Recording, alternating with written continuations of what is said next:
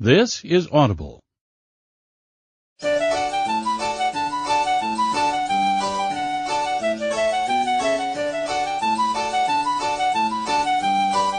Welcome to the Freshwater Seas production of Poor Richard's Almanac by Benjamin Franklin.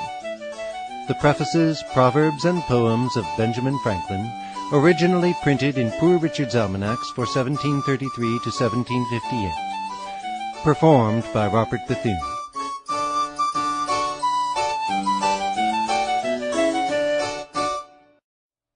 Poor Richard for 1733. Preface. Courteous reader, I might in this place attempt to gain thy favour by declaring that I write almanacs with no other view than that of the public good. But in this I should not be sincere, and men are nowadays too wise to be deceived by pretences however specious soever. The plain truth of the matter is, I am excessive poor, and my wife, good woman, is, I tell her, excessive proud. She cannot bear, she says, to sit spinning in her shift of tow, while I do nothing but gaze at the stars, and has threatened more than once to burn all my books and rattling traps, as she calls my instruments, if I do not make some profitable use of them for the good of my family. The printer has offered me some considerable share of the profits, and I have thus began to comply with my dame's desire. Indeed, this motive would have had force enough to have made me publish an almanac many years since, had it not been overpowered by my regard for my good friend and fellow-student, Mr. Titan Leeds, whose interest I was extremely unwilling to hurt. But this obstacle, I am far from speaking it with pleasure, is soon to be removed, since inexorable death, who was never known to respect merit, has already prepared the mortal dart. The fatal sister has already extended her destroying shears, and that ingenious man must soon be taken from us. He dies, by my calculation, made at his request, on October 17th, 1733, 3 hours and 29 minutes post-meridium, at the very instant of the conjunction of the Sun and Mercury. By his own calculation he will survive until the 26th of the same month. This small difference between us we have disputed whenever we have met these 9 years past, but at length he is inclinable to agree with my judgment. Which of us is most exact, a little time will now determine.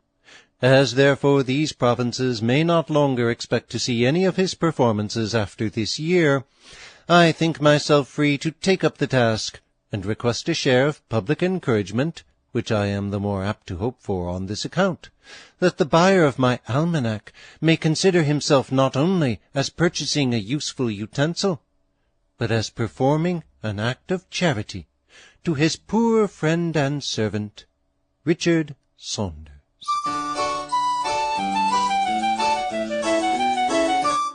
Saturn, diseased with age, and left for dead, changed all his gold to be involved in lead.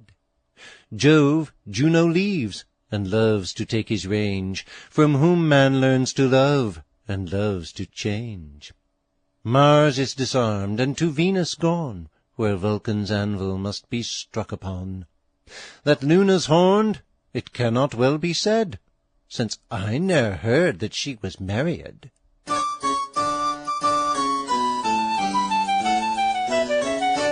January.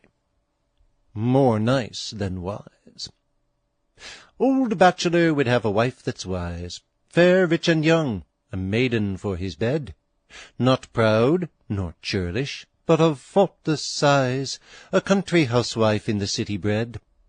He's a nice fool, and long in vain hath stayed. He should bespeak her, there's none ready-made.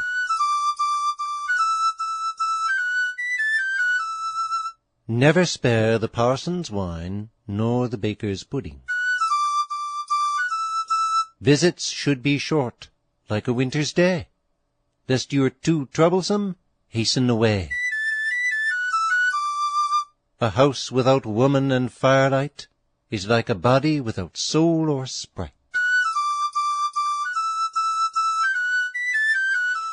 Knights and bears often worry their keepers.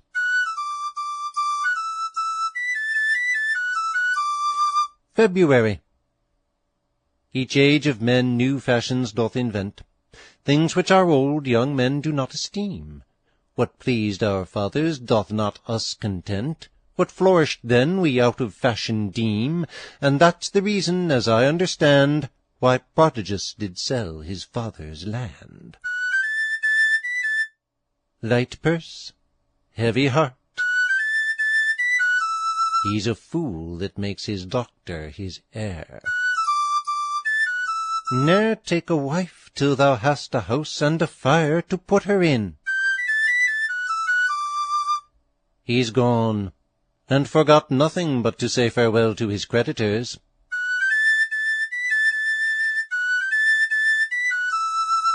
Love well, whip well.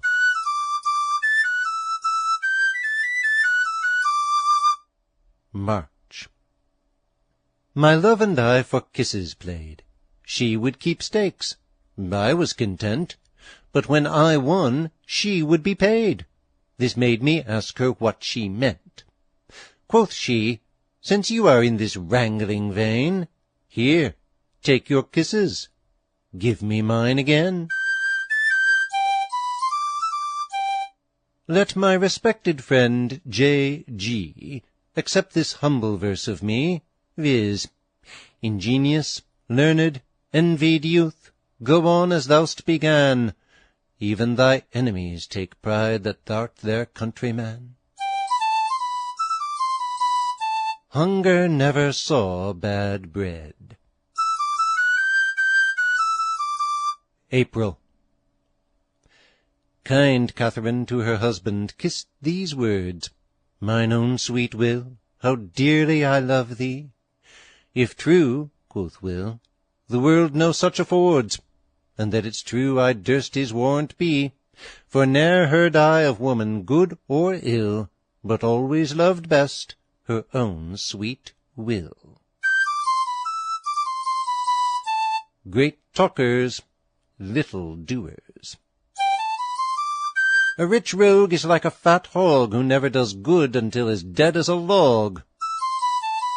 Relation without friendship, friendship without power, power without will, will without effect, effect without profit, and profit without virtue are not worth a ficus.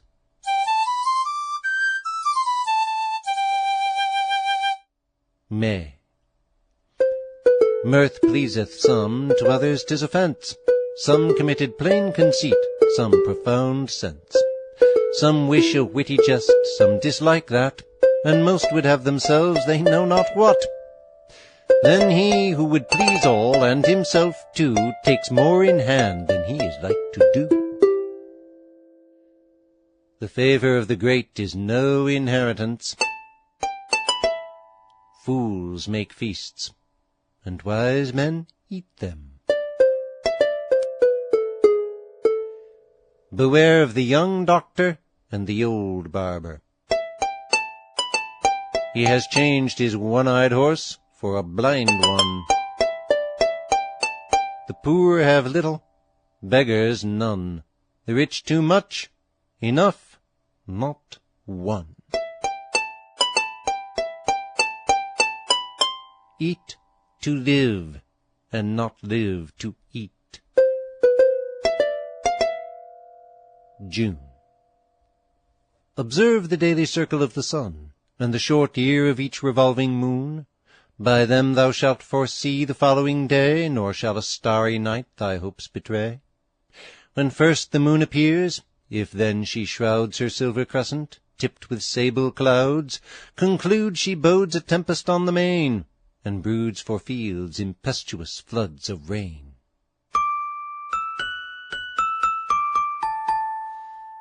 After 3 days men grow weary of a wench, a guest, and weather rainy. To lengthen thy life, lessen thy meals.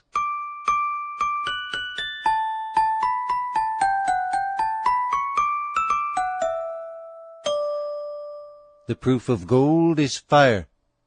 The proof of woman, gold. The proof of man, a woman.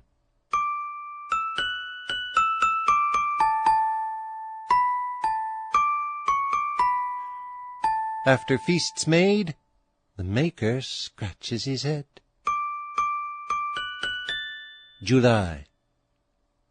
Even while the reaper fills his greedy hands and binds the golden sheaves in brittle bands, oft have I seen a sudden storm arise from all the warring winds that sweep the skies, and oft whole sheets descend of sluicy rain, sucked by the spongy clouds from off the main. The lofty skies at once come pouring down, the promised crop and golden labours drown.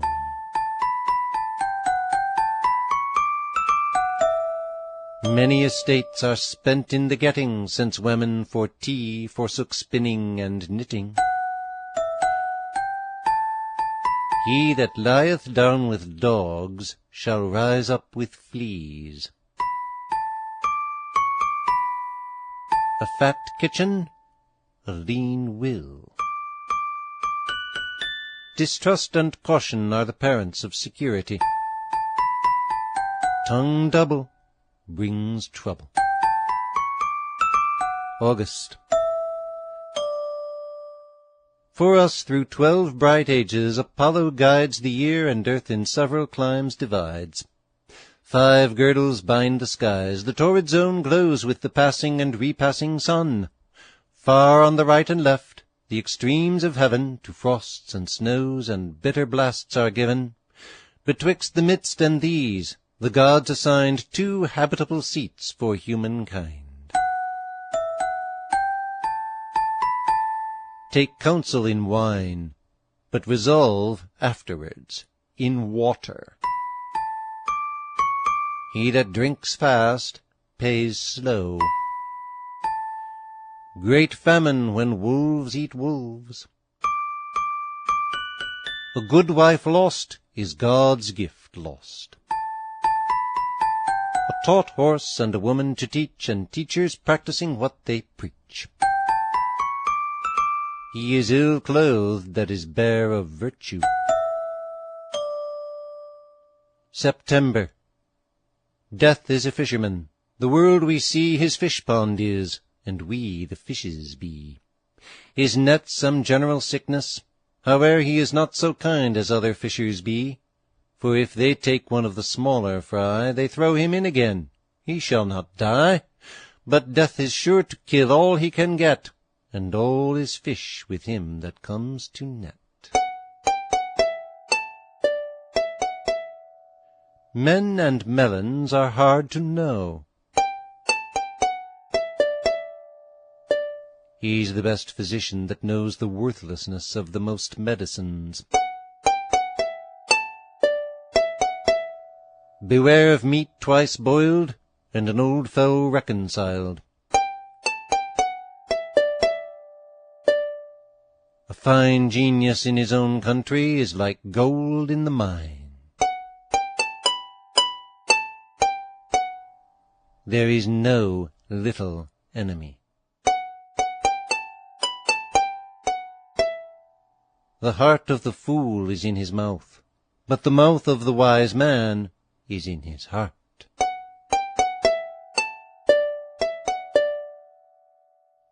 October. Time was my spouse, and I could not agree, striving about superiority.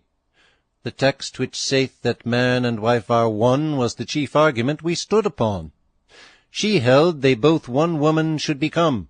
I held they should be man, and both but one. Thus we contended daily, but the strife could not be ended until both were one wife. The old man has given all to his son. O fool, to undress thyself before thou art going to bed. Cheese and salt meat should be sparingly eat.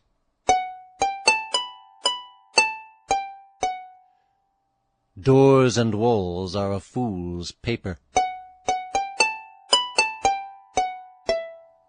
Anoint a villain, and he'll stab you. Stab him, and he'll anoint you. Keep your mouth wet, feet dry. He has lost his boots, but saved his spurs. November. My neighbour Harry, by his pleasing tongue, hath won a girl that's rich, wise, fair, and young. The match, he saith, is half concluded. He indeed is wondrous willing, but not she. And reason good, for he has run through all, almost, the story of the prodigal, yet swears he never with the hogs did dine. That's true, for none would trust him with their swine.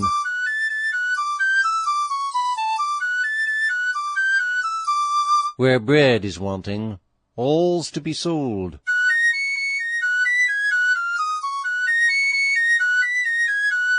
There is neither honour nor gain got in dealing with a villain. The fool hath made a vow, I guess, never to let the fire have peace. Snowy winter, a plentiful harvest. Nothing more like a fool than a drunken man. December. She that will eat her breakfast in her bed, and spend the morn in dressing of her head, and sit at dinner like a maiden bride, and talk of nothing all day but of pride, God in his mercy may do much to save her, but what a case is he in that shall have her.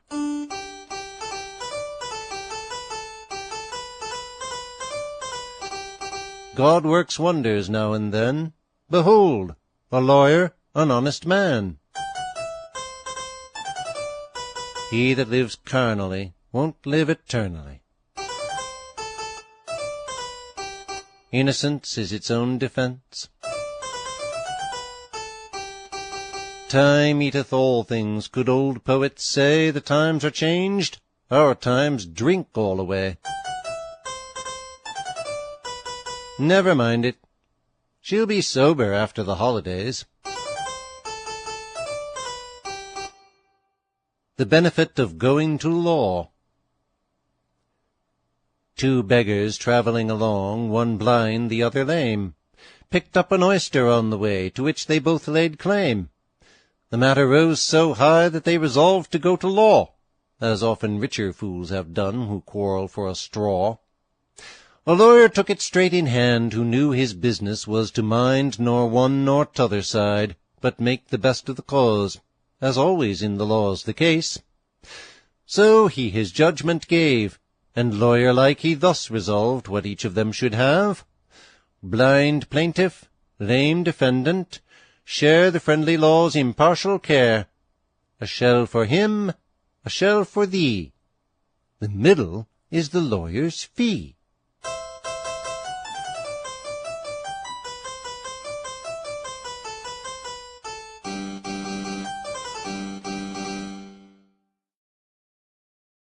Poor Richard for 1734. Preface. Courteous Reader, your kind and charitable assistance last year, in purchasing so large an impression of my almanacs, has made my circumstances much more easy in the world, and requires my grateful acknowledgment. My wife has been enabled to get a pot of her own, and is no longer obliged to borrow one from a neighbour, nor have we ever since been without something of our own to put in it. She has also got a pair of new shoes, 2 new shifts, and a new warm petticoat, and for my part I have bought a second-hand coat, so good that I am not now ashamed to go to town or be seen there. These things have rendered her temper so much more pacific than it used to be, that I may say I have slept more and more quietly within this last year than in the 3 foregoing years put together. Accept my hearty thanks therefore, and my sincere wishes for your health and prosperity. In the preface to my last almanac, I foretold the death of my dear old friend and fellow student, the learned and ingenious Mr. Titan Leeds, which was to be the 17th of October, 1733, 3 hours and 29 minutes post-meridian, at the very instant of the conjunction of the Sun and Mercury. By his own calculation, he was to survive until the 26th of the same month, and expire in the time of the eclipse, near 11 o'clock a.m. At which of those times he died, or whether he be really yet dead, I cannot at this present writing positively assure my readers. For so much as a disorder in my own family demanded my presence, and would not permit me, as I had intended, to be with him in his last moments, to receive his last embrace, to close his eyes and do the duty of a friend in performing the last offices to the departed. Therefore it is that I cannot positively affirm whether he be dead or not. For the stars only show to the skilful what will happen in the natural and universal chain of causes and effects. But 'tis well known that the events which would otherwise certainly happen, at certain times in the course of nature, are sometimes set aside or postponed, for wise and good reasons, by the immediate particular disposition of Providence, which particular dispositions the stars can by no means discover or foreshow. There is, however, and I cannot speak it without sorrow, there is the strongest probability that my dear friend is no more, for there appears in his name, as I am assured, an almanac for the year 1734, in which I am treated in a very gross and unhandsome manner, in which I am called a false predictor, an ignorant, a conceited scribbler, a fool, and a liar.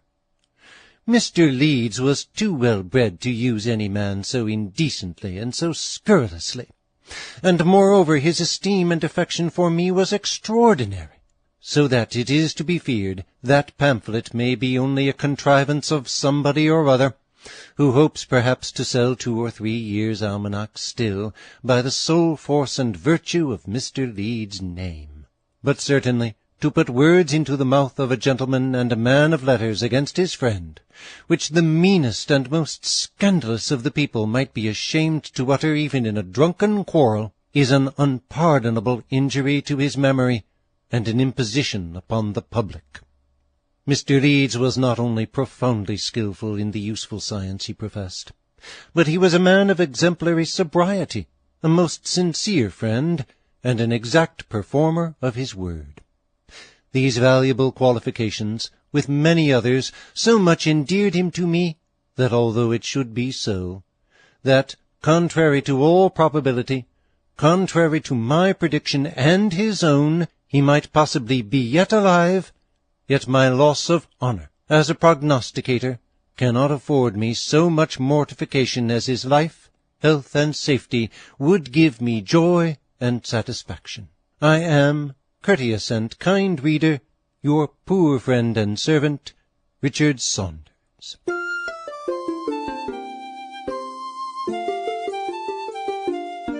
Here I sit naked, like some fairy elf, my seat a pumpkin.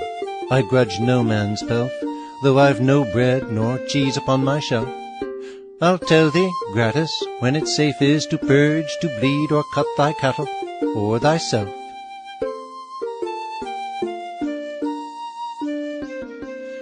Good women are like stars in darkest night, their virtuous actions shining as a light to guide their ignorant sex, which oft times fall, and falling oft, turn diabolical. Good women sure are angels on the earth, of those good angels we have had a dearth, and therefore all ye men that have good wives, respect their virtues, equal with your lives. January. From a cross neighbour and a sullen wife, a pointless needle and a broken knife, from suretyship and from an empty purse, a smoky chimney and jolting horse, from a dull razor and an aching head, from a bad conscience and a buggy bed, a blow upon the elbow and the knee, from each of these, good Lord, deliver me. You cannot pluck roses without fear of thorns, nor enjoy a fair wife without danger of horns. Without justice, courage is weak. Many dishes, many diseases. Many medicines, few cures. Where carcasses are, eagles will gather, and where good laws are, much people flock thither. Would you live with ease, do what you ought, and not what you please. Better slip with foot than tongue. February. What death is, dost thou ask me? Till dead I do not know. Come to me when thou hear'st I'm dead, then what 'tis I shall show. To die's to cease to be, it seems, so learned Seneca did think. But we philosophers of modern date who say 'tis death to cease to drink.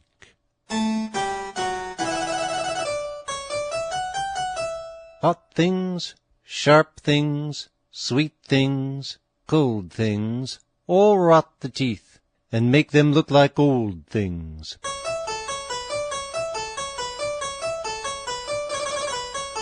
Blame all and praise all are two blockheads.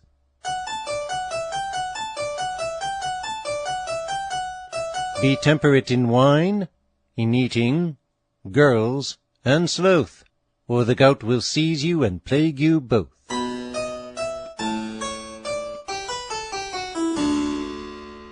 March.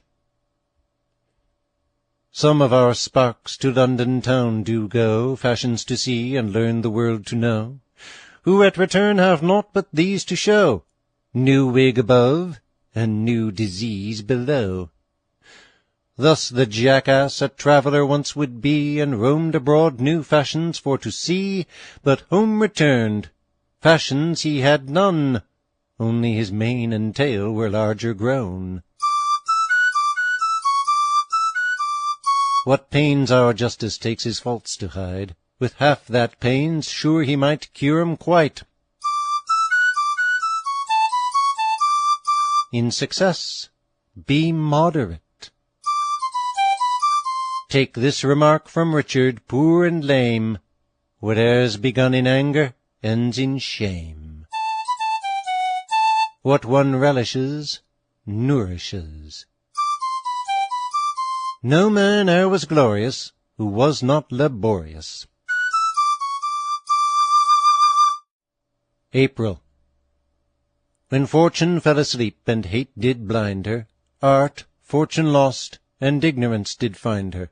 Since then dull ignorance with fortune's store hath been enriched, and art hath still been poor.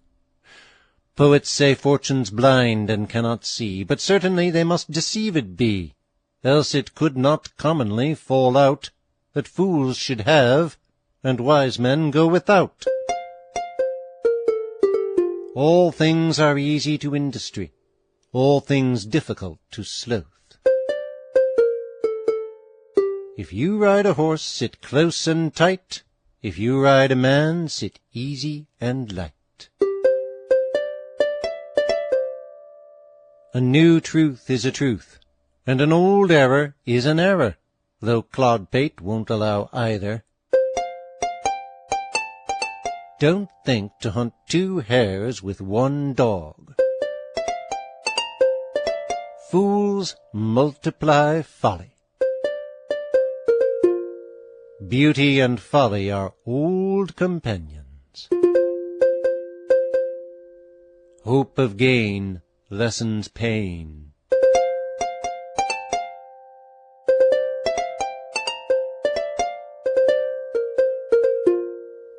May.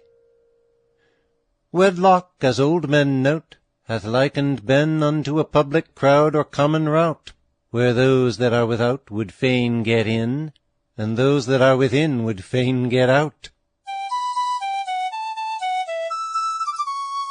Grief often treads upon the heels of pleasure. Married in haste, we oft repent at leisure. Some by experience find these words misplaced.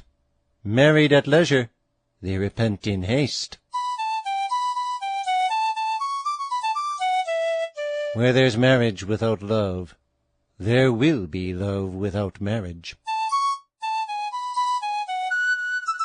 Lawyers, preachers, and tomtits' eggs, there are more of them hatched than come to perfection. Be neither silly nor cunning, but wise.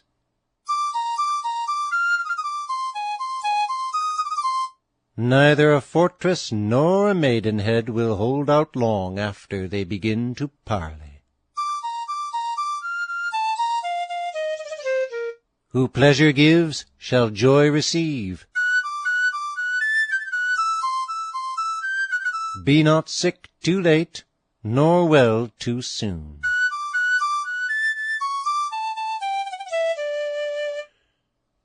June. When Robin now 3 days had married been, and all his friends and neighbours gave him joy, this question of his wife he asked then, why till her marriage day she proved so coy? Indeed, said he, 'twas well thou didst not yield, for doubtless then my purpose was to leave thee. O sir, I once before was so beguiled, and was resolved the next should not deceive me. All things are cheap to the saving, dear to the wasteful. Would you persuade, speak of interest, not of reason. Some men grow mad by studying much to know, but who grows mad by studying good to grow?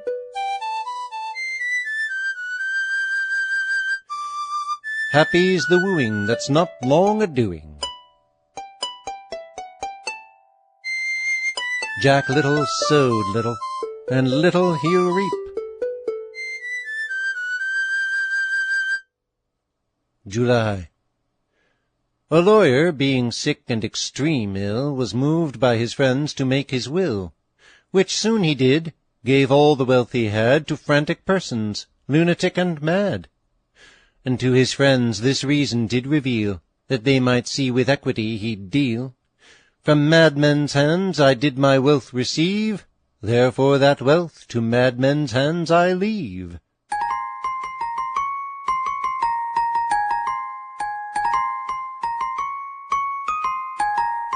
There have been as great souls unknown to fame as any of the most famous. Do good to thy friend to keep him, to thy enemy to gain him.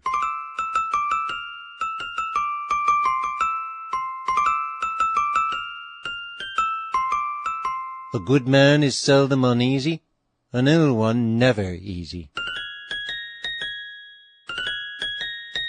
Teach your child to hold his tongue, he'll learn fast enough to speak.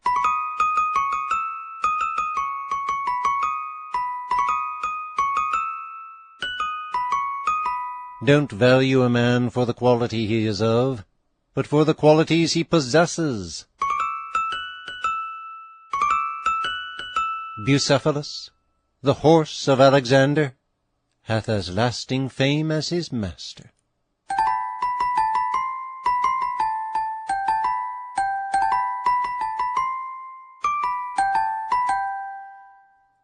August. Some envious, speaking in their own renown, say that my book was not exactly done. They wrong me, yet like feasts I'd have my books rather be pleasing to the guests than cooks. Ill thrives that hapless family that shows a cock that's silent and a hen that crows. I know not which lives more unnatural lives, obeying husbands or commanding wives. Sam's religion is like a cheddar cheese. 'Tis made of the milk of 21 parishes. Grief for a dead wife and a troublesome guest continues to the threshold, and there is at rest. But I mean such wives as are none of the best. As charms are nonsense, nonsense is a charm. He that cannot obey cannot command. An innocent ploughman is more worthy than a vicious prince.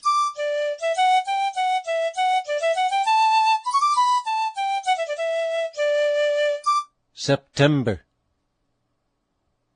Samuel the smith hath lately sworn and said that no disease shall make him keep his bed. His reason is, I now begin to smell it, he wants more rum, and must be forced to sell it. No less meant Jonah, when that vow he made than to give o'er his cozening tapster's trade, who, checked for short and frothy measure, swore he never would from thenceforth fill pot more. He that is rich need not live sparingly, and he that can live sparingly need not be rich. If you would be revenged of your enemy, govern yourself. A wicked hero will turn his back to an innocent coward. Laws like to cobwebs catch small flies, great ones break through before your eyes. An egg today is better than a hen tomorrow. Drink water, put the money in your pocket, and leave the dry bellyache in the punch bowl. Strange, that he who lives by shifts can seldom shift himself. October. Although thy teacher act not as he preaches, yet ne'ertheless, if good, do what he teaches. Good counsel failing men may give, for why? He that's aground knows where the shoal doth lie. My old friend Berryman oft, when alive, taught others thrift, himself could never thrive. Thus, like the whetstone, many men are wont to sharpen others, while themselves are blunt. The magistrate should obey the laws. The people should obey the magistrate. When 'tis fair, be sure take your greatcoat with you. He does not possess wealth, it possesses him. Necessity has no law. I know some attorneys of the same. Onions can make even heirs and widows weep. As sore places meet most rubs, proud fellows meet most affronts.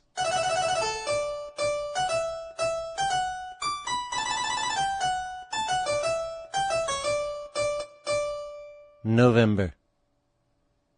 Dorothy would with John be married. Dorothy's wise, I trow. But John by no means Dorothy will wed. John's the wiser of the two.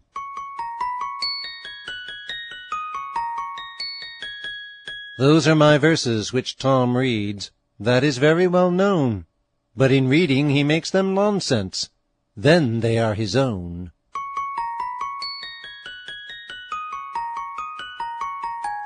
The thrifty maxim of the wary Dutch is to save all the money they can touch.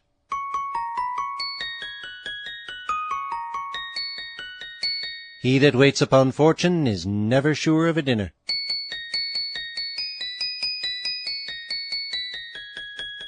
A learned blockhead is a greater blockhead than an ignorant one.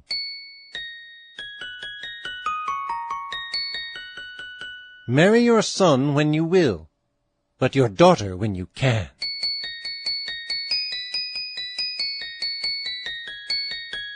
Avarice and happiness never saw each other. How then should they become acquainted?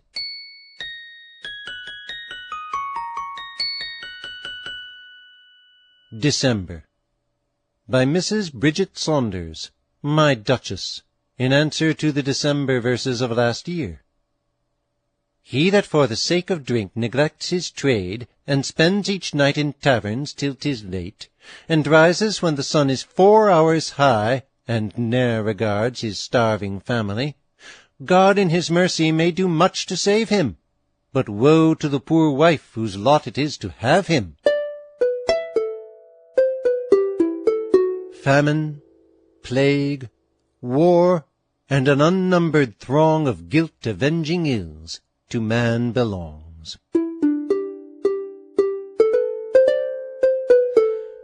Is it not enough plagues, wars, and famine rise to lash our crimes, but must our wives be wise?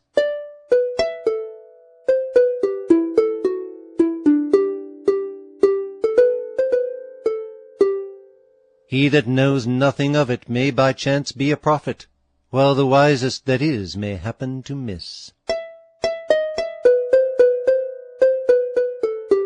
If you would have guests merry with cheer, be so yourself, or so at least appear. Reader, farewell. All happiness attend thee. May each new year better and richer find thee.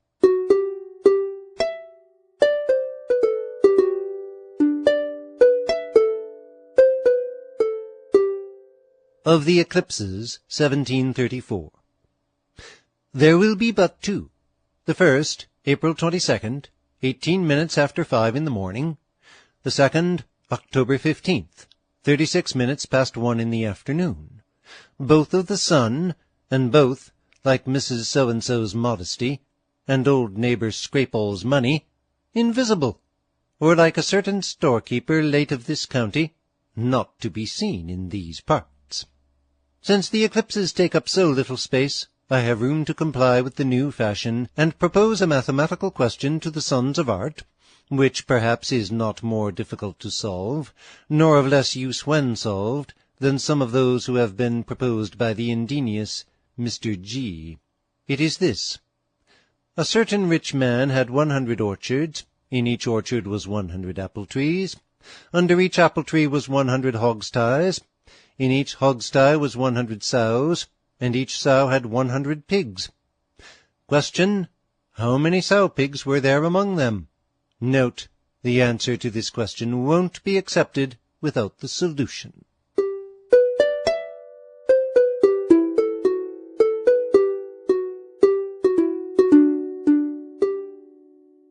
Felix came facit aliena pericula cautum. Fortunate the man who learns caution from the perils of others. To such a height the expense of courts is gone, that poor men are redressed till they're undone. William, your cause is good. Give me my fee, and I'll defend it. But alas, William is cast. The verdict goes against him. Give me another fee, and I'll move the court in arrest of judgment. Then sentence is confirmed. T'other fee, and I'll bring a writ of error. But judgment is again confirmed, and Will condemned to pay costs. What shall we do now, master? Says William. Why, since it can't be helped, there's no more to be said. Pay the knave his money, and I'm satisfied. Of disposition they're most sweet, their clients always kindly greet, and though at bar they rip old sores, and brawl and scold like drunken whores, their angers in a moment pass away at night over a glass. Nay, often laugh at the occasion of their premeditated passion. Oh, may you prosper as you treat us, until the devil sign your quietus.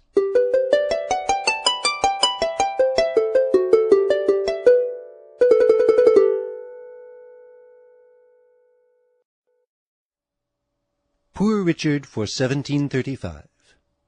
Preface. Courteous reader, this is the third time of my appearing in print, hitherto very much to my own satisfaction, and I have reason to hope to the satisfaction of the public also, for the public is generous and has been very charitable and good to me. I should be ungrateful then if I did not take every opportunity of expressing my gratitude, for Ingratum si dixeris, omnia dixeris.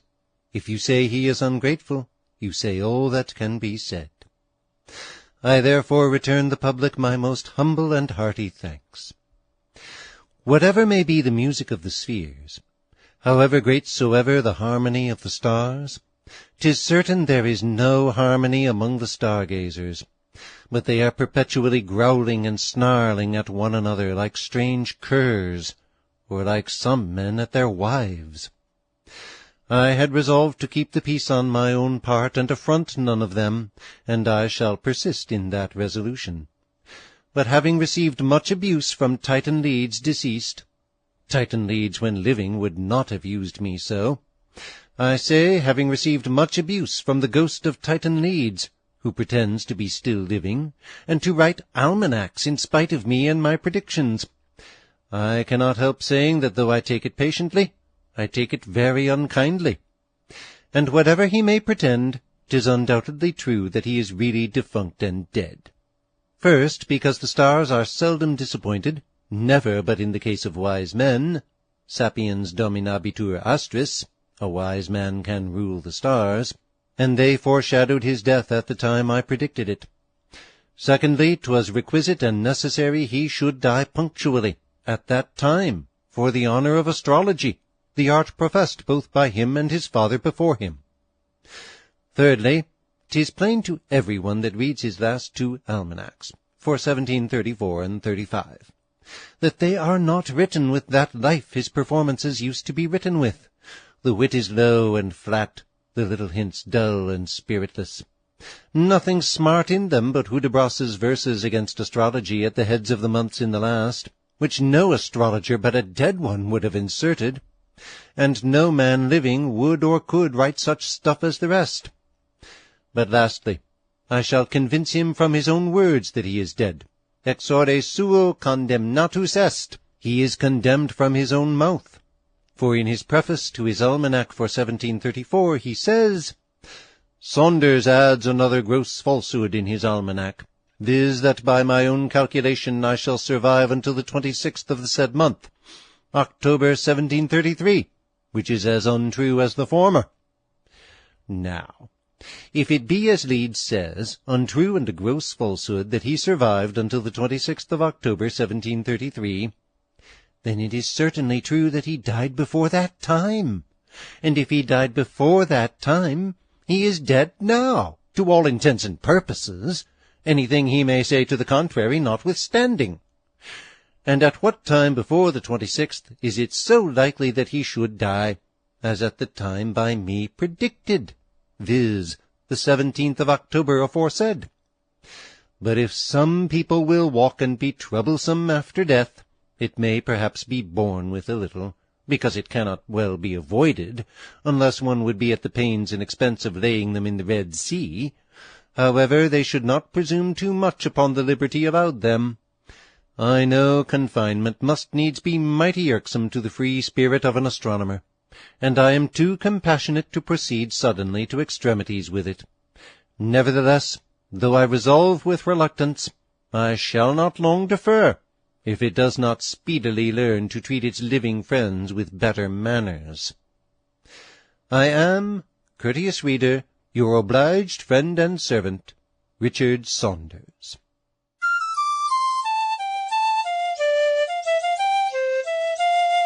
Sold by the printer hereof.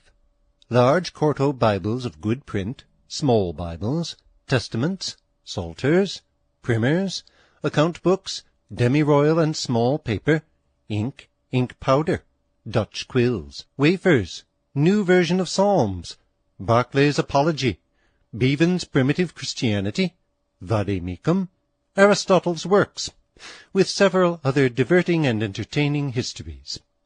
Also, all sorts of blanks in the most authentic forms and correctly printed.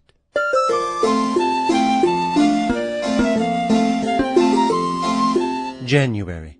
The 2 or 3 necessaries.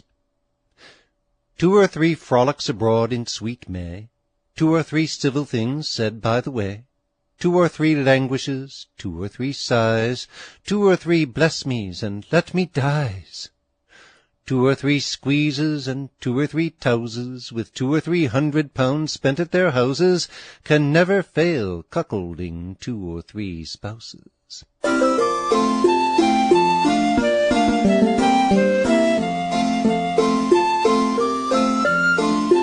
Bad commentators spoil the best of books.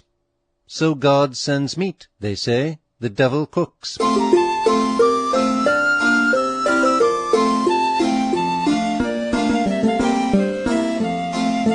Approve not of him who commends all you say.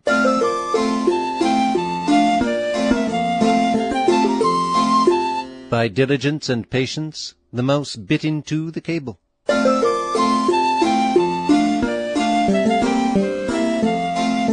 Full of courtesy, full of craft.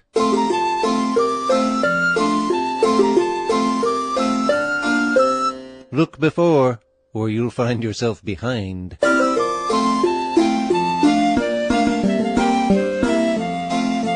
February.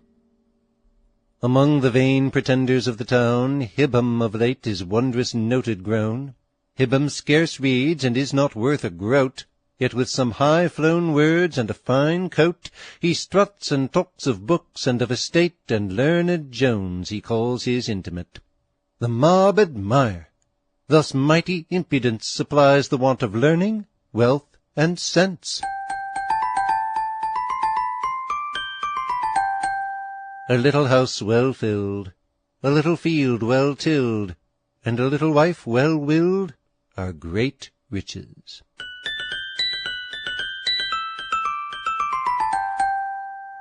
Old maids lead apes there, where the old bachelors are turned to apes.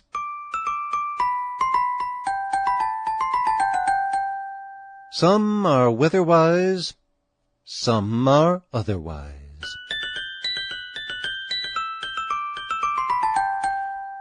March.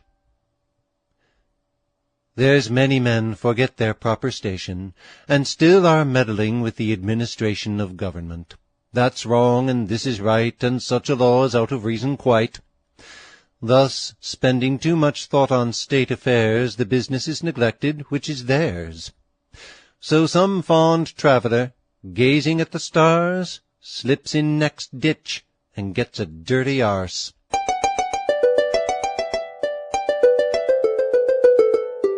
The poor man must walk to get meat for his stomach, the rich man to get a stomach to his meat.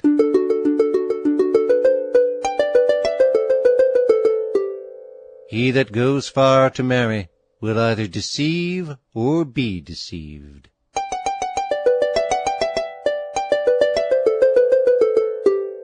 Eyes and priests bear no jests.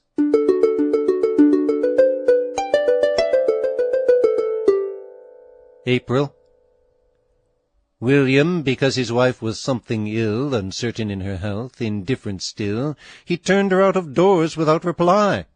I asked if he that act could justify. In sickness and in health, says he, I am bound to keep her. When she's worse or better found, I'll take her in again. And now you'll see, she'll quickly either mend or end, says he. The family of fools is ancient. Necessity never made a good bargain. If pride leads the van, beggary brings up the rear. There's many witty men whose brains can't fill their bellies. Weighty questions ask for deliberate answers. May.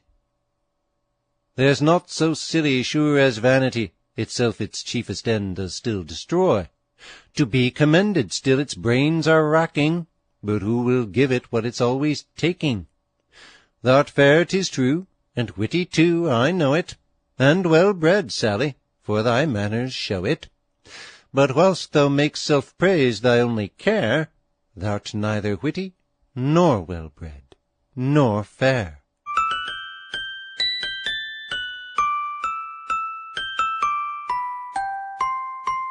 Be slow in choosing a friend, slower in changing.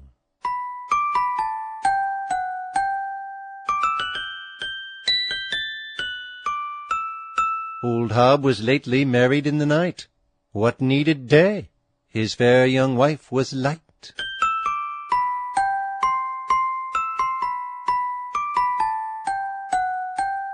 Pain wastes the body, pleasures the understanding.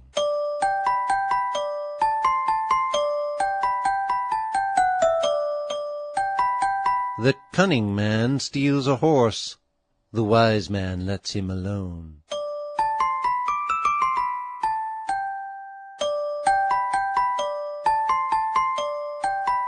When Mars and Venus in conjunction lie, then, maids, whate'er is asked of you, deny.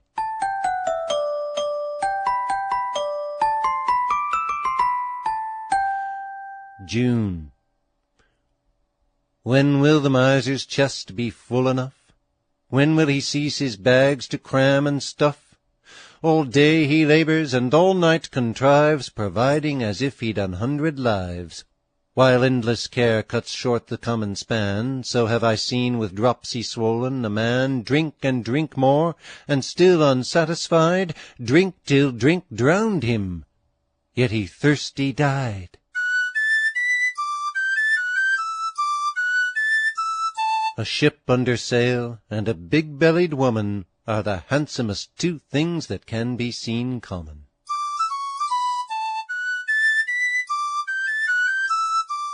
Keep thy shop, and thy shop will keep thee. The king's cheese is half wasted in parings, but no matter, 'tis made of the people's milk. Nothing but money is sweeter than honey.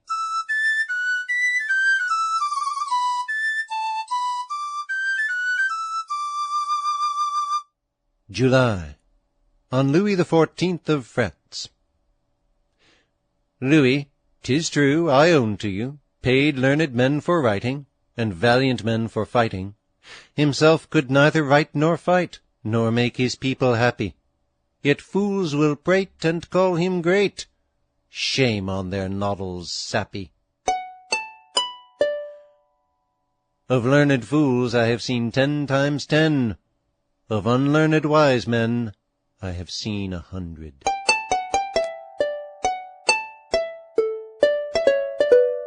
Three may keep a secret, if 2 of them are dead. Poverty wants some things, luxury many things, avarice all things.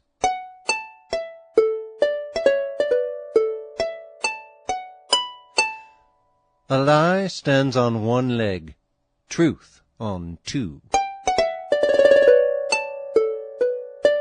What's given shines, what's received is rusty.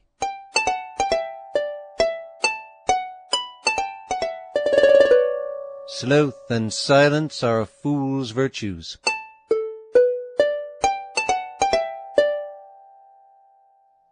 August.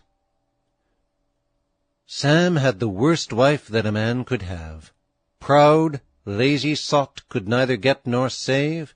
Eternal scold she was, and what is worse, the devil burn thee, was her common curse. Forbear, quoth Sam, that fruitless curse so common. He'll not hurt me who've married his kinswoman.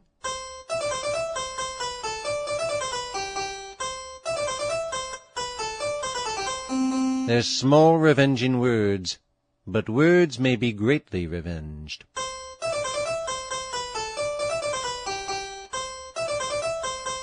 Great wits jump, says the poet, and hit his head against the post.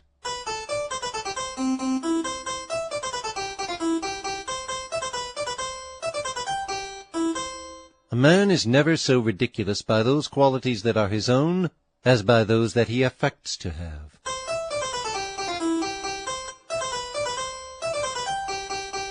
Deny self for self's sake.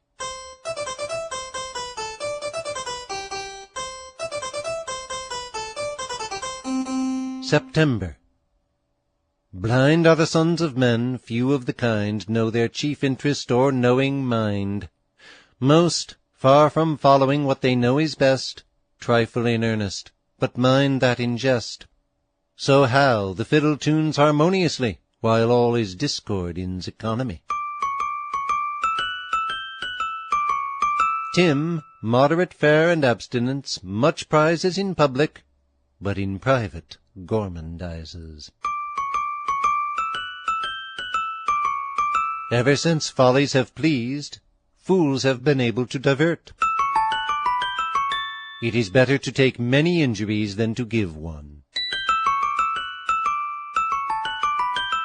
Opportunity is the great bawd. October. Little half-wits are wondrous pert, we find, scuffing and jeering on whole womankind. All false, all whores, all this, that, and t'other, not one exception left, even for their mother. But men of wisdom and experience know that there's no greater happiness below than a good wife affords. And such there's many, for every man has won the best of any. Early to bed and early to rise makes a man healthy, wealthy, and wise. To be humble to superiors is duty, to equals courtesy, to inferiors nobleness. Here comes the orator with his flood of words and his drop of reason. November. The lying habit is in some so strong, to truth they know not how to bend their tongue, and though sometimes their ends truth best would answer, yet lies come uppermost. Do what they can, sir.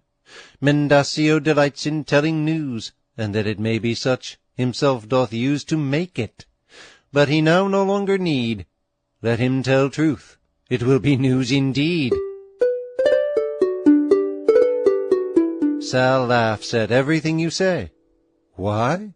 Because she has fine teeth. If what most men admire they would despise, 'twould look as if mankind were growing wise. The son never repents of the good he does, nor does he ever demand a recompense. An old young man will be a young old man. December. 'Tis not the face with a delightful air, a rosy cheek, and lovely flowing hair, nor sparkling eyes to best advantage set, nor all the members ranged in alphabet sweet in proportion, as the lovely dies, which brings the ethereal bow before our eyes, that can with wisdom approbation find, like pious morals and an honest mind, by virtue's living laws from every vice refined. Are you angry that others disappoint you? Remember, you cannot depend upon yourself. One mend fault is worth 2 find faults, but 1 fine fault is better than 2 make faults. Reader, I wish thee health, wealth, happiness, and may kind heaven this year's industry bless.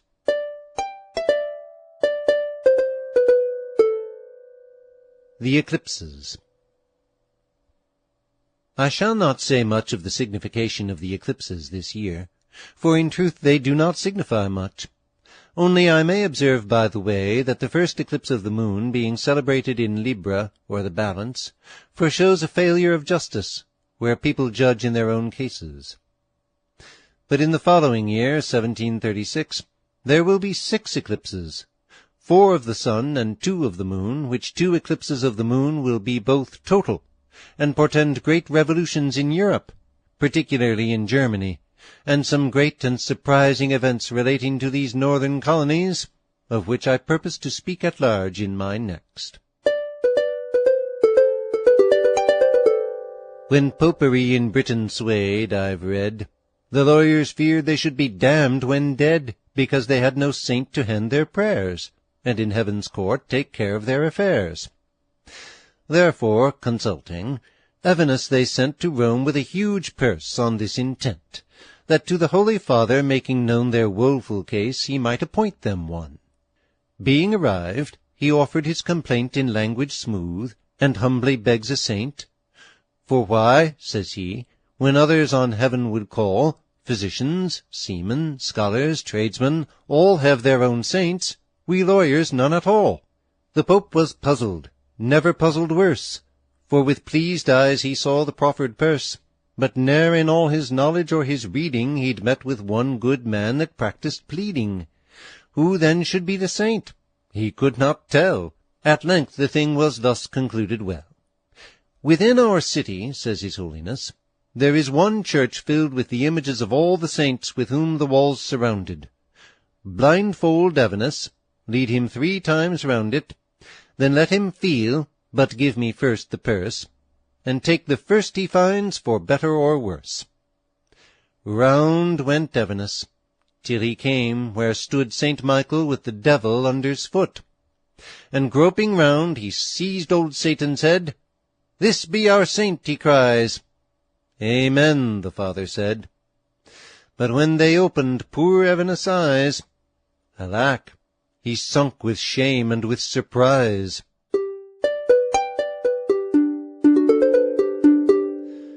Says Saturn to Mars, "Brother, when shall I see Pen's people scraping acquaintance with thee?" Says Mars, "Only Jupiter knows, but this I can tell. They neglect me for Hermes, they love him too well." "Oh, if that be the case," says Saturn, "ne'er fear.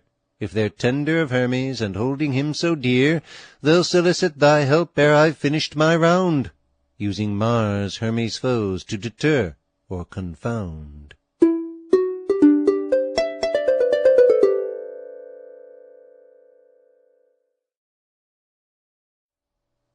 Poor Richard for 1736. Preface. Loving readers, your kind acceptance of my former labors has encouraged me to continue writing, though the general approbation you have been so good as to favor me with has excited the envy of some and draws upon me the malice of others. These ill-willers of mine, despited at the great reputation I gained by exactly predicting another man's death, have endeavored to deprive me of it all at once in the most effectual manner, by reporting that I myself was never alive. They say, in short, that there is no such a man as I am, and have spread this notion so thoroughly in the country that I have been frequently told it to my face by those that don't know me. This is not civil treatment, to endeavor to deprive me of my very being, and reduce me to a nonentity in the opinion of the public. But so long as I know myself to walk about, eat, drink, and sleep, I am satisfied that there is really such a man as I am, whatever they may say to the contrary. And the world may be satisfied likewise, for if there was no such man as I am, how is it possible I should appear publicly to hundreds of people, as I have done for several years past in print? I need not indeed have taken any notice of so idle a report, if it had not been for the sake of my printer, to whom my enemies are pleased to ascribe my productions, and who it seems is as unwillingly to father my offspring as I am to lose the credit of it. Therefore, to clear him entirely, as well as to vindicate my own honor, I make this public and serious declaration, which I desire may be believed, to wit, that what I have written heretofore, and do now write, neither was nor is written by any other man or men, person or persons whatsoever. Those who are not satisfied with this must needs be very unreasonable. My performance for this year follows. It submits itself, kind reader, to thy censure, but hopes for thy candor to forgive its faults.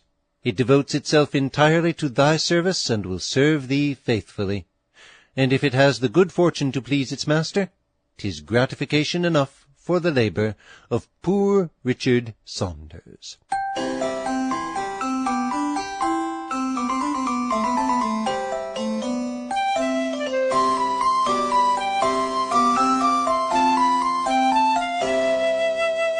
Presumptuous man, the reason wouldst thou find why formed so weak, so little, and so blind?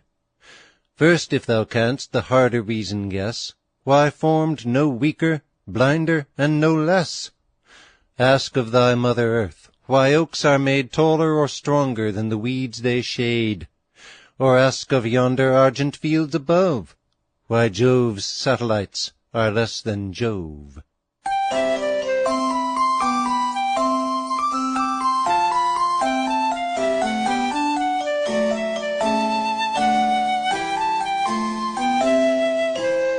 January.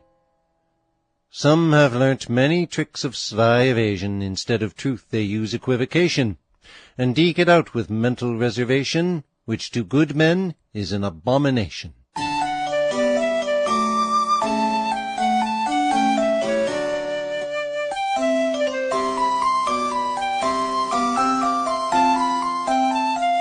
Our smith of late most wonderfully swore that whilst he breathed he would drink no more. But since I know his meaning, for I think he meant he would not breathe whilst he did drink.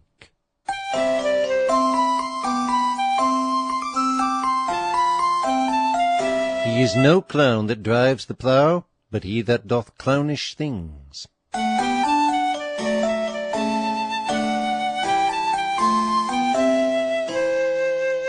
If you know how to spend less than you get, you have the philosopher's stone.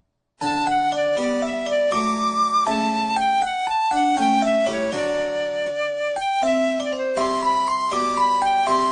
good paymaster is lord of another man's purse.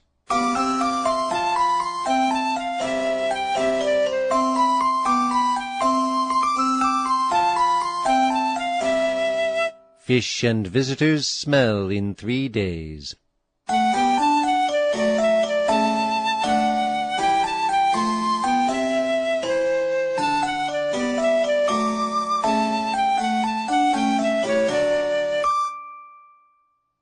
February.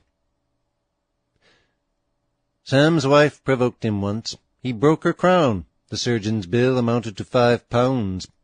This blow, she brags, has cost my husband dear. He'll ne'er strike more, Sam chanced to overhear.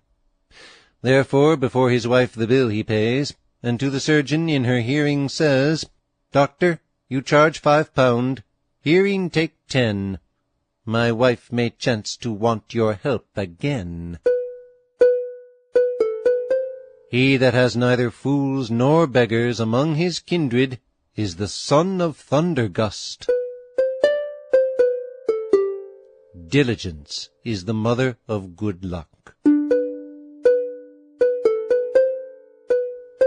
Do not do that which you would not have known. March. Whate'er is desired, knowledge, fame, or pelf, not one will change his neighbour with himself. The learned are happy nature to explore, the fool is happy that he knows no more, the rich are happy in the plenty given, the poor contents him with the care of heaven. Thus does some comfort every state attend, and pride's bestowed on all a common friend.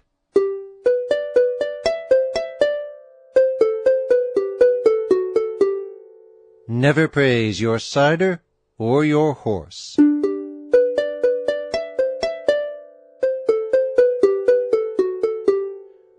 Wealth is not his that has it, but his that enjoys it.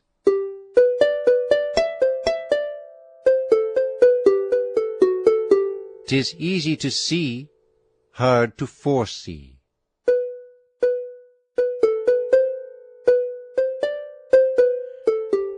In a discreet man's mouth, a public thing is private.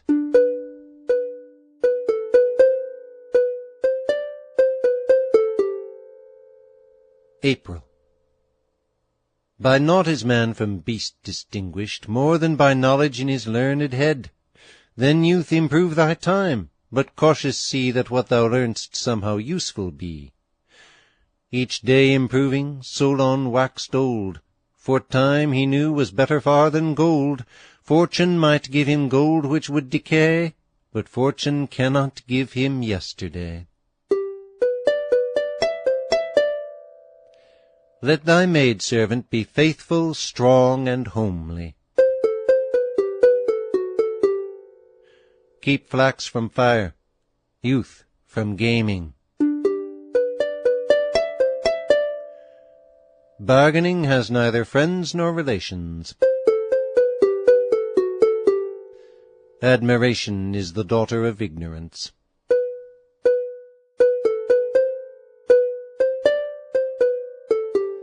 There's more old drunkards than old doctors.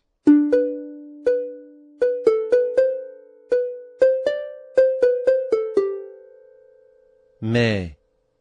Lalus, who loves to hear himself discourse, keeps talking still as if he frantic were, and though himself might nowhere hear a worse, yet he no other but himself will hear. Stop not his mouth if he be troublesome, but stop his ears, and then the man is dumb.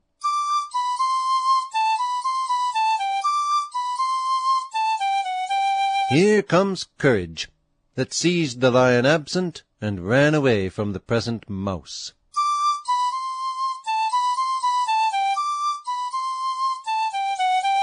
He that takes a wife takes care.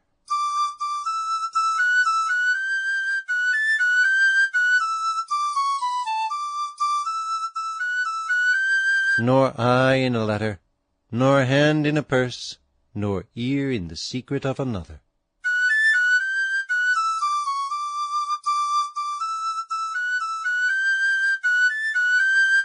He that buys by the penny maintains not only himself, but other people.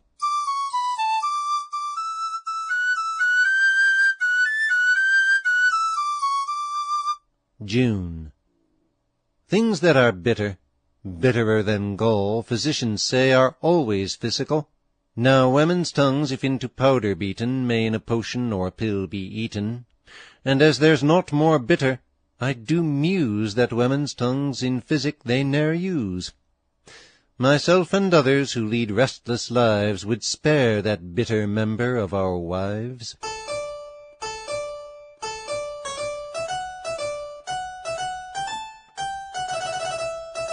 He that can have patience can have what he will.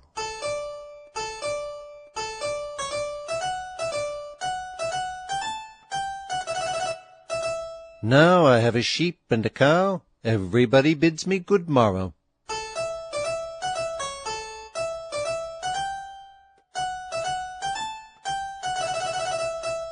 God helps them that help themselves. Why does the blind man's wife paint herself?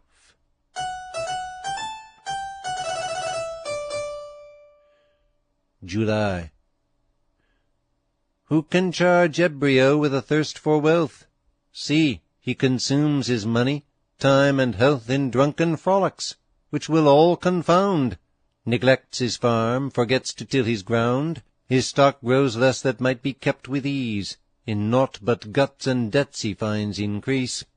In town reels as if he'd shoved down each wall.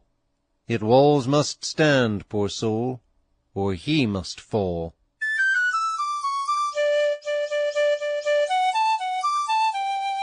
None preaches better than the ant, and she says nothing.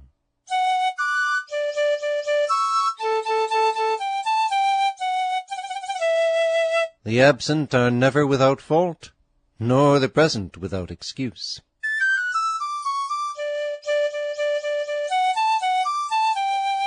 Gifts burst rocks.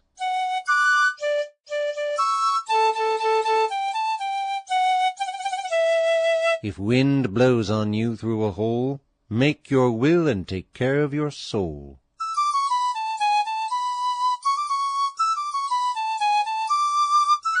The rotten apple spoils his companion.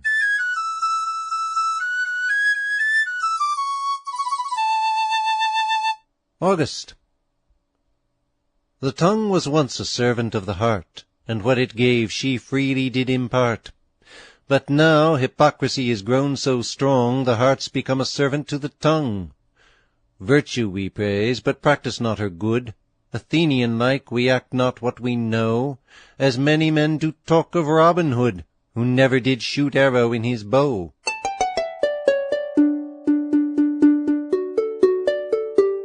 Don't throw stones at your neighbors if your own windows are glass.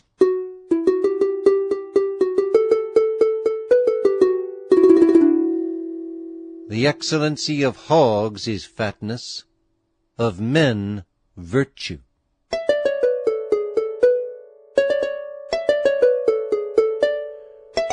Good wives and good plantations are made by good husbands.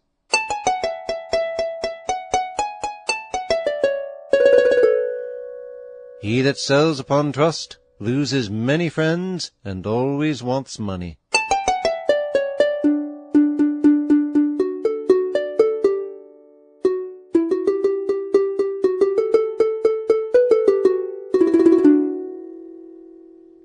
September. Briscap, thou'st little judgment in thy head more than to dress thee, drink, and go to bed. Yet thou shalt have the wall and the way lead, since logic wills that simple things precede.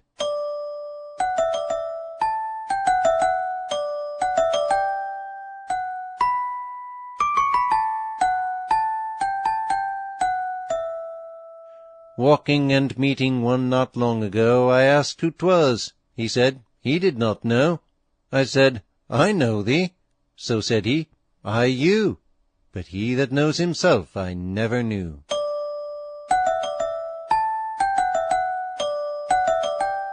Lovers, travellers, and poets will give money to be heard.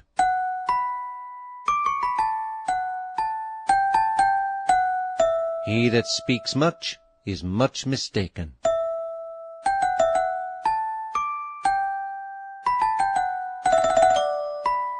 Creditors have better memories than debtors.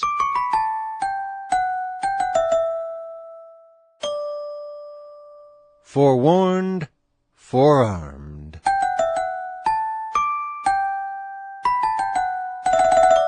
October. Whimsical Will once fancied he was ill. The doctor called, who thus examined Will. How is your appetite? Oh, as to that, I eat quite heartily. You see I'm fat. How is your sleep o' nights? 'Tis sound and good. I eat, drink, sleep, as well as e'er I could. Will, says the doctor, clapping on his hat, I'll give you something shall remove all that.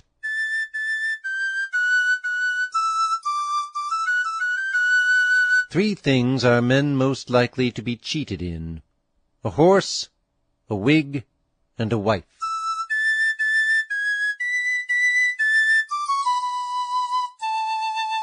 He that lives well is learned enough.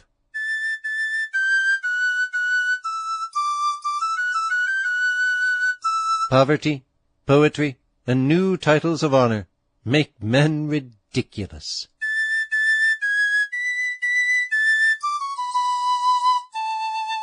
He that scatters thorns, let him not go barefoot.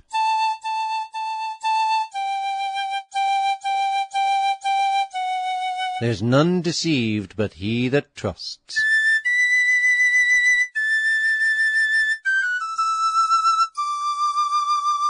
November. When you are sick, what you like best is to be chosen for a medicine in the first place. What experience tells you is best to be chosen in the second place. What reason, that is theory, says is best to be chosen in the last place. But if you can get Dr. Inclination, Dr. Experience, and Dr. Reason to hold a consultation together, they will give you the best advice that can be taken.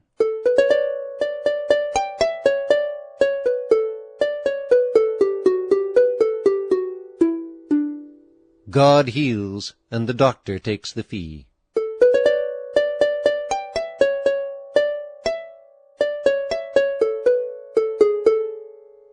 If you desire many things will seem but a few.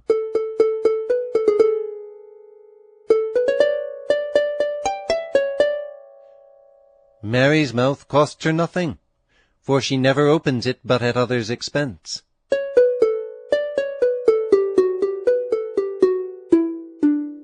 Receive before you write, but write before you pay. I saw few die of hunger, of eating 100,000.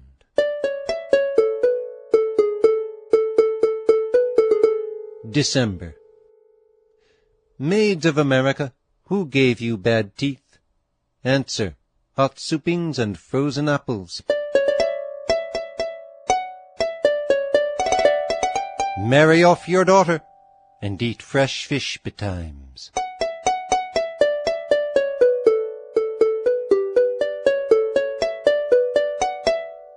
He that would live in peace and at ease must not speak all he knows, nor judge all he sees.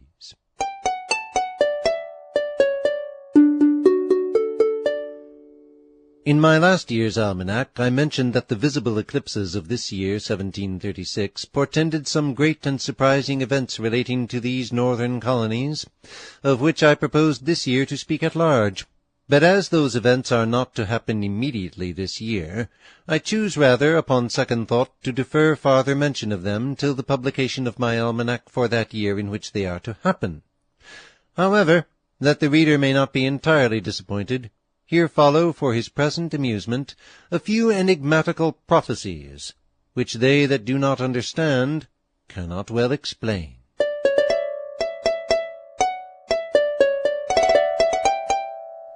(1) Before the middle of this year, a wind at northeast will arise, during which the water of the sea and rivers will be in such a manner raised, that great part of the towns of Boston, Newport, New York, Philadelphia, the lowlands of Maryland and Virginia, and the town of Charleston in South Carolina, shall be under water. Happy will it be for the sugar and salt standing in the cellars of those places, if there be tight roofs and ceilings overhead. Otherwise, without a conjurer, a man may easily foretell that such commodities will receive damage. About the middle of the year, great number of vessels fully laden will be taken out of the ports aforesaid, by a power with which we are not now at war, and whose forces shall not be descried or seen, either coming or going. But in the end this may not be disadvantageous to those places. However, not long after, a visible army of 20,000 musketeers will land, some in Virginia and Maryland, and some in the lower counties on both sides of Delaware, who will overrun the country and sorely annoy the inhabitants. But the air in this climate will agree with them so ill towards winter that they will die in the beginning of cold weather like rotten sheep, and by Christmas the inhabitants will get the better of them.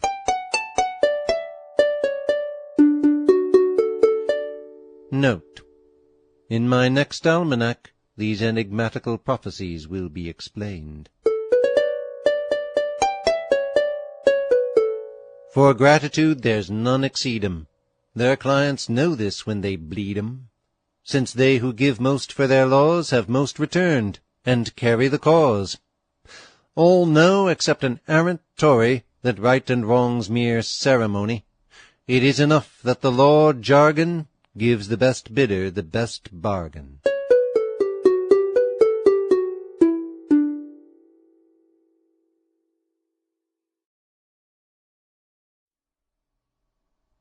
Poor Richard for 1737. Preface. Courteous and kind reader, this is the 5th time I have appeared in public, chalking out the future year for my honest countrymen, and foretelling what shall and what may not come to pass, in which I have the pleasure to find I have given general satisfaction. Indeed, among the multitude of our astrological predictions, 'tis no wonder if some few fail. For without any defect in the art itself, 'tis well known that a small error, a single wrong figure overseen in a calculation, may occasion great mistakes. But, however we almanac makers may miss it in other things, I believe it will generally be allowed that we always hit the day of the month, and that I suppose is esteemed one of the most useful things in an almanac. As to the weather, if I were to fall into the method my brother German sometimes uses, and tell you snow here or in New England, rain here or in South Carolina, cold to the northward, warm to the southward, and the like, whatever errors I might commit, I should be something more secure of not being detected in them. But I consider it will be of no service to anybody to know what weather it is 1,000 miles off, and therefore I always set down positively what weather my reader will have, be he where he will at the time. We modestly desire only the favourable allowance of a day or two before and a day or two after the precise day against which the weather is set. And if it does not come to pass accordingly, let the fault be laid upon the printer, who 'tis very like may have transposed or misplaced it, perhaps for the conveniency of putting in his holidays. And since in spite of all I can say, people will give him great part of the credit of making my almanacs, 'tis but reasonable he should take some share of the blame. I must not here omit to thank the public for the gracious and kind encouragement they have hitherto given me. But if the generous purchaser of my labours could see how often his 5 pence helps to light up the comfortable fire, line the pot, fill the cup, and make glad the heart of a poor man and an honest good old woman, he would not think his money ill laid out, though the almanac of his friend and servant, Richard Saunders, were 1/2 blank paper.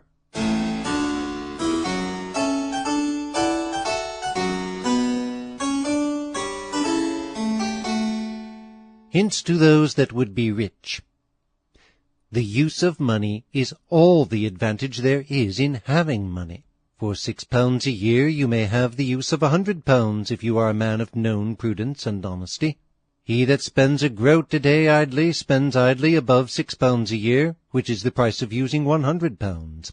He that wastes idly a groat's worth of his time per day, one day with another, wastes the privilege of using 100 pounds each day. He that idly loses 5 shillings worth of time, loses 5 shillings, and might as prudently throw 5 shillings into the river.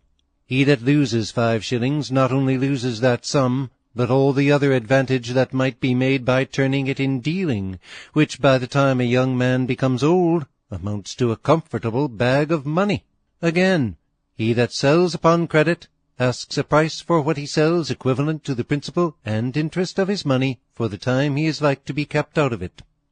Therefore, he that buys upon credit pays interest for what he buys, and he that pays ready money might let that money out to use, so that he that possesses anything he has bought pays interest for the use of it. Consider then, when you are tempted to buy any unnecessary household stuff, or any superfluous thing, whether you will be willing to pay interest, and interest upon interest for it, as long as you live, and more if it grows worse by using. Yet in buying goods, 'tis best to pay ready money, because he that sells upon credit expects to lose 5% by bad debts, and therefore he charges on all he sells upon credit an advance that shall make up that deficiency. Those that pay for what they buy upon credit pay their share of this advance. He that pays ready money escapes or may escape that charge. A penny saved is 2 pence clear. A pin a day is a groat a year. Save and have. Every little makes a mickle. January. God offered to the Jews salvation, and 'twas refused by half the nation. Thus, though 'tis life's great preservation, many oppose inoculation. We're told by one of the black robe the devil inoculated Job. Suppose 'tis true what he does tell. Pray, neighbours, did not Job do well?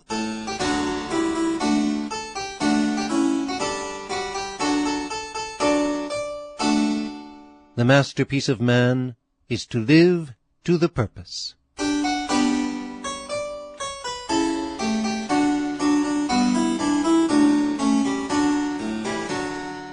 He that steals the old man's supper does him no wrong.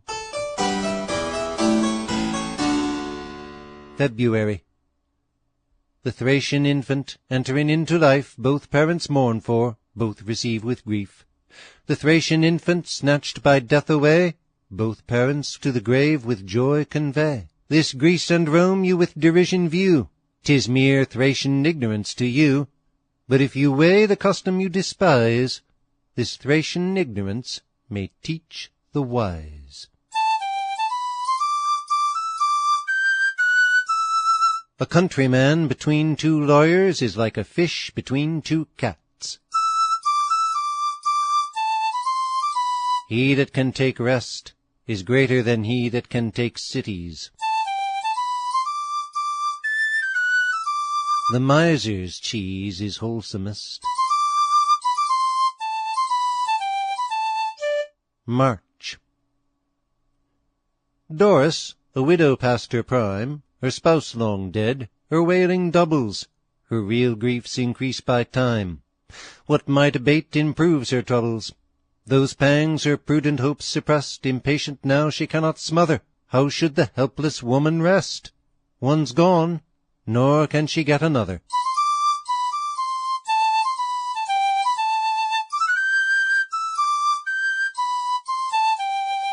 Love and lordship hate companions.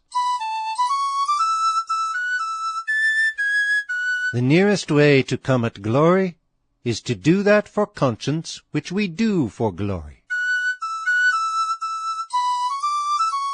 There is much money given to be laughed at, though the purchasers don't know it. Witness A's fine horse and B's fine house. April. A nymph and a swain to Apollo once prayed. The swain had been jilted, the nymph been betrayed. They came for to try if his oracle knew e'er a nymph that was chaste, or a swain that was true. Apollo stood mute, and had like to've been posed. At length he thus sagely the question disclosed. He alone may be true in which none will confide, and the nymph may be chaste that has never been tried.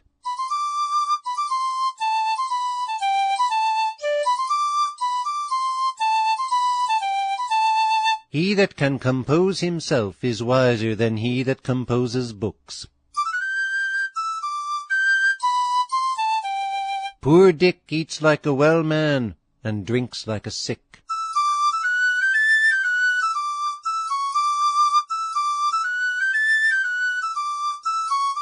After crosses and losses, men grow humbler and wiser. Love, cough, and a smoke can't well be hid.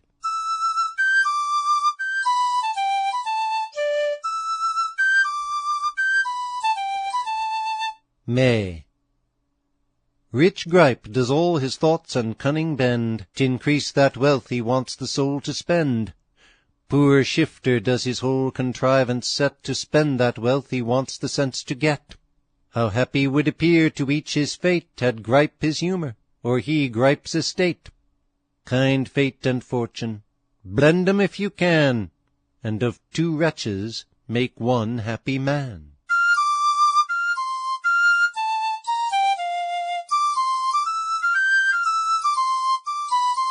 Well done is better than well said.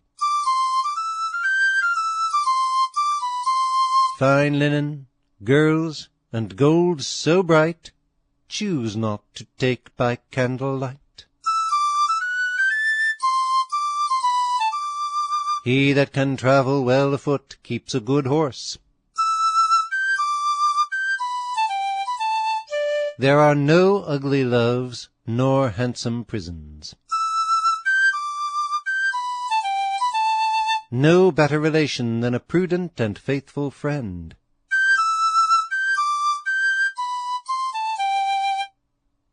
June. Boy, bring a bowl of china here, fill it with water cool and clear, decanter with Jamaica ripe, and spoon of silver clean and bright, sugar twice fined in pieces cut, knife, sieve, and glass in order put. Bring forth the fragrant fruit, and then we're happy till the clock strikes 10.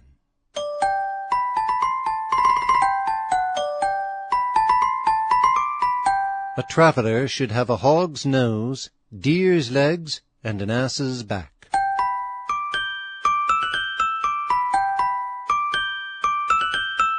At the working man's house, hunger looks in, but dares not enter.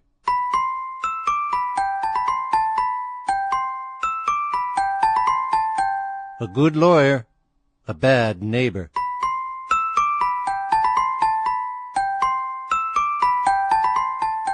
July. Impudent Jack, who now lives by his shifts, borrowing of driblets, boldly begging gifts, for 20 shillings lent him t'other day, by one who ne'er expected he would pay, on his friend's paper fain a note would write.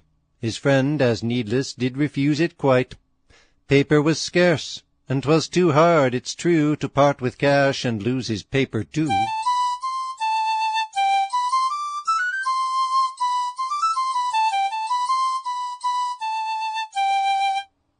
Certainly these things agree, the priest, the lawyer, and death, all three. Death takes both the weak and the strong, the lawyer takes from both right and wrong, and the priest, from the living and dead, has his fee.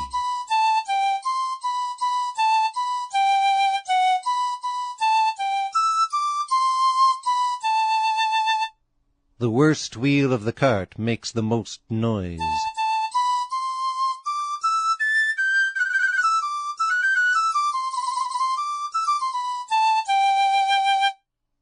August. On his deathbed poor Lubin lies. His spouse is in despair. With frequent sobs and mutual cries they both express their care. A different cause, says Parson Sly, the same effect may give. Poor Lubin fears that he shall die, his wife that he may live.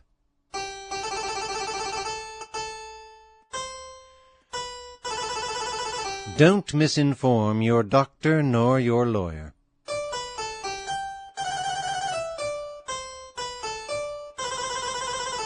Never saw an oft-transplanted tree, nor yet an oft-removed family, that throve so well as those that settled be.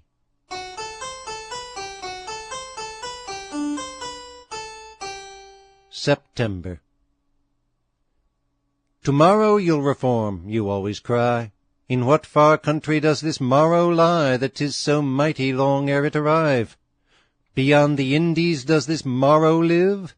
'Tis so far-fetched, this morrow, that I fear 'twill be both very old and very dear. Tomorrow I'll reform, the fool does say. Today itself's too late. The wise did yesterday. Let the letter stay for the post, and not the post for the letter. 3 good meals a day is bad living.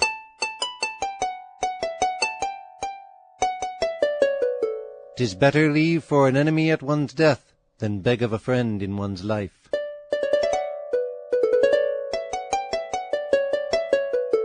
To whom thy secret thou dost tell, to him thy freedom thou dost sell.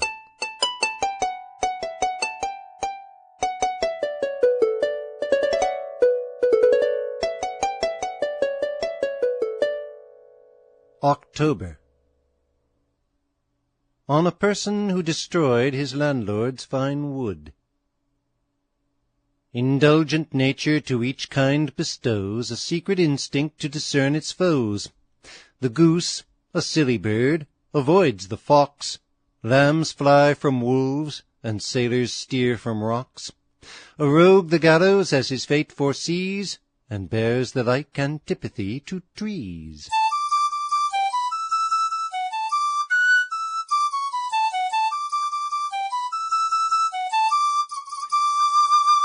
If you'd have a servant that you like, serve yourself.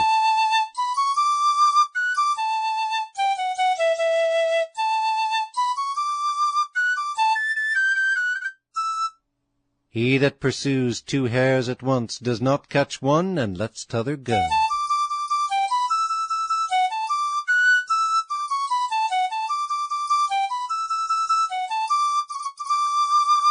If you want a neat wife, choose her on a Saturday.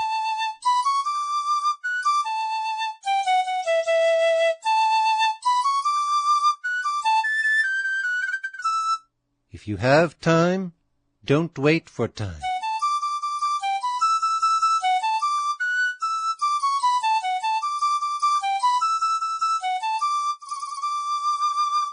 November.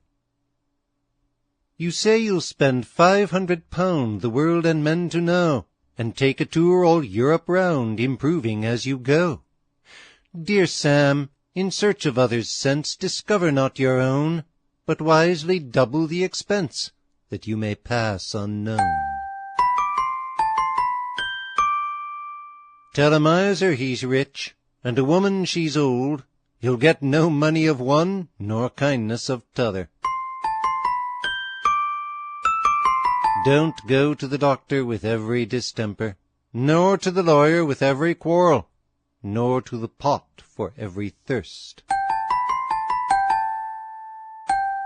December. Women are books, and men the readers be, who sometimes in those books erratas see, yet oft the readers raptured with each line, fair print and paper, fraught with sense divine, though some, neglectful, seldom care to read, and faithful wives no more than Bibles heed. Are women books, says Hodge, then would mine were an almanac, to change her every year. The creditors are a superstitious sect, great observers of set days and times. The noblest question in the world is, what good may I do in it? Nec sibi sed toto, genitum sed credere mundo. To believe himself, born not for himself, but for the whole world. Nothing so popular as goodness. In my last I published some enigmatical prophecies, which I did not expect anyone would take for serious predictions. The explanations I promised follows, viz. 1. The water of the sea and rivers is raised in vapours by the sun, is formed into clouds in the air, and thence descends in rain. Now when there is rain overhead, which frequently happens when the wind is at northeast, the cities and places on the earth below are certainly under water. 2. The power with which we were not then at war, but which it was said would take many full-laden vessels out of our ports before the end of the year, is the wind, whose forces also are not descried either coming or going.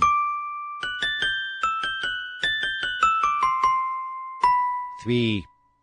The army which it was said would land in Virginia, Maryland, and the lower counties on Delaware, were not musketeers with guns on their shoulders, as some expected, but their namesakes in pronunciation, though truly spelt, mosquitoes, armed only with a sharp sting. Every one knows they are fish before they fly, being bred in the water, and therefore may properly be said to land before they become generally troublesome. A wonderful prophecy. For January 1737, which consists entirely of odd figures.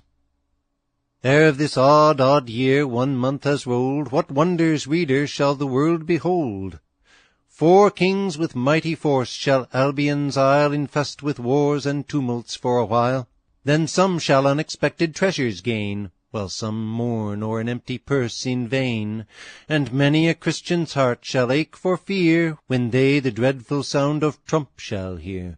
Dead bones shall then be tumbled up and down in every city and in every town.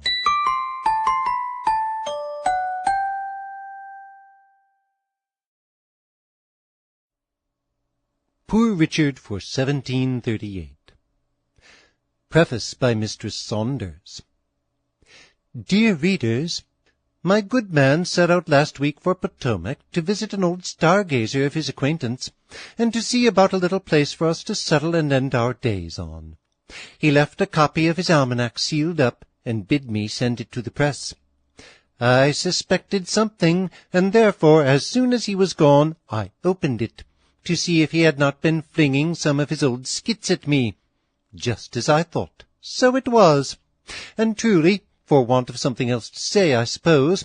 He had put into his preface that his wife Bridget was this and that and t'other.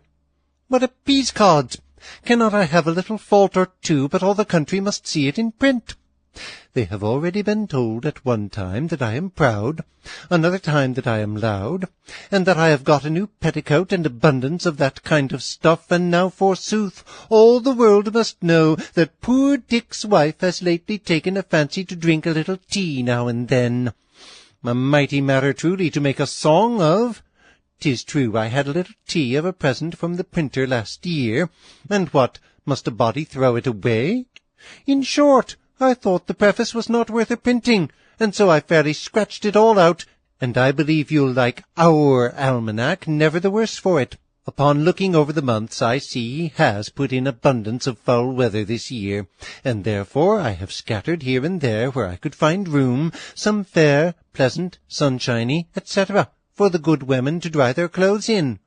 If it does not come to pass according to my desire, I have shown my good will, however, and I hope they'll take it in good part. I had a design to make some other corrections, and particularly to change some of the verses that I don't very well like, but I have just now unluckily broke my spectacles, which obliges me to give it to you as it is, and conclude, your loving friend, Bridget Saunders.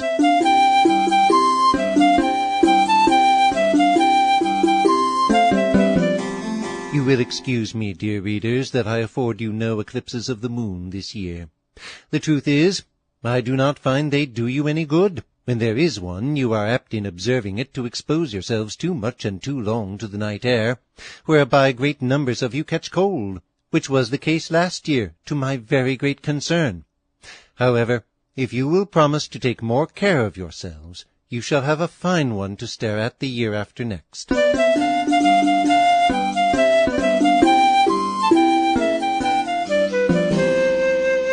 January. Dick's wife was sick, and posed the doctor's skill, who differed how to cure the inveterate ill. Purging, the one prescribed. No, quoth another, that will do neither good nor harm, my brother. Bleeding's the only way, 'twas quick replied. That's certain death, but e'en let Dick decide. I's no great skill, quoth Richard, by the rood, but I think bleeding's like to do most good. There are 3 faithful friends, an old wife, an old dog, and ready money. Great talkers should be cropped, for they have no need of ears. If you would have your shoes last, put no nails in 'em. Who has deceived thee so oft as thyself? February. In Christendom we all are Christians now, and thus I answer, if you ask me how. Wherewith Christ's rules our lives will not comply, we bend it like a rule of lead, say I, making it thus comply with what we be, and only thus our lives with the rule agree. But from our fathers we've the name perchance, so as our king called the King of France.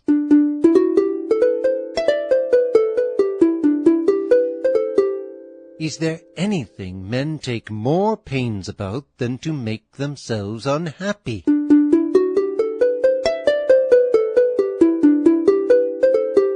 Nothing brings more pain than too much pleasure, nothing more bondage than too much liberty.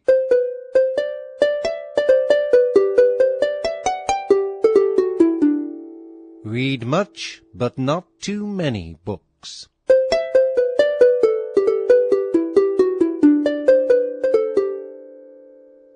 March. Jack's wife was born in Wiltshire, brought up in Cumberland, led much of her life in Bedfordshire, sent her husband into Huntingdonshire in order to send him into Buckinghamshire, but he took courage in Hertfordshire, and carried her into Staffordshire, or else he might have lived and died in Shrewsbury.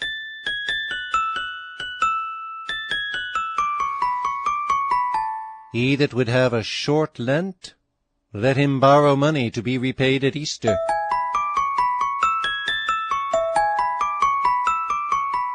Write with the learned, pronounce with the vulgar.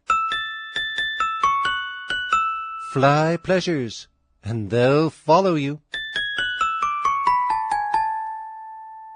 April. The old gentry. That all from Adam first begun, since none but Whiston doubts, and that his son and his son's son were ploughmen, clowns, and louts. Here lies the only difference now, some shot off late, some soon. Your sires in the morning left the plough, and ours in the afternoon. Caesar did not merit the triumphal car more than he that conquers himself. Hast thou virtue? Acquire also the graces and beauties of virtue. Buy what thou hast no need of, and ere long thou shalt sell thy necessaries. If thou hast wit and learning, add to it wisdom and modesty. May. A frugal thought. In an acre of land are 43,560 square feet. In 100 acres are 4,356,000 square feet. 20 pounds will buy 100 acres of the proprietor. In 20 pounds are 4,800 pence. By which divide the number of feet in 100 acres, and you will find that 1 penny will buy 907 square feet, or a lot of 30 feet square. Save your pence. You may be more happy than princes if you will be more virtuous. If you would not be forgotten as soon as you are dead and rotten, either write things worth reading, or do things worth the writing. Sell not virtue to purchase wealth, nor liberty to purchase power. June. Epitaph on a talkative old maid. Beneath this silent stone is laid a noisy, antiquated maid, who from her cradle talked till death, and ne'er before was out of breath. Whither she's gone we cannot tell, for if she talks not, she's in hell. If she's in heaven, she's there unblessed, because she hates a place of rest. Let thy vices die before thee. Keep your eyes wide open before marriage, half shut afterwards.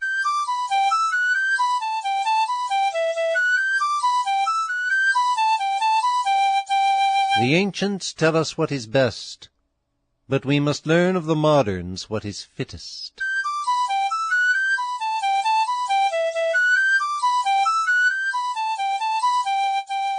July.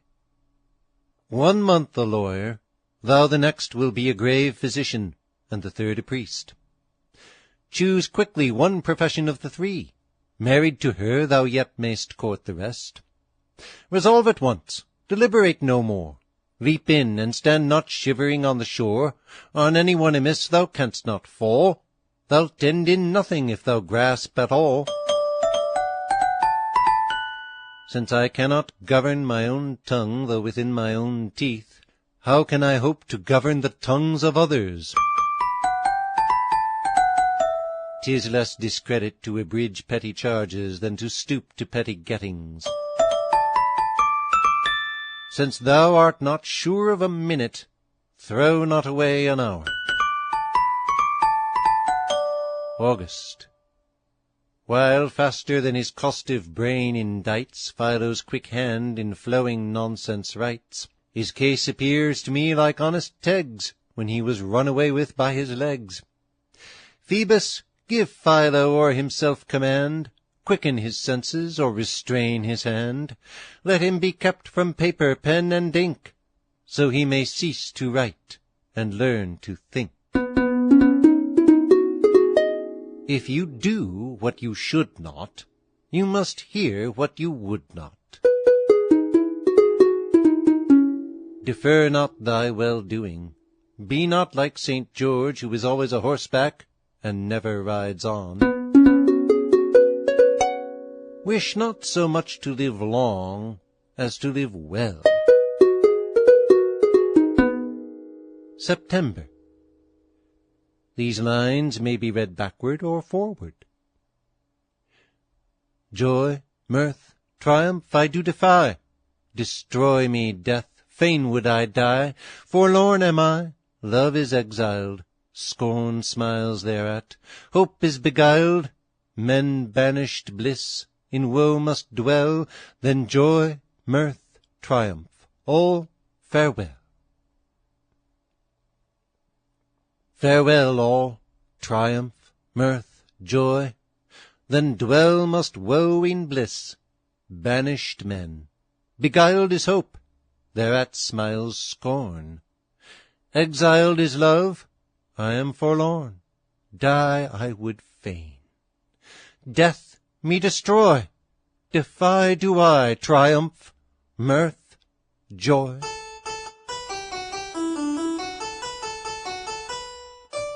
As we must account for every idle word, so we must for every idle silence.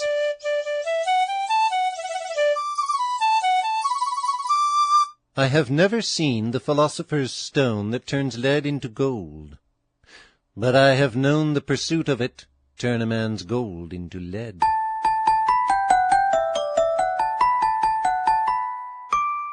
Never entreat a servant to dwell with thee.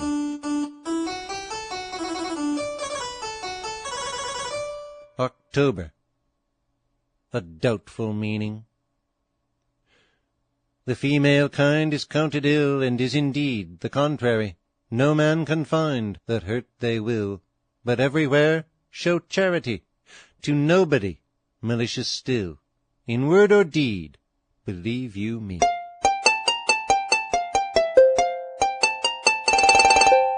Time is an herb that cures all diseases.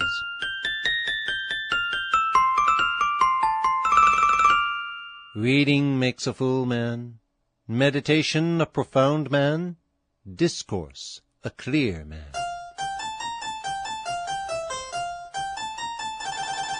If any man flatters me, I'll flatter him again, though he were my best friend.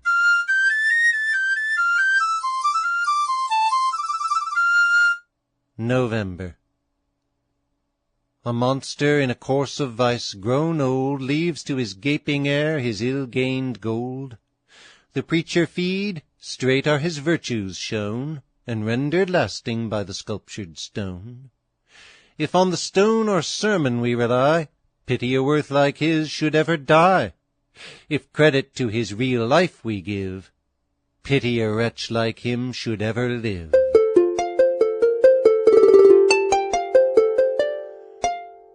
Wish a miser long life, and you wish him no good.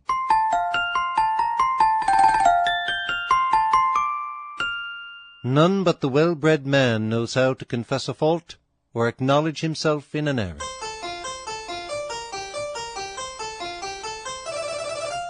Drive thy business, let not that drive thee. There is much difference between imitating a good man and counterfeiting him. December. The wise man says it is a wise man's part to keep his tongue close prisoner in his heart. If he then be a fool whose heart denies there is a God, how desperately unwise! How much more fool is he whose language shall proclaim in public, there's no God at all. What then are they? Nay, fools in what degree, whose actions shall maintain't? Such fools are we.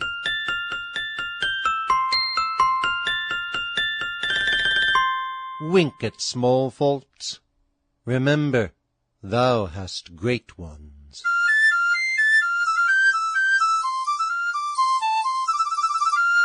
Eat to please thyself, but dress to please others.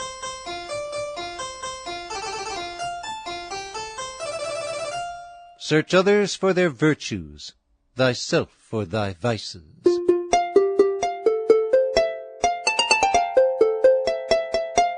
Never spare the parson's wine, nor the baker's pudding.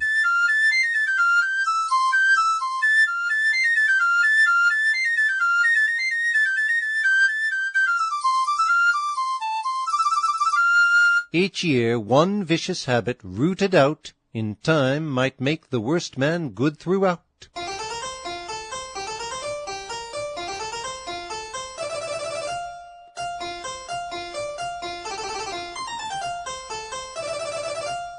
Ready money for old rags may be had of the printer hereof, by whom is made and sold a very good lampblack.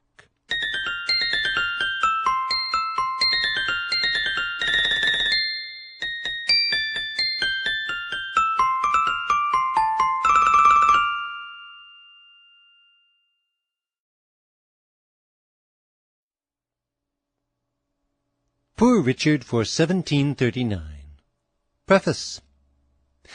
Kind reader, encouraged by thy former generosity, I once more present thee with an almanac, which is the 7th of my publication. While thou art putting pence in my pocket and furnishing my cottage with necessaries, poor Dick is not unmindful to do something for thy benefit. The stars are watched as narrowly as old Bess watched her daughter, that thou mayst be acquainted with their motions, and told a tale of their influences and effects, which may do thee more good than a dream of last year's snow. Ignorant men wonder how we astrologers foretell the weather so exactly unless we deal with the old black devil. Alas, 'tis as easy as pissing a bed. For instance, the stargazer peeps at the heavens through a long glass. He sees perhaps Taurus, or the great bull, in a mighty chase, stamping on the floor of his house, swinging his tail about, stretching out his neck, and opening wide his mouth. 'Tis natural from these appearances to judge that this furious bull is puffing, blowing, and roaring. Distance being considered, and time allowed for all this to come down, there you have wind and thunder. He spies perhaps Virgo, or the Virgin. She turns her head round as if to see if anybody observed her. Then, crouching down gently, with her hands on her knees, she looks wistfully for a while right forward.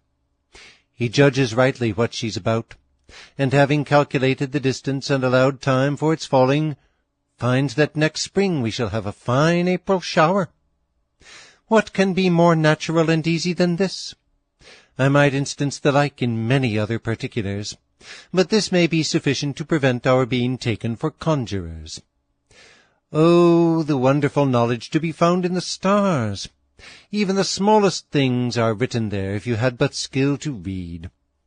When my brother German erected a scheme to know which was best for his sick horse, to sup a new-laid egg or a little broth, he found that the stars gave their verdict for broth, and the horse, having supped his broth. Now, what do you think became of that horse?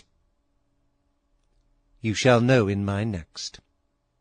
Besides the usual things expected in an almanac, I hope the professed teachers of mankind will excuse my scattering here and there some instructive hints in matters of morality and religion. And be not thou disturbed, O grave and sober reader, if among the many serious sentences of my book thou findest me trifling now and then and talking idly. In all the dishes I have hitherto cooked for thee, there is solid meat enough for thy money. There are scraps from the table of wisdom, that will, if well digested, yield strong nourishment to thy mind. But squeamish stomachs cannot eat without pickles, which, 'tis true, are good for nothing else but they provoke an appetite. The vain youth that reads my almanac for the sake of an idle joke will perhaps meet with a serious reflection, that he may ever after be the better for. Some people, observing the great yearly demand for my almanac, imagine I must by this time have become rich, and consequently ought to call myself Poor Dick no longer. But the case is this. When I first began to publish, the printer made a fair agreement with me for my copies, by virtue of which he runs away with the greatest part of the profits. However, much good may it do him. I do not grudge it him. He is a man I have a great regard for, and wish his profit 10 times greater than it is. For I am, dear reader, his, as well as thy, affectionate friend, Richard Saunders.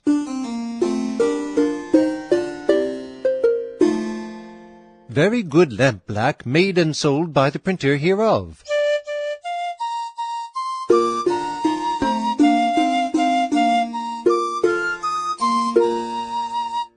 January. Giles joked, as sleeping in his cart he lay, some pilfering villains stole his team away.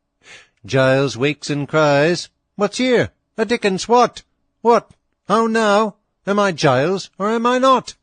If he, I've lost 6 geldings to my smart. If not, odds bodikins, I've found a cart."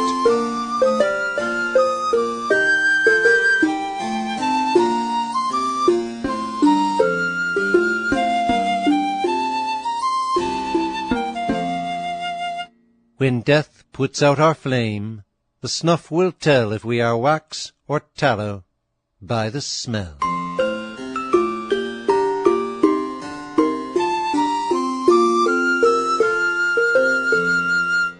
At a great pennyworth, pause a while.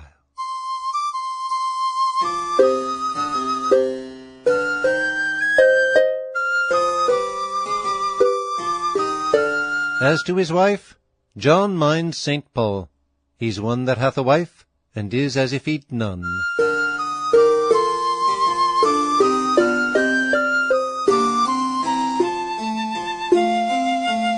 Kings and bears often worry their keepers.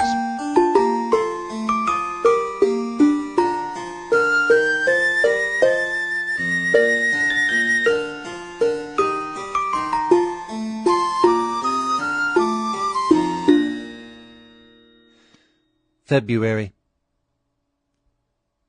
Lord, if our days be few, why do we spend and lavish them to such an evil end?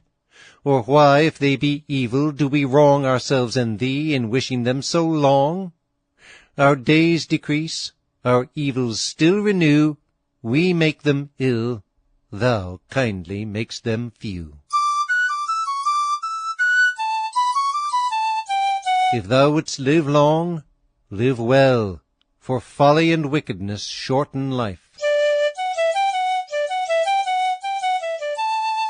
Trust thyself, and another shall not betray thee.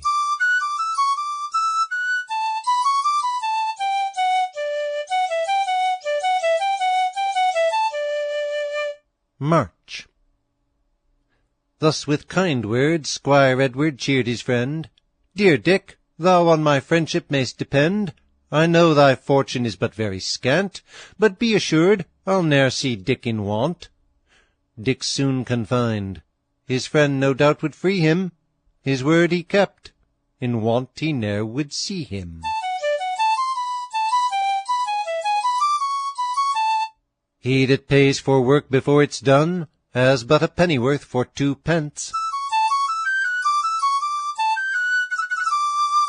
Historians relate not so much what is done as what they would have believed.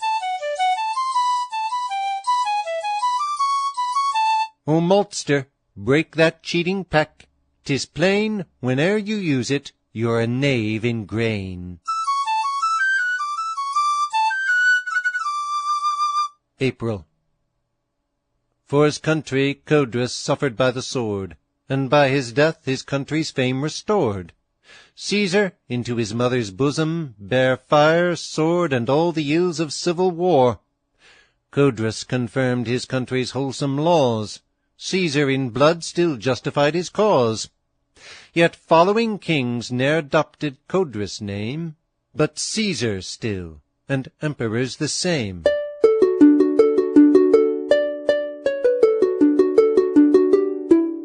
Dull learning propria que meribus without book, like nomen crescentis genitivo doth look. She who learns of that which is male without guidance comes to resemble the waxing crescent moon.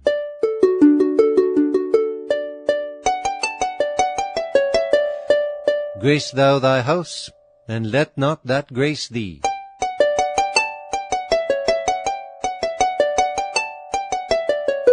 Thou canst not joke an enemy into a friend, but thou mayst a friend into an enemy.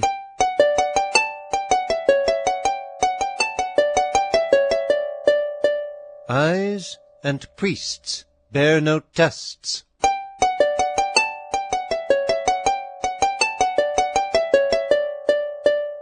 May.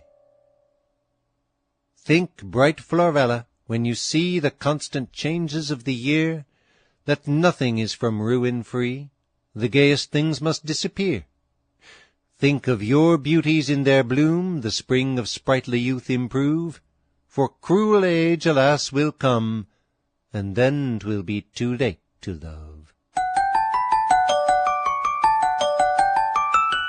He that falls in love with himself will have no rivals. Let thy child's first lesson be obedience, and the second will be what thou wilt. Blessed is he that expects nothing, for he shall never be disappointed. Rather go to bed supperless than run in debt for a breakfast. June. On his late deafness. Deaf, giddy, helpless, left alone, to all my friends a burthen grown. No more I hear a great church bell than if it rung out for my knell. At thunder now no more I start than at the whispering of a fart. Nay, what's incredible, alack, I hardly hear my Bridget's clack. Let thy discontents be secrets. A man of knowledge, like a rich soil, feeds, if not a world of corn, a world of weeds. An infallible remedy for toothache, viz., wash the root of an aching tooth in elder vinegar, and let it dry half an hour in the sun, after which it will never ache more.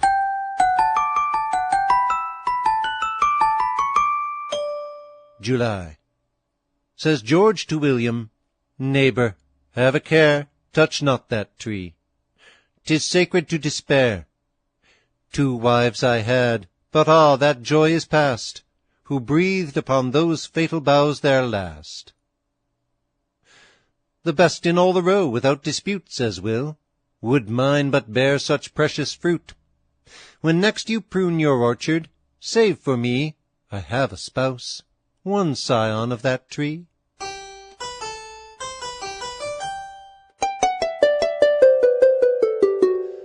A modern wit is one of David's fools. No resolution of repenting hereafter can be sincere. Pollio, who values nothing that's within, buys books as men hunt beavers, for their skin. Honor thy father and mother, that is, live so as to be an honor to them, though they are dead. August. Ships sailing down Delaware Bay this month shall hear at 10 leagues distance a confused rattling noise like a shower of hail upon a cake of ice. Don't be frighted, good passengers. The sailors can inform you that it is nothing but lower country teeth in the ague.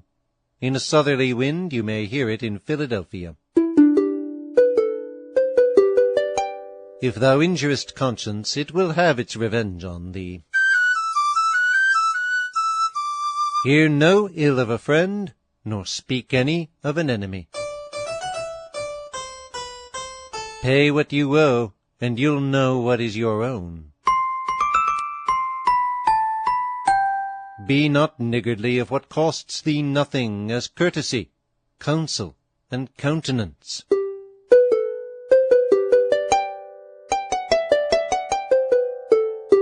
Thirst after desert, not reward.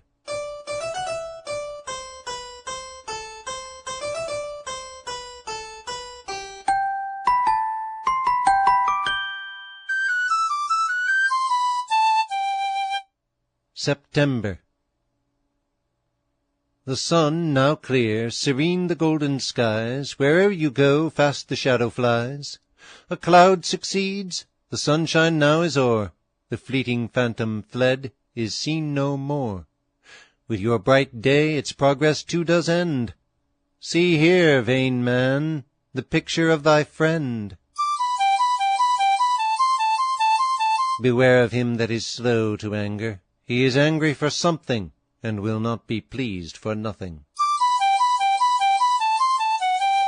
No longer virtuous, no longer free, is a maxim as true with regard to a private person as a commonwealth.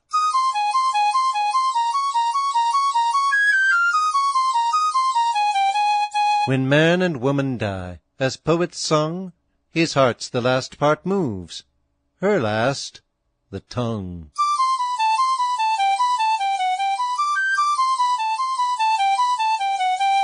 October. What legions of fables and whimsical tales pass current for gospel where priestcraft prevails! Our ancestors were thus most strangely deceived. What stories and nonsense for truth they believed! But we, their wise sons, who these fables reject, even truth nowadays are too apt to suspect. From believing too much, the right faith we let fall.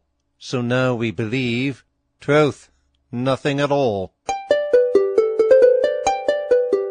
Proclaim not all thou knowest, all thou owest, all thou hast, nor all thou canst. Let our fathers and grandfathers be valued for their goodness, ourselves for our own. Industry need not wish. Sin is not hurtful because it is forbidden, but it is forbidden because it is hurtful.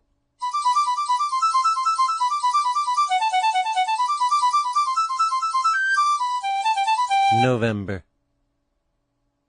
Pinchall, possessing heaps of wealth, lives miserably poor. He says 'tis to preserve his health, but means by it his store. Let free man but the world invite to dine on good cheer gratis, then he will gorge like half-starved wight, and cram his nunquam satis. Nor is a duty beneficial because it is commanded, but it is commanded because it is beneficial. Mr. A, they say, has wit. For what? For writing? No, for writing not. George came to the crown without striking a blow. Ah, quoth the pretender, would I could do so. December. In travel, pilgrims oft do ask to know what miles they've gone and what they have to go. The way is tedious, and their limbs are pressed, and their desire is to be at rest. In life's more tedious journey, man delays to inquire out the number of his days. He cares not, he, how slow his hours spend. The journey's better than the journey's end. O lazy bones! Dost thou think God would have given thee arms and legs if he had not designed thou shouldst use them? On the law. Nigh neighbour to the squire, poor Sam complained of frequent wrongs, but no amends he gained. Each day his gates thrown down, his fences broke, and injured still the more he spoke. At last resolved his potent foe to awe, a suit against him he began in law. 9 happy terms, through all the forms he run, obtained his cause, had costs, and was undone.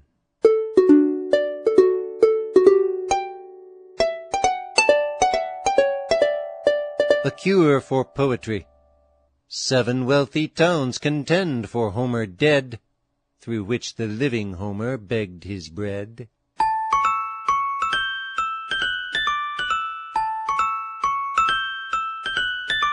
Great beauty, great strength, and great riches are really and truly of no great use. A right heart exceeds all.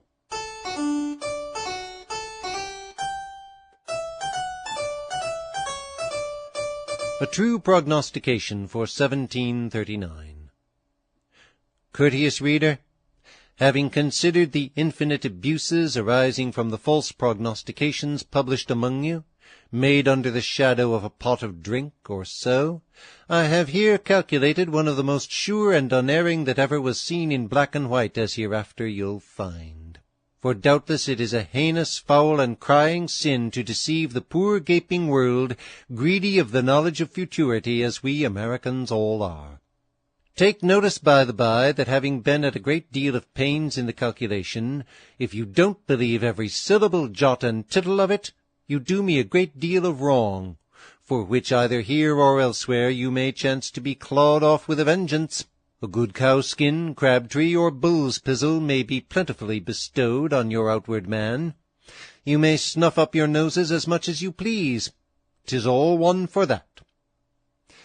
Well, however, come, smite your noses, my little children, pull out your best eyes, on with your barnacles, and carefully observe every scruple of what I'm going to tell you. Of the golden number. The golden number. Non est inventus.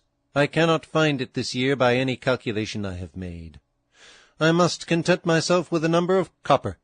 No matter. Go on.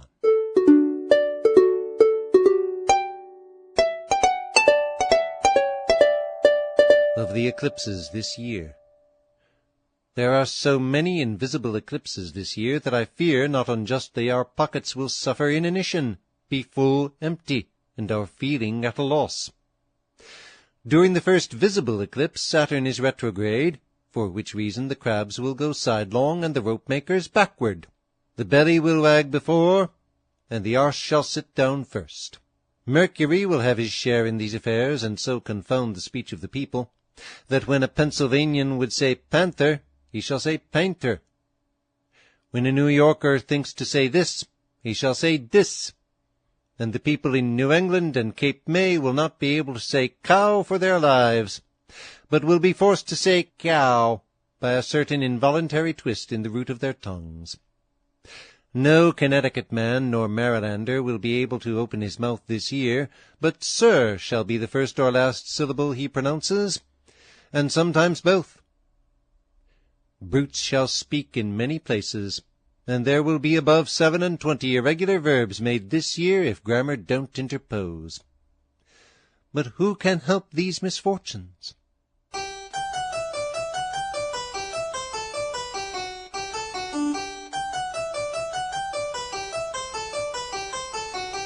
Of the diseases this year. This year the stone blind shall see but very little, the deaf shall hear but poorly, and the dumb shan't speak very plain. And it's much if my Dame Bridget talks at all this year. Whole flocks, herds, and droves of sheep, swine, and oxen, cocks and hens, ducks and drakes, geese and ganders shall go to pot. But the mortality will not be altogether so great among cats, dogs, and horses. As to old age, 'twill be incurable this year, because of the years past. And towards the fall some people will be seized with an unaccountable inclination to roast and eat their own ears. Should this be called madness, doctors? I think not. But the worst disease of all will be a certain most horrid, dreadful, malignant, catching, perverse, and odious malady, almost epidemical, insomuch that many shall run mad upon it. I quake for very fear when I think on't, for I assure you very few will escape this disease, which is called by the learned Albromazar lacomony.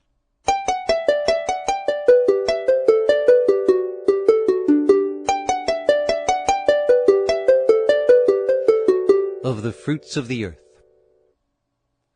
I find that this will be a plentiful year of all manner of good things to those who have enough, but the orange trees in Greenland will go near to fare the worse for the cold. As to oats, they'll be a great help to horses. I dare say there won't be much more bacon than swine. Mercury somewhat threatens our parsley beds, yet parsley will be to be had for money. Hemp will grow faster than the children of this age, and some will find there's too much on't. As for corn, fruit, cider, and turnips, there never was such plenty as will be now, if poor folks may have their wish.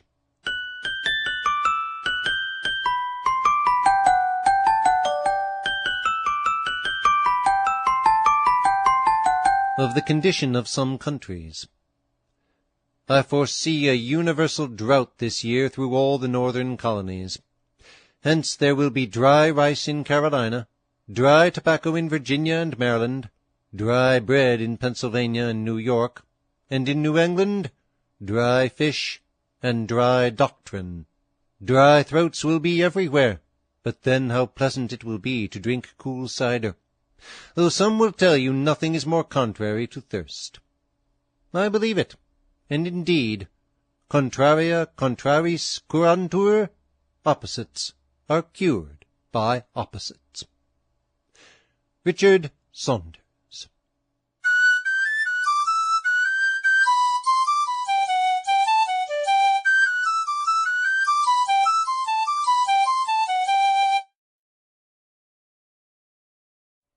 Poor Richard for 1740. Preface. Courteous reader, you may remember that in my first almanac, published for the year 1733, I predicted the death of my dear friend, Titan Leeds Philomat, to happen that year on the 17th day of October, 3 hours 29 minutes post-meridium. The good man, it seems, died accordingly. But William and Andrew Bradford have continued to publish almanacs in his name ever since, asserting for some years that he was still living. At length, when the truth could no longer be concealed from the world, they confess his death in their almanac for 1739, but pretend that he died not till last year, and that before his departure he had furnished them with calculations for 7 years to come.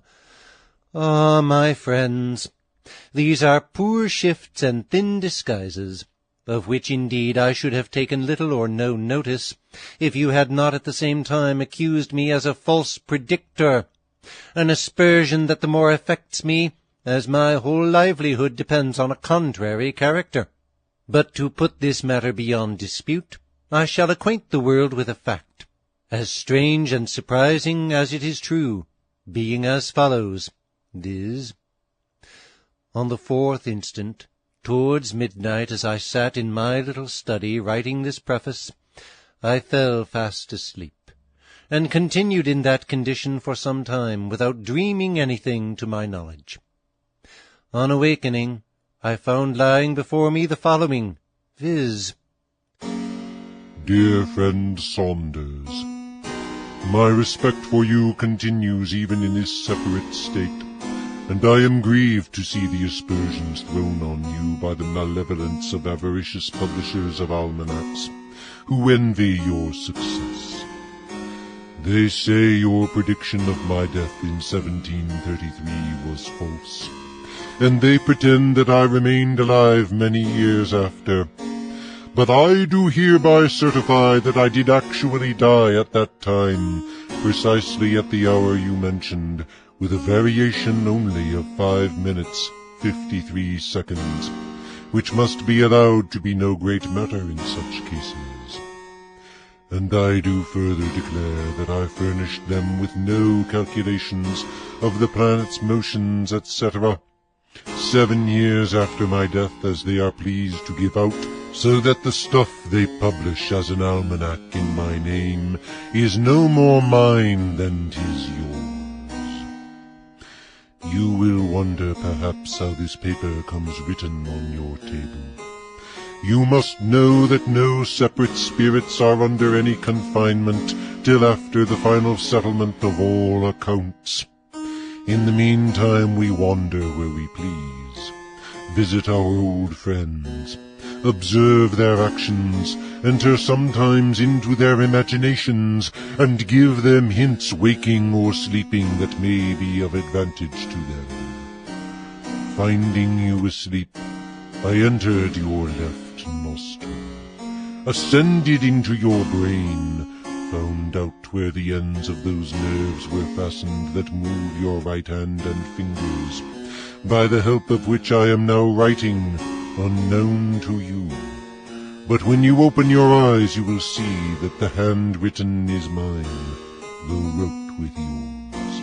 The people of this infidel age perhaps will hardly believe this story, but you may give them these 3 signs by which they shall be convinced of the truth of it. About the middle of June next, John German Philomet shall be openly reconciled to the Church of Rome, and give all his goods and chattels to the chapel, being perverted by a certain country schoolmaster.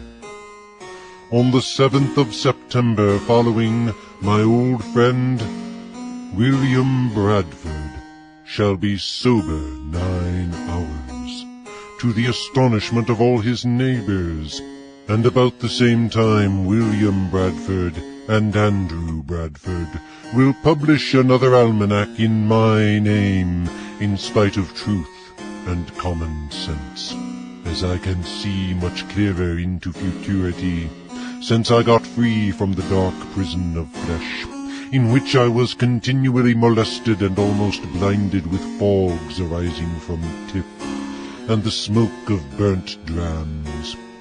I shall in kindness to you frequently give you information of things to come, for the improvement of your almanac. Being, dear Dick, your affectionate friend, Titan Leeds. For my own part, I am convinced that the above letter is genuine. If the reader doubts of it, let him carefully observe the 3 signs, and if they do not actually come to pass, believe as he pleases. I am his humble friend, Richard Saunders.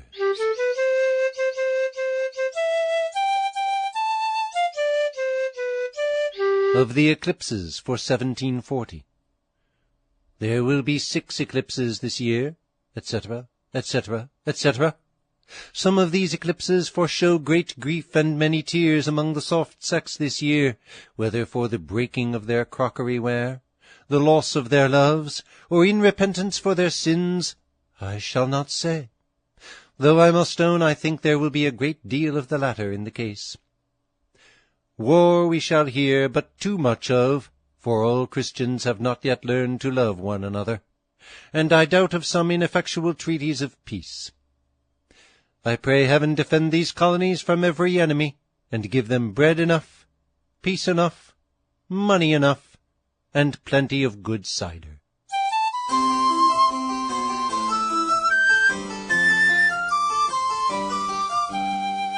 January. My sickly spouse with many a sigh once told me, "Dicky, I shall die." I grieved, but recollected straight 'twas bootless to contend with fate, so resignation to heaven's will prepared me for succeeding ill. 'Twas well it did, for on my life 'twas heaven's will to spare my wife.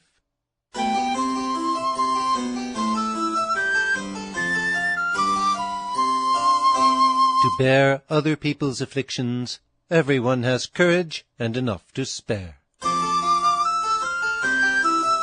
No wonder Tom grows fat, the unwieldy sinner, makes his whole life but one continual dinner.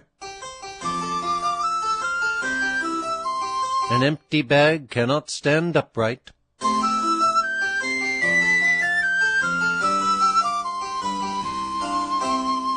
February.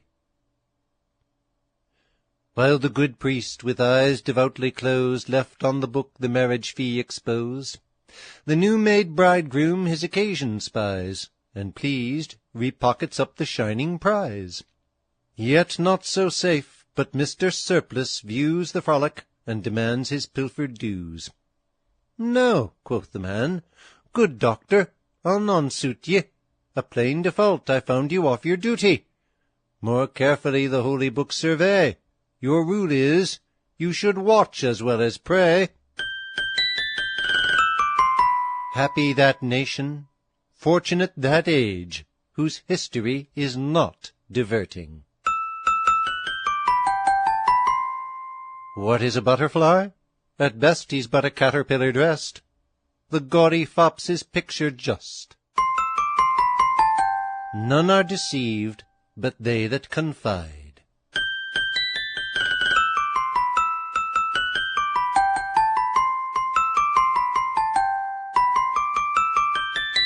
March. When Pharaoh's sins provoked the Almighty's hands to pour his wrath upon the guilty land, a tenfold plague the great avenger shed, the king offended, and the nation bled. Hadst thou, unaided, Pharaoh been sent, vile elect for Pharaoh's punishment? Through what a various curse the wretch had run! He more than heaven's 10 plagues had felt in one.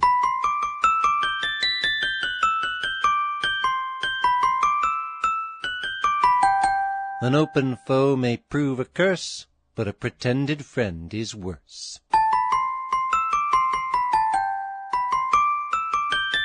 A wolf eats sheep but now and then. 10,000s are devoured by men.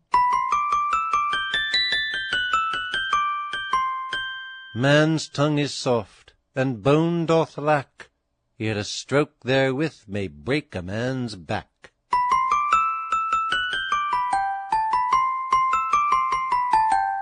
April. Says Roger to his wife, "My dear, the strangest piece of news I hear. A law, 'tis said, will quickly pass to purge the matrimonial class. Cuckolds, if any such we have here, must to a man be thrown in the river." She smiling cried, "My dear, you seem surprised. Pray, haven't you learned to swim?"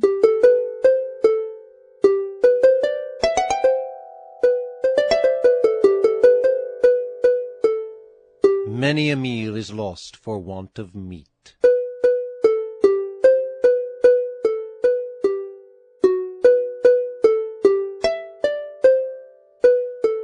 To all apparent beauties blind, each blemish strikes an envious mind. The poor have little, beggars none, the rich too much, enough, not one.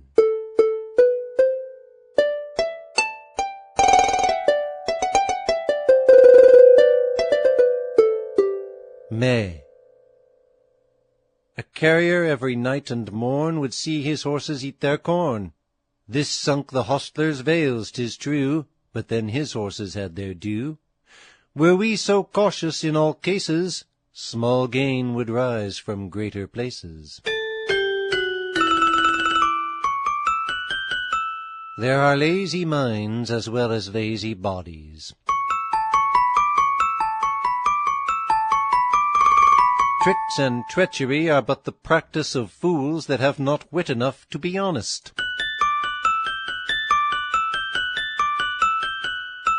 Who says Jack is not generous? He is always fond of giving, and cares not for receiving. What? Why, advice.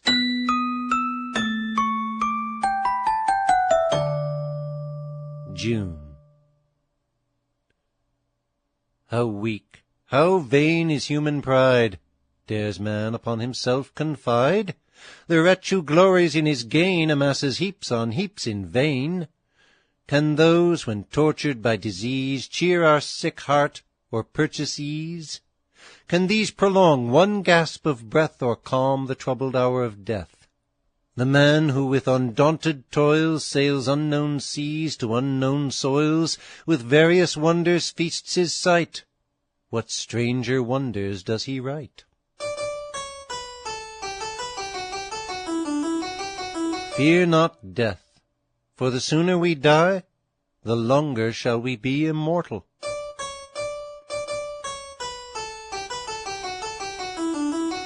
July. The monarch of long regal line was raised from dust as frail as mine. Can he pour health into his veins, or cool the fever's restless pains? Can he, worn down in nature's course, new brace his feeble nerves with force? Can he, how vain is mortal power, stretch life beyond the destined hour?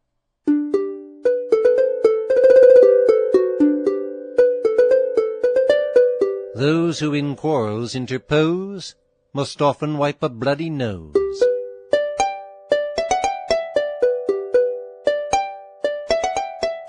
Promises may get thee friends, but non-performance will turn them into enemies.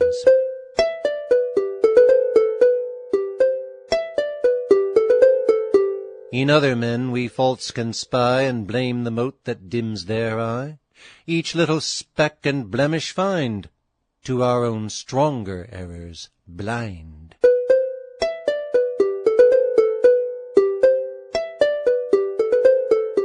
August.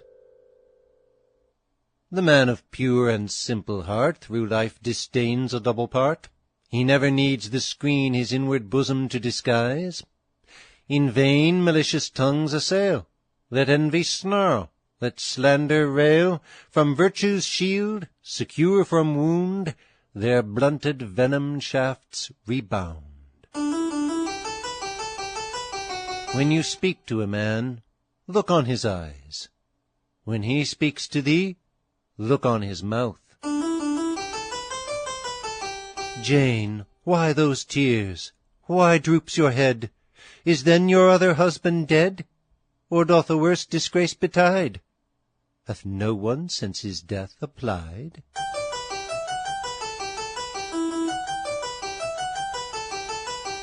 Observe all men, thyself most.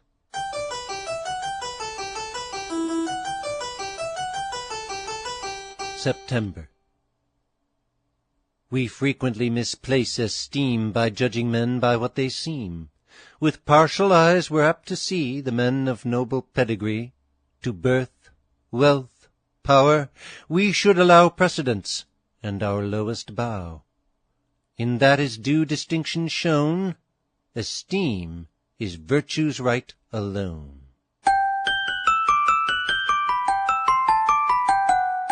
Thou hadst better eat salt with the philosophers of Greece than sugar with the courtiers of Italy. Seek virtue, and of that possessed, to Providence resign the rest. Marry above thy match, and thou'lt get a master.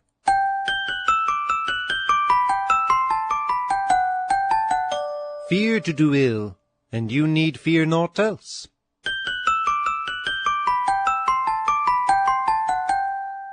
October. What's beauty? Call ye that your own, a flower that fades as soon as blown? Those eyes of so divine array, what are they? Mouldering mortal clay.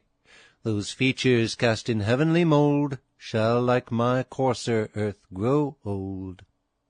Like common grass, the fairest flower must feel the hoary season's power. He makes a foe who makes a jest. Can grave and formal pass for wise when men the solemn owl despise?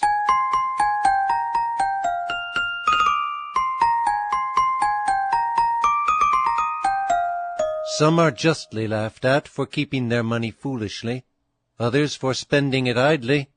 He is the greatest fool that lays it out in a purchase of repentance.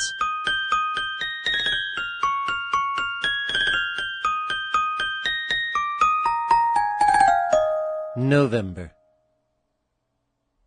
Old Socrates was obstinately good, virtuous by force, by inclination lewd. When secret movements drew his soul aside, he quelled his lust and stemmed the swelling tide. Sustained by reason still, unmoved he stood, and steady bore against the opposing flood. He durst correct what nature formed amiss, and forced unwilling virtue to be his.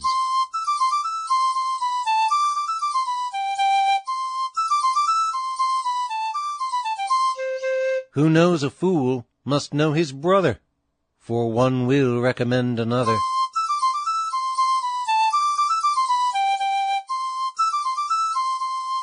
Avoid dishonest gain. No price can recompense the pangs of vice.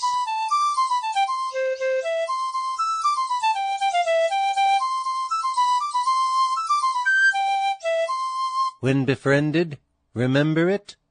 When you befriend, forget it.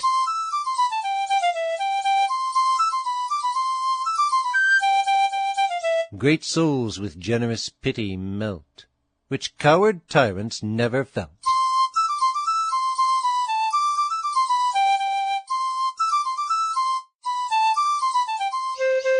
December.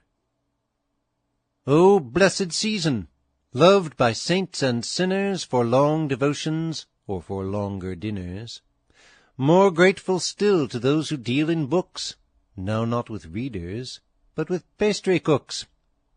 Learned works despised by those to merit blind, by these well weighed their certain value find.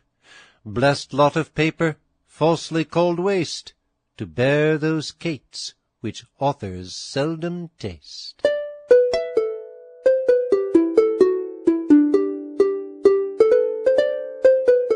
Employ thy time well if thou meanest to gain leisure.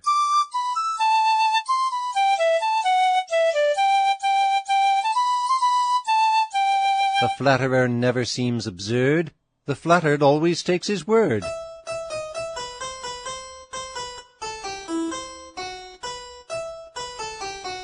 Lend money to an enemy, and thou'lt gain him. To a friend, and thou'lt lose him. Neither praise nor dispraise till 7 Christmases be over. Courts. I know you lawyers can with ease twist words and meanings as you please, that language by your skill made pliant will bend to favor every client, that 'tis the fee directs the sense to make out either side's pretense. When you peruse the clearest case, you see it with a double face. For skepticism's your profession, you hold there's doubt in all expression. Hence is the bar with fees supplied, hence eloquence takes either side. Your hand would have but paltry gleaning, could every man express his meaning. Who dares presume to pen a deed, unless you previously are feed? 'Tis drawn, and to augment the cost, in dull prolixity engrossed. And now we're well secured by law, till the next brother find a flaw.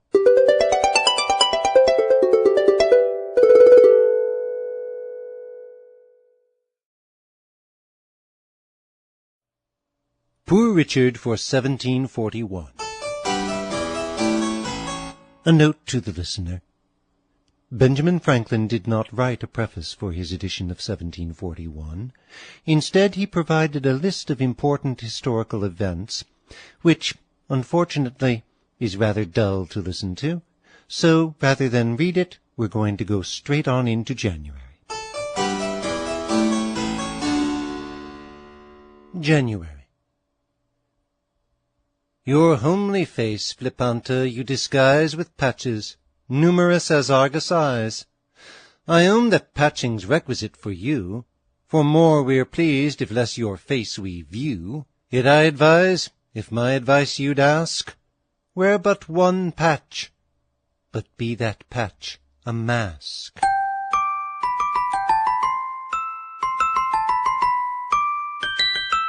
Enjoy the present hour, be mindful of the past, and neither fear nor wish the approaches of the last.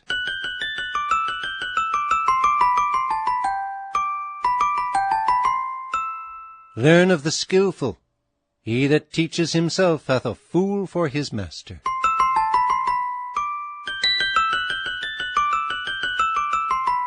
February. The cringing train of power survey. What creatures are so low as they? With what obsequiousness they bend, to what vile actions condescend. Their rise is in their meanness built, and flattery is their smallest guilt.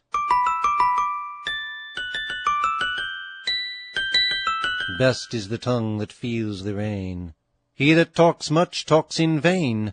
We from the wordy torrent fly. Who listens to the chattering pie?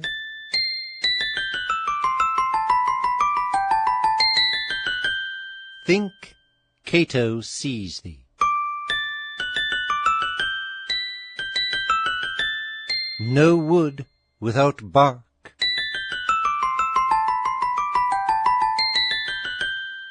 March.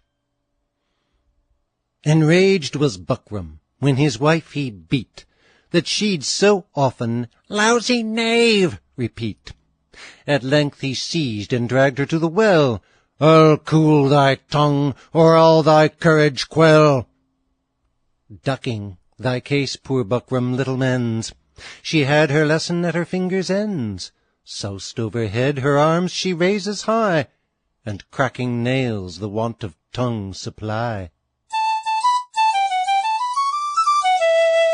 Monkeys, warm with envious spite, their most obliging friends will bite, and fond to copy human ways, practice new mischiefs all their days. Joke went out and brought home his fellow, and they too began a quarrel. April. Rash mortals, ere you take a wife, contrive your pile to last for life. On souse and worth your passion found, by decency cemented round. Let prudence with good nature strive, to keep esteem and love alive. Then, come old age whene'er it will, your friendship shall continue still. Let thy discontents be thy secrets. If the world knows them, 'twill despise thee and increase them. Ere you remark another's sin, bid your own conscience look within. Anger and folly walk cheek by jowl, repentance treads on both their heels. May. Fair decency, celestial maid, descend from heaven to beauty's aid. Though beauty may beget desire, 'tis thou must fan the lover's fire. For beauty, like supreme dominion, is but supported by opinion. If decency brings no supplies, opinion falls, and beauty dies. Turn Turk, Tim, and renounce thy faith in words as well as actions. Is it worse to follow Mahomet than the devil? Don't overload gratitude. If you do, she'll kick. Be always ashamed to catch thyself idle. June. When painful Colin in his grave was laid, his mournful wife this lamentation made: "I've lost, alas! Poor wretch, what must I do? The best of friends and best of husbands too. Thus of all joy and happiness bereft, and with the charge of 10 poor children left. A greater grief no woman sure can know. Who, with 10 children, who will have me now? Where yet was ever found the mother who'd changed her booby for another?" At 20 years of age, the will reigns. At 30, the wit. At 40, the judgment. Christianity commands us to pass by injuries. Policy, to let them pass by us. July. Nature expects mankind should share the duties of the public care. Who is born for sloth? To some we find the ploughshare's annual toil assigned. Some at the sounding anvil glow, some the swift gliding shuttle throw. Some, studious of the wind and tide, from pole to pole our commerce guide. Lying rides upon debt's back. They who have nothing to be troubled at will be troubled at nothing. Wife, from thy spouse each blemish hide, more than from all the world beside. Let decency be all thy pride.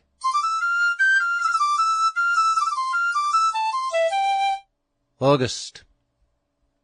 Some, taught by industry, impart with hands and feet the works of art, while some, of genius more refined, with head and tongues assist mankind. Each aiming at one common end, proves to the whole a needful friend.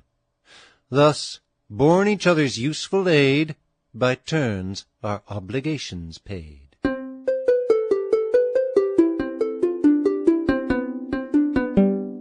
Nick's passions grow fat and hearty, his understanding looks consumptive.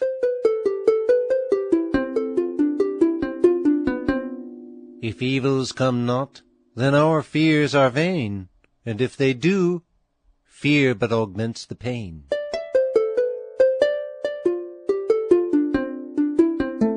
If you would keep your secret from an enemy, tell it not to a friend.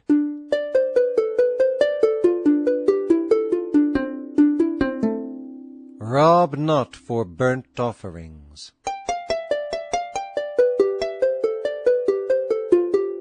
September. The monarch, when his table's spread, to the farmer is obliged for bread, and when in all his glory dressed, owes to the loom his royal vest. Do not the mason's toil and care protect him from the inclement air? Does not the cutler's art supply the ornament that guards his thigh? Bess brags she's a beauty, and can prove the same. As how? Why thus, sir, 'tis her puppy's name. Up, sluggard, and waste not life, in the grave will be sleeping enough. Well done is twice done. Clearly spoken, Mr. Fogg. You explain English by Greek. October. All these in duty to the throne their common obligations own. 'Tis he, his own and people's cause, protects their properties and laws. Thus they their honest toil employ, and with content the fruits enjoy. In every rank, or great or small, 'tis industry supports us all. Phormio bewails his sins with the same heart as friends do friends when they're about to part. Believe it, Phormio will not entertain one cheerful thought till they do meet again. Honors change manners. November. Sylvanus dreamt that buried in his fellow clay, close by a common beggar's side he lay. And, as so mean a neighbour shocked his pride, thus like a corpse of consequence he cried, "Scoundrel, begone, and henceforth touch me not! More manners learn, and at a distance rot." "How, scoundrel!" in a haughtier tone cried he, "Proud lump of dirt, I scorn thy words and thee. Here are all equal. Now thy case is mine. This is my rotting place, and that is thine." Jack, eating rotten cheese, did say, "Like Samson, I my thousand slay." "I vow," quoth Roger, "so you do, and with the self-same weapon too." There are no fools so troublesome as those that have wit. Quarrels never could last long if on one side only lay the wrong. December. On a bee stifled in honey. From flower to flower with eager pains see the poor busy labourer fly, when all that from her toil she gains is in the sweets she hoards to die. 'Tis thus. Would man the truth believe, with life's soft sweets each favourite joy? If we taste wisely, they relieve, but if we plunge too deep, destroy. Let no pleasure tempt thee, no profit allure thee, no ambition corrupt thee, no example sway thee, no persuasion move thee to do anything which thou knowest to be evil. So shalt thou always live jollily, for a good conscience is a continual Christmas. Adieu. Courts.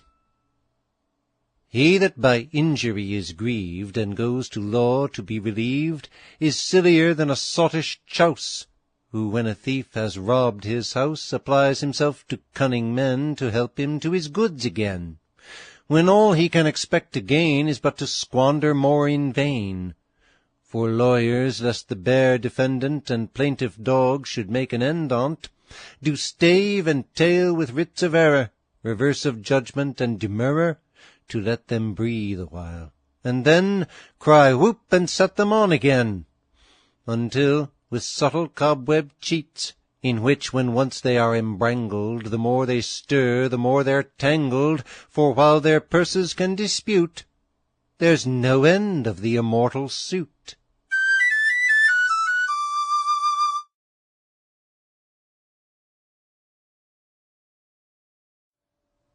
Poor Richard for 1742.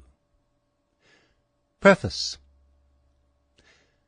Courteous reader, this is the 9th year of my endeavours to serve thee in the capacity of a calendar writer. The encouragement I have met with must be ascribed in great measure to your charity, excited by the open, honest declaration I made of my poverty at my first appearance.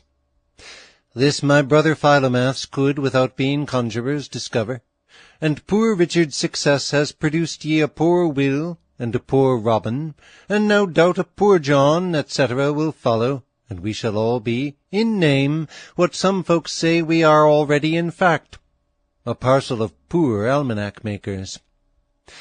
During the course of these 9 years, what buffetings have I not sustained! The fraternity have been all in arms.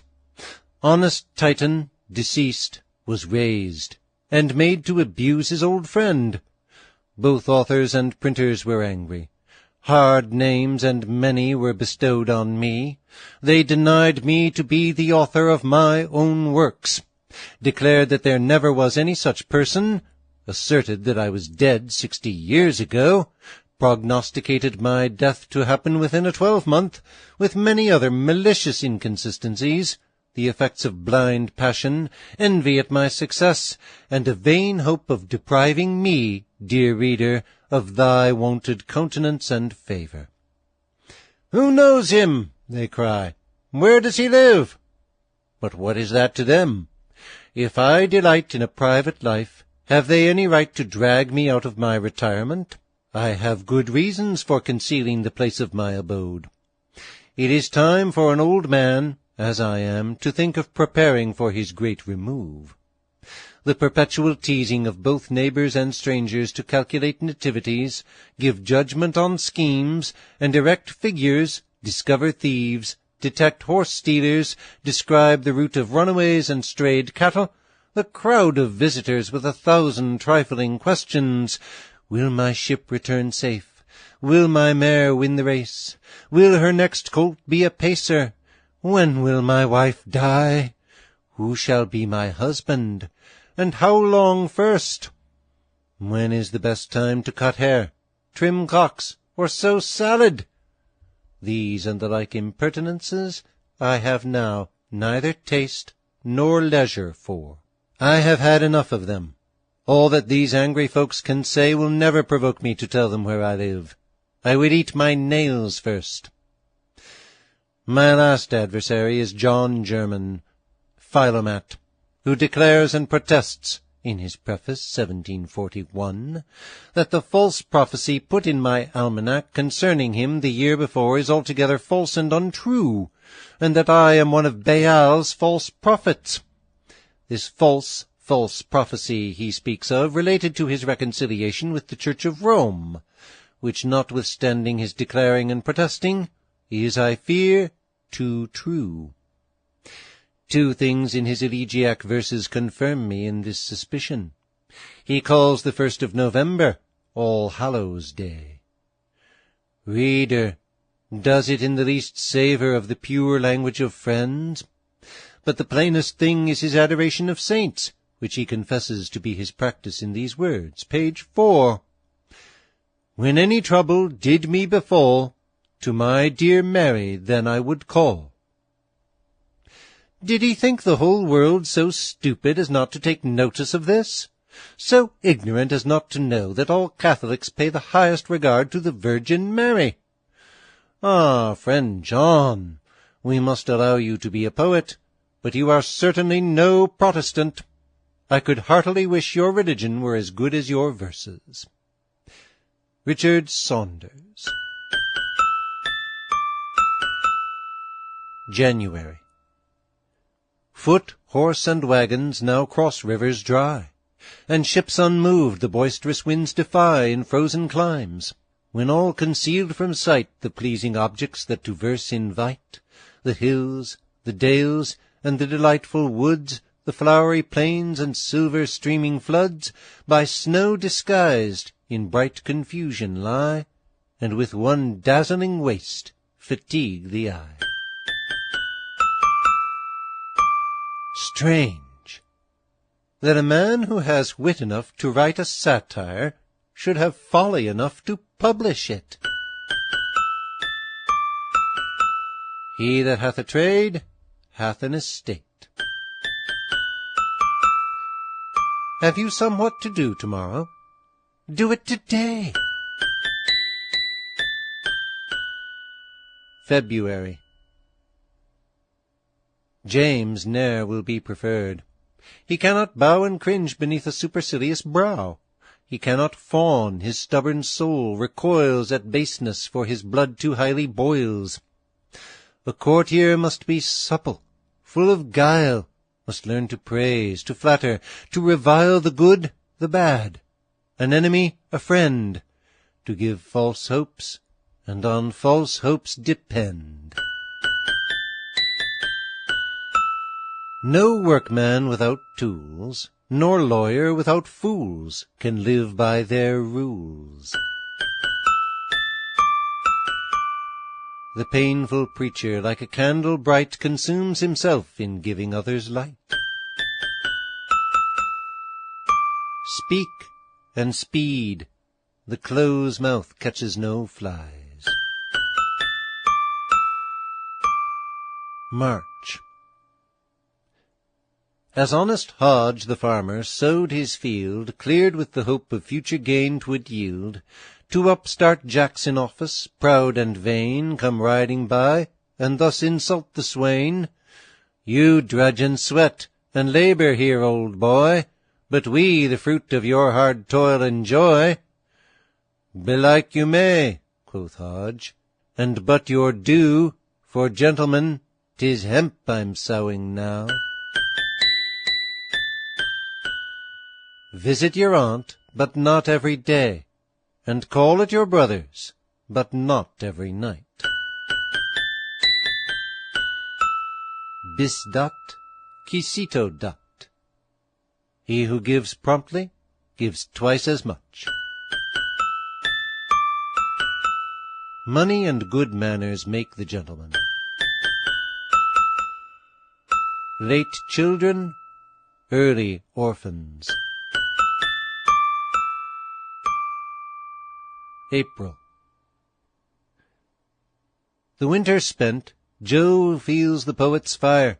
The sun advances and the fogs retire. The genial spring unbinds the frozen earth, dawns on the trees and gives the primrose birth. Loosed from their friendly harbors, once again our floating forts assemble on the main. The voice of war the gallant soldier wakes, and weeping Chloe parting kisses takes.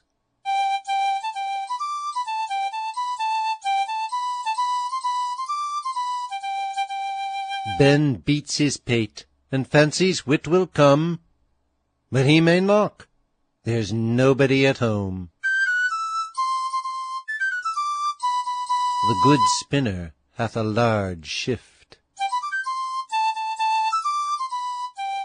Tom, vain's your pains, they all will fail, ne'er was good arrow made of a sow's tail. May. What knowing judgment, or what piercing eye can man's mysterious maze of falsehood try? Intriguing man, of a suspicious mind, man only knows the cunning of his kind. With equal wit can counterwork his foes, and art with art, and fraud with fraud oppose. Then heed, ye fair, ere you their cunning prove, and think of treachery while they talk of love.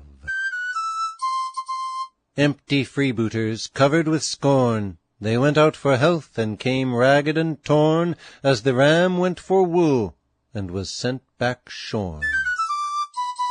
Ill customs and bad advice are seldom forgotten.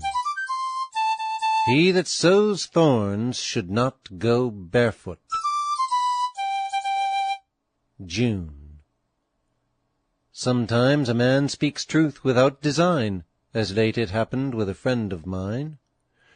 Two reverend preachers talking, one declared that to preach twice each Sunday was full hard.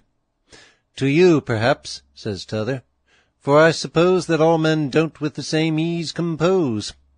But I, desiring still my flock to profit, preach twice each Sunday, and make nothing of it.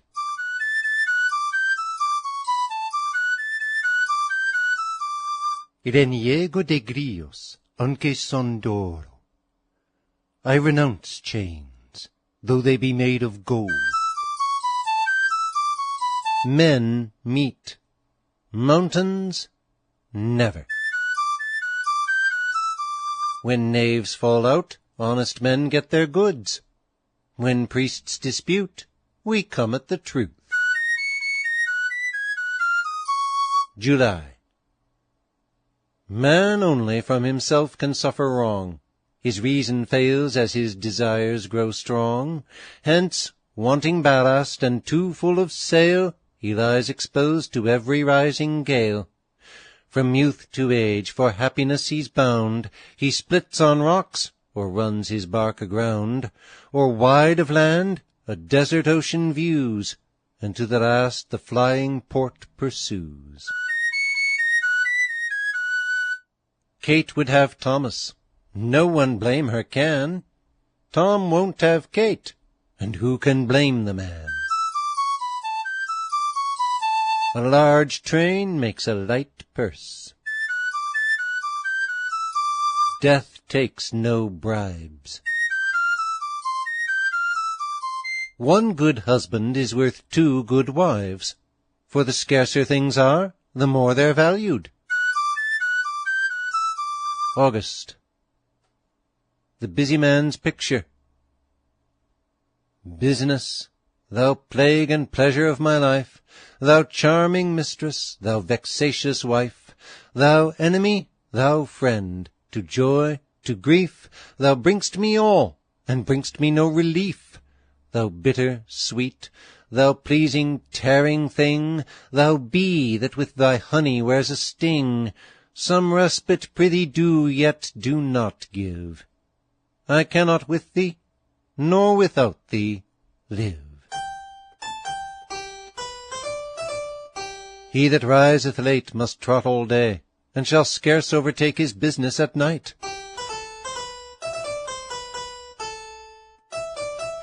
He that speaks ill of the mare will buy her.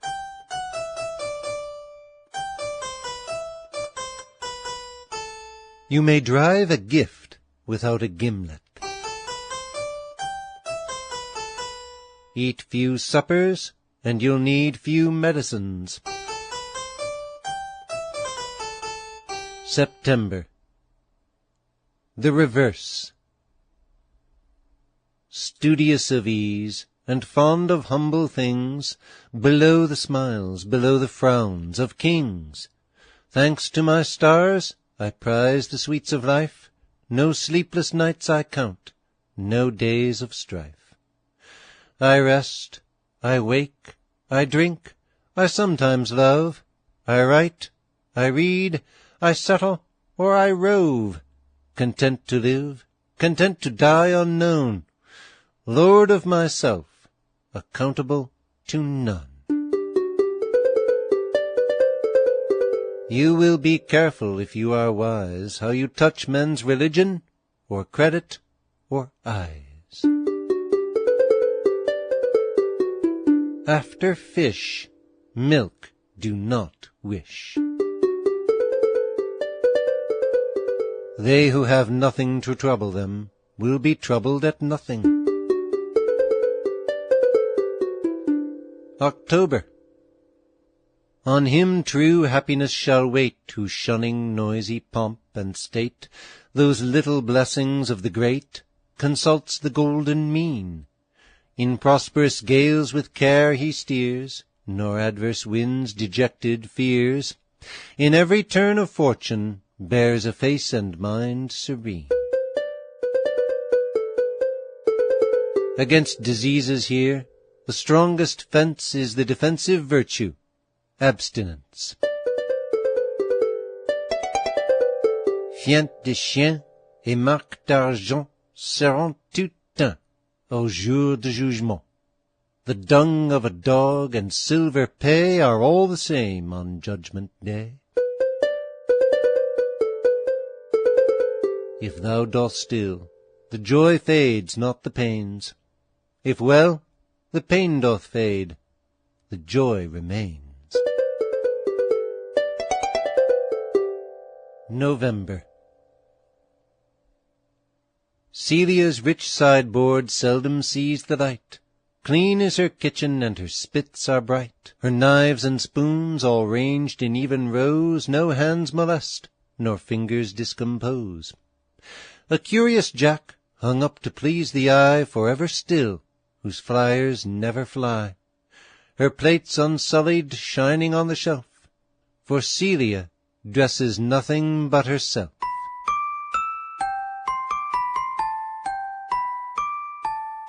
To err is human, to repent divine, to persist devilish.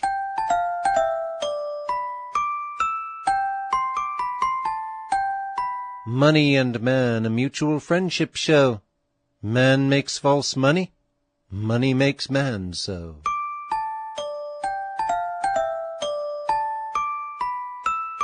Industry pays debts, despair increases them.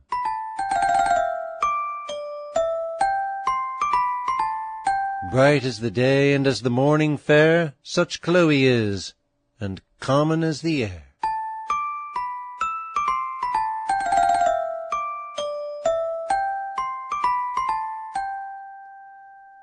December. Among the divines there has been much debate concerning the world in its ancient estate. Some say 'twas once good, but now is grown bad. Some say 'tis reformed of the faults it once had. I say 'tis the best world, this that we now live in, either to lend, or to spend, or to give in, but to borrow, to beg, or to get a man's own. It is the worst world that ever was known.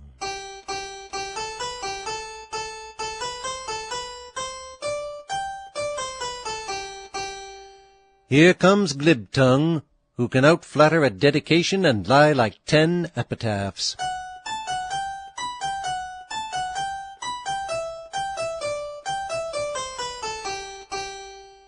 Hope and a red rag are baits for men and mackerel.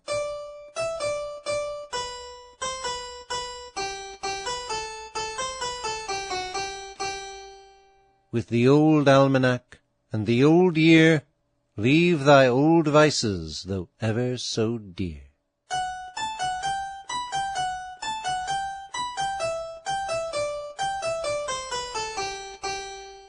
Honest men often go to law for their right, when wise men would sit down with the wrong, supposing the first loss least. In some countries the course of the courts is so tedious and the expense so high that the remedy justice is worse than injustice the disease. In my travels I once saw a sign called the 2 Men at Law. One of them was painted on one side, in a melancholy posture, all in rags, with this scroll, I have lost my cause. The other was drawn capering for joy on the other side, with these words, I have gained my suit. But he was stark naked.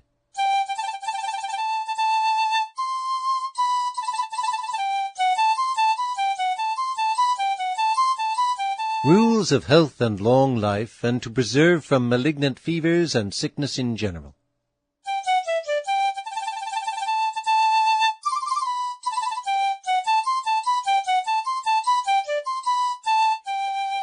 Eat and drink such an exact quantity as the constitution of thy body allows of, in reference to the services of the mind. They that study much ought not to eat so much as those that work hard, their digestion being not so good.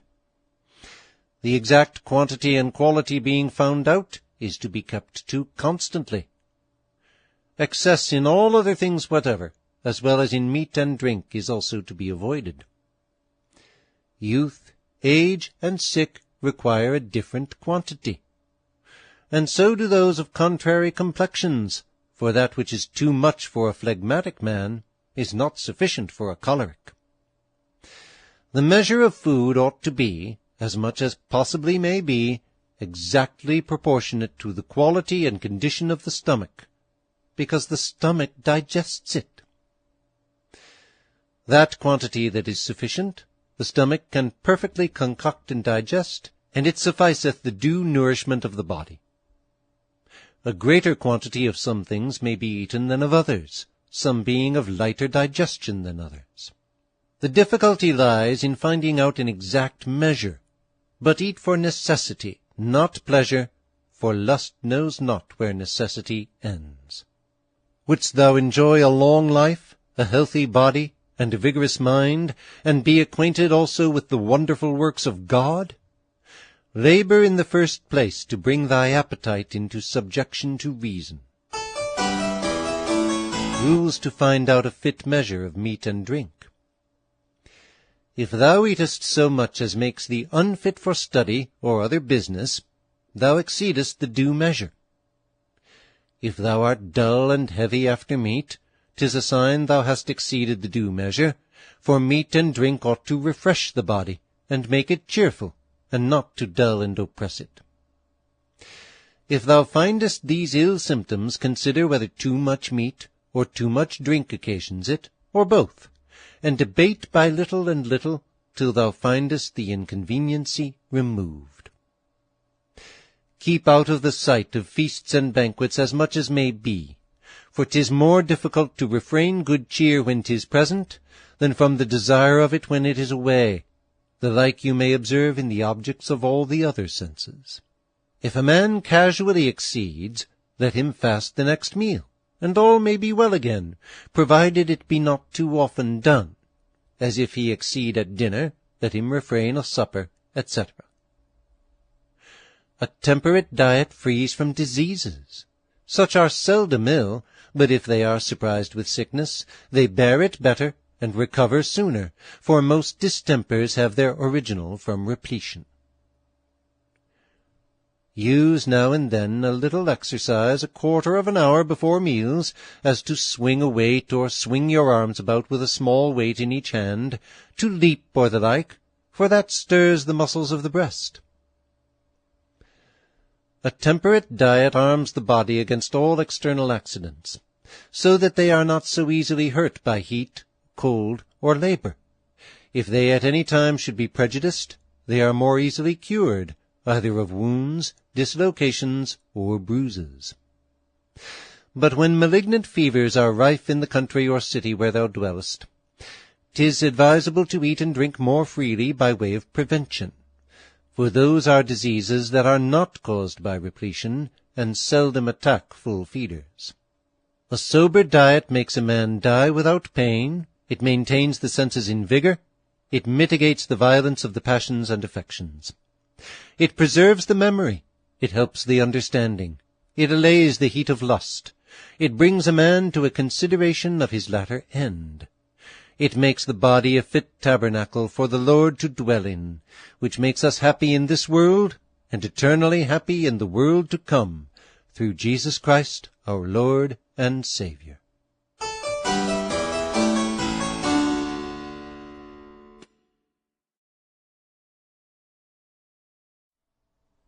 Poor Richard for 1743. Preface.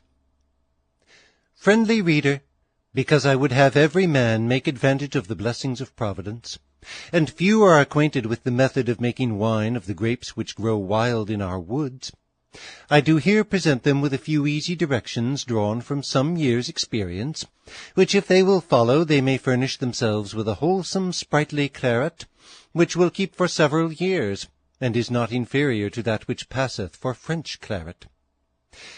Begin to gather grapes from the 10th of September, the ripest first, to the last of October, And having cleared them of spider-webs and dead leaves, put them into a large molasses or rum hogshead, after having washed it well, and knocked one head out. Fix it upon the other head, on a stand or blocks in the cellar, if you have any. If not, the warmest part of your house, about 2 feet from the ground. As the grapes sink, put up more for 3 or 4 days, after which get into the hogshead bare-legged, and tread them down until the juice works up about your legs, which will be in less than half an hour.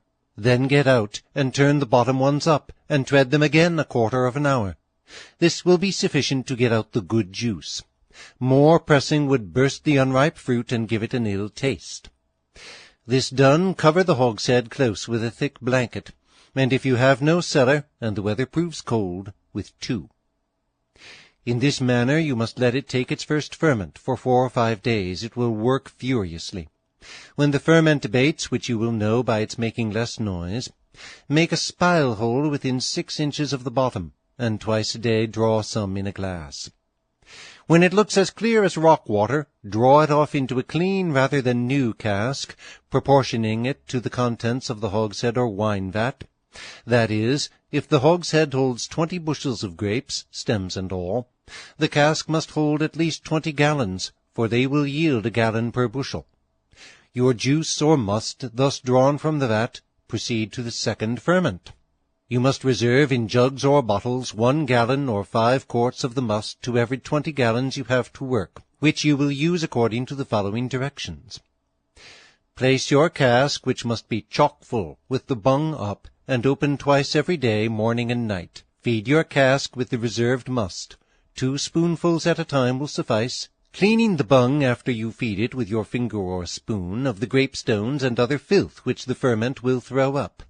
You must continue feeding it thus until Christmas, when you may bung it up, and it will be fit for use, or to be racked into clean casks or bottles by February. Note well. Gather the grapes after the dew is off, and in all dry seasons. Let not the children come at the must, it will scour them severely. If you make wine for sale, or to go beyond sea, 1/4 part must be distilled, and the brandy put into the 3/4 remaining. 1 bushel of grapes, heap measure as you gather them from the vine, will make at least a gallon of wine, if good, 5 quarts. Those directions are not designed for those who are skilled in making wine, but for those who have hitherto had no acquaintance with that art.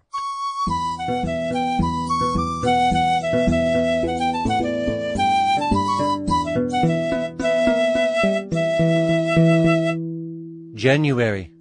On the Florida War.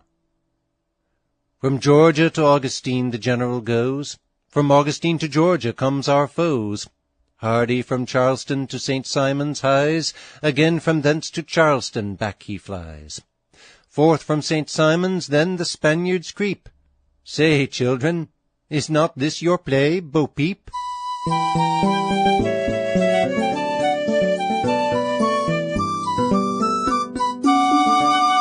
How few there are who have courage enough to own their faults, or resolution enough to mend them.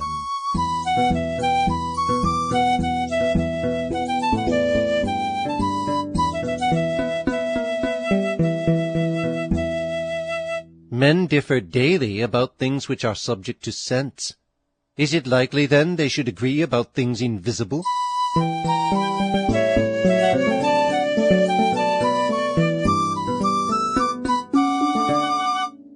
February. Democritus, dear droll, revisit earth, and with our follies glut thy heightened mirth. Sad Heraclitus, serious wretch, return, in louder grief our greater crimes to mourn. Between you both, I unconcerned stand by. Hurt, can I laugh? And honest, need I cry?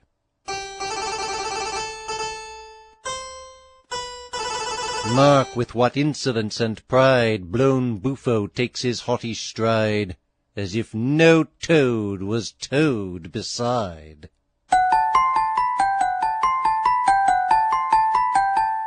Ill company is like a dog who dirts those most that he loves best. March. From bad health, bad conscience, and party's dull strife, from an insolent friend and termagant wife, from the kindred of such, on one side or t'other, who most wisely delight in plaguing each other, from the wretch who can cant, while he mischief designs, from old rotten mills, banked meadows, and mines, from curses like these, if kind heaven defends me, I'll never complain of the fortune it sends me.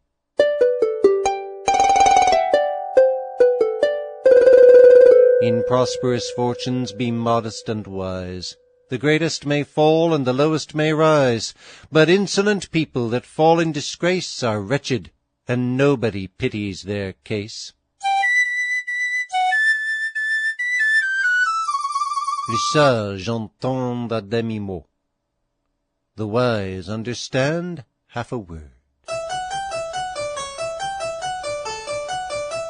Sorrow is dry. April. A parrot is for prating prized, but prattling women are despised. She who attacks another's honour draws every living thing upon her. Think, madam, when you stretch your lungs, that all your neighbours too have tongues. One slander 50 will beget. The world with interest pays the debt.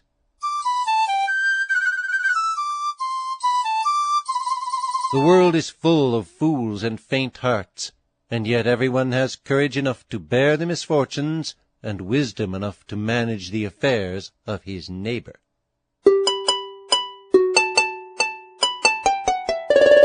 Beware, beware, he'll cheat without scruple who can without fear. May.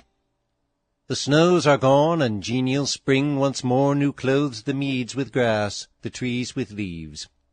And the proud rivers that disdained a shore within their banks now roll their lessened waves. Nature seems all renewed, youthful and gay, even Luna doth her monthly loss supply. But years and hours that whirl our time away describe our state, and tell us we must die.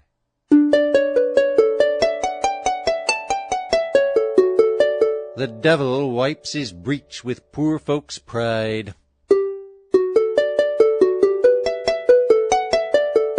Content and riches seldom meet together. Riches take thou, contentment I had rather.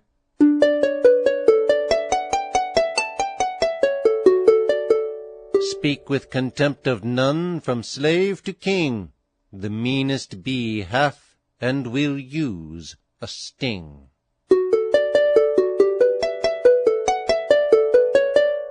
June. Every man for himself, etc.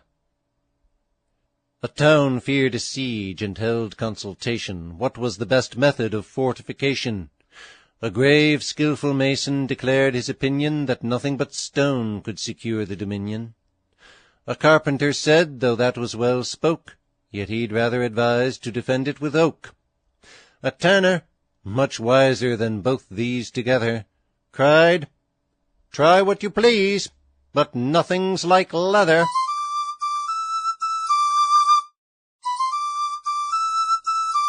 The church, the state, and the poor are 3 daughters which we should maintain, but not portion off.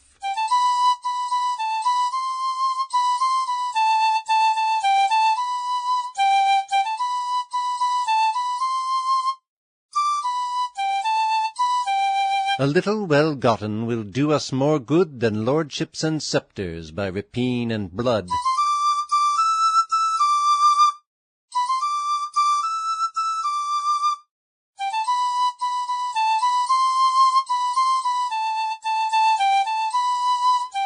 A complainant without cause, give him cause to complain.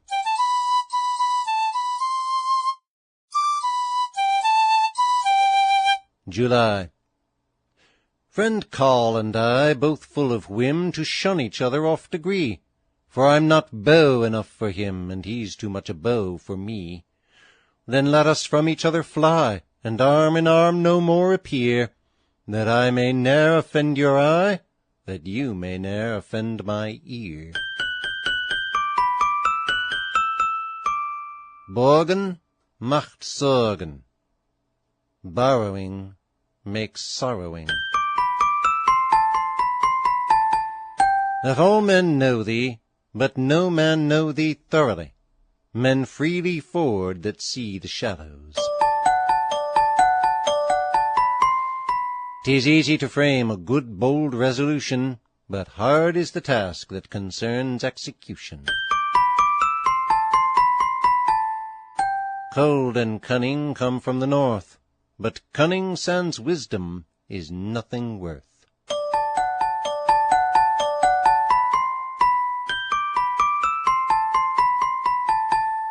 August. On buying a Bible. 'Tis but a folly to rejoice or boast how small a price thy well-bought purchase cost. Until thy death thou shalt not fully know whether it was a pennyworth or no. And at that time, believe me, 'twill appear extremely cheap, or else extremely dear.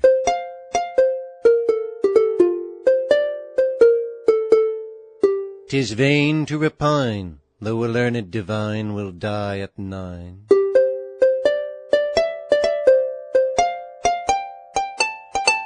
Assurance hath he doubly sure, who by his God is kept secure.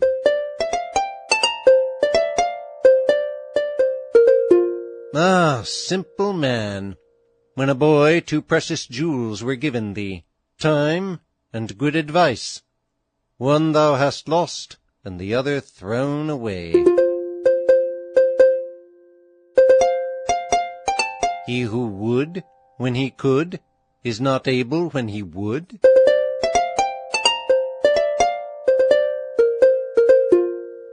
September.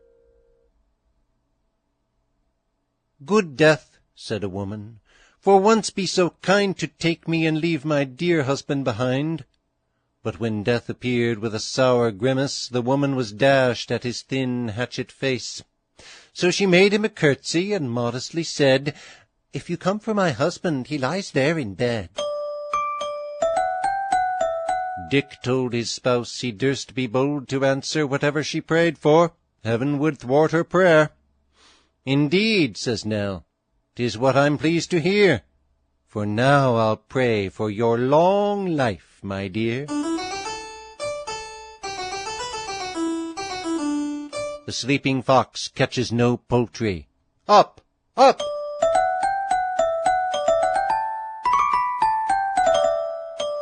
October. A mosquito just starved, in a sorry condition, pretended to be a most skilful musician. He comes to a beehive, and there he would stay to teach the bees' children to sing sol la fa. The bees told him plainly the way of their nation was breeding up youth in some honest vocation, lest not bearing labor they should not be fed, and then curse their parents for being high-bred.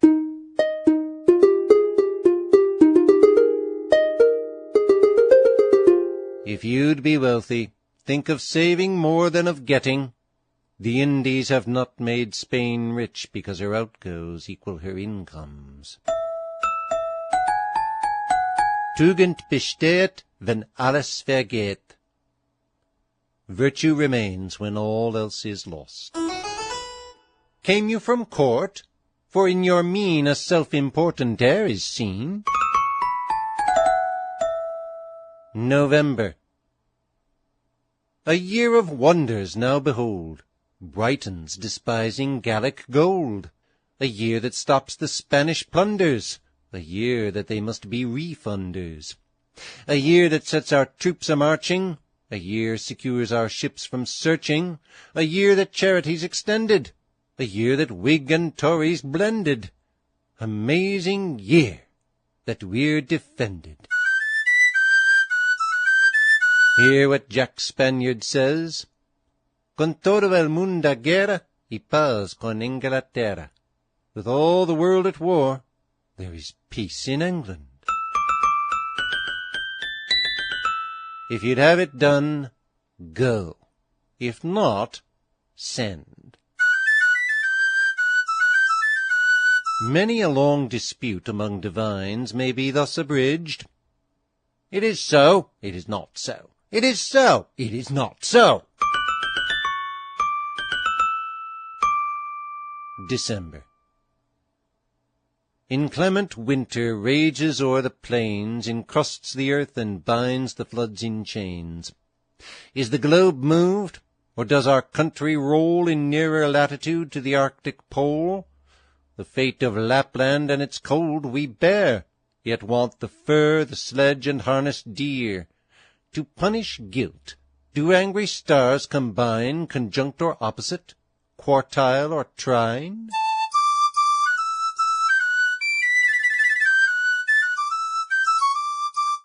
Experience keeps a dear school, yet fools will learn in no other.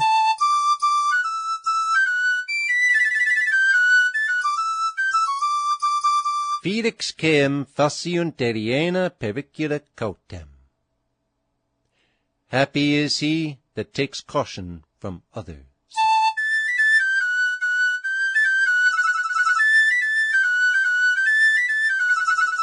How many observe Christ's birthday? How few his precepts. Oh, 'tis easier to keep holidays than commandments.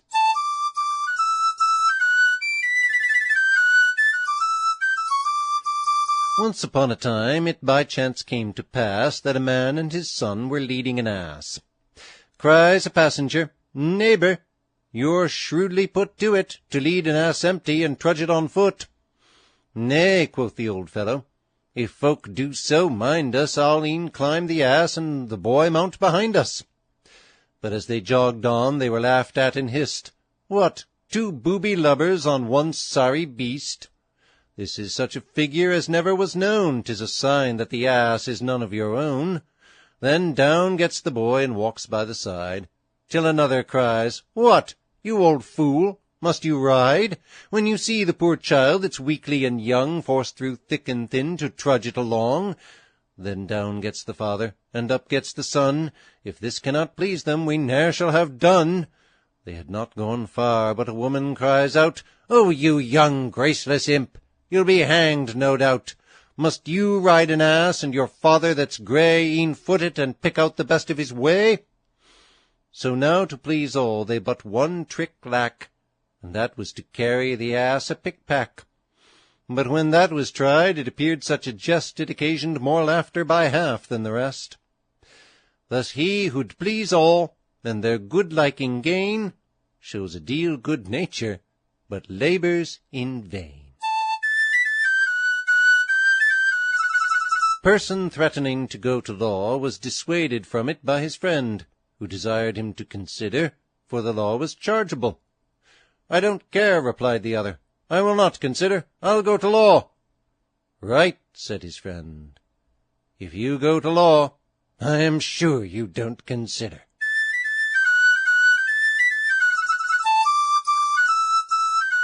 A farmer once made a complaint to a judge. "My bull, if it please you, sir, owing a grudge, belike to one of your good worship's cattle, has slain him outright in a mortal battle. I'm sorry at heart because of the action, and want to know how must be made satisfaction." "Why, you must give me your bull, that's plain," says the judge, "or pay me the price of the slain." "But I have mistaken the case, sir," says John. "The dead bull I talk of, and please you, is my own, and yours is the beast that the mischief has done." The judge soon replies, with a serious face, "Say you so? Then this accident alters the case."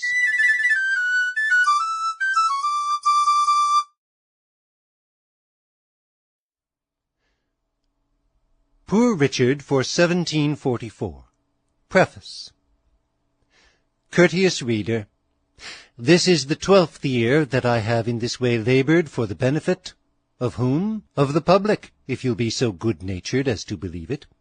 If not, e'en take the naked truth. 'Twas for the benefit of my own dear self, not forgetting in the meantime our gracious consort and duchess, the peaceful, quiet, silent Lady Bridget. But whether my labours have been of any service to the public or not, the public, I must acknowledge, has been of service to me.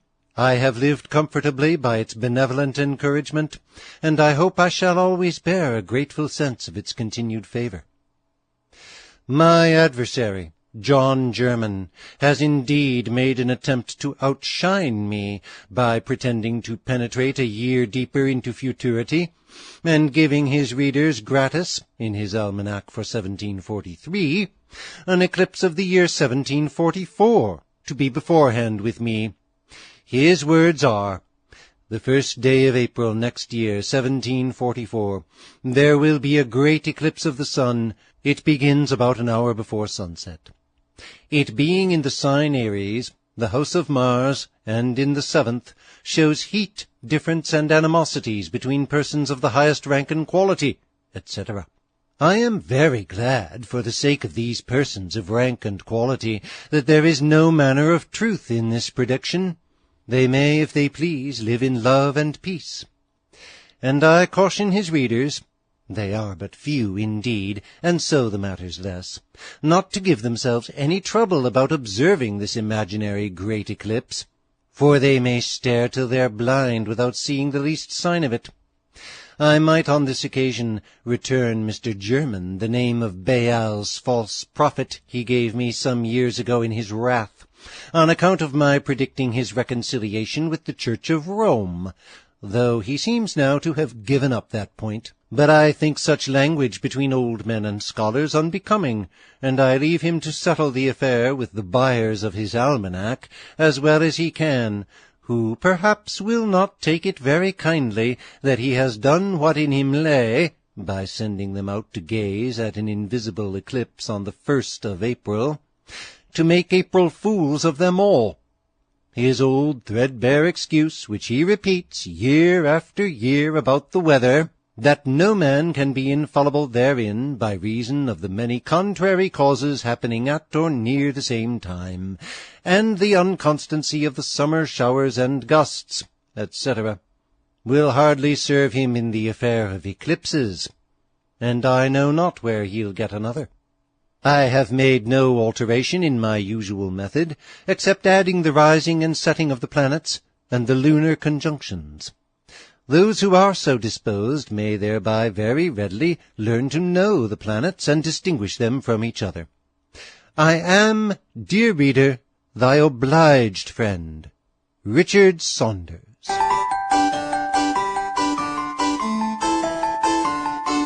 The Countryman. Happy the man whose wish and care a few paternal acres bound, content to breathe his native air in his own ground. Whose herds with milk, whose fields with bread, whose flocks supply him with attire, whose trees in summer yield him shade, in winter fire.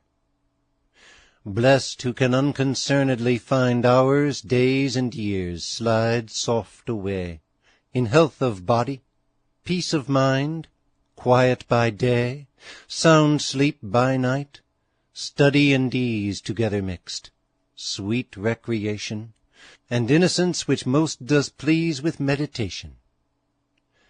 Thus let me live, unseen, unknown, thus unlamented let me die, steal from the world, and not a stone tell where I lie.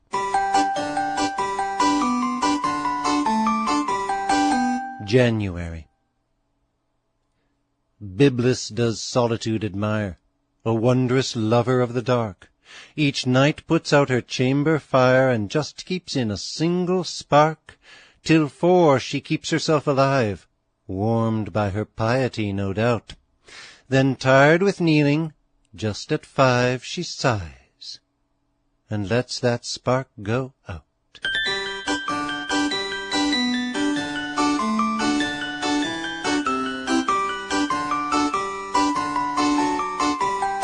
He that drinks his cider alone, let him catch his horse alone.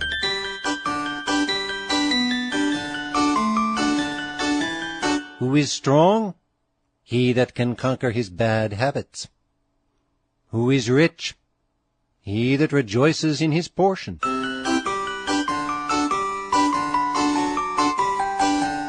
February.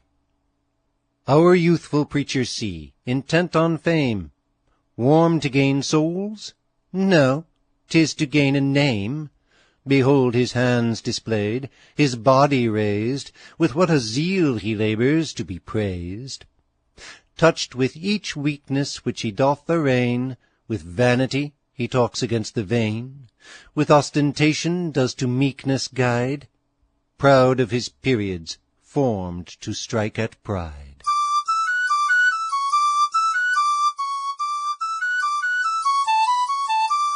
He that has not got a wife is not yet a complete man.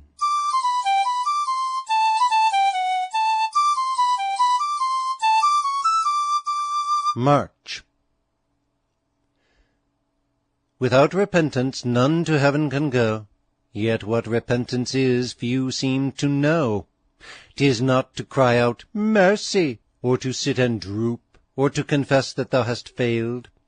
'Tis to bewail the sins thou dost commit, and not commit those sins thou hast bewailed. He that bewails and not forsakes them too, confesses rather what he means to do.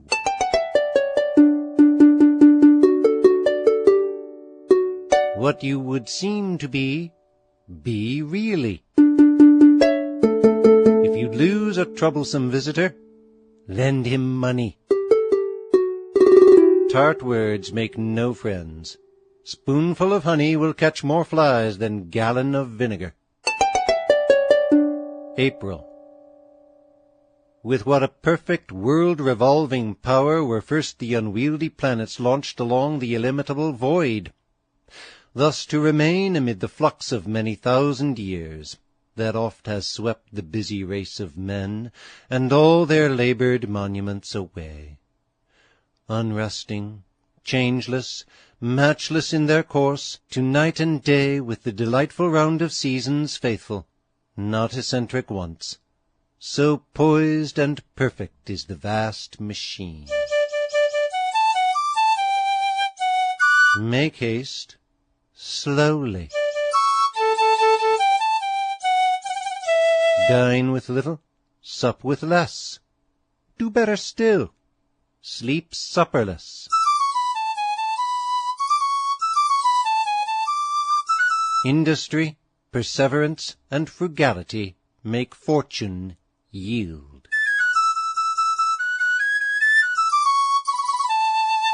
May. Iris, though wanting gold and lands, lives cheerful, easy, and content. Coron's unblessed, with 20 hands employed to count his yearly rent. Sages in wisdom, tell me which of these you think possesses more. One with his poverty is rich, and one with all his wealth is poor. I'll warrant you, goes before rashness. Who'd have thought it? Comes sneaking after. Prayers and provender hinder no journey.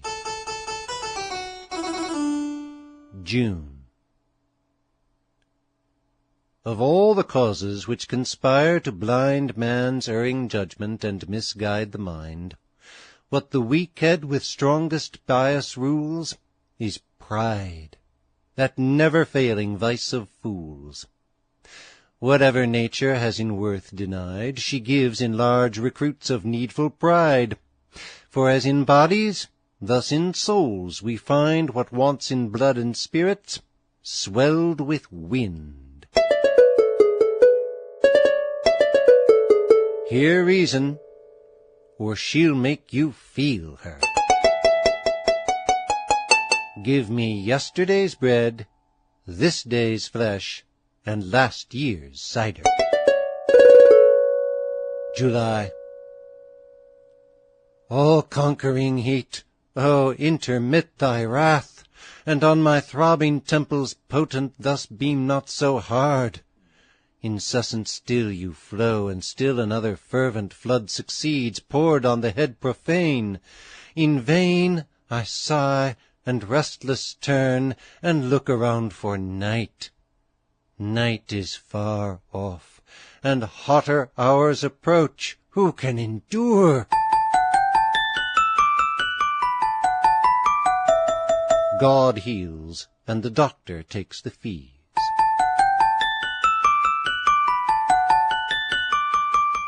Sloth, like rust, consumes faster than labor wears. The used key is always bright. Light gains, heavy purses.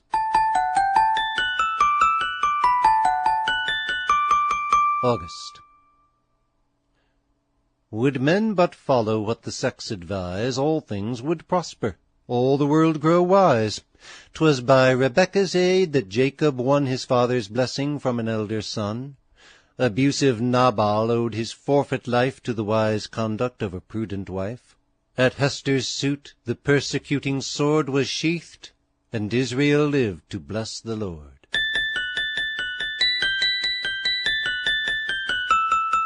Keep thou from the opportunity, and God will keep thee from the sin. Where there's no law, there's no bread.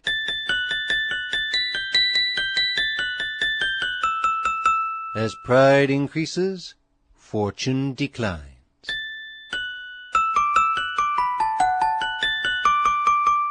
September. All other goods by fortune's hand are given. A wife is the peculiar gift of heaven. Vain fortune's favors, never at a stay, like empty shadows pass and glide away. One solid comfort, our eternal wife, abundantly supplies us all our life. This blessing lasts, if those that try say true, as long as heart can wish, and longer too. Drive thy business, or it will drive thee. A full belly is the mother of all evil. The same man cannot be both friend and flatterer. He who multiplies riches multiplies cares.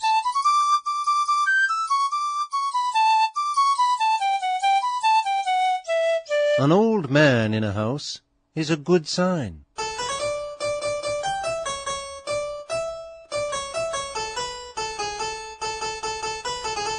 October.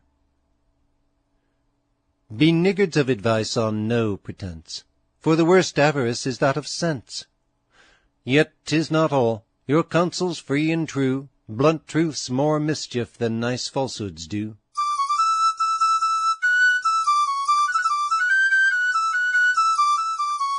Men must be taught as if you taught them not, and things unknown proposed as things forgot. Without good breeding, truth is disapproved. That only makes superior sense beloved.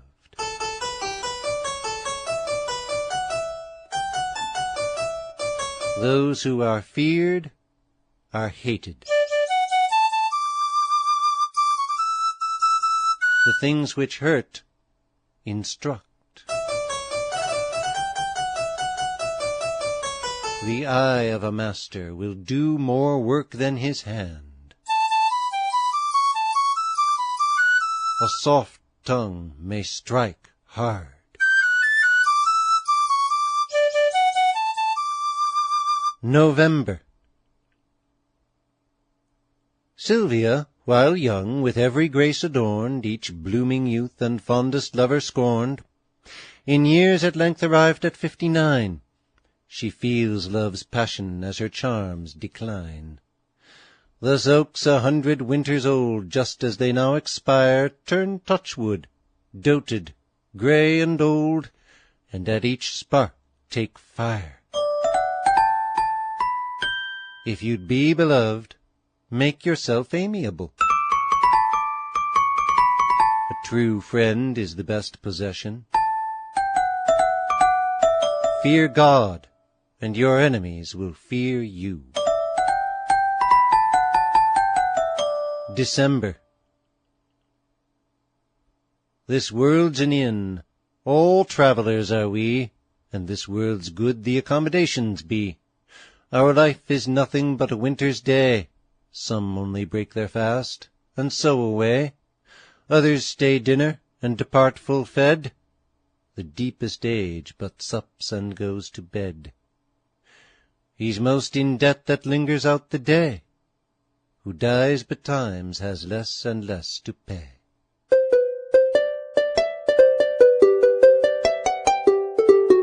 Epitaph on a scolding wife by her husband.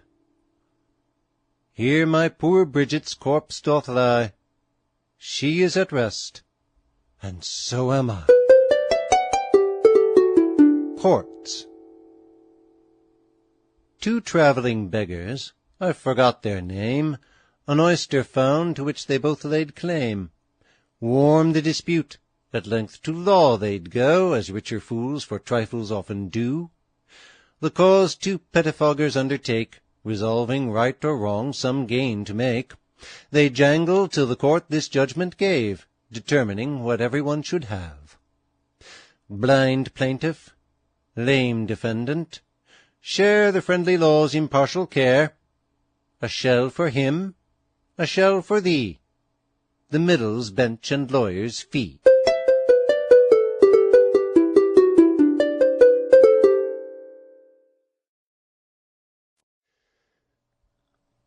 Poor Richard for 1745. Preface. Courteous reader, for the benefit of the public, and my own profit, I have performed this, my 13th annual labour, which I hope will be as acceptable as the former. The rising and setting of the planets, and their conjunctions with the moon, I have continued, whereby those who are unacquainted with those heavenly bodies may soon learn to distinguish them from the fixed stars by observing the following directions.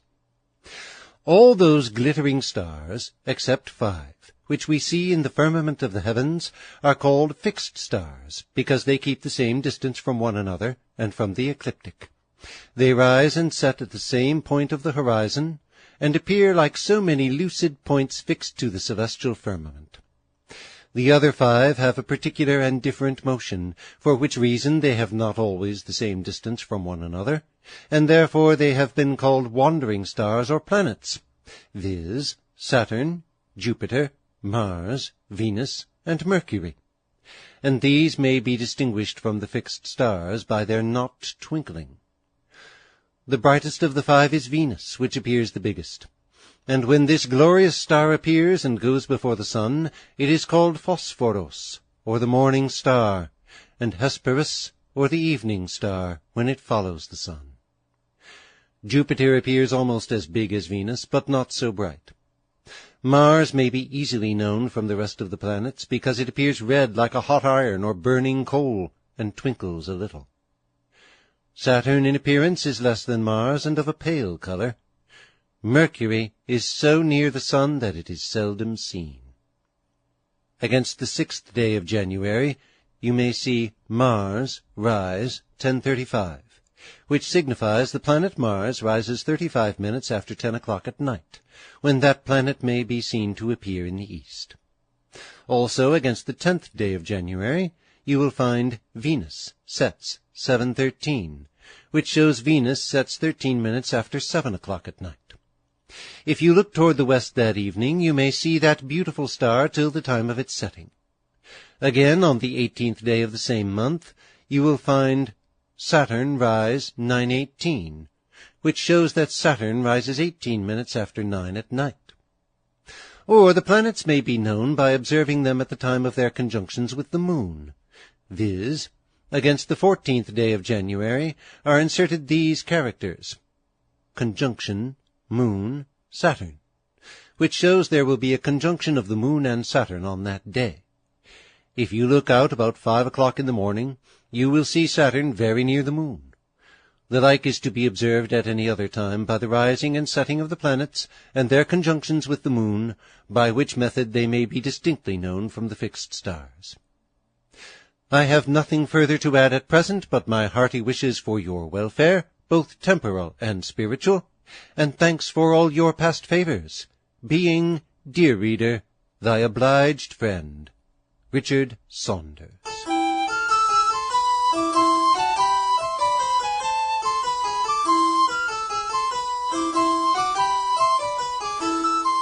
Go, wondrous creature, mount where science guides.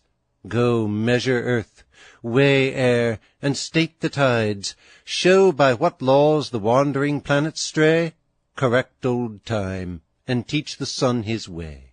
Go soar with Plato to the imperial sphere, to the first good, first perfect, and first fair. Or tread the mazy round his followers trod, and quitting sense call imitation God, as Eastern priests in giddy circles run, and turn their heads to imitate the sun. Go teach eternal wisdom how to rule. Then drop into thyself, and be a fool.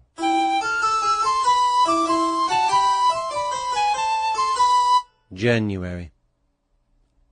I give and I devise, old Euclio said and sighed, my lands and tenements to Ned. Your money, sir?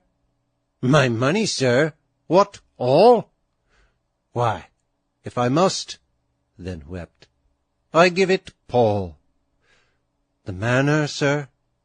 The manor I hold, he cried, not that, I cannot part with that, and died.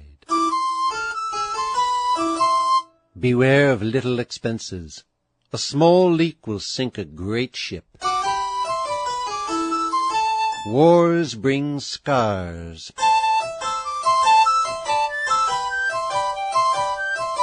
A light purse is a heavy curse. As often as we do good, we sacrifice.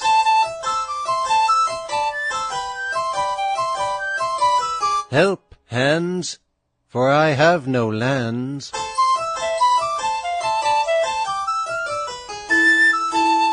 February. Self-love but serves the virtuous mind to wake, as the small pebble stirs the peaceful lake.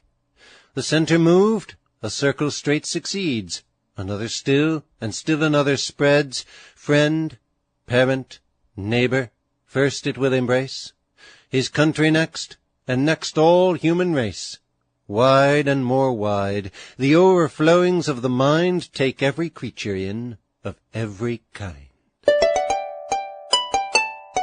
It's common for men to give pretended reasons instead of the real one. March. Fame but from death a villain's name can save, as justice tears his body from the grave. When what to oblivion better were resigned is luring on high to poison half mankind. All fame is foreign, but of true desert, plays round the head, but comes not to the heart. One self-approving hour whole years outweighs of stupid starers and of loud huzzas. Vanity backbites more than malice. He's a fool that cannot conceal his wisdom. Great spenders are bad lenders. All blood is alike ancient. April. 'Tis not for mortals always to be blessed, but him the least the dull and painful hours of life oppress, whom sober sense conducts. And virtue, through this labyrinth we tread, virtue and sense are one, and trust me, he who has not virtue is not truly wise. You may talk too much on the best of subjects. A man without ceremony has need of great merit in its place. No gains without pains. May. Virtue, for mere good nature is a fool, is sense and spirit with humanity. 'Tis sometimes angry, and its frown confounds. 'Tis even vindictive, but in vengeance just. Knaves fain would laugh at it. Some great ones dare, but at his heart the most undaunted son of fortune dreads its name and awful charms. Had I revenged wrong, I had not worn my skirts so long. Graft good fruit all, or graft not at all.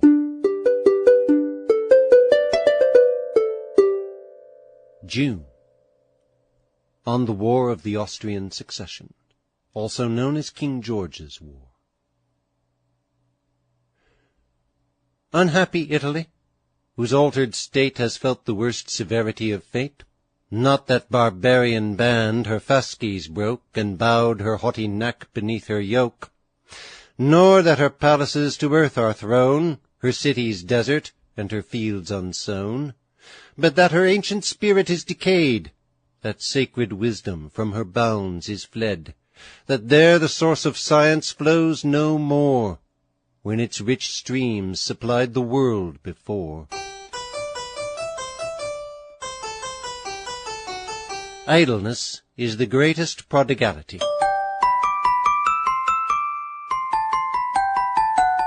Old young and old long.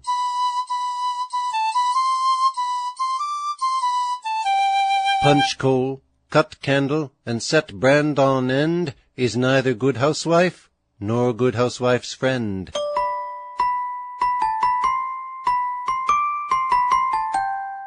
July. Hot from the field, indulge not yet your limbs in wished repose, nor court the fanning gale, nor taste the spring. Oh, by the sacred tears of widows, orphans, mothers, sisters, sires, forbear! No other pestilence has driven such myriads o'er the irremediable deep.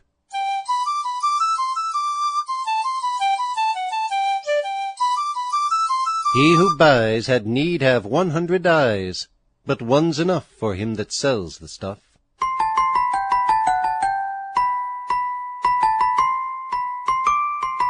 There are no fools so troublesome as those that have wit. August. Has God, thou fool, worked solely for thy good, thy joy, thy pastime, thy attire, thy food? Who for thy table feeds the wanton fawn, for him has kindly spread the flowery lawn? Is it for thee the lark descends and sings? Joy tones his voice, joy elevates his wings. Is it for thee the mock-bird pours his throat?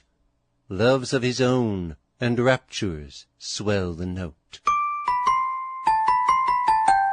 Many complain of their memory, few of their judgment. One man may be more cunning than another, but not more cunning than everybody else. September. The bounding steed you pompously bestride shares with his lord the pleasure and the pride. Is thine alone the seed that strews the plain? The birds of heaven shall vindicate their grain. Thine the full harvest of the golden year, part pays unjustly the deserving steer. The hog that ploughs not, nor obeys thy call, lives on the labors of this Lord of all. To God we owe fear and love, to our neighbors justice and character, to ourselves prudence and sobriety. Fools make feasts, and wise men eat them. Light-heeled mothers make leaden-heeled daughters. October. For forms of government let fools contest, whate'er is best administered is best. For modes of faith let graceless zealots fight, his can't be wrong whose life is in the right. All must be false that thwart this one great end, and all of God that bless mankind or mend. The good or ill hap of a good or ill life is the good or ill choice of a good or ill wife. 'Tis easier to prevent bad habits than to break them. November. Fair summer's gone, and nature's charms decay. See gloomy clouds obscure the cheerful day. Now hung with pearls the dropping trees appear, their faded honours scattered here and there. Behold the groves that shine with silver frost, their beauty withered, and their verdure lost. Sharp Boreas blows, and nature feels decay. Time conquers all, and we must time obey.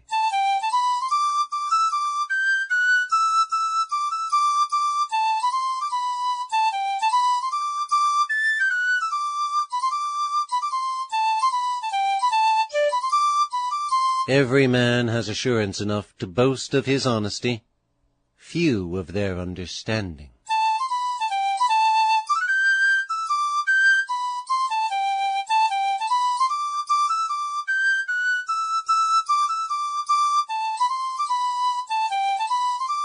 Interest, which blinds some people, enlightens others.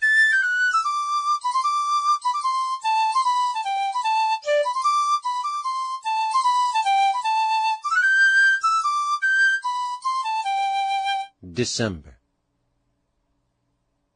These blessings, reader, may heaven grant to thee, a faithful friend, equal in love's degree, land fruitful, never conscious of the curse, a liberal heart, and never failing purse, a smiling conscience, a contented mind, a temperate knowledge with true wisdom joined, a life as long as fair, and when expired, a kindly death, unfeared as undesired.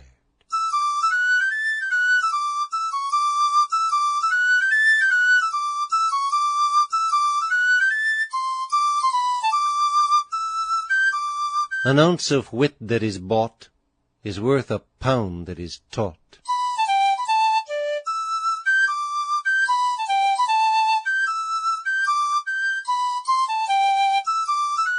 He that resolves to mend hereafter resolves not to mend now.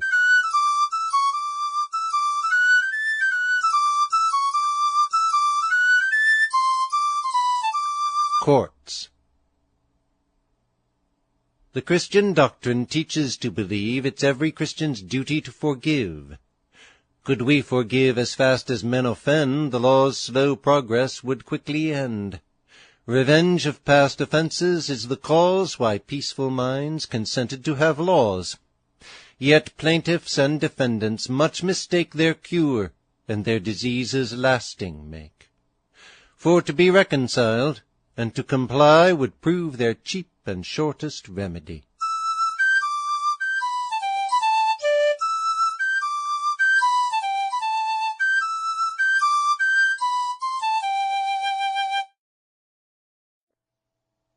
Poor Richard for 1746.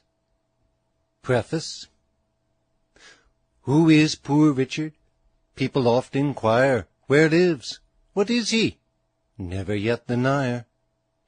Somewhat to ease your curiosity, take these slight sketches of my dame and me. Thanks to kind readers and a careful wife, with plenty blessed, I lead an easy life. My business, writing. Thus, to drain the mead, or crown the barren hill with useful shade, in the smooth glebe to see the ploughshare worn, and fill the granary with needful corn, press nectarous cider from my loaded trees, print the sweet butter, turn the drying cheese.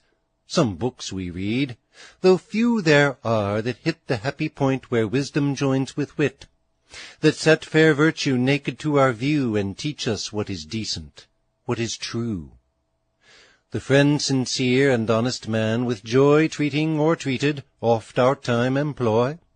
Our table next, meals temperate, and our door opening spontaneous to the bashful poor. Free from the bitter rage of party zeal, all those we love who seek the public weal, nor blindly follow superstitious love, which cheats deluded mankind o'er and o'er.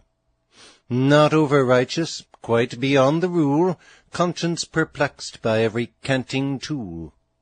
Nor yet when folly hides the dubious line, when good and bad the blended colours join, rush indiscreetly down the dangerous steep, and plunge uncertain in the darksome deep. Cautious, if right, if wrong, resolved to part the inmate snake that folds about the heart. Observe the mean, the motive, and the end, mending ourselves, or striving still to mend. Our souls sincere, our purpose fair and free, without vain glory or hypocrisy. Thankful if well, if ill, we kiss the rod, resign with hope, and put our trust in God.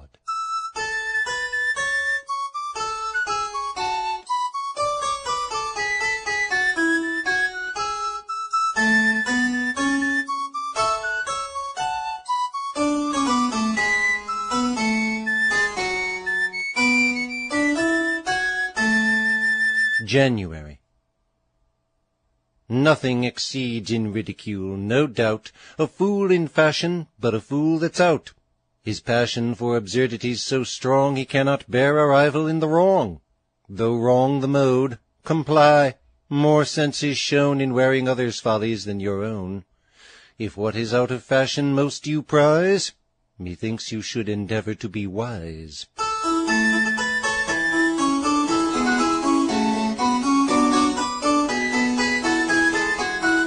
When the well's dry, we know the worth of water.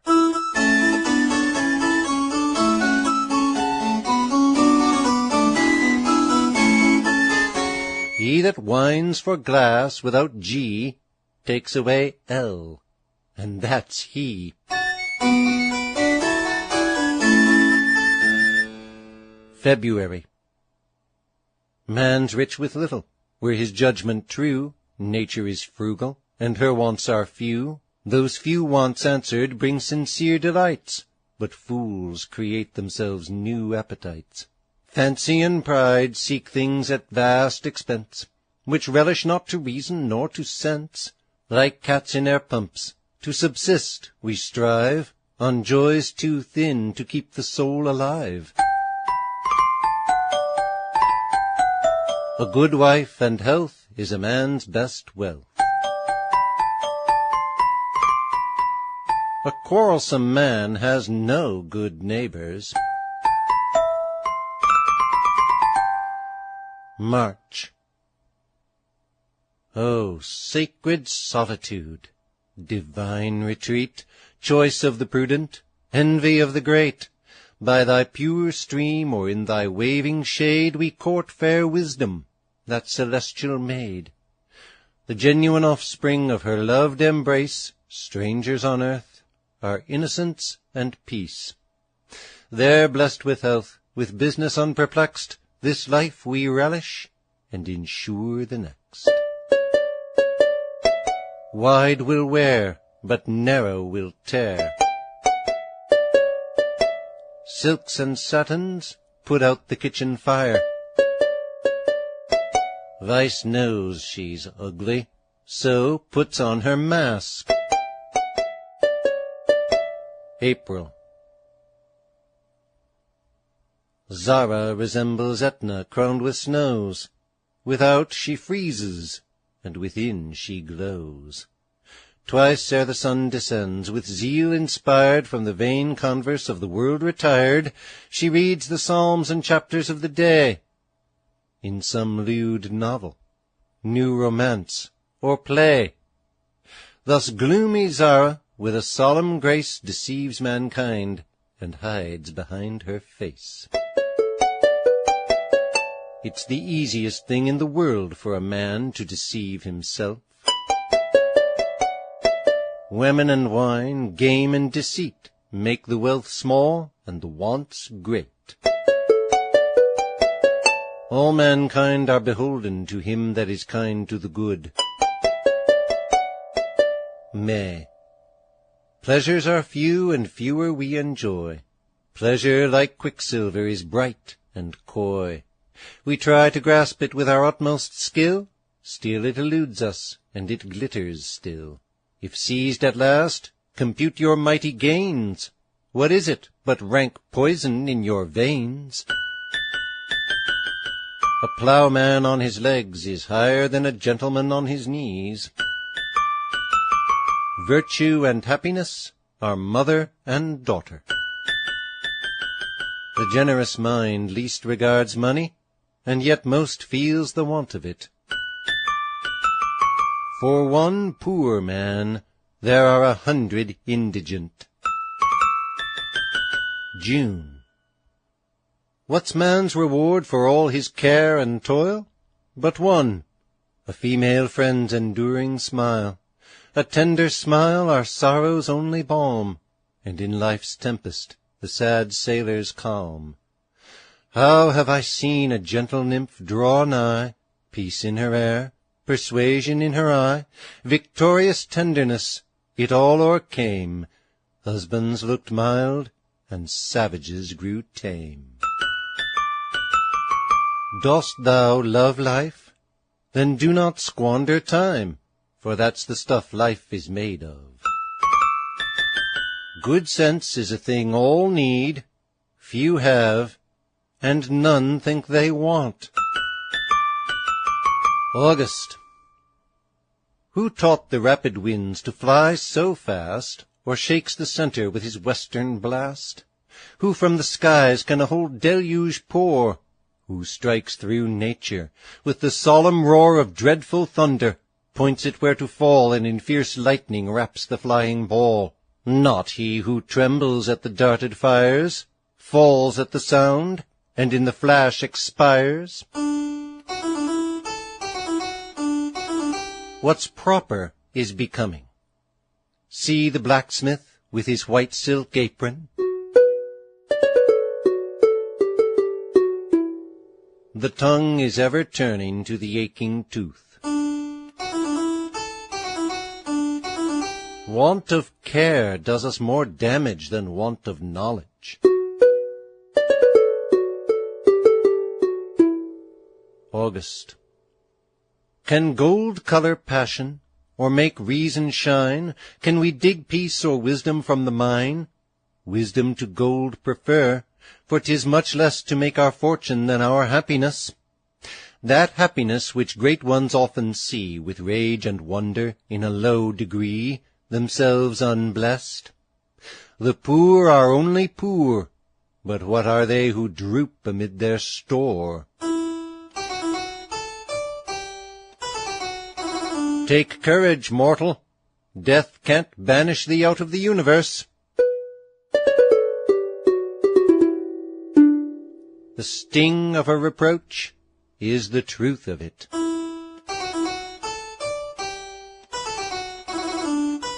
Do me the favor to deny me at once. September. Can wealth give happiness? Look round and see. What gay distress, what splendid misery. Whatever fortune lavishly can pour, the mind annihilates, and calls for more. Wealth is a cheat. Believe not what it says. Greatly it promises, but never pays. Misers may startle, but they shall be told that wealth is bankrupt and insolvent gold. The most exquisite folly is made of wisdom spun too fine. A life of leisure and a life of laziness are two things. October. Some ladies are too beauteous to be wed, for where's the man that's worthy of their bed? If no disease reduce her pride before, Lavinia will be ravished at 80. Then she submits to venture in the dark, and nothing now is wanting but her spark. Mad kings and mad bulls are not to be held by treaties and packthread. Changing countries or beds cures neither a bad manager nor a fever. November. There are who, tossing on the bed of vice, for flattery's opiate give the highest price. Yet from the saving hand of friendship turn, her medicines dread, her generous offers spurns. Deserted greatness, who but pities thee? By crowds encompassed, thou no friend can see, or should kind truth invade thy tender ear, we pity still, for thou no truth can bear. A true great man will neither trample on a worm, nor sneak to an emperor.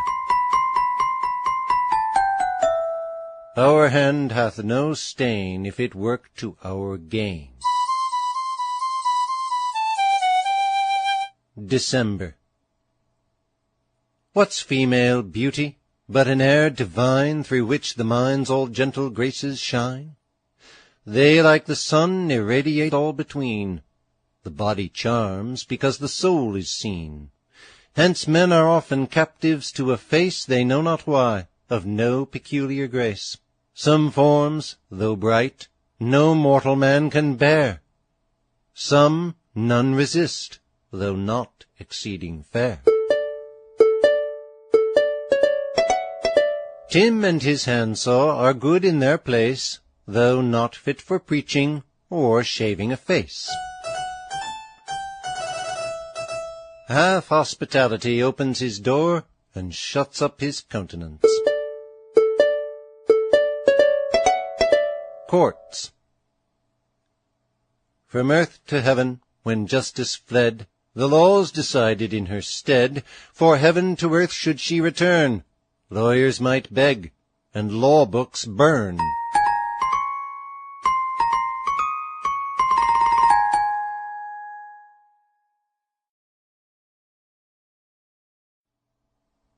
Poor Richard for 1747. Preface. Courteous reader, this is the 15th time I have entertained thee with my annual productions. I hope to thy profit as well as mine. For besides the astronomical calculations and other things usually contained in almanacs, which have their daily use indeed while the year continues, but then become of no value, I have constantly interspersed moral sentences, prudent maxims, and wise sayings, many of them containing much good sense in very few words, and therefore apt to leave strong and lasting impressions on the memory of young persons, whereby they may receive benefit as long as they live, when both almanac and almanac maker have been long thrown by and forgotten. If I now and then insert a joke or two that seem to have little in them, my apology is that such may have their use, since, perhaps, for their sake, light, airy minds peruse the rest, and so are struck by somewhat of more weight and moment. The verses on the heads of the months are also designed to have the same tendency. I need not tell thee that many of them are of my own making. If thou hast any judgment in poetry, thou wilt easily discern the workman from the bungler. I know as well as thee that I am no poet born, and it is a trade I never learnt, nor indeed could learn. If I make verses, 'tis in spite of my nature and my stars I write. Why then should I give my readers bad lines of my own, when good ones of other people's are so plenty? 'Tis methinks a poor excuse for the bad entertainment of guests, that the food we set before them, though coarse and ordinary, is of one's own raising, off one's own plantation, etc., when there is plenty of what is 10 times better to be had in the market. On the contrary, I assure ye, my friends, that I have procured the best I could for you, and much good may it do you. I cannot omit this opportunity of making honourable mention of the late deceased ornament and head of our profession, Mr. Jacob Taylor, who for upwards of 40 years, with some few intermissions only, supplied the good people of this and the neighbouring colonies with the most complete ephemeris and most accurate calculations that have hitherto appeared in America. He was an ingenious mathematician, as well as an expert and skilful astronomer, and moreover, no mean philosopher, but what is more than all, he was a pious and honest man. Requiescat in pace. I am thy poor friend to serve thee, Richard Saunders. January. To show the strength and infamy of pride, by all 'tis followed, and by all denied. What members are there which at once pursue praise, and glory to contemn it too? Praise himself Vincenna knows a shame, and therefore lays a stratagem for fame, makes his approach in modesty's disguise to win applause, and takes it by surprise. Strive to be the greatest man in your country, and you may be disappointed. Strive to be the best, and you may succeed. He may well win the race that runs by himself. February. See wealth and power. Say, what can be more great? Nothing but merit in a low estate. To virtue's humblest son let none prefer vice, though a Crucius or a conqueror. Shall men like figures pass for high or base, slight or important, only by their place? Titles are marks of honest men and wise. The fool or knave that wears a title lies. 'Tis a strange forest that has no rotten wood in it, and a strange kindred that all are good in it.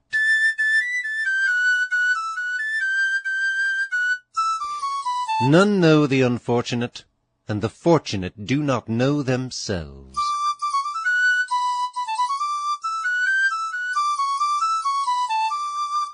March.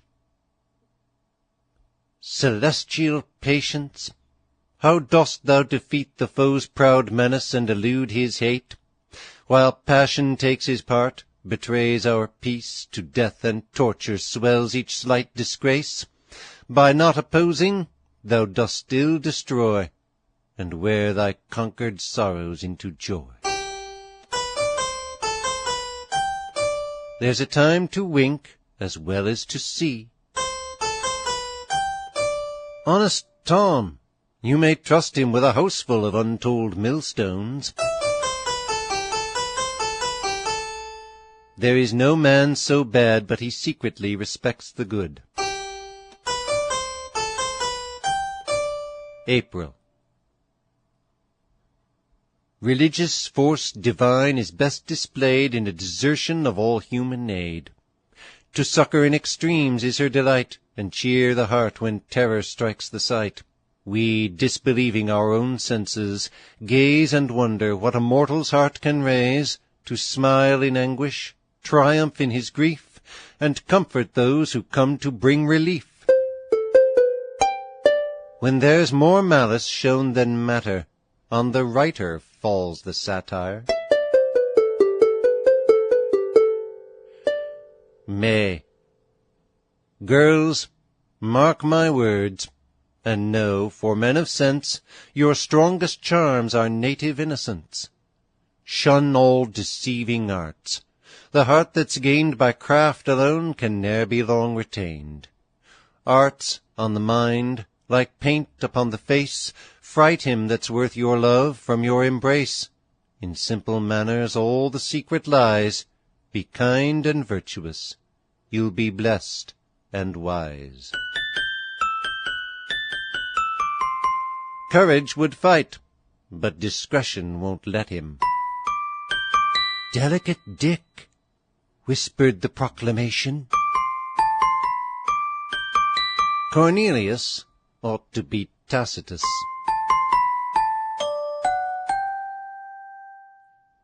June. O formed heaven's dictates nobly to rehearse, preacher divine, accept the grateful verse. Thou hast the power the hardened heart to warm, to grieve, to raise, to terrify, to charm, to fix the soul on God, to teach the mind to know the dignity of humankind, by stricter rules well-governed life to scan, and practice o'er the angel in the man. Pride and the gout are seldom cured throughout. We are not so sensible of the greatest health as of the least sickness. A good example is the best sermon. July. Men drop so fast ere life's mid-stage we tread, few know so many friends alive as dead. Yet, as immortal, in our uphill chase, we press coy fortune with slackened pace. Our ardent labors for the toy we seek join night to day and Sunday to the week, between satiety and fierce desire. A father's a treasure, a brother's a comfort, a friend is both.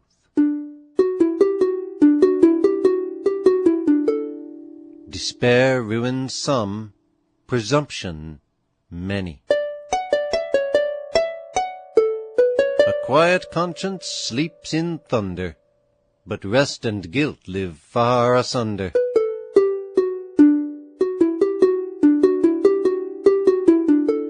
August. A decent competence we fully taste. It strikes our sense and gives a constant feast. More we perceive by dint of thought alone. The rich must labor to possess their own, to feel their great abundance, and request their humble friends to help them to be blessed, to see their treasures, hear their glory told, and aid the wretched impotence of gold.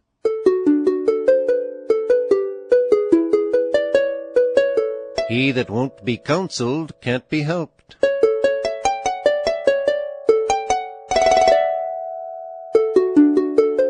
Craft must be at charge for clothes, but truth can go naked. Right injuries in dust, benefits in marble. September. But some, good souls, and touched with warmth divine, give gold a price and teach its beams to shine. All hoarded treasures they repute a load, nor think their wealth their own till well bestowed.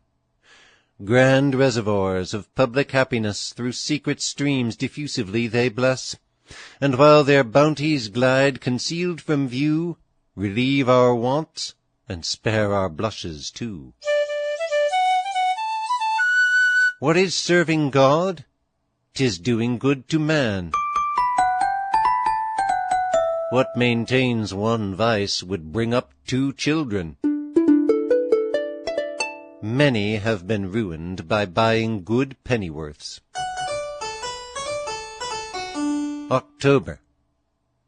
One to destroy is murder by the law, and gibbets keep the uplifted hand in awe. To murder thousands takes a specious name, war's glorious art, and gives immortal fame.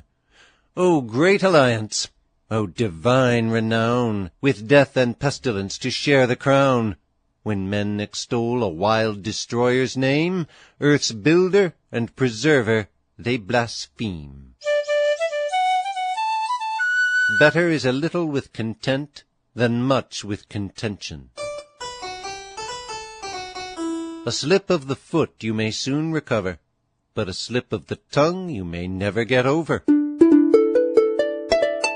What signifies your patience if you can't find it when you want it? November. I envy none their pageantry and show. I envy none the gilding of their woe. Give me, indulgent heaven, with mind serene and guiltless heart to range the sylvan scene. No splendid poverty, no smiling care, no well-bred hate or servile grandeur there. There pleasing objects, useful thoughts suggest. The sense is ravished and the soul is blessed. On every thorn delightful wisdom grows. In every rill a sweet instruction flows.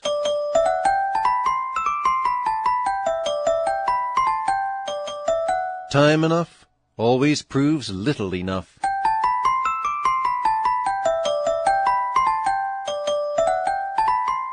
It is wise not to seek a secret, and honest not to reveal it.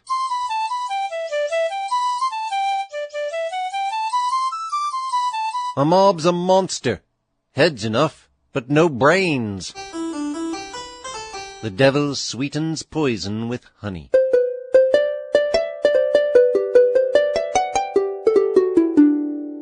December. Old age will come, disease may come before, 15 as full as mortal as 80. Thy fortune and thy charms may soon decay, but grant these fugitives prolong their stay, their basis totters, their foundation shakes, life that supports them in a moment breaks. Then wrought into the soul, let virtue shine, the ground eternal as the work divine. He that cannot bear with other people's passions cannot govern his own.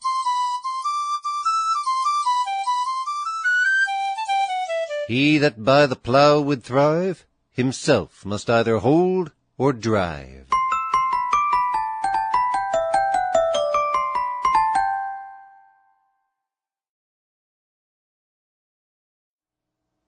Poor Richard for 1748. Preface. Kind reader, the favorable reception my annual labors have met with from the public these 15 years past has engaged me in gratitude to endeavor some improvement of my almanac. And since my friend Taylor is no more, whose ephemerides so long and so agreeably served and entertained these provinces, I have taken the liberty to imitate his well-known method, and have given 2 pages for each month, which affords me room for several valuable additions, as will best appear on inspection and comparison with former almanacs.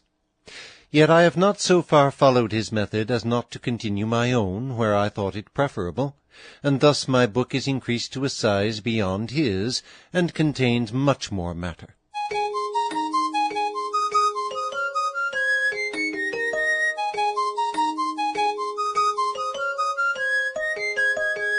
Hail, night serene!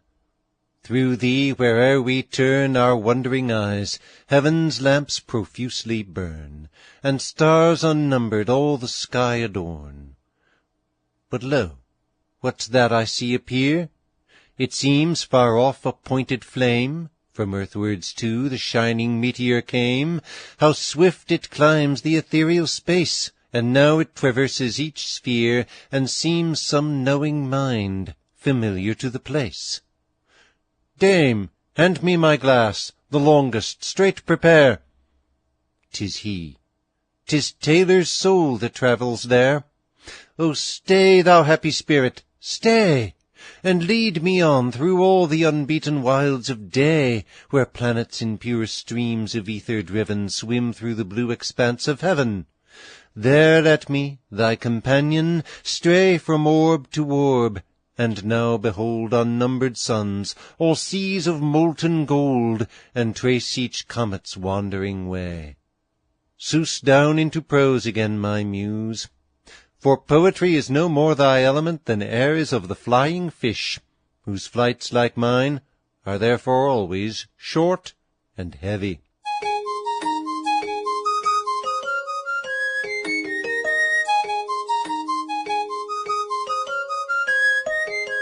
We complain sometimes of hard winters in this country, but our winters will appear as summers when compared with those that some of our countrymen undergo in the most northern British colony on this continent, which is that upon Churchill River in Hudson's Bay, latitude 58 degrees 56 minutes, longitude from London 94 degrees 50 minutes.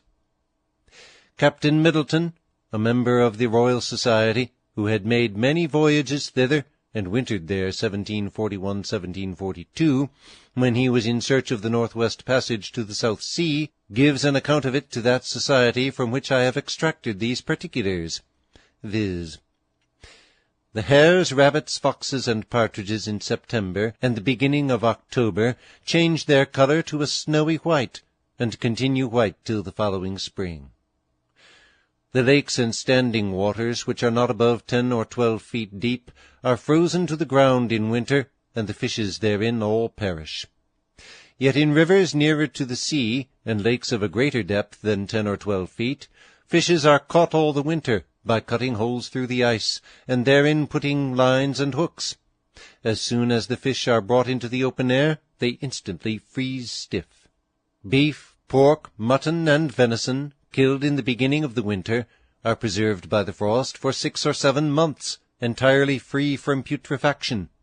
Likewise geese, partridges, and other fowls killed at the same time, and kept with their feathers on and guts in, are preserved by the frost, and prove good eating. All kinds of fish are preserved in the same manner.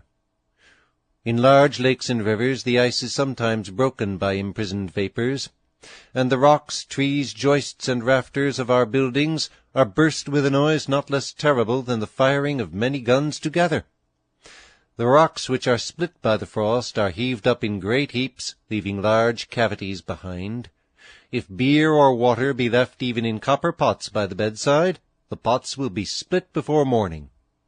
Bottles of strong beer, brandy, strong brine, spirits of wine, set out in the open air for 3 or 4 hours, freeze to solid ice.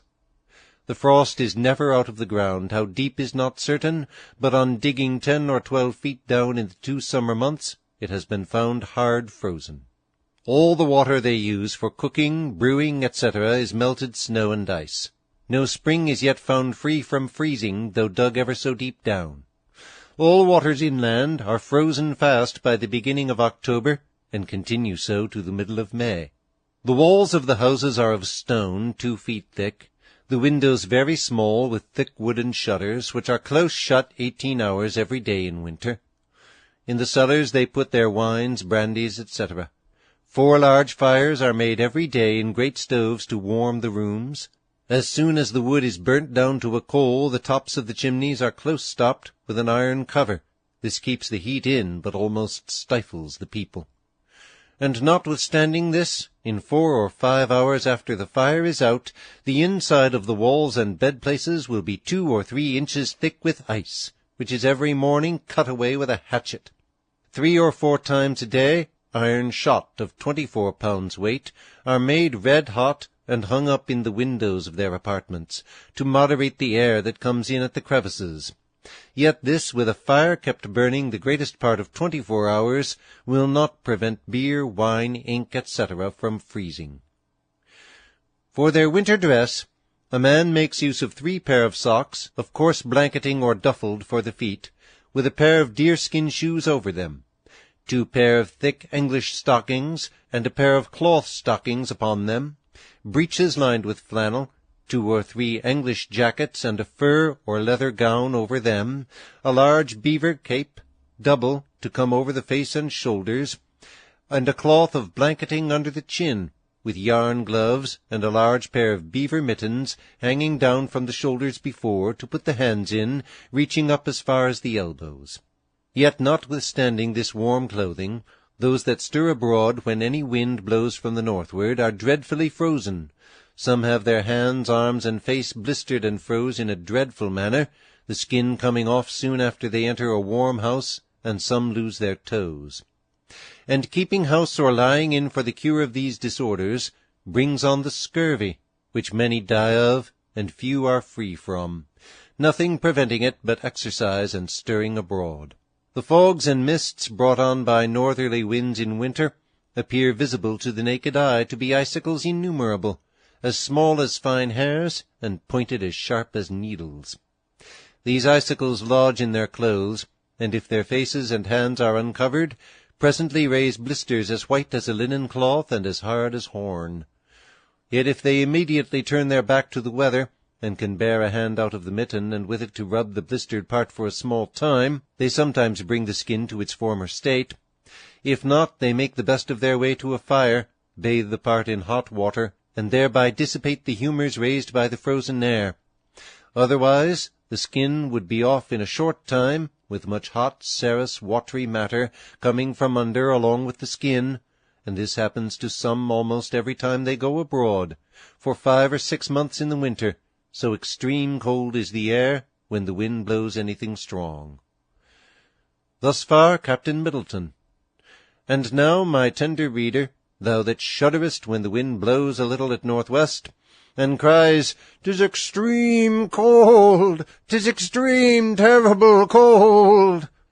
What dost thou think of removing to that delightful country? Or dost thou not rather choose to stay in Pennsylvania, thanking God that he has caused thy lines to fall in pleasant places? I am, thy friend to serve thee, Richard Saunders.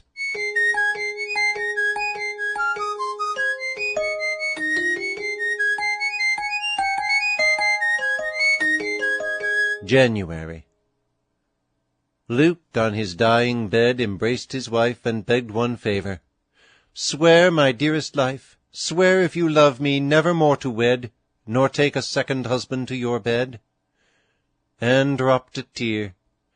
"You know, my dear," says she, "your least desires have still been laws to me, but from this oath I beg you'd me excuse, for I am already promised to John Hughes."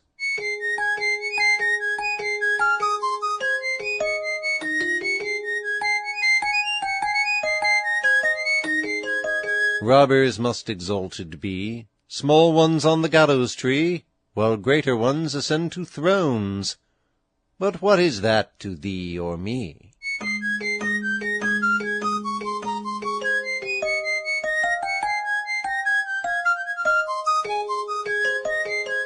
Lost time is never found again.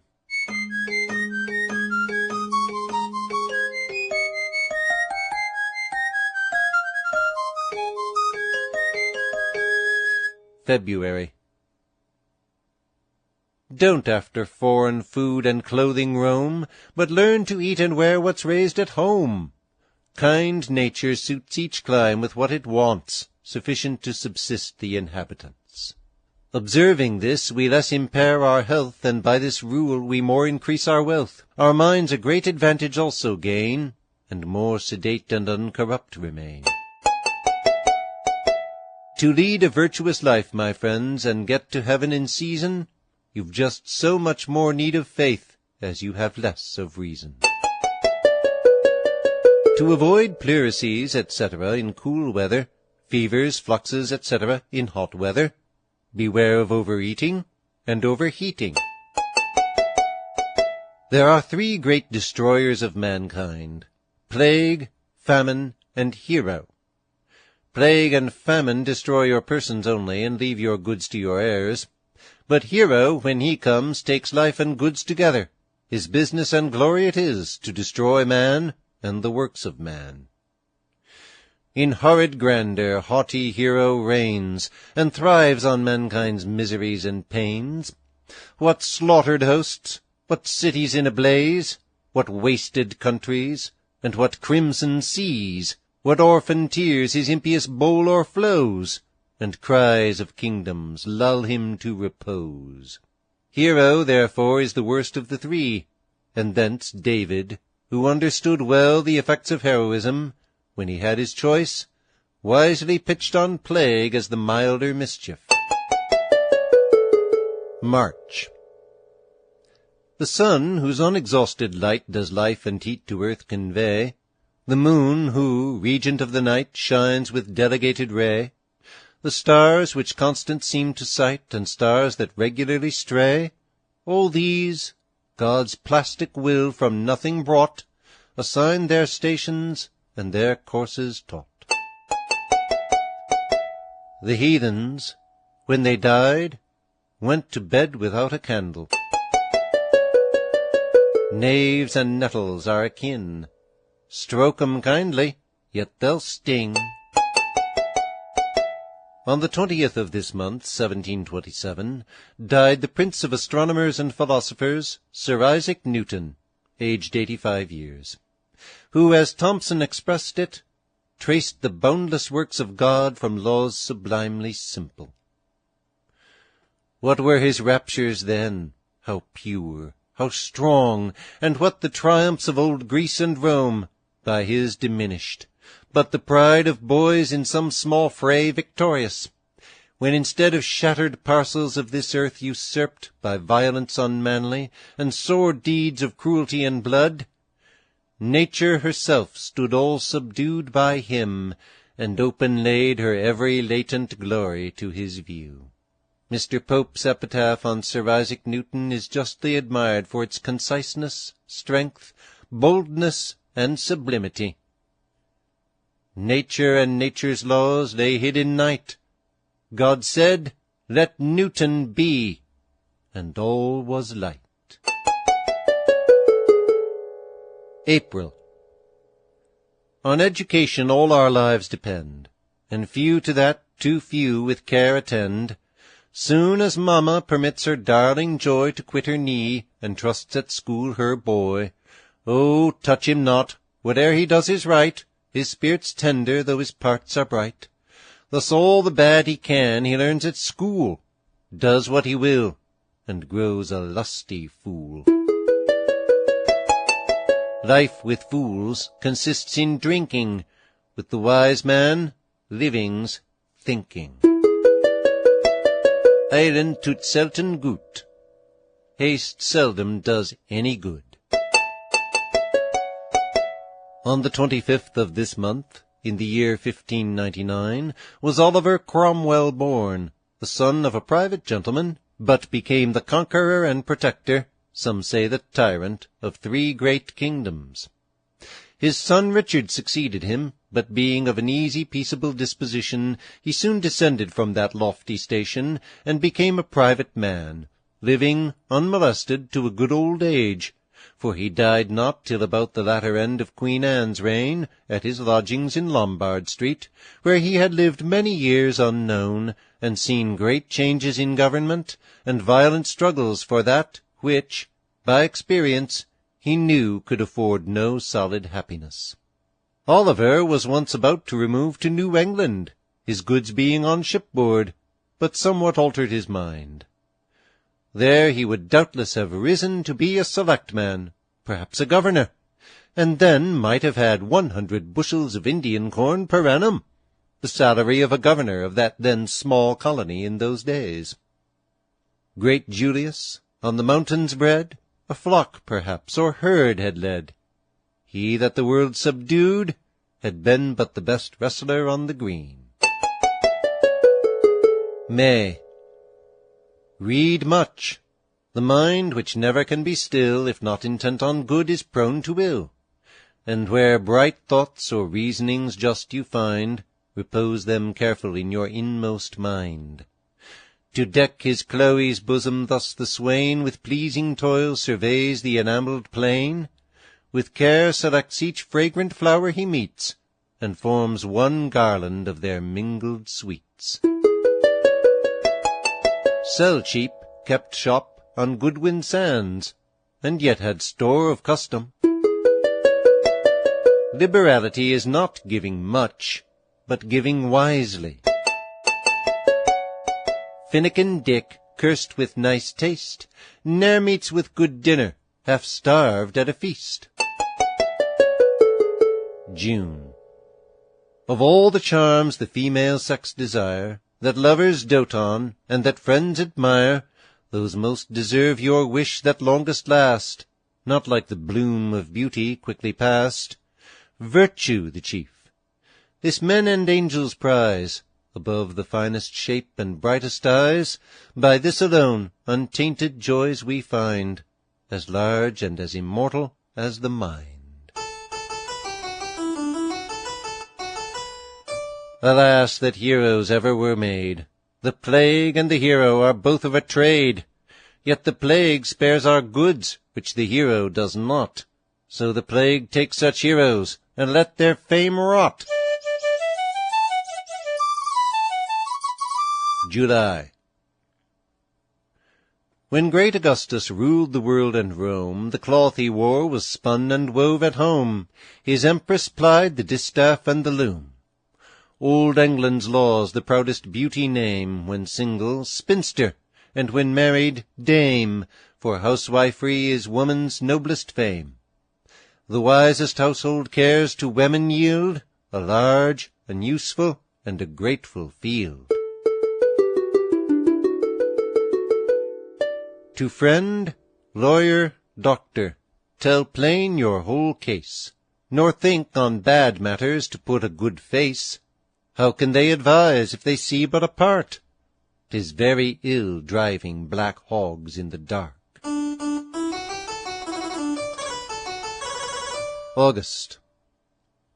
To make the cleanly kitchen send up food, not costly vain, but plentifully good. To bid the cellar's fountain never fail of sparkling cider, or of well-brewed ale. to buy, to pay, to blame or to approve, within, without, below stairs or above, to shine in every corner like the sun, still working everywhere, or looking on. Suspicion may be no fault, but showing it may be a great one.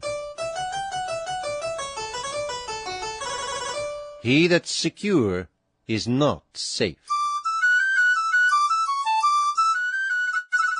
The second vice is lying, the first is running in debt. The muses love the morning. Mosquitoes, or mosquitoes, a little venomous fly, so light that perhaps 50 of them, before they've filled their bellies, scarce weigh a grain, yet each has all the parts necessary to life, motion, digestion, generation, etc., as veins, arteries, muscles, etc., each has in his little body room for the 5 senses of seeing, hearing, feeling, smelling, tasting. How inconceivably small must their organs be! How inexpressibly fine the workmanship! And yet there are little animals discovered by the microscope to whom a mosquito is an elephant. In scarce summer any citizen may provide mosquitoes sufficient for his own family by leaving tubs of rain-water uncovered in his yard, for in such water they lay their eggs, which when hatched first become little fish, afterwards put forth legs and wings, leave the water, and fly into your windows. Probatum est. September. One glorious scene of action still behind, the fair that likes it is secure to find, cordials and medicines gratis to dispense, a beauteous instrument of Providence, plasters and salves and sores to understand, the surgeon's art befits a tender hand, to friendless pain unhoped for ease to give, and bid the hungry eat, and sickly live. 2 faults of one a fool will make. He half repairs that owns, and does forsake. Harry Smatter has a mouth for every matter. When you're good to others, you are best to yourself. The great art of succeeding in conversation, saith Monsieur Saint-Evremond, is to admire little, to hear much, always to distrust your own reason, and sometimes that of our friends, never to pretend to wit, but to make that of others appear as much as possibly we can, to hearken to what is said, and answer to the purpose. Ut iam nunc dicat, iam nunc debentia did. Observe, the precept is to hear much, not to speak much. Herbert, the poet, says, a civil guest will no more talk all than eat all the feast. And, when you do speak, says another, speak to the purpose, or else to what purpose do you speak? Observe the present disposition of the company. Let what you say the converse suit, not say things merely 'cause they're good. For if you thus intrude your sense, it then becomes impertinence. Your salt is good, we may agree, but pray don't salt our punch and tea. October. And thus, if we may credit fame's report, the best and fairest in the Gallic court an hour sometimes in hospitals employ, to give the dying wretch a glimpse of joy. To attend the crowds that hopeless pangs endure, and soothe the anguish which they cannot cure, to clothe the bare, and give the empty food, as bright as guardian angels, and as good.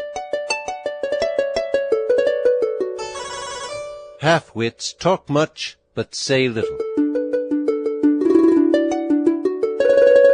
If Jack's in love, he's no judge of Jill's beauty.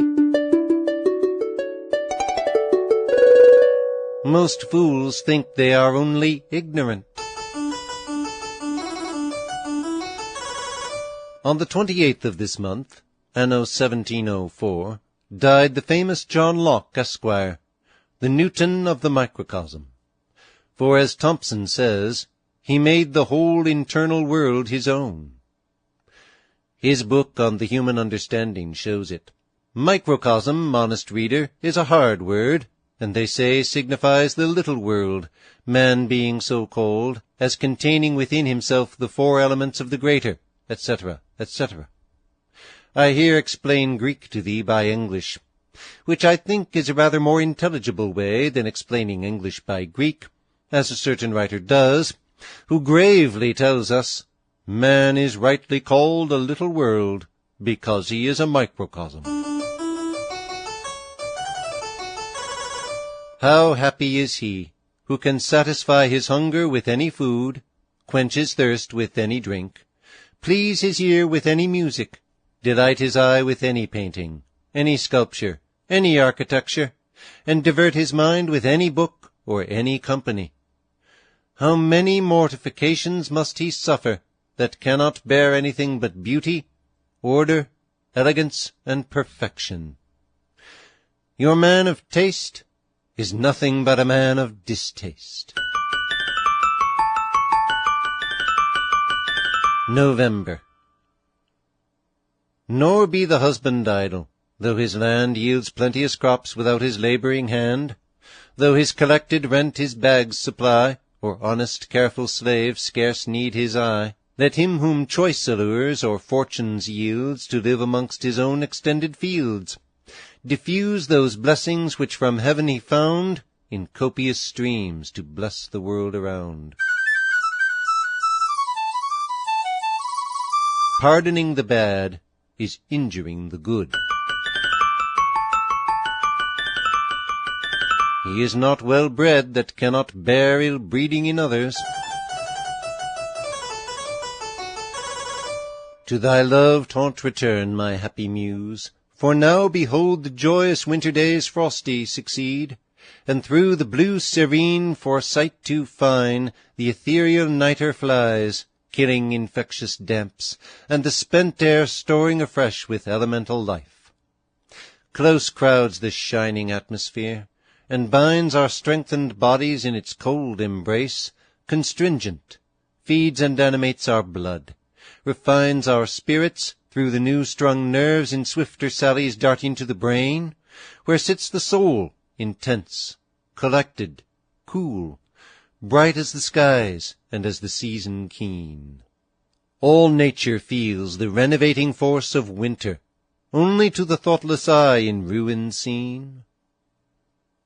Muse, shoes, days, stays, serene between, art, fair, life, wife, air, fair, life, wife, strife, etc., etc.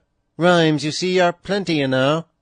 He that does not like blank verse may add them at his leisure, as the poets do at Manhattan.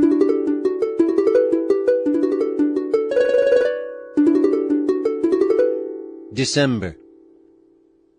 Open to all his hospitable door, his tenant's patron, parent to the poor, in friendships dear, discording neighbours bind, aid the distressed, and humanize mankind, wipe off the sorrowing tear from virtue's eyes, bid honesty oppressed again arise, protect the widow, give the aged rest, and blessing live, and die forever blessed.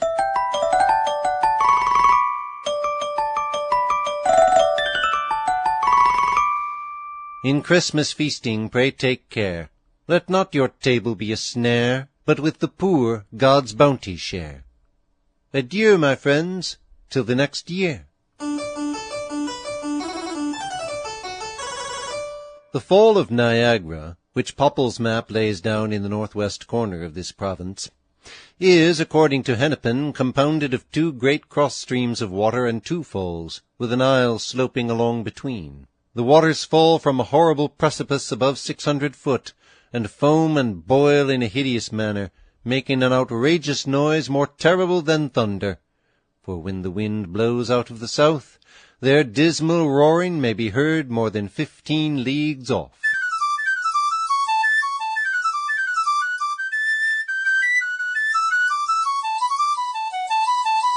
Conrad, the third emperor of Germany, besieged Guelph, Duke of Bavaria, in the city of Wurzburg. The women, perceiving the town could not hold out, petitioned the emperor that they might depart only with so much as they could carry on their backs, which the emperor condescended to, expecting that they would have laden themselves with silver and gold. But they all came forth with every one her husband on her back, whereat the emperor was so moved that he wept, received the duke into his favour, gave all the men their lives, and extolled the women with deserved praises. Quere, is this story more to the honour of the wives, or of the husbands? My Dame Bridget says the first. I think the latter. But we submit our dispute to the decision of the candid reader. A wit's a feather, and a chief a rod. An honest man's the noblest work of God.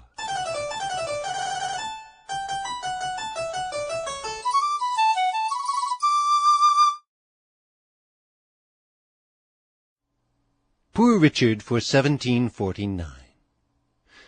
Kind reader, by way of preface, for custom says there must be a preface to every almanac, I present thee with an essay wrote by a celebrated naturalist of our country, which, if duly attended to, may be of more service to the public than 375 prefaces of my own writing.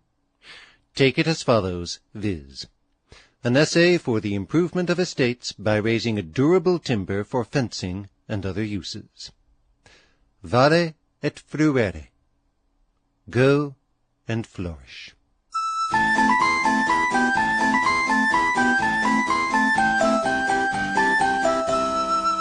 January. Advice to youth. First let the fear of him who formed thy frame, whose hand sustained thee ere thou hadst a name, who brought thee into birth, with power of thought receptive of immortal good, be wrought deep in thy soul. His, not thy own, thou art. To him resign the empire of thy heart. His will, thy law. His service, thy employ. His frown, thy dread. His smile be all thy joy. Wealth and content be not always bedfellows. Wise men learn by others' harms, fools by their own. When we read in ancient history of the speeches made by generals to very numerous armies, we sometimes wonder how they could be well heard. But supposing the men got together so close that each took up no more ground than 2 foot in breadth and 1 in depth, 45,000 might stand in a space that was but 100 yards square, and 21,780 on a single acre of ground. There are many voices that may be heard at 100 yards distance. February. Waked by the call of morn on early knee, ere the world thrust between thy God and thee, let thy pure orisons ascending gain his ear, and succour of his grace obtain. In wants, in toils, in perils of the day, and strong temptations that beset thy way, thy best resolves then in his strength renew to walk in virtue's paths, and vice eschew. The end of passion is the beginning of repentance. Words may show a man's wit, but actions his meaning. On the 18th of this month, anno 1546, died that famous reformer, Luther, who struck the great blow to papal tyranny in Europe. He was remarkably temperate in meat and drink, sometimes fasting 4 days together, and at other times for many days eating only a little bread and a herring. Cicero says, there was never any great man who was not an industrious man, to which may perhaps be added, there was never any industrious man who was not a temperate man. For intemperance in diet abates the vigor and dulls the action both of mind and body. March. To him entrust thy slumbers, and prepare the fragrant incense of thy evening prayer. But first tread back the day, with search severe, and conscience chiding or applauding here. Review each step. Where, acting, did I err? Omitting where? Guilt either way infer. Labour this point, and while thy frailties last, still let each following day correct the last. 'Tis a well-spent penny that saves a groat. Many foxes grow grey, but few grow good. Presumption first blinds a man, then sets him a-running. The nose of a lady here is not delighted with perfumes that she understands are in Arabia. Fine music in China gives no pleasure to the nicest ear in Pennsylvania, nor does the most exquisite dish served up in Japan regale a luxurious palate in any other country. But the benevolent mind of a virtuous man is pleased when it is informed of good and generous actions in whatever part of the world soever they are done. April.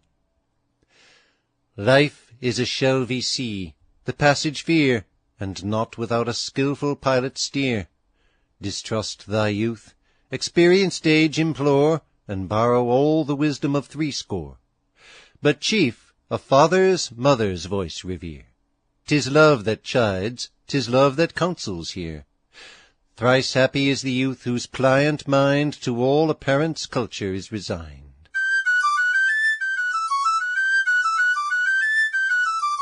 A cold April the barn will fill.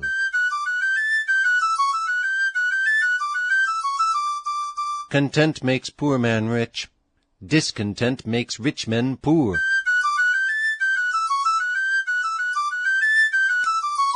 Too much plenty makes mouth dainty.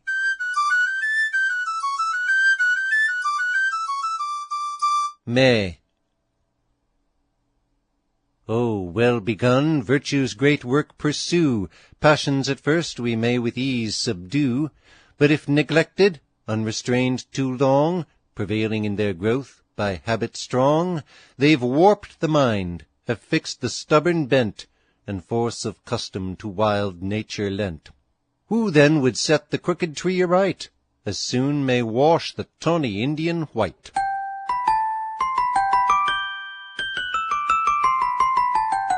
If passion drives, let reason hold the reins.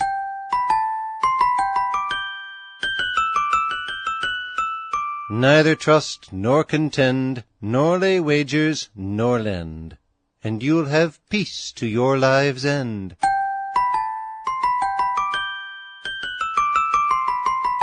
Drink does not drown care, but waters it, and makes it grow faster.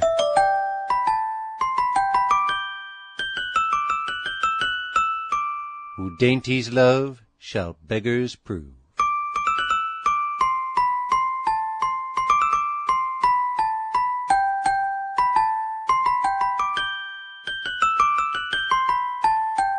June.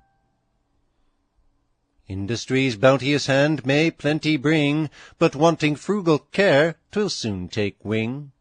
Small thy supplies, and scanty in their source, 'twixt avarice and profusion steer thy course. Avarice is deaf to want's heart-bursting groan. Profusion makes the beggar's rags thy own. Close fraud and wrong from griping avarice grow, from rash profusion desperate acts and woe. A man has no more goods than he gets good by. Welcome, mischief, if thou comest alone. Different sects, like different clocks, may all be near the matter, though they don't quite agree.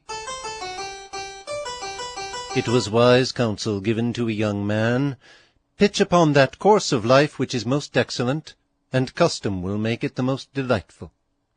But many pitch on no course of life at all, nor form any scheme of living, by which to attain any valuable end, but wander perpetually from one thing to another. Hast thou not yet proposed some certain end to which thy life, thy every act may tend? Hast thou no mark at which to bend thy bow? Or like a boy pursuest the carrion crow with pellets and with stones from tree to tree, a fruitless toil, and liv'st extempore. Watch the disease in time. For when within the dropsy rages, and extends the skin, in vain for hellebore the patient cries, and sees the doctor, but too late is wise. Too late for cure, he proffers half his wealth. 10,000 doctors cannot give him health. Learn, wretches, learn the motions of the mind, why you were made, for what you were designed, and the great moral end of humankind. Study thyself, what rank or what degree the wise Creator has ordained for thee, and all the offices of that estate perform, and with thy prudence guide thy fate. July. Honor the softer sex. With courteous style and gentleness of manners win their smile, nor shun their virtuous converse, but when age and circumstance consent, thy faith engage to some discreet, well-natured, cheerful fare, one not too stately for the household care, one formed in person and in mind to please, to season life, and all its labours ease. If your head is wax, don't walk in the sun. Pretty and witty will wound if they hit ye. Having been poor is no shame, but being ashamed of it is. 'Tis raging noon, and vertical the sun darts on the head direct his forceful rays. All-conquering heat, O intermit thy wrath, and on my throbbing tables potent thus beam not so fierce. Incessant still you flow, and still another fervent flood succeeds, poured on the head profuse. In vain I sigh, and restless turn, and look around for night. Night is far off, and hotter hours approach. Thrice happy he that on the sunless side of a romantic mountain, forest-crowned, beneath the whole collected shade reclines, or in the gelid caverns, woodbine-wrought and fresh bedewed with ever-spouting streams, sits coolly calm, while all the world without unsatisfied and sick tosses in noon. Emblem instructive of the virtuous man, who keeps his tempered mind serene and pure, and every passion aptly harmonized, amid a jarring world with vice enflamed. August. Gaming, the vice of knaves and fools, detest, minor of time, of substance, and of rest, which in the winning or the losing part, undoing or undone, will wring the heart. Undone, self-cursed, thy madness thou wilt rue. Undoing, curse of others will pursue thy hated head. A parent's, household's tear, a neighbour's groan, and heaven's displeasure fear. 'Tis a laudable ambition that aims at being better than his neighbours. The wise man draws more advantage from his enemies than the fool from his friends. Pride is said to be the last vice the good man gets clear of.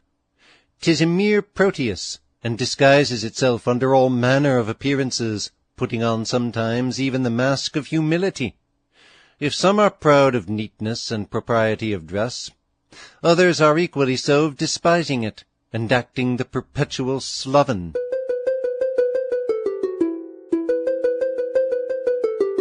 Morose is sunk with shame, whene'er surprised in linen clean or peruke undisguised.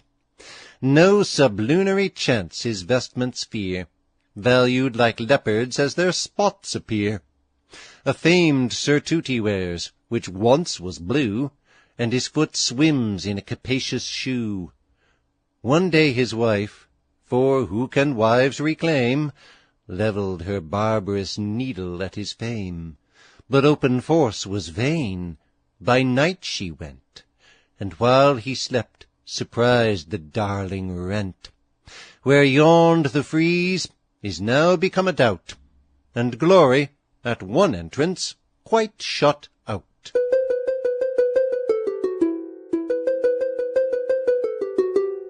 September. Wouldst thou extract the purest sweet of life, be nor ally nor principal in strife.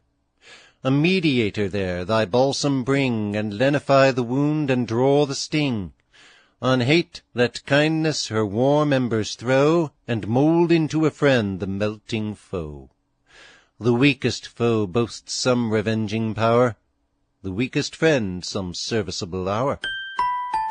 All would live long, but none would be old. Declaiming against pride is not always a sign of humility. Neglect kills injuries. Revenge increases them. October. In converse be reserved, yet not morose. In season grave, in season too jocose. Shun party wranglings, mix not in debate with bigots in religion or the state. No arms to scandal or detraction lend. Abhor to wound, be fervent to defend, aspiring still to know a babbler's scorn. But watch where wisdom opes her golden horn. 9 men in 10 are suicides. Doing an injury puts you below your enemy. Revenging one makes you but even with him. Forgiving it sets you above him. That famous specific for the cure of intermitting fevers, agues, etc., called the Jesuits' bark, after it had been introduced into Europe with great applause, fell into a general disrepute from some accidents attending the injudicious use of it, and was a long time neglected.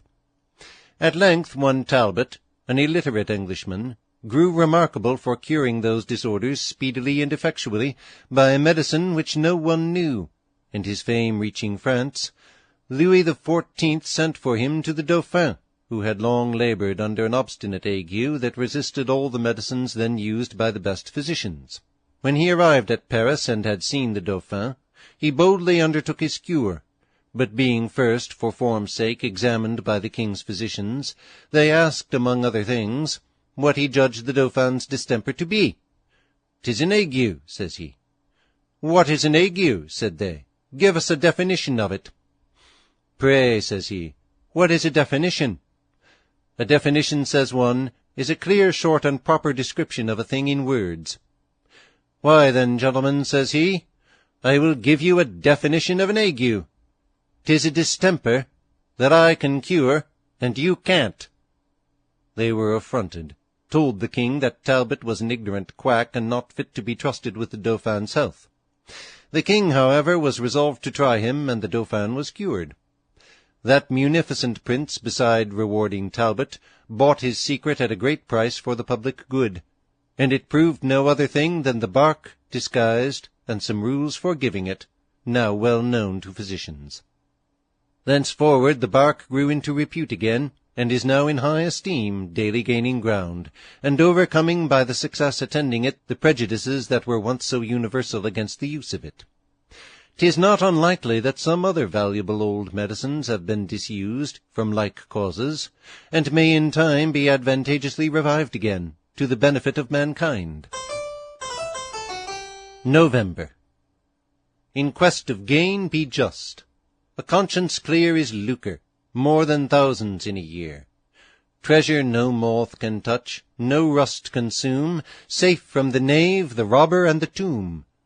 Unrighteous gain is the cursed seed of woe, predestined to be reaped by them who sow. A dreadful harvest, when the avenging day shall like a tempest sweep the unjust away.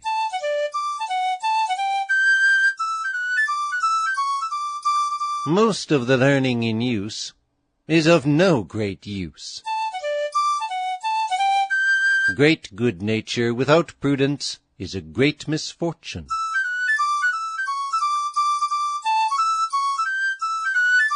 Keep conscience clear, then never fear. December. But not from wrong alone thy hand restrain, the appetite of gold demands the rein. What nature asks, what decency requires, be this the bound that limits thy desires. This, and the generous godlike power to feed the hungry and to warm the loins of need, to dry misfortune's tear, and scatter wide thy blessings like the Nile's o'erflowing tide. A man in a passion rides a mad horse. Reader, farewell, all happiness attend thee, may each new year better and richer find thee. On the 25th of this month, anno 1642, was born the great Isaac Newton, prince of the modern astronomers and philosophers.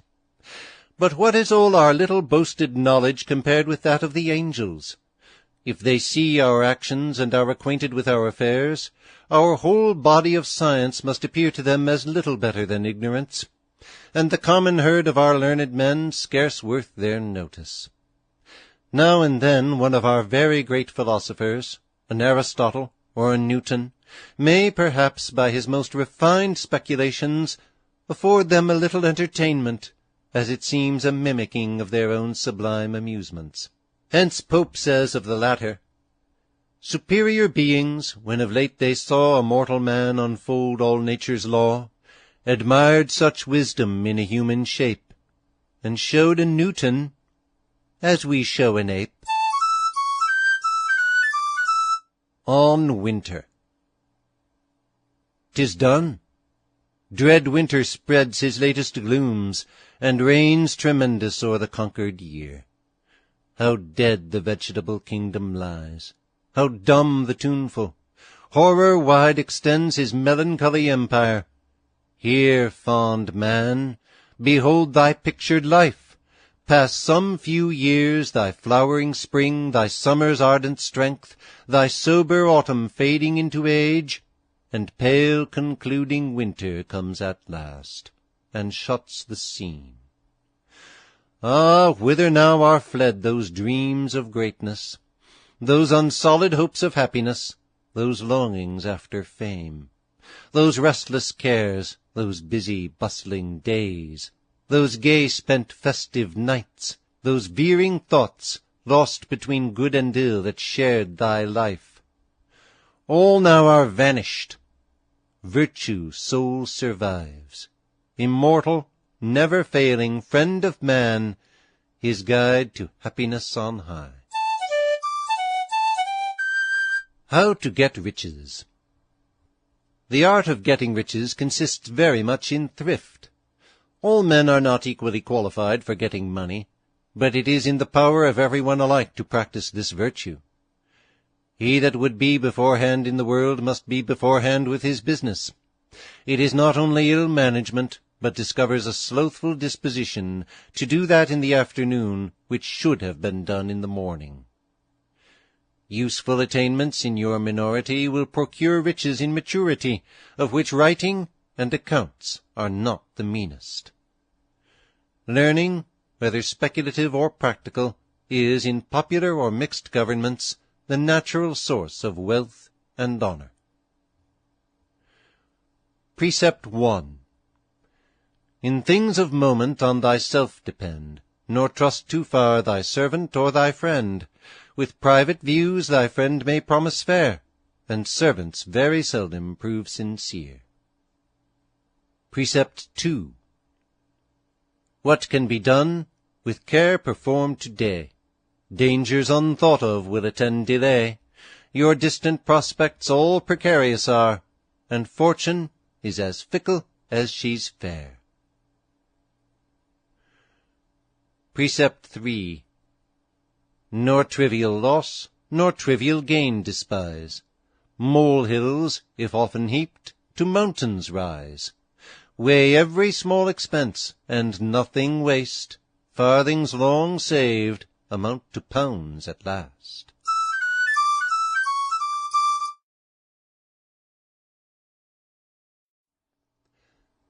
Poor Richard for 1750. Preface. To the Reader. The hope of acquiring lasting fame is, with many authors, a most powerful motive to writing. Some, though few, have succeeded, and others, though perhaps fewer, may succeed hereafter, and be as well known to posterity by their works as the ancients are to us. We Philomaths, as ambitious of fame as any other writers whatever, after all our painful watchings and laborious calculations, have the constant mortification to see our works thrown by at the end of the year, and treated as mere waste paper. Our only calculation is, that short-lived as they are, they outlive those of most of our contemporaries. Yet, condemned to renew the Sisyphean toil, we every year heave another heavy mass up the Muses' hill, which never can the summit reach, and soon comes tumbling down again. This, kind reader, is my 17th labour of the kind. Through thy continued goodwill they have procured me, if no bays, at least pence, and the latter is perhaps the better of the two, since 'tis not improbable that a man may receive more solid satisfaction from pudding when he is living than from praise after he is dead. In my last a few faults escaped, some being to the author, but most to the printer. Let each take his share of the blame, confess, and amend for the future.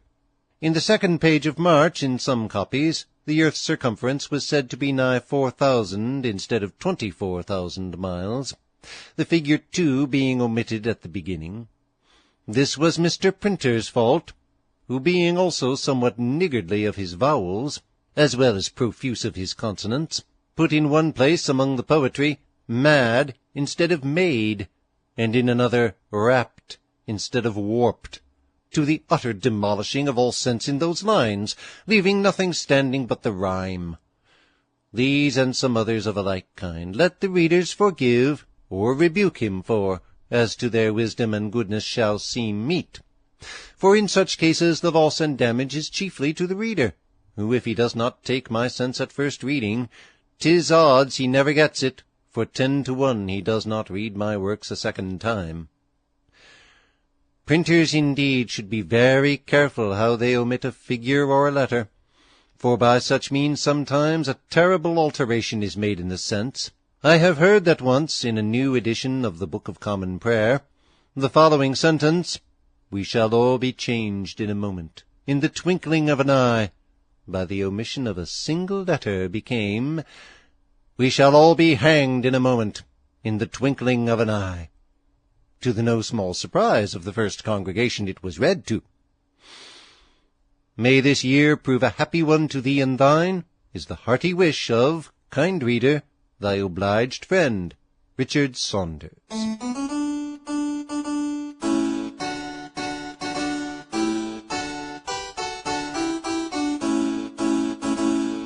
January.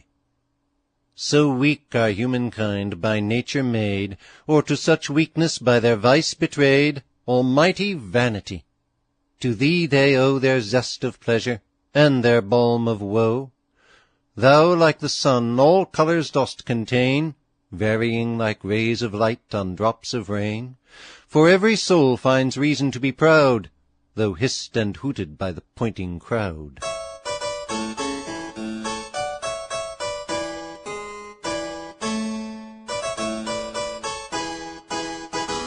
There are 3 things extremely hard: steel, a diamond, and to know oneself.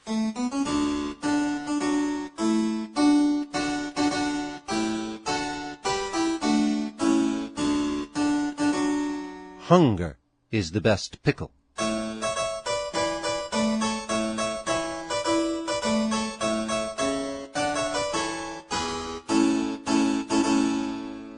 He is a governor that governs his passions, and he is servant that serves them.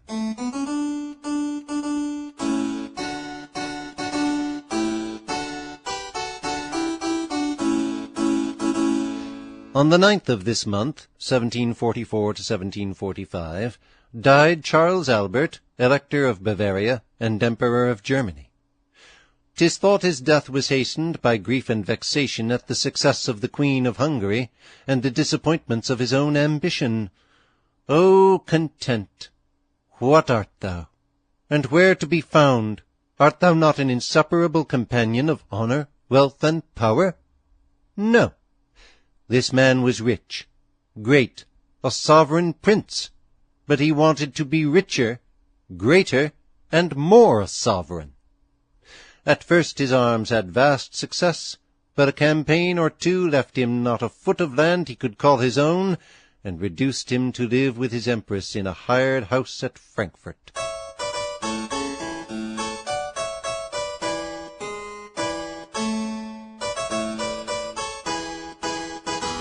The bold Bavarian, in a luckless hour, tries the dread summits of Caesarian power, with unexpected legions bursts away, and sees defenceless realms receive his sway. Short sway! Fair Austria spreads her mournful charms.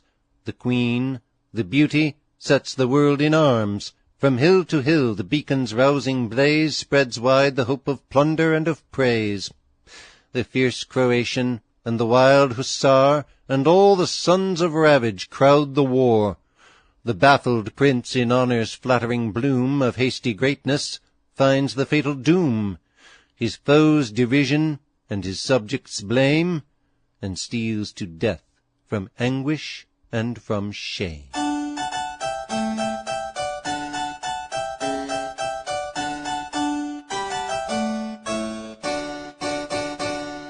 February.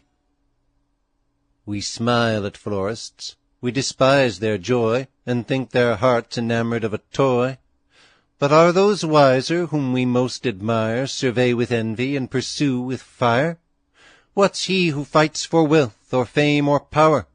Another Florio, doting on a flower, a short-lived flower, and which has often sprung from sordid arts, as Florios out of dung.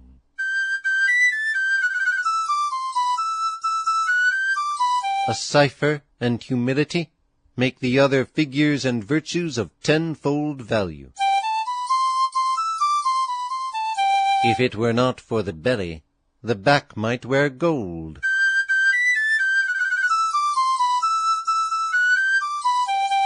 Though safe thou think'st thy treasure lies, hidden in chests from human eyes, thieves, fire may come, and it may be conveyed, my friend, as far from thee. Thy vessel that yon ocean sails, though favoured now with prosperous gales, her cargo, which has thousands cost, all in a tempest may be lost. Cheats, whores, and quacks, a thankless crew, priests, pickpockets, and lawyers too, all help by several ways to drain, thanking themselves for what they gain. The liberal are secure alone, for what they frankly give, for ever is their own. March. What's the bent brow, or neck in thought reclined? The body's wisdom to conceal the mind. A man of sense can artifice disdain, as men of wealth may venture to go plain, and be this truth eternal ne'er forgot, solemnity's a cover for a sot. I find the fool when I behold the screen, for 'tis the wise man's interest to be seen. Wouldst thou confound thine enemy, be good thyself. Pride is as loud a beggar as want, and a great deal more saucy. Pay what you owe, and what you're worth you'll know. The reason, says Swift, why so few marriages are happy, is because young ladies spend their time in making nets, not in making cages. Why, Celia, is your spreading waist so loose, so negligently laced? How ill that dress that adorns your head, disdained and rumpled from the bed! Those clouds that shade your blooming face a little water might displace, as nature every morn bestows the crystal dew to cleanse the rose. Those tresses, as the raven black, that waved in ringlets down your back, uncombed and injured by neglect, destroy the face that once they decked. Whence this forgetfulness of dress? Pray, madam, are you married? Yes.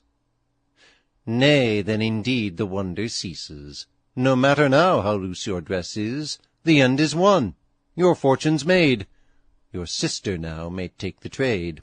Alas, what pity 'tis to find this fault in half the female kind. From hence proceed aversion, strife, and all that sours the wedded life. Beauty can only point the dart, 'tis neatness guides it to the heart. Let neatness then and beauty strive to keep a wavering flame alive. April. Whene'er by seeming chance fop throws his eye on mirrors flushing with his finery, with how sublime a transport leaps his heart! Pity such friends sincere should ever part. So have I seen on some bright summer's day a spotted calf, sleek, frolicsome, and gay, gaze from the bank and much delighted seem, fond of the pretty fellow in the stream. Sorrow is good for nothing but sin. Many a man thinks he is buying pleasure, when he is really selling himself a slave to it.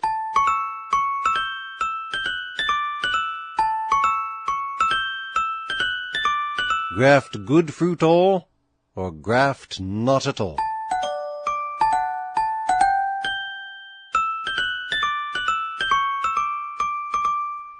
May. Content that all your virtues lie unknown, if there's no tongue to praise them but your own. Of boasting more than of a balm afraid, merit should be modest as a maid. Fame is a bubble the reserved enjoy, who strive to grasp it, as they touch, destroy. 'Tis the world's debt to deeds of high degree, but if you pay yourself, the world is free. 'Tis hard, but glorious, to be poor and honest. An empty sack can hardly stand upright, but if it does, 'tis a stout one. He that can bear a reproof, and mend by it, if he is not wise, is in a fair way of being so. Beatus esse sine virtute nemo potest. No one can be happy without virtue. On the 22nd of this month, 1453, was the famous city of Constantinople, the capital of the Greek Empire, taken from the Christians by the Turks, who have ever since held it in possession.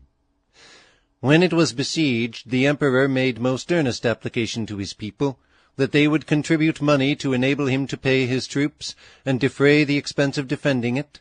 But they, through covetousness, refused, pretending poverty, etc. Yet the Turks, in pillaging it, found so much wealth among them that even their common soldiers were enriched. And it became a saying which continues to this day, when they observe a man grown suddenly rich, he has been at the sack of Constantinople. O avarice, how blind are thy votaries! How often by grasping at too much do they lose all and themselves with it. The thirst of more increases with the heap, and to the restless desire of getting is added the cruel fear of losing, a torment from which the poor are free. And death often scatters all we have with so much care and toil been gathering. High-built abundance, heap on heap for what? To breed new wants and beggar us the more, than make a richer scramble for the throng? Soon as this feeble pulse, which leaps so long, almost by miracle is tired with play, like rubbish from disploding engines thrown, our magazines of hoarded trifles fly. Fly adverse, fly to foreigners, to foes, new masters court, and call the former fool. How justly, for dependence on their stay, wide scatter first our playthings, then our dust.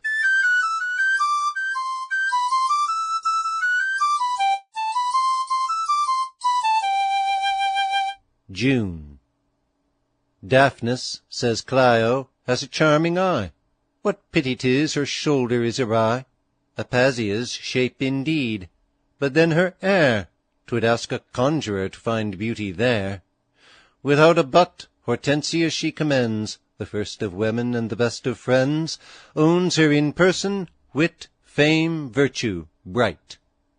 But how comes this to pass? She died last night. Sound, etc., sound doctrine, may pass through a ram's horn and a preacher, without straightening the one or amending the other. Clean your finger before you point at my spots. July. On time. See time launched forth, in solemn form proceed, and man on man advance, and deed on deed. No pause, no rest in all the world appears. Even livelong patriots waste their 1,000 years. Some periods void of science and of fame scarce e'er exist, or leave behind a name. Mere sluggish rounds to that succession climb, obscure and idle expletives of time.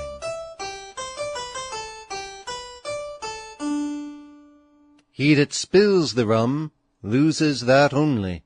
He that drinks it often loses both that and himself.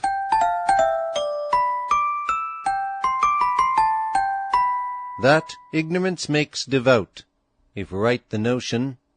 Troth, Rufus, thou'rt a man of great devotion. A plain, clean, and decent habit, proportioned to one's circumstances, is one mark of wisdom. Gay clothing so generally betokens a light and empty mind, that we are surprised if we chance to find good sense under that disguise. Vain are the studies of the fop and beau, who all their care expend on outward show. Of late abroad was young Florello seen, how blank his look, how discomposed his mien, so hard it proves in grief sincere to feign. Sunk were his spirits, for his coat was plain. Next day his breast regained its wonted peace. His health was mended with a silver lace.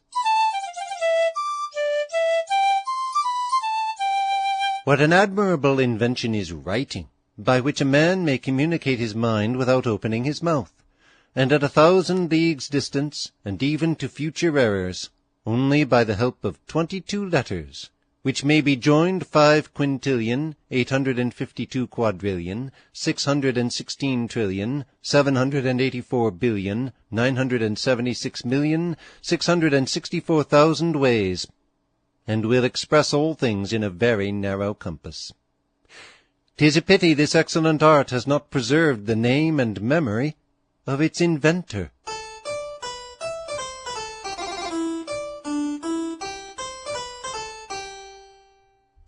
August. Others behold each nobler genius thrive, and in their generous labours long survive. By learning graced, extend a distant light, thus circling science has her day and night. Rise, rise, ye dear contemporaries, rise, on whom devolve these seasons and these skies. Assert the portion destined to your share, and make the honour of the times your care. Those that have much business must have much pardon. Discontented minds and fevers of the body are not to be cured by changing beds or businesses. Genius without education is like silver in the mine. Little strokes fell great oaks. I fancy, O my friend, that this in life bids fair for happiness.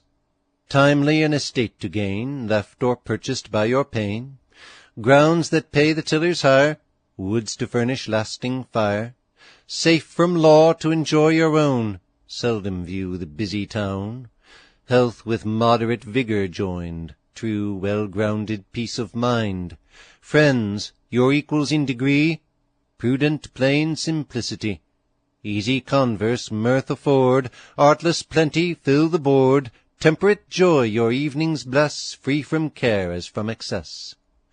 Short the night by sleep be made, chaste, not cheerless, be the bed. Choose to be but what you are, and dying neither wish nor fear. September. Still be your darling study nature's laws, and to its fountain trace up every cause. Explore, for such it is, this high abode, and tread the paths which Boyle and Newton trod. Lo, earth smiles wide, and radiant heaven looks down, all fair, all gay, and urgent to be known. Attend, and here are sown delights immense for every intellect and every sense. You may be too cunning for one, but not for all. Many would live by their wits, but break for want of stock. Poor plain dealing, dead without issue. Though modesty is a virtue, bashfulness is a vice. The 3rd of this month, 1658, died Oliver Cromwell, aged 60 years. A great storm happened the night he died, from which his enemies took occasion to say the devil fetched him away in a whirlwind. But his poet, Waller, in some verses on his death, gave that circumstance quite a different turn. He begins with these lofty lines: We must resign, heaven his great soul does claim, in storms as loud as his immortal fame. His dying groans, his last breath shakes our isle, and trees uncut fall for his funeral pile, etc. When the king came in, Waller made his peace by a congratulatory poem to his majesty. And one day 'tis said the king asked him jocularly, What is the reason, Mr. Waller, that your verses on Oliver are so much better than those you made on me? We poets, my liege, replied he, always succeed better in fiction than in truth.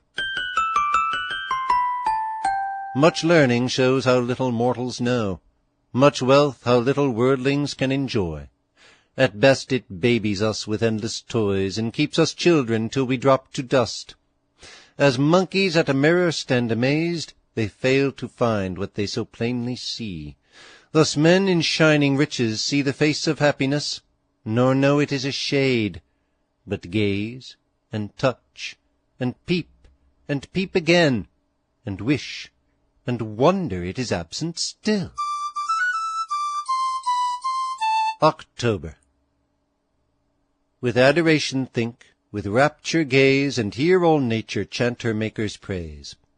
With reason stored, by love of knowledge fired, by dread awakened, and by love inspired, can we, the product of another's hand, nor whence, nor how, nor why we are, demand? And not at all, or not aright employed, behold a length of years, and all of void? You can bear your own faults, and why not a fault in your wife? Hide not your talents, they for use were made. What's a sundial in the shade? November. Happy, thrice happy he, whose conscious heart inquires his purpose and discerns his part, who runs with heed the involuntary race, nor lets his hours reproach him as they pass, weighs how they steal away, how sure, how fast, and as he weighs them apprehends the last. Or vacant, or engaged, our minutes fly. We may be negligent, but we must die.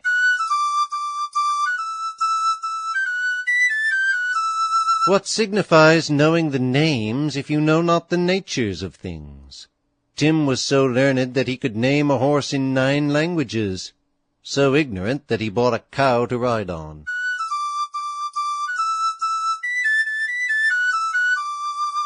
The golden age was never the present age.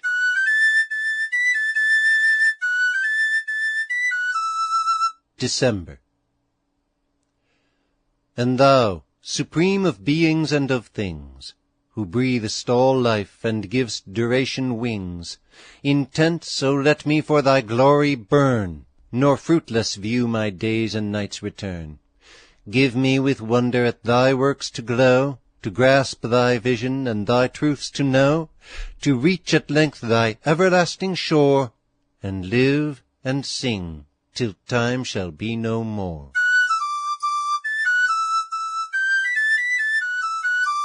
'Tis a shame that your family is an honor to you. You ought to be an honor to your family.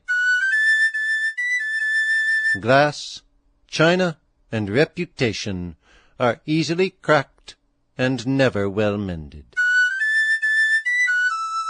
Adieu, my task's ended. Of courts.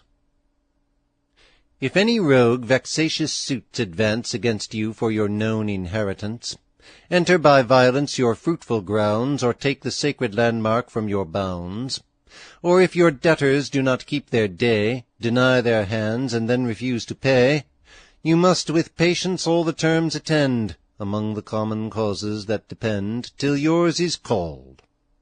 And that long-looked-for day is still encumbered with some new delay, your proofs and deeds all on the table spread, some of the bench perhaps are sick abed, that judge steps out to light his pipe, while this o'ernight was boozy, and goes out to piss. Some witness missed, some lawyer not in town, so many rubs appear, the time is gone for hearing, and the tedious suit goes on. Then rather let two neighbours end your cause, and split the difference, though you lose one half, than spend the whole entangled in the laws, while merry lawyers sly at both sides laugh.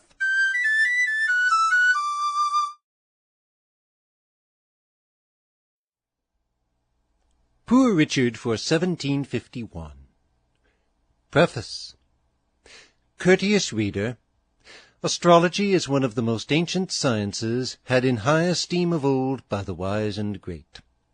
Formerly no prince could make war or peace, nor any general fight a battle. In short, no important affair was undertaken without first consulting an astrologer, who examined the aspects and configurations of the heavenly bodies, and marked the lucky hour.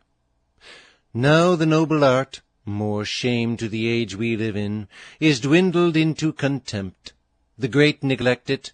Empires make leagues and parliaments laws without advising with us, and scarce any other use is made of our learned labours than to find the best time of cutting corns or gelding pigs. This mischief we owe in a great measure to ourselves. The ignorant herd of mankind, had they not been encouraged to it by some of us, would never have dared to depreciate our sacred dictates.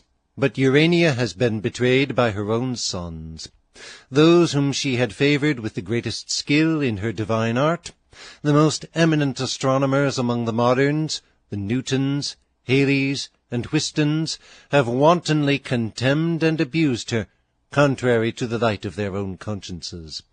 Of these, only the last named, Whiston, has lived to repent and speak his mind honestly.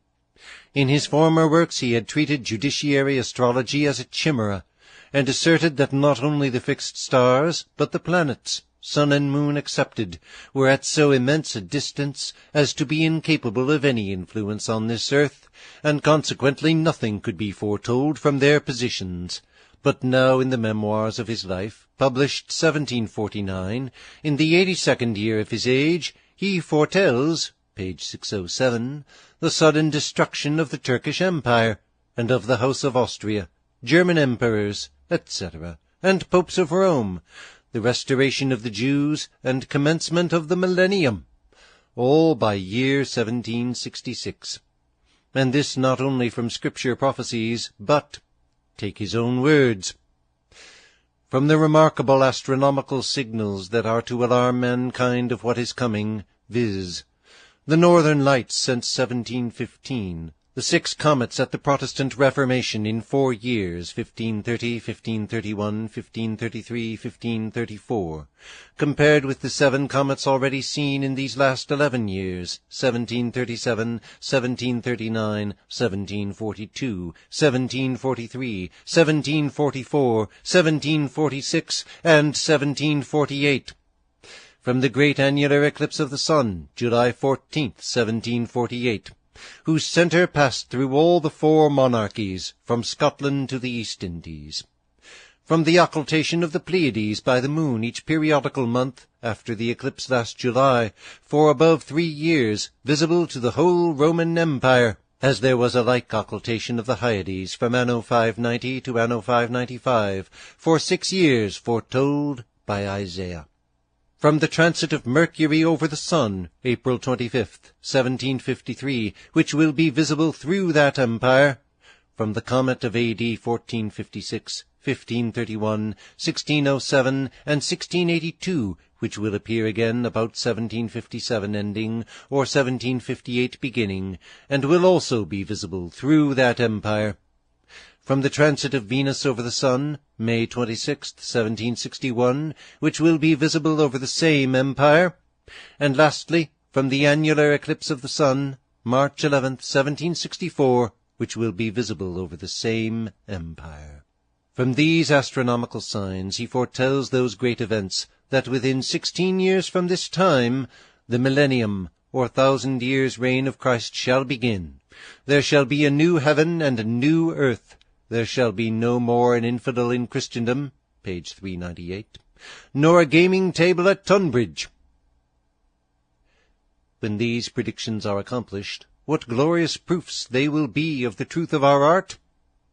And if they happen to fail, there is no doubt that so profound an astronomer as Mr. Whiston will be able to see other signs in the heavens, foreshowing that the conversion of infidels was to be postponed, and the millennium adjourned.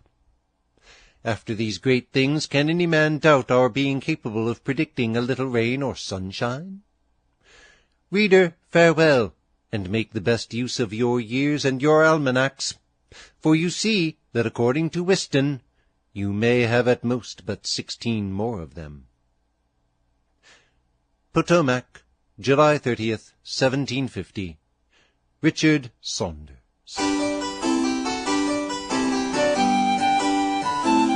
When the young trader, aided by your loan, thrives in his trade, a worthy merchant grown, when snatched from ruin's jaws by your kind hand, the farmer pays his debts and saves his land, when good like this is done, your money lent brings you, besides your interests and per cent, in pleasing satisfaction and content.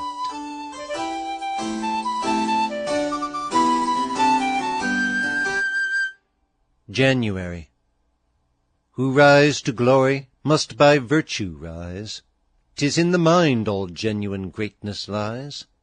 On that eternal base, on that alone, the world's esteem you build, and more, your own. For what avails birth, beauty, fortune's store, the plume of title and the pride of power, if deaf to virtue, deaf to honor's call, to tyrant vice a wretched slave you fall?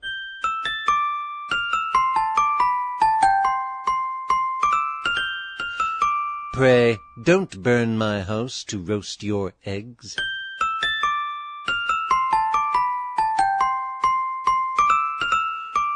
Some worth it argues a friend's worth to know, virtue to own the virtue of a foe.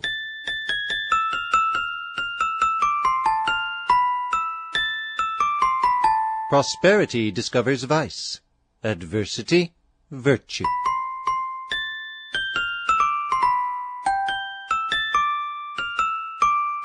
The Romans were 477 years without so much as a sundial to show the time of day. The first they had was brought from Sicily by Valerius Messala. 118 years afterwards, Scipio Nasica produced to them an invention for measuring the hours in cloudy weather. It was by the dropping of water out of one vessel into another, somewhat like our sand-glasses. Clocks and watches to show the hour are very modern inventions. The subdividing hours into minutes, and minutes into seconds, by those curious machines, is not older than the days of our fathers, but now brought to a surprising nicety. Since our time is reduced to a standard, and the bullion of the day minted out into hours, the industrious know how to employ every piece of time to a real advantage in their different professions. And he that is prodigal of his hours is, in effect, a squanderer of money. I remember a notable woman who was fully sensible of the intrinsic value of time. Her husband was a shoemaker and an excellent craftsman, but never minded how the minutes passed. In vain did she inculcate to him that time is money. He had too much wit to apprehend her, and it proved his ruin. When at the alehouse among his idle companions, if one remarked that the clock struck 11, "What is that," says he, "among us all?"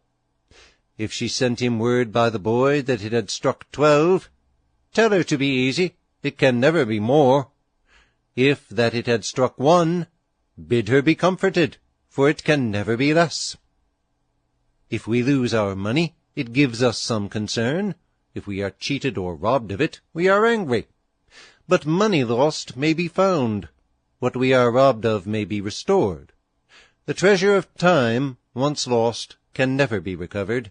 Yet we squander it as though 'twere nothing worth, or we had no use for it. The bell strikes 1, we take no note of time but from its loss. To give it then a tongue is wise in man.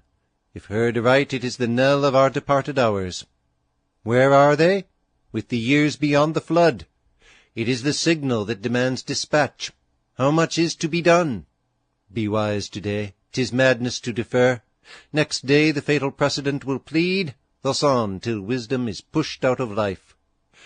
Procrastination is the thief of time. Year after year it steals, till all are fled, and to the mercies of a moment leaves the vast concerns of an eternal scene. If not so frequent, would this not be strange? That 'tis so frequent, this is stranger still. February. Affect not that vain levity of thought which sets religion, virtue, all at naught.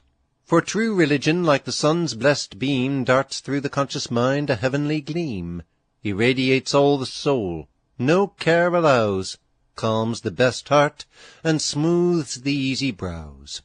Yet think it not enough what's right to know, but let your practice that right knowledge show. To Christians' bad rule Indians we prefer.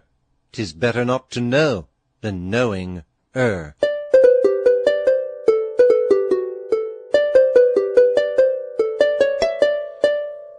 Many a man would have been worse if his estate had been better.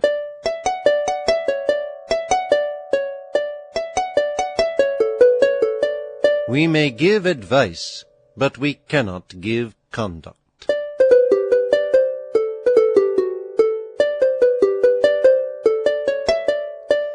March.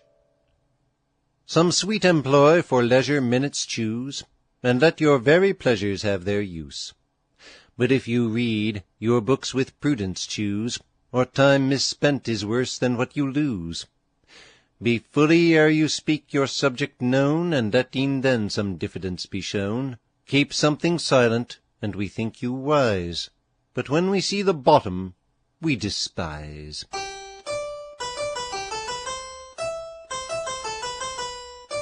He that is conscious of a stink in his breeches is jealous of every wrinkle in another's nose.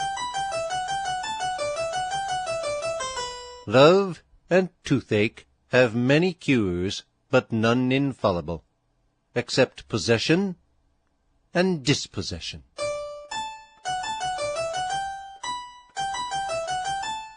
On the 15th of this month, Anno Romi 709, Julius Caesar was slain in the Senate House. He fought, he conquered, he triumphed. For what? For fame. And with what rare inventions do we strive ourselves then to survive? Some with vast costly tombs would purchase it, and by the proofs of death pretend to live. Here lies the great false marble, where? Nothing but small and sordid dust lies there. Some build enormous mountain palaces, the fools and architects to please. A lasting life in well-hewn stone they rear. Caesar a higher place does claim, in the seraphic entity of fame. He, since that toy his death, does fill all mouths, and breathes in all men's breath. The two immortal syllables remain. But, O ye learned men, explain, what essence, what existence this in 6 poor letters is? In these alone does the great Caesar live. 'Tis all the conquered world could give. We poets, madder yet than all, with a refined, fantastic vanity, think we not only have, but give eternity. Fain would I see that prodigal who his tomorrow would bestow for all old Homer's life, ere since he died till now.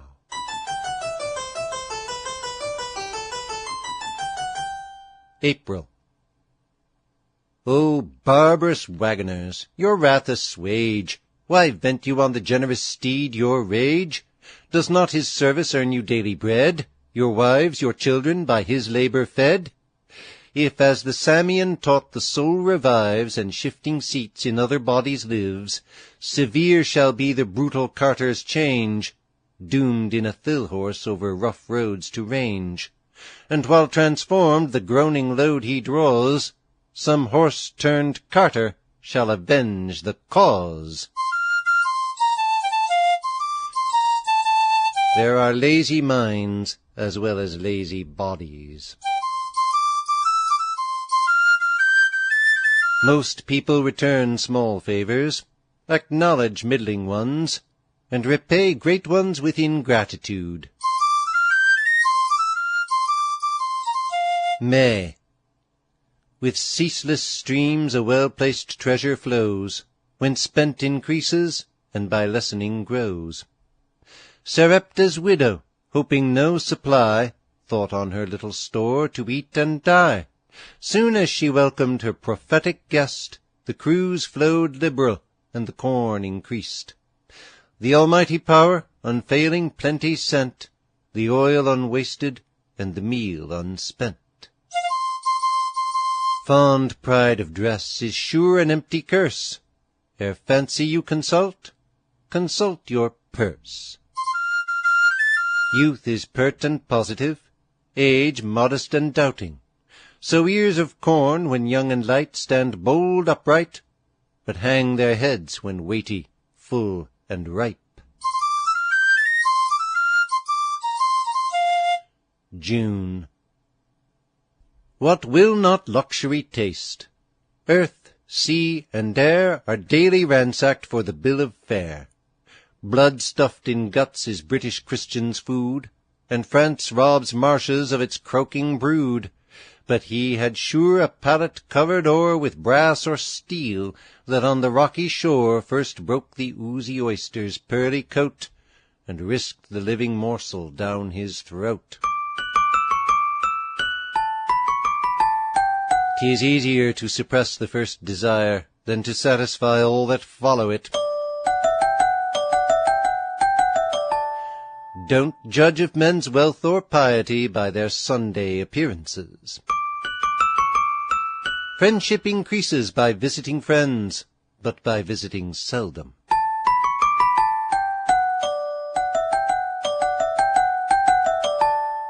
July. Vice luring in the way of virtue lies. God suffers this, but tempts not, though he tries. Go wrong, go right, 'tis your own action still. He leaves you to your choice of good or ill. Then choose the good, the ill submissively bear. The man of virtue is above despair, safe on this maxim with the writer rest, that all that happens, happens for the best.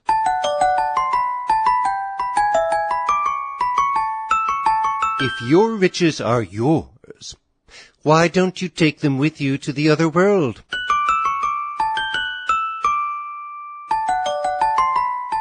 What is more valuable than gold? Diamonds. Than diamonds, virtue. Today is yesterday's pupil.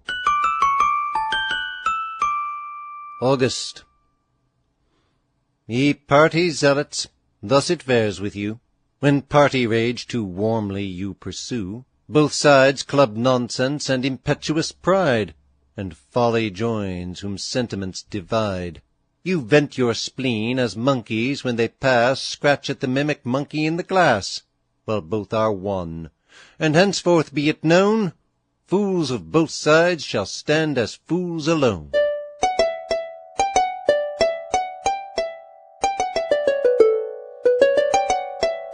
If worldly goods cannot save me from death, they ought not to hinder me of eternal life.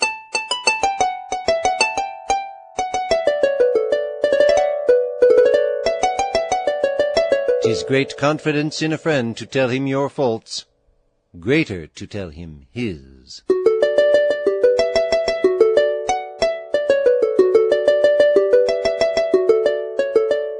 September. Ah, what is life? With ills encompassed round, amidst our hopes fate strikes the sudden wound. Today the statesman of new honour dreams, tomorrow death destroys his airy schemes. Is mouldy treasure in thy chest confined? Think, all that treasure thou must leave behind. Thy heir with smiles shall view thy blazoned hearse, and all thy hoards with lavish hand disperse.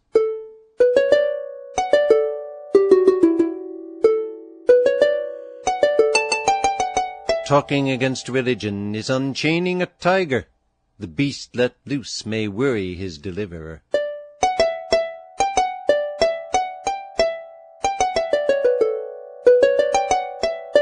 Ambition often spends foolishly what avarice had wickedly collected.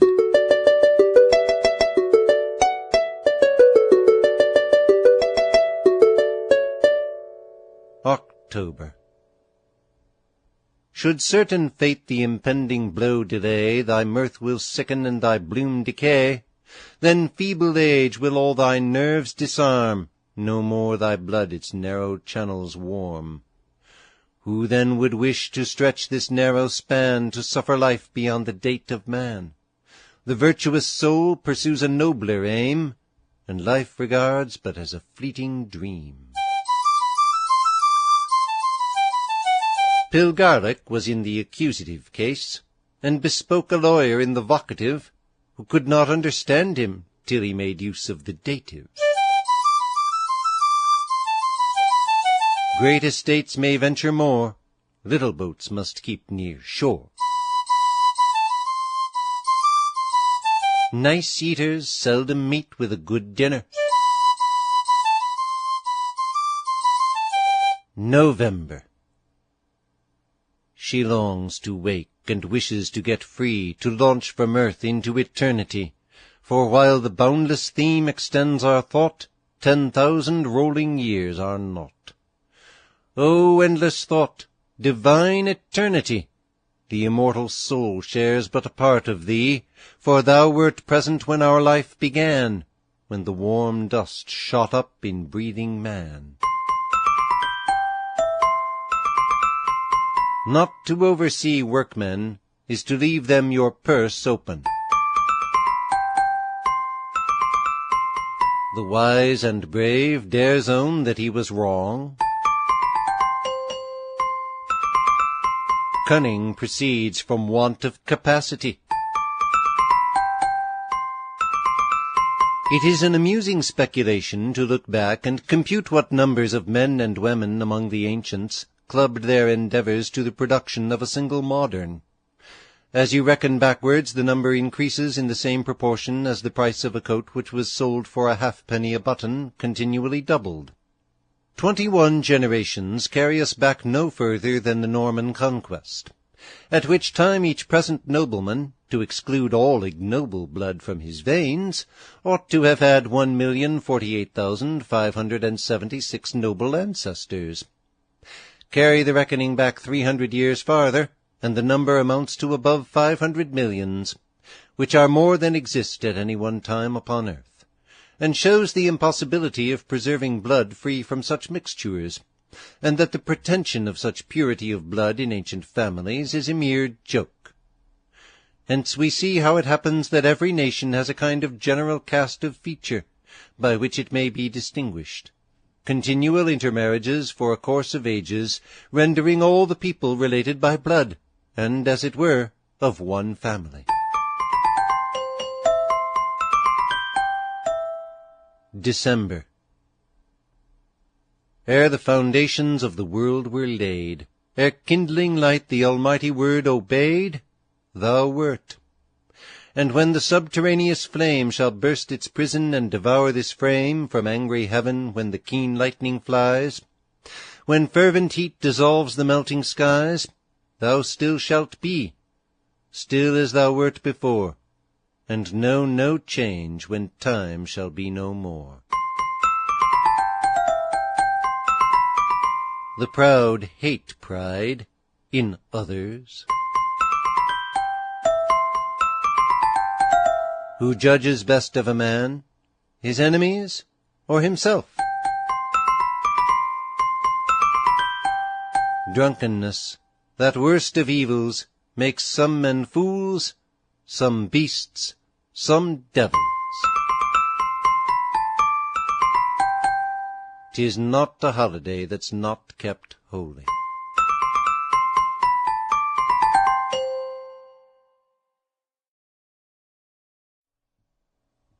Poor Richard for 1752. Preface. Kind reader, since the King and Parliament have thought it fit to alter our year by taking 11 days out of September 1752, and directing us to begin our account for the future on the 1st of January, some account of the changes the year hath heretofore undergone, and the reasons of them, may a little gratify thy curiosity.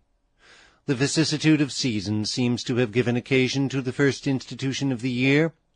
Man, naturally curious to know the cause of that diversity, soon found it was the nearness and distance of the sun, and upon this gave the name year to the space of time wherein that luminary, performing his whole course, returned to the same point of his orbit. And hence it was on account of the seasons, in a great measure, that the year was instituted. Their chief regard and attention was, that the same parts of the year should always correspond to the same seasons. That is, that the beginning of the year should always be when the sun was in the same point of his orbit, and that they should keep pace, come round, and end together.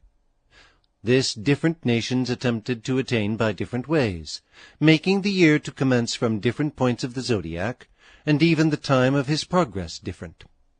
So that some of their 1752 years were much more perfect than others, but none of them quite just, none of them but whose parts shifted with regard to the parts of the sun's course. This Act of Parliament, as it contains many matters of importance, and extends expressly to all of the British colonies, I shall, for the satisfaction of the public, give at full length, wishing withal, according to ancient custom, that this new year, which is indeed a new year, such an one as we never saw before, and shall never see again, may be a happy year to all my kind readers. I am your faithful servant, Richard Saunders. January.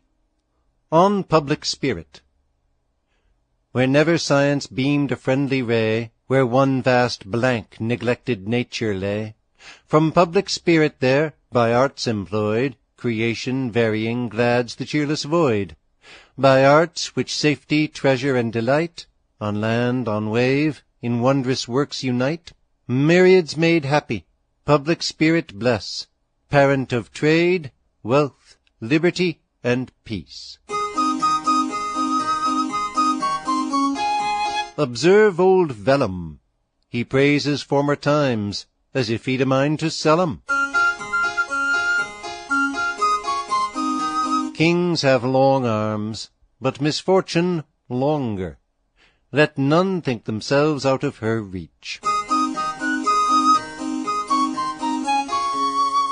February. Unlike where tyranny the rod maintains o'er turfless, leafless, and uncultured plains, here herbs of food and physic plenty showers, gives fruits to blush, and colours various flowers. Where sands or stony wilds once starved the year, laughs the green lawn, and nods the golden year. White shine the fleecy race, which fate shall doom, the feast of life, the treasure of the loom. For want of a nail the shoe is lost, for want of a shoe the horse is lost, for want of a horse the rider is lost.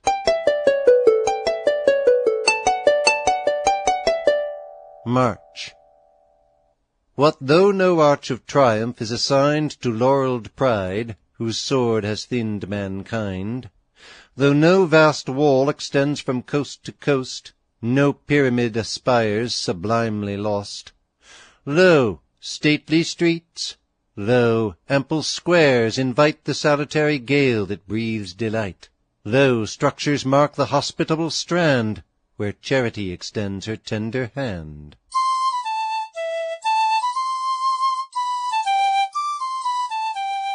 The busy man has few idle visitors. To the boiling pot the flies come not. Calamity and prosperity are the touchstones of integrity. April. Where the sick stranger joys to find a home, where casual ill, maimed labor freely come, those worn with age, infirmity, or care find rest, relief, and health returning fair. There, too, the walls of rising schools ascend, for public spirit still is learning's friend, where science, virtue, sown with liberal hand, in future patriots shall inspire the land.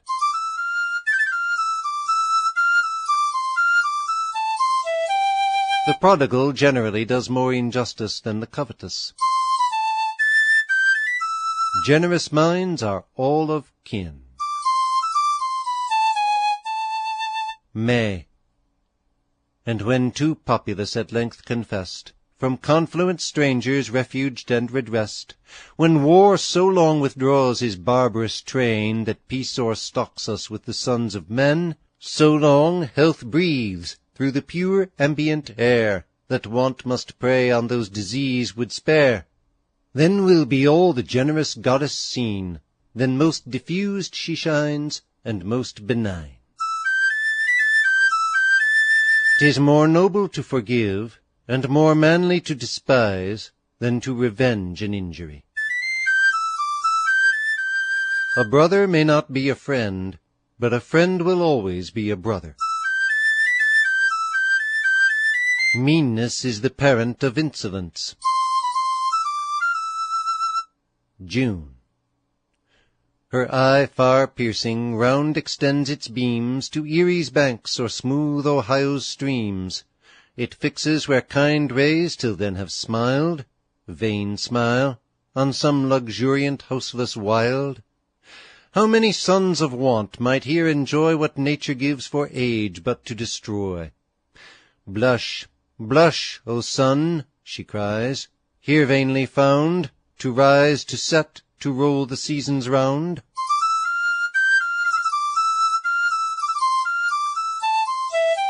Mankind are very odd creatures. One half censure what they practice, the other half practice what they censure. The rest always say and do as they ought.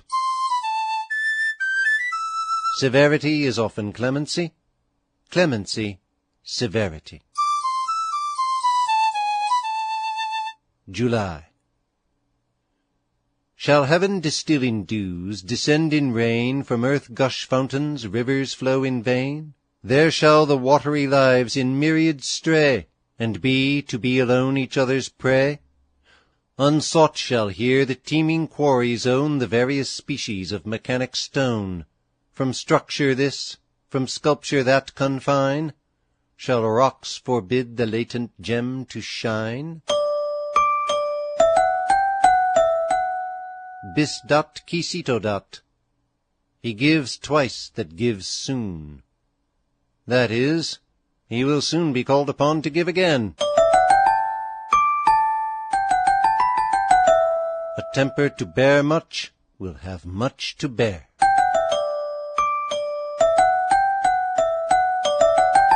Pride dines upon vanity, sups on contempt.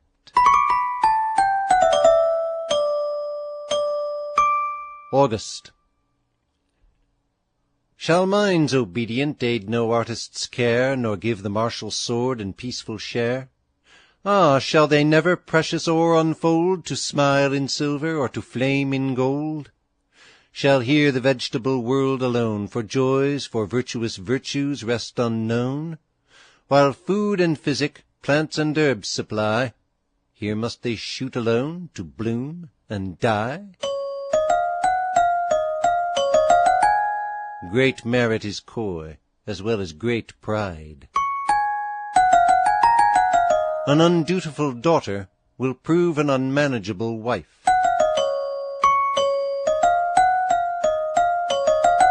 Old boys have their playthings as well as young ones. The difference is only in the price.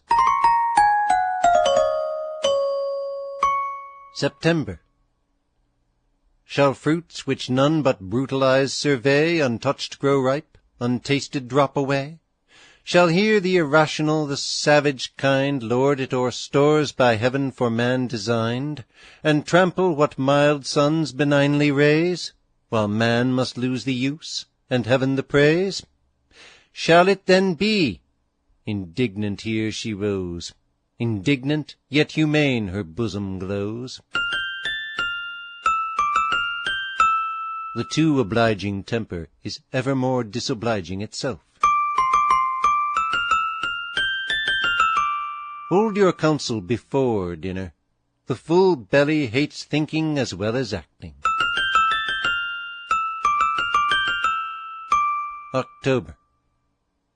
No, by each honored Grecian Roman name, by men for virtue deified by fame, who peopled lands, who modelled infant state, and then bade empire be maturely great, by these I swear, be witness earth and skies, fair order here shall from confusion rise. Rapt I a future colony survey. Come then, ye sons of misery, come away. The brave and the wise can both pity and excuse when cowards and fools show no mercy. Ceremony is not civility, nor civility ceremony. If man could have half his wishes, he would double his troubles.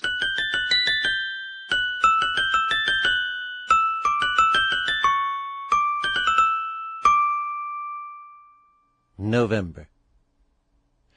Let those whose sorrows from neglect are known, here taught, compelled, empowered, neglect atone. Let those who enjoy, who never merit woes, in youth the industrious wish, in age repose. Allotted acres, no reluctant soil, shall prompt their industry, and pay their toil. Let families long strangers to delight, whom wayward fate dispersed, by me unite.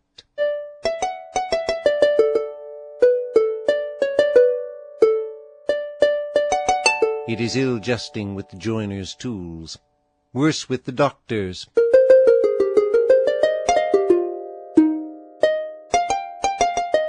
Children and princes will quarrel for trifles. Praise to the undeserving is severe satire. December. Here live, enjoying life, see plenty, peace, their lands increasing as their sons increase. As nature yet is found in leafy glades to intermix the walks with lights and shades, or as with good and ill, in checkered strife, various the goddess colours human life, so in this fertile clime, if yet are seen moors, marshes, cliffs, by turns to intervene. Where haunts the bittern, and where screams the mew, where prowls the wolf, where ruled the serpent lies, shall solemn fanes and halls of justice rise. And towns shall open, all of structure fair, to brightening prospects and to purest air. Frequented ports and vineyards green succeed, and flocks increasing whiten all the mead. On science, science, arts on arts refine, on these from high all heaven shall smiling shine. And public spirit here a people show, free, numerous, pleased, and busy all below. Learn, future natives of this promised land, what your forefathers owed my saving hand. Learn when despair such sudden bliss shall see, such bliss must shine from Providence through me. Do you the neighbouring blameless Indian aid, culture what he neglects, not his invade.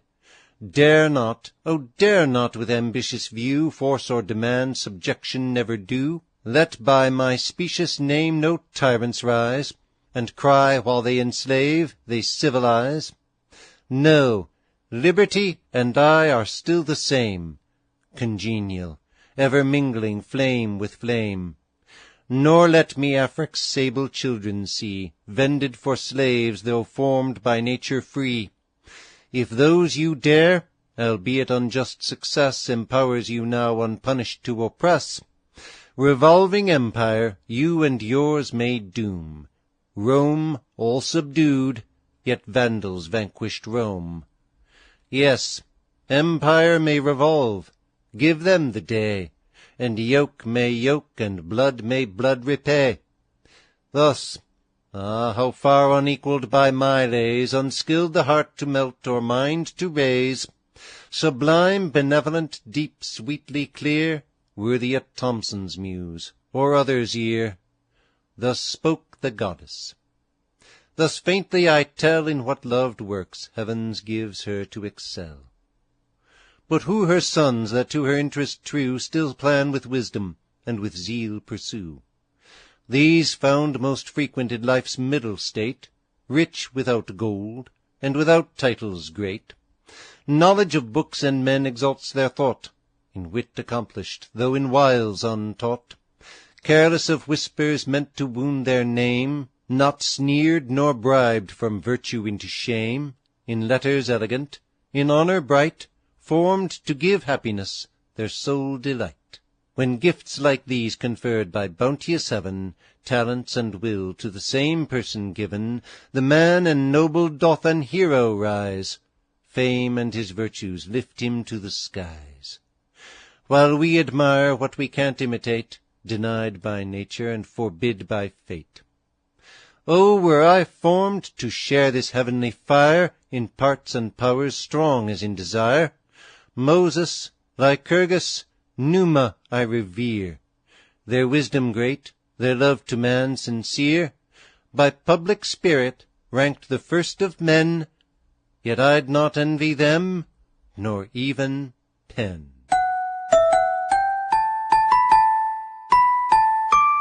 Success has ruined many a man. Great pride and meanness sure are near allied, or their partitions do their bounds divide.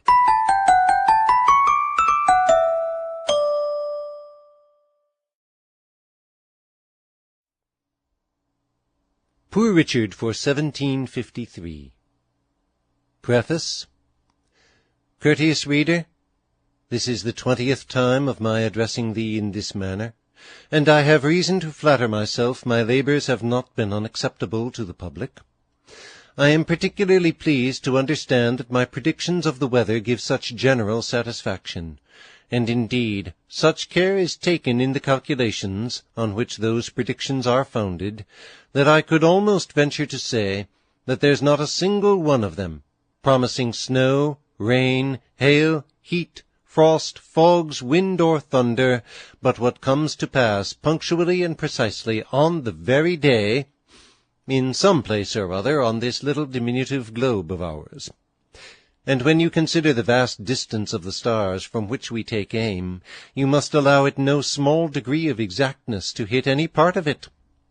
I say on this globe, for though in other matters I confine the usefulness of my ephemeris to the northern colonies, yet in that important matter of the weather, which is of such general concern, I would have it more extensively useful, and therefore take in both hemispheres and all the latitudes from Hudson's Bay to Cape Horn.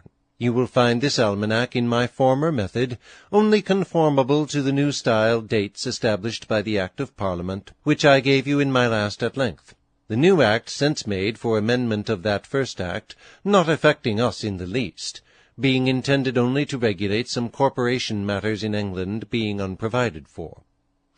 I have only added a column in the second page of each month, containing the days of the old style opposite to their corresponding days in the new, which may in many cases be of use, and so conclude, believing you will excuse a short preface when it is to make room for something better.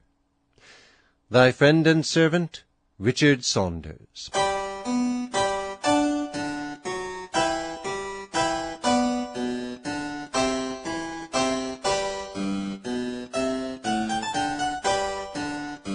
Hymn to the Creator, from Psalm 104. Awake, my soul, with joy thy God adore, declare his greatness, celebrate his power, who clothed with honor and with glory crowned, shines forth and cheers his universe around, who with a radiant veil of heavenly light himself conceals from all created sight, who raised the spacious firmament on high, and spread the azure curtain of the sky, whose awful throne heaven's starry arch sustains, whose presence not heaven's vast expanse retains, whose ways unsearchable no eye can find, the clouds his chariot and his wings the wind, whom hosts of mighty angels own their Lord, and flaming seraphim fulfill his word, whose power of old the solid earth did found, self-poised, self-centered, and with strength girt round, from her appointed sphere forbid to fly, or rushed unbalanced through the trackless sky. To reasoning man the sovereign rule assigned, his delegate o'er each inferior kind, too soon to fall from that distinguished place, his honors stained with guilt and foul disgrace. He saw the pride of earth's aspiring lord, and in his fury gave the dreadful word. Straight o'er her peopled plains his floods were poured, and o'er her mountains the proud billows roared. Athwart the face of earth the deluge sweeps, and whelms the impious nations in the deeps. Again God spake, and at his powerful call the raging floods assuage, the waters fall. The tempests hear his voice and straight obey, and at his thunder's roar they haste away. From off the lofty mountains they subside, and gently through the winding valleys glide, till in the spacious caverns of the deep they sink together, and in silence sleep. There he hath stretched abroad their liquid plains, and there omnipotence their rage restrains, that earth no more her ruins may deplore, and guilty mortals dread their wrath no more. He bids the living fountains burst the ground, and bounteous spread their silver streams around. Down from the hills they draw their shining train, diffusing health and bounty o'er the plain. There the fair flocks allay the summer's rage, and panting savages their flame assuage. On their sweet winding banks the aerial race in artless numbers warble forth his praise, or chant the harmless raptures of their loves, and cheer the plains, and wake the vocal groves. Forth from his treasures in the sky he pours his precious blessing in refreshing showers. Each dying plant with joy new life receives, and thankful nature smiles, and earth revives. The fruitful fields with verdure he bespreads, the table of the race that haunts the meads, and bids each forest and each flowery plain send forth their native physic for the swain. Thus doth the various bounty of the earth support each species crowding into birth. In purple streams she bids her vintage flow, and olives on her hills luxuriant grow, one with its generous juice to cheer the heart, and one illustrious beauty to impart. And bread, of all heaven's precious gifts, the chief from desolating want the sure relief, which with new life the feeble limbs inspires, and all the man with health and courage fires. The cloud-topped hills with waving woods are crowned, which wide extend their sacred shades around. There Lebanon's proud cedars nod their heads, there Basham's lofty oaks extend their shades. The pointed firs rise towering to the clouds, and life and warbling numbers fill the woods. Nor gentle shades alone, nor verdant plains, nor fair enamelled meads, nor flowery lawns, but e'en rude rocks and dreary deserts yield retreats for the wild wanderers of the field. The power with life and sense all nature fills, each element with varied being swells. Race after race arising, view the light, then silent pass away, and sink in night. The gift of life thus boundlessly bestowed proclaims the exhaustless hand, the hand of God. Nor less thy glory in the ethereal spheres, nor less thy ruling providence appears. There from on high the gentle moon by night in solemn silence sheds her silver light, and thence the glorious sun pours forth his beams, thence copious spreads around his quickening streams. Each various orb enjoys the golden day, and worlds of life hang on his cheerful ray. Thus light and darkness their fixed course maintain, and still the kind vicissitudes remain. For when pale night her sable curtain spreads, and wraps all nature in her awful shades, soft slumbers gently seal each mortal eye. Stretched at their ease the weary labourers lie. The restless soul, midst life's vain tumults tossed, forgets her woes, and every care is lost.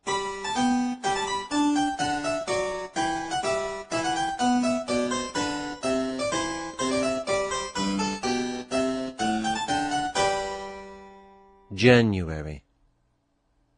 Then from their dens the ravenous monsters creep, whilst in their folds the harmless bestial sleeps. The furious lion roams in quest of prey, to gorge his hunger till the dawn of day. His hideous roar with terror shakes the wood, as from his Maker's hand he asks his food. Again the sun his morning beams displays, and fires the eastern mountains with his rays.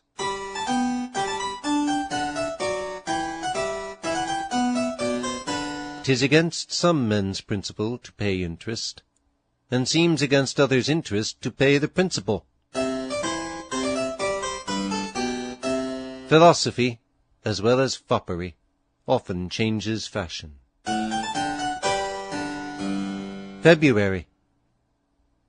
Before him fly the horrors of the night. He looks upon the world, and all is light. Then the lone wanderers of the dreary waste, affrighted to their holes, return in haste. To man give up the world, his native reign, who then resumes his power, and rules the plain. How various are thy works, Creator wise! How to the sight beauties on beauties rise! Setting too good an example is a kind of slander seldom forgiven. 'Tis scandalum magnatum. A great talker may be no fool, but he is one that relies on him.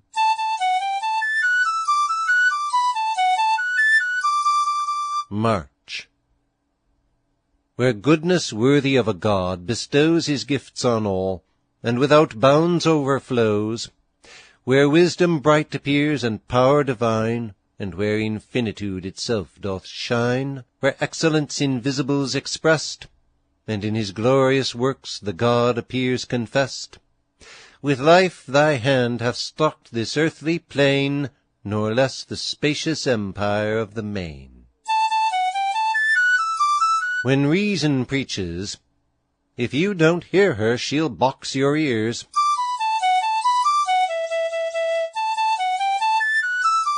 It is not leisure that is not used. April. There the tall ships the rolling billows sweep, and bound triumphant o'er the unfathomed deep.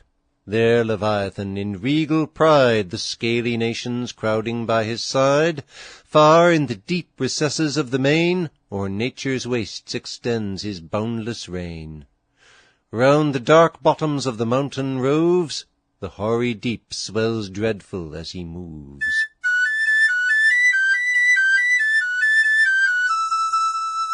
The goodwill of the governed will be starved if not fed by the good deeds of the governors. Paintings and fightings are best seen at a distance. May. Now views the awful throne of ancient night, then mounts exulting to the realms of light. Now launches to the deep, now stems the shore, an ocean scarce contains the wild uproar. Whate'er of life replenishes the flood, or walks the earth, or warbles through the wood, in nature's various wants to thee complains, the hand which gave the life sustains. If you would reap praise, you must sow the seeds, gentle words and useful deeds. Ignorance leads men into a party, and shame keeps them from getting out again. Haste makes waste. June. To each the appointed sustenance bestows, to each the noxious and the healthful shows. Thou spread'st thy bounty, meagre famine flies. Thou hidst thy face, their vital vigor dies. Thy powerful word again restores their breath. Renewed creation triumphs over death. The Almighty o'er his works casts down his eye, and views their various excellence with joy. Many have quarrelled about religion that never practiced it. Sudden power is apt to be insolent. Sudden liberty is saucy. That behaves best which has grown gradually.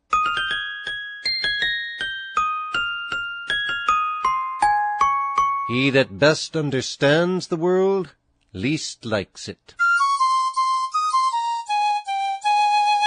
July. His works with reverence own his powerful hand, and humble nature waits his dread command. He looks upon the earth, her pillars shake, and from her centre her foundations quake. The hills he touches, clouds of smoke arise, and sulphurous streams mount heavy to the skies. Whilst life informs this frame, that life shall be, O first and greatest, sacred all to thee. Anger is never without a reason, but seldom with a good one.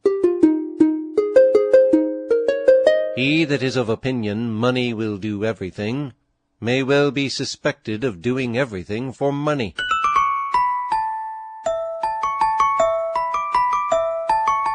An ill wound, but not an ill name, may be healed.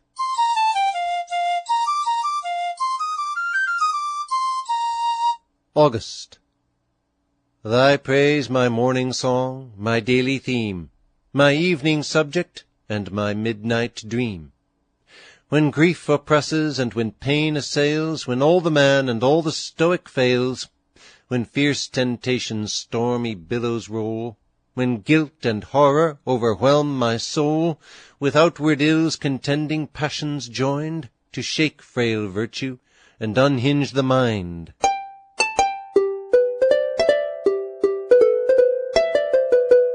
When out of favour, none know thee. When in, thou dost not know thyself.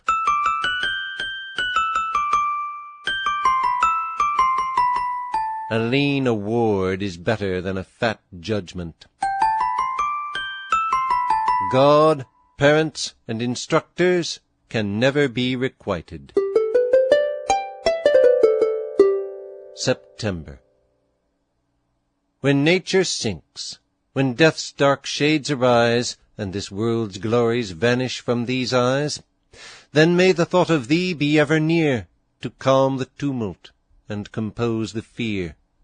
In all my woes thy favour my defence, safe in thy mercy, not my innocence, and through what future scenes thy hand may guide my wandering soul, and through what states untried.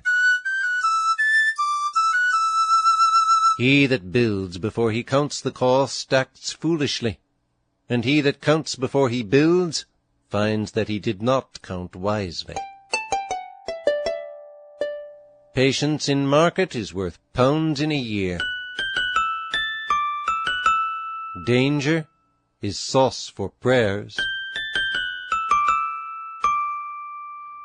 October. What distant seats soever I may explore, when frail mortality shall be no more, if aught of meek or contrite in thy sight shall fit me for the realms of bliss and light, be this the bliss of all my future days, to view thy glories and to sing thy praise. when the dread hour, ordained of old, shall come, which brings on stubborn guilt its righteous doom. If you have no honey in your pot, have some in your mouth.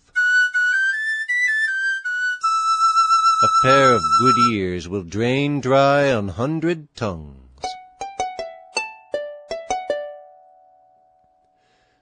November. When storms of fire on sinners shall be poured, and all the obdurate in thy wrath devoured, may I then hope to find a lowly place to stand the meanest in the ethereal race, swift at thy word to wing the liquid sky, and on thy humblest messages to fly. Howe'er thy blissful sight may raise my soul, while vast eternity's long ages roll. Serving God is doing good to man, but praying is thought an easier service, and therefore more generally chosen. Nothing humbler than ambition when it is about to climb. December. Perfection on perfection towering high, glory on glory raised, and joy on joy, each power improving in the brightening mind, to humble virtues lofty knowledge joined. Be this my highest aim, howe'er I soar, before thy footstool prostrate to adore, my brightest crown before thy feet to lay, my pride to serve, my glory to obey. The discontented man finds no easy chair. Virtue and trade are a child's best portion. Gifts much expected are paid, not given. How to secure houses, etc., from lightning. It has pleased God, in his goodness to mankind, at length to discover to them the mean of securing their habitations and other buildings from mischief by thunder and lightning. The method is this. Provide a small iron rod, it may be of the rod iron used by the nailers, but of such a length, that one end being 3 or 4 feet in the moist ground, the other may be 6 or 8 feet above the highest part of the building. To the upper end of the rod fasten about a foot of brass wire, the size of common knitting needle, sharpened to a fine point. The rod may be secured to the house by a few small staples. If the house or barn be long, there may be a rod and point at each end, and a middling wire along the ridge from one to the other. A house thus furnished will not be damaged by lightning, it being attracted by the points, and passing through the metal into the ground without hurting anything. Vessels also, having a sharp round pointed rod fixed on the top of their masts, with a wire from the foot of the rod reaching down round one of the shrouds to the water, will not be hurt by lightning.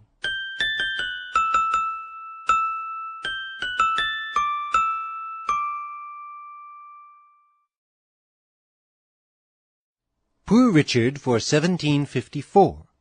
Preface. Kind reader, I have now served you 3 apprenticeships, yet, old as I am, I have no inclination to quit your service, but should be glad to be able to continue in it 3 times 3 apprenticeships longer. The first astrologers, I think, were honest husbandmen, and so it seems are the last, for my brethren German and Moore and myself, the only remaining almanac makers of this country, are all of that class. Though in intermediate times our art has been cultivated in great cities, and even in the courts of princes. Witness history, from the days of King Nebuchadnezzar I of Babylon to those of Queen James I of England. But you will ask, perhaps, how I prove that the first astrologers were countrymen? I own this is a matter beyond the memory of history, for astrology was before letters. But I prove it from the book of the heavens, from the names given of the 12 signs, which were mostly given to remark some circumstance relative to rural affairs, in the several successive months of the year, and by that means to supply the want of almanacs. Thus, as the year of the ancients began most naturally with the spring, Aries and Taurus, that is, the ram and the bull, represented the successive addition to their flocks of sheep and kine by their produce in that season, lambs and calves. Gemini were originally the kids, but called the twins, as goats more commonly bring forth two than one. These followed the calves. Cancer the crab came next, when that kind of fish were in season. Then followed Leo the lion, and Virgo the wench, to mark the summer months and dog days, when those creatures were the most mischievous. In autumn comes first Libra, the balance, to point out the time for selling the summer's produce, or rather a time of leisure for holding courts of justice, in which they might plague themselves and neighbours. I know some suppose this sign to signify the equal poise at that time of day and night, but the other signification is the truer, as plainly appears by the following sign: Scorpio, or the scorpion, with the sting in his tail, which certainly denotes the paying of costs. Then follows Sagittary the archer, to show the season of hunting, for now the leaves being off the trees and bushes, the game might be more easily seen and struck with their arrows. The goat accompanies the short days and long nights of winter, to show the season of mirth, feasting, and jollity, for what can Capricorn mean but dancing or cutting of capers? At length comes Aquarius, or the water-bearer, to show the season of snows, rains, and floods, and lastly Pisces, or the two shads, to denote the approaching return of those fish up the rivers. Make your weirs, haul your seines, catch 'em and pickle 'em, my friends. They are excellent relishers of old cider. But if you can't get shad, mackerel may do better. I know, gentle readers, that many of you always expect a preface and think yourselves slighted if that's omitted. So here you have it, and much good may it do you. As little as it is to the purpose, there are many less so nowadays. I have left out, you see, all the usual stuff about the importunity of friends and the like, or I might have made it much bigger. You think, however, that 'tis big enough for conscience, for any matter of good that's in it. I think so too, if it fills the page, which is the needful at present. From your loving friend to serve, Richard Saunders.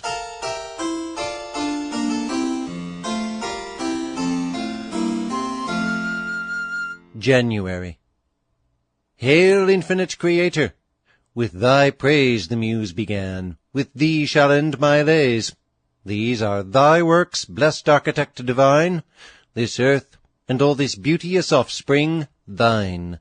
Thy breath first bid inactive matter move, and straight with life the genial atoms strove, producing animal, and plant, and flower, concurrent proof of wisdom and of power.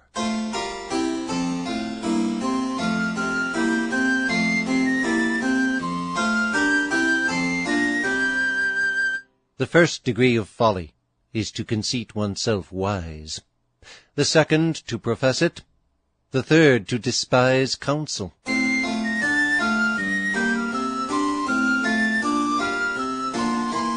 Take heed of the vinegar of sweet wine and the anger of good nature.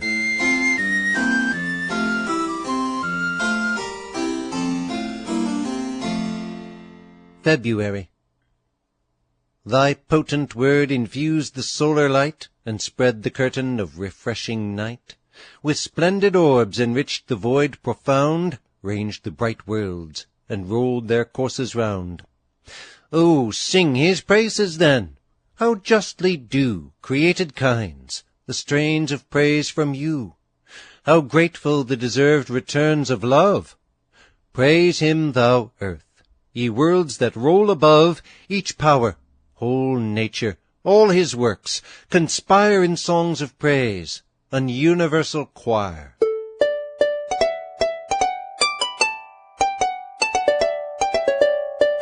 The bell calls others to church, but itself never minds the sermon.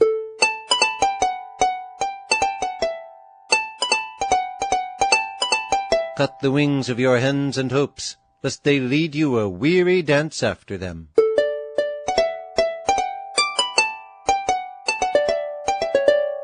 March.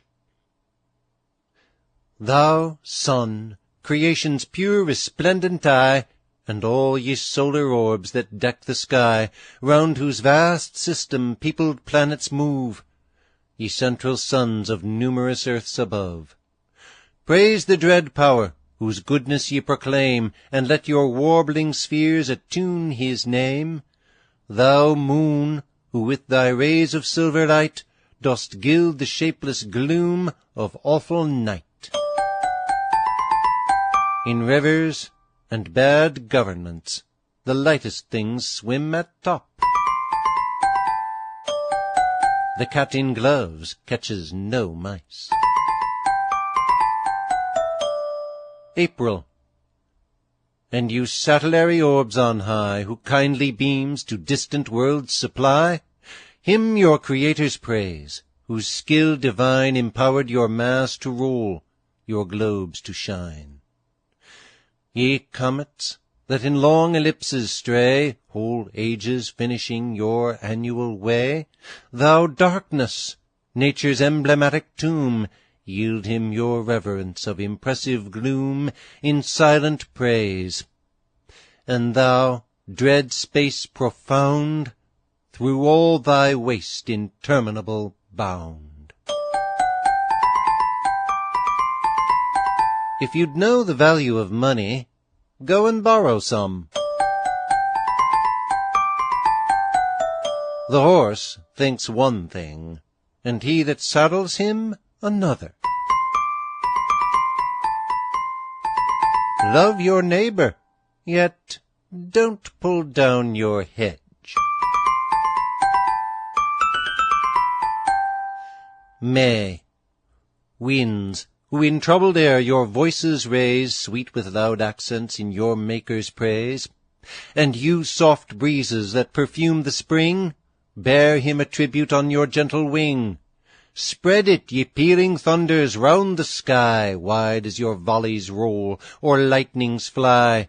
Ye meteors, your Creator's praises show, the spangled dew, the cloud-reflected bow, and moistening shower. When prosperity was well mounted, she let go the bridle, and soon came tumbling out of the saddle. Some make conscience of wearing a hat in the church, who make none of robbing the altar. June. Ye frosts, his praise proclaim, the pendant icicle's clear native gem, hoar mists congealed that dress the meadow pale, blue vapour, whitening snows, and pearly hail. Praise him, ye seasons, spring with youthful face, and summer blooming with maturer grace, ripe autumn clad in vines with harvests crowned, and winter old, his solemn praise resound.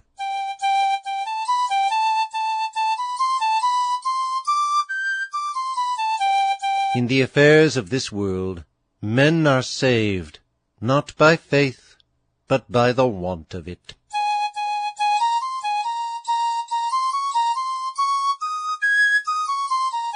Friendship cannot live with ceremony, nor without civility.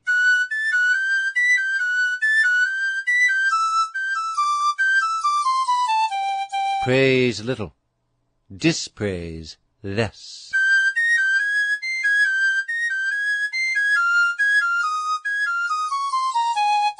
July.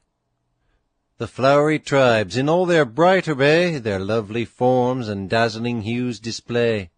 Ye fruitful branches, white with vernal bloom, in rich oblations breathe your fresh perfume. Praise him, ye plants, with all your sweet supplies, ye odorous herbs in grateful incense rise. Insects, that creep on earth or spread the wing, in troops your tributary homage bring.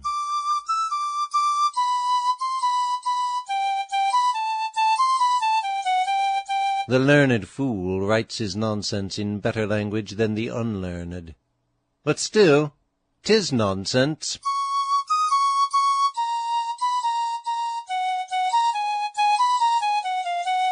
A child thinks 20 shillings and 20 years can scarce ever be spent.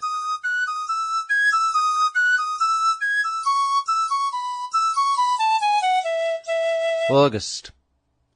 Fowls of the upper air, and brutes supine, and fish that swim the floods or ocean brine, ye seraphims bright flames, ye angel choirs, to the loved theme tune all your sounding lyres.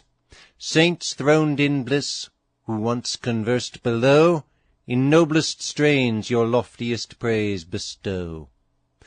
Man, image of thy Maker's moral power, vast laboured work of heaven's creating hour, don't think so much of your own cunning as to forget other men's. A cunning man is overmatched by a cunning man and a half. Willows are weak, but they bind the faggot. You may give a man an office, but you cannot give him discretion. September. Oh, shall his goodness, his indulgence move no warm returns, nor swell the breath of love? Priest of the mute creation, he demands their offerings from thy consecrated hands. Deputed Lord, from thy slumber part, let nature wake, awake the powers of art, and with exerted force attune his praise in notes may emulate celestial lays. Let music her divinest succours bring, the breathing flute, the viol's warbling string. He that doth what he should not, shall feel what he would not. To be intimate with a foolish friend is like going to bed to a razor. Little rogues easily become great ones. October. And dulcet voice, ye concerts louder grow. Let the shrill trump, the deepening organ blow, while with the notes the tremulating ground and echoing roofs strike awful rapture round. Praise him each creature, plenitude and space, inanimate and things of living race. From the terrestrial to the starry pole, praise him his works, and thou, my prostrate soul. You may sometimes be much in the wrong, in owning your being in the right. Friends are the true sceptres of princes. Where sense is wanting, everything is wanting. November. Thus, while in vain the wretched human brood pursue on earth a false imagined good, that good which creatures never can bestow, with him still only found from whom they flow.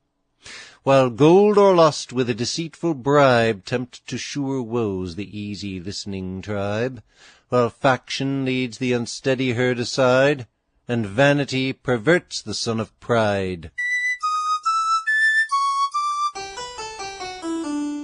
Many princes sin with David, but few repent with him.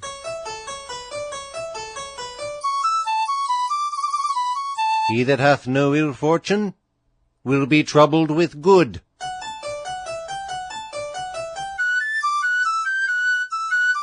For age and want save while you may, no morning sun lasts a whole day.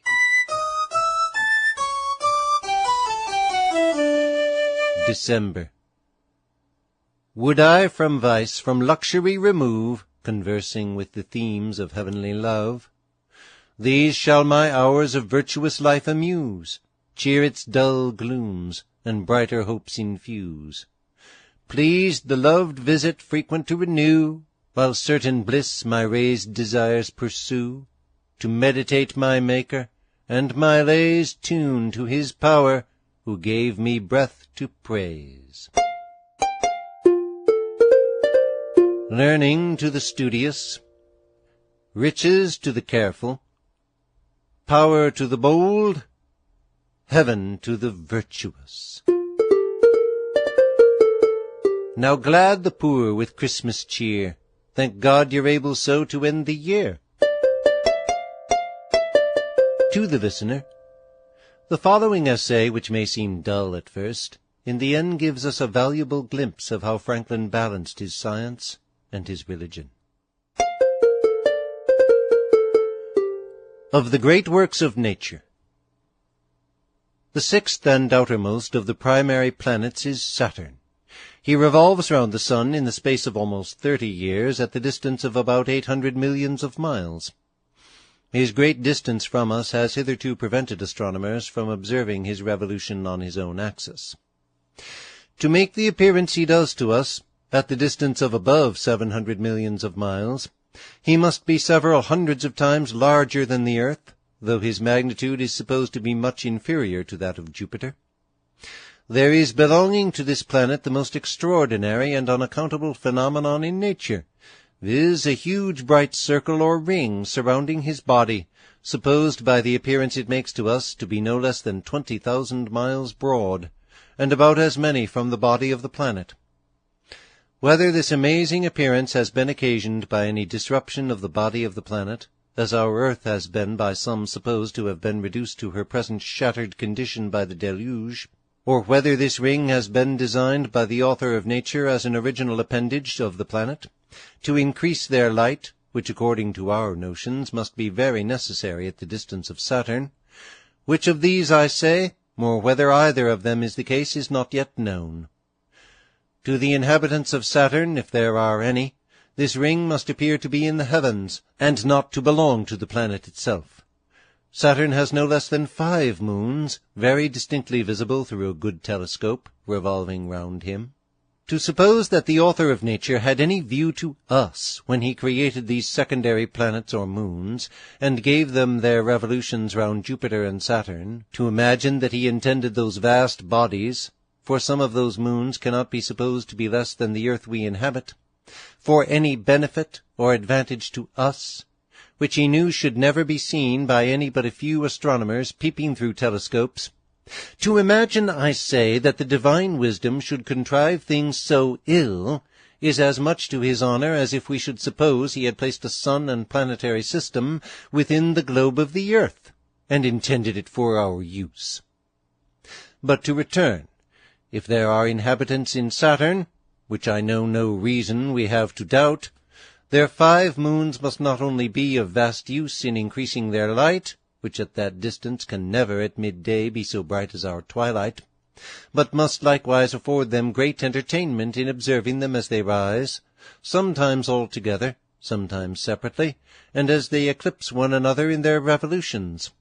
Besides the 6 primary planets which revolve round the sun, and the 10 secondaries or moons, modern astronomy shows that there are a great many other stupendous bodies called comets to be considered as part of the solar system. The comets differ very much in appearance from one another, and from all the planets, in that they all look dusky and gloomy, as if surrounded with a very gross atmosphere, and project behind them, that is, toward the part of the heavens that is opposite to the sun, a stream of mist or vapor, commonly called their tails. It is most likely that the tail of a comet is only its atmosphere rarefied to a great degree by the extreme heat of the sun on its approach to him, for it is always observed that the tail becomes longer as the comet approaches nearer to the sun, and contrariwise. The tail of the comet which appeared in 1680 extended itself over no less than 60 degrees, or a third part of our whole heavens from east to west. To make such an appearance at the distance that comet was supposed to be at, the tail must have been many millions of miles in length. Whether these tremendous bodies, which the Almighty has set traversing in this fearful manner through the vast expanse, be worlds formerly inhabited, and now reduced to a chaos, with their wicked inhabitants left in them in a state of punishment, or whether they are future worlds, not yet reduced to a habitable state, or whether they are vast masses of combustible matter, made to pass periodically round the sun, and after a number of revolutions, approaching every time nearer and nearer, as it is supposed some of them do, are at last to drop into the sun, as an addition of fuel to make up for his immense and continual waste of light and heat, or whether they are intended to impregnate from time to time the regions of the planets with a quantity of salutary particles to make up for the decay or waste of those necessary principles, or whether they are formed to bring about deluges or conflagrations, and so prove the instruments of divine vengeance upon his offending creatures, Whether any of these, I say, be the design for which infinite wisdom formed these amazing bodies, and let them loose to wander through the sky, is above human understanding to determine. It is plain that the shock of a body of the size of a comet against the earth or any of the planets, moving with the rapidity they have in their approach to or recess from the sun, especially if the motion of both the comet and planet should happen to be contrary, must be attended with consequences frightful beyond all imagination. But it is highly probable that even the near approach of a comet to the earth would cause terrible effects. Our comfort is that the whole machine of nature is in the hands of one who knows how to conduct and manage all its vast and unwieldy parts, and that the motions of those dreadful bodies, though to such puny creatures as we are they seem the more terrible the more we consider them, are entirely under his rule and guidance, and that no one part of nature can break loose upon or bear down another without his permission. If we consider the immense distance of the fixed stars, and consequently the magnitude they must be of, to be visible by us at this distance, we can hardly suppose the divine wisdom, which does nothing in vain, has created such numbers of luminous bodies, of magnitudes inconceivable, and at distances almost infinite, for no other purpose but to afford us a little glimmering light in the night, which could certainly have been done more effectually, and with infinitely less exertion of creating power, by one single additional moon. For what purpose, then, shall we suppose such a profusion of stupendous luminaries created? In all probability, or rather, without all doubt, to enlighten innumerable systems of worlds which revolve round them, in the same manner as our earth and the other planets of our system revolve round the sun. If each of these innumerable millions and myriads of luminaries be, in fact, as is highly probable, a glorious sun, a stupendous world of light and heat, with its system of planets, moons, and comets going round it, and if all those planets and moons be worlds inhabited by various orders of beings, enjoying or preparing themselves for such degrees of happiness as the divine wisdom and goodness has appointed for them, if this, I say, be a just idea of the universe, and surely no idea we can frame is too grand for omnipotence to produce, we have here a view of that expanse to which the epithet vast is not improperly given in our poem of last year, and must own that the universe, considered in this manner, is a theatre truly fit for a god to display his infinite power, wisdom, and goodness. But after we have by computation extended the created universe to a space containing the greatest number of miles human arithmetic can express, what is that space to infinitude? It is even a point that bears no proportion to the unbounded and unlimited presence of the divine nature. Were an angelic being to take his flight from this part of the universe, and to proceed in a direct course with the swiftness of light, it is certain that should he continue his flight to all eternity, he must still find himself in the center of the divine presence. So strictly just, as well as inimitably sublime, are those expressions of Scripture, "In him we live, and move, and have our being. There is no flying from his presence. The heavens, even the heaven of heavens, cannot contain him," etc.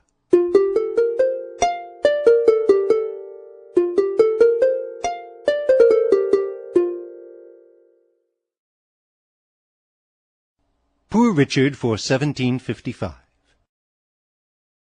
To the listener, Franklin, in his Poor Richard for 1755, included an extract from Pierre Bouguer's 1749 publication, La figure de la Terre, déterminée par les observations de Monsieur, which was the result of a 10-year voyage made by Bouguer and others to Peru. It included an account of the country. Since it is not by Franklin, I do not include it here. Preface. Courteous reader, it is a common saying that one half of the world does not know how the other half lives. To add somewhat to your knowledge in that particular, I gave you, in a former almanac, an account of the manner of living at Hudson's Bay, and the effects produced by the excessive cold of that climate, which seemed so strange to some of you that it was taken for a romance, though really authentic.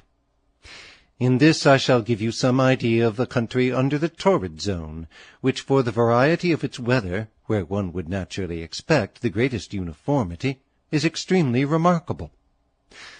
The account is extracted from the journal of Monsieur Bouguer, one of the French academicians, sent by their king to measure a degree of latitude under the equinoctial, in order to settle a dispute between the English and French philosophers concerning the shape of the earth, others being at the same time sent for the same purpose to Lapland, under the polar circle. The mountains in that country are so lofty that the highest we have, being compared to them, are mere molehills. This extract relates chiefly to the country among those mountains.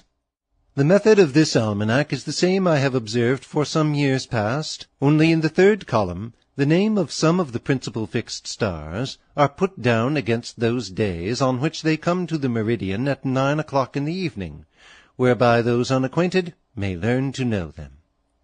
I am your obliged friend and servant, Richard Saunders.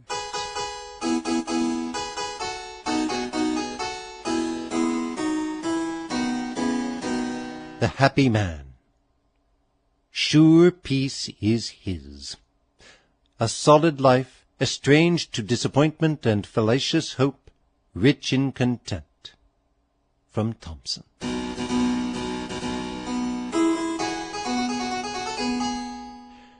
Happy the man who, free from noisy sports and all the pomp and pageantry of courts, far from the venal world, can live secure, be moral, honest, virtuous, though but poor, who, walking still by equity's just rules, detesting sordid knaves and flattering fools, regarding neither fortune, power, nor state, nor ever wishing to be vainly great, without malevolence and spleen can live, and what his neighbour wants with joy would give, a foe to pride, no passion's guilty friend, obeying nature, faithful to her end, severe in manners, as in truth severe, just to himself, and to his friends sincere, his temper even, and his steady mind refined by friendship, and by books refined. Some low-roofed cottage holds the happy swain, unknown to luxury, or her servile train. He, studying nature, grows serenely wise, like Socrates he lives, or like him dies. He asks no glory gained by hostile arms, nor sighs for grandeur with her pointed charms. With calm indifference views the shifting scene, through all magnanimous, resigned, serene. On hope sustained he treads life's devious road, and knows no fear, except the fear of God. Would heaven indulgent grant my fond desire, thus would I live, and thus should life expire. Epitaph on a worthy clergyman. Still like his master, known by breaking bread, the good he entertained, the needy fed. Of humour easy and of life unblamed, the friend delighted while the priest reclaimed. The friend, the father, and the husband gone, the priest still lives in this recording stone, where pious eyes may read his praises o'er, and learn each grace his pulpit taught before.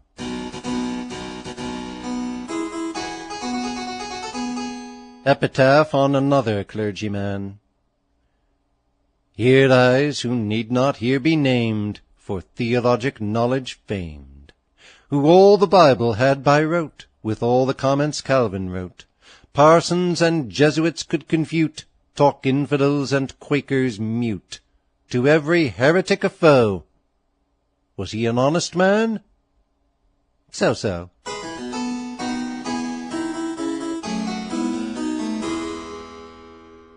January. The Farmer.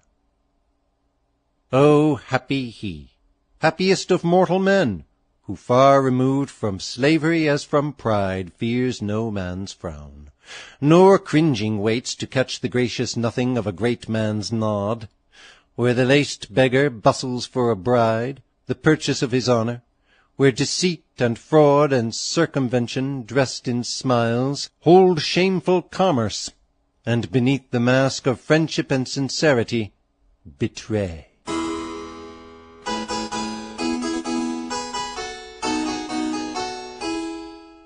A man without a wife is but half a man.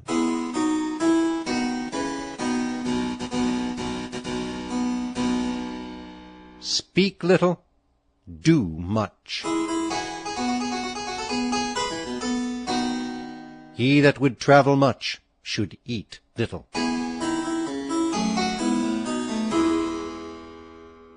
February.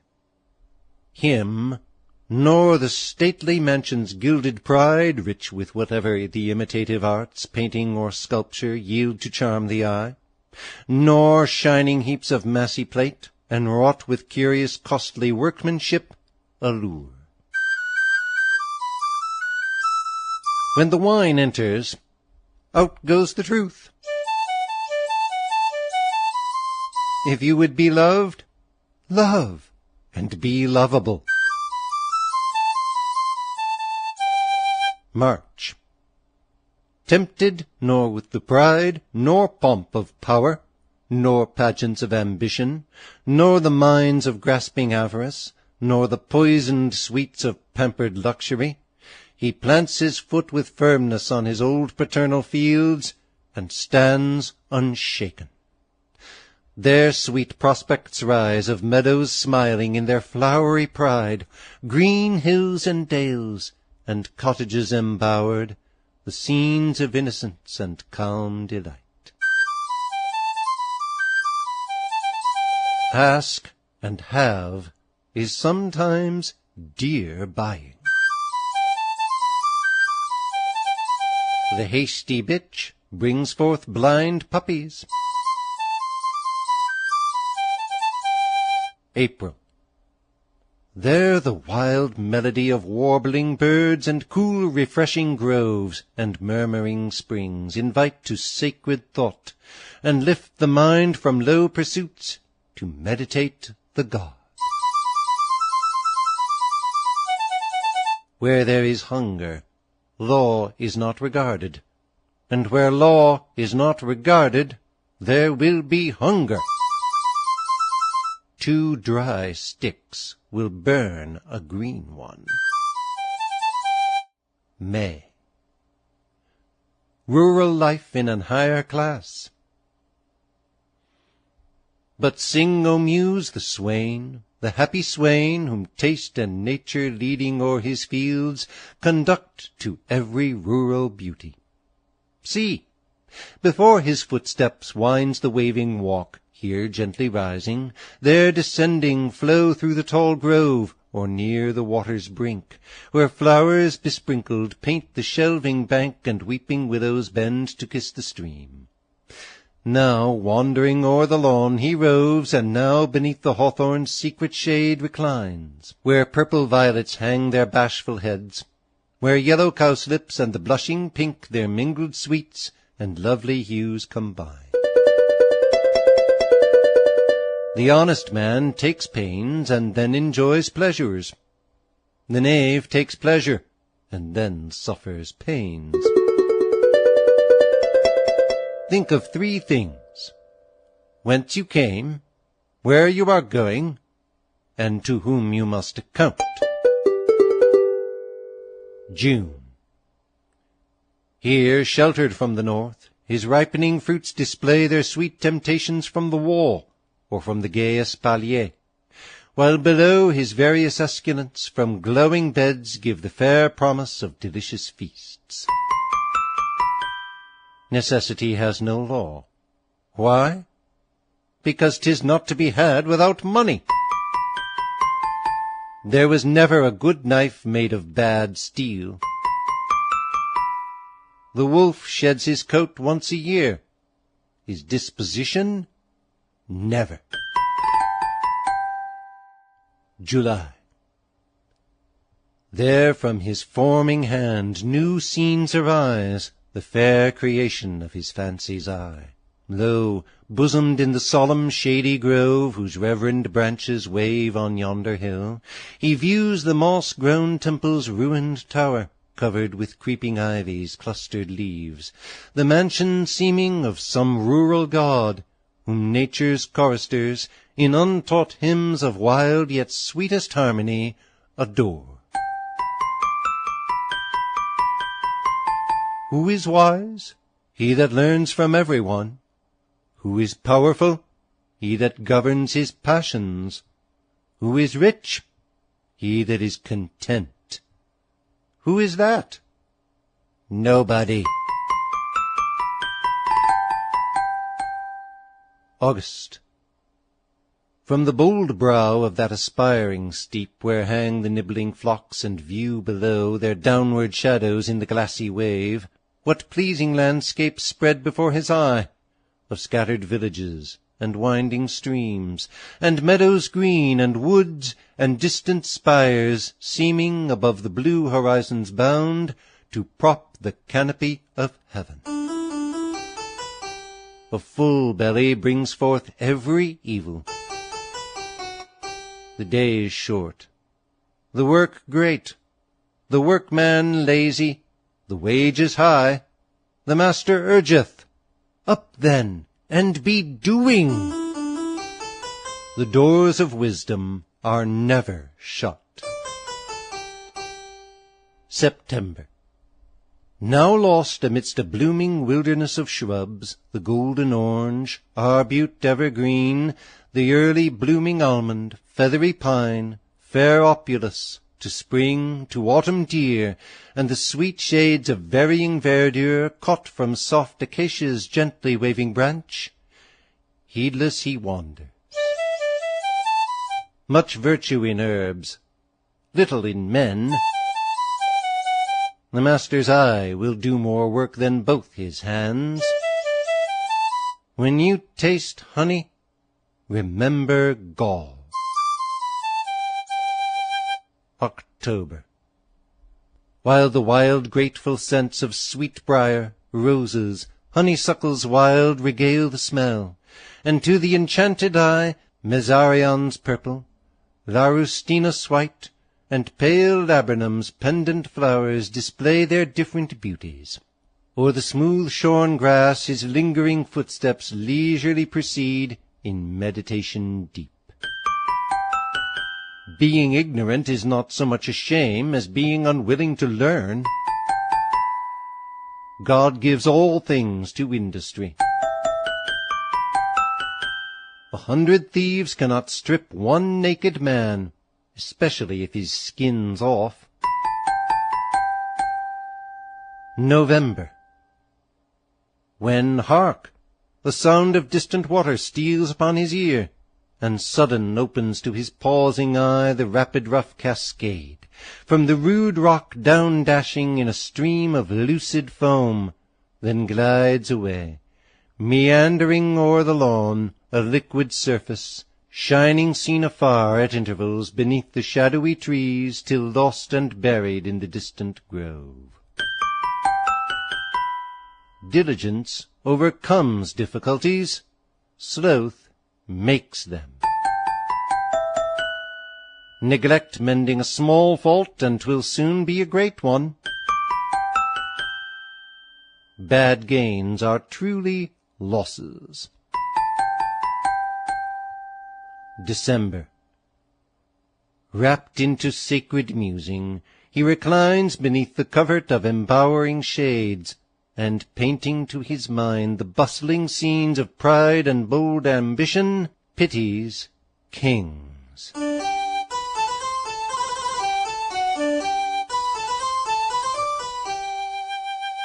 A long life may not be good enough, but a good life is long enough.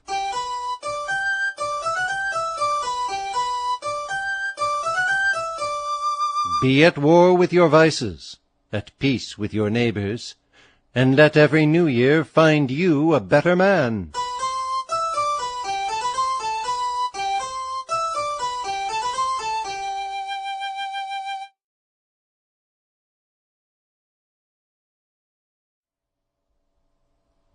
Poor Richard for 1756.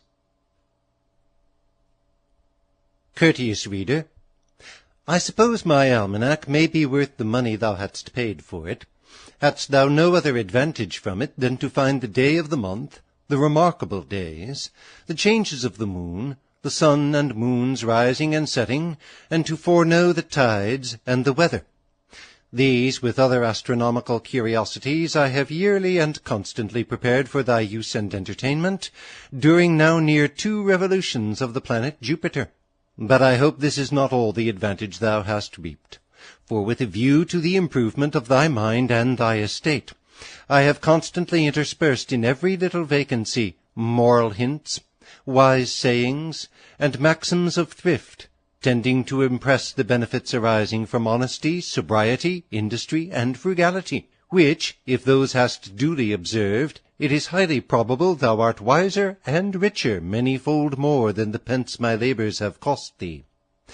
Howbeit, I shall not therefore raise my price, because thou art better able to pay, but being thankful for past favours, shall endeavour to make my little book more worthy thy regard, by adding to those recipes which were intended to cure the mind, some valuable ones regarding the health of the body.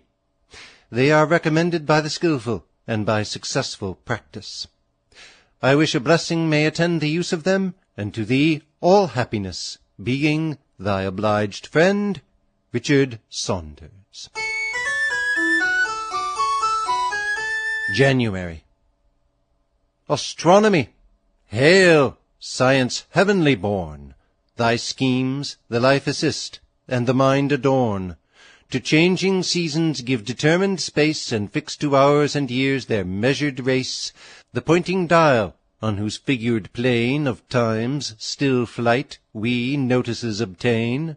The pendulum, dividing lesser parts, their rise acquire from thy inventive arts.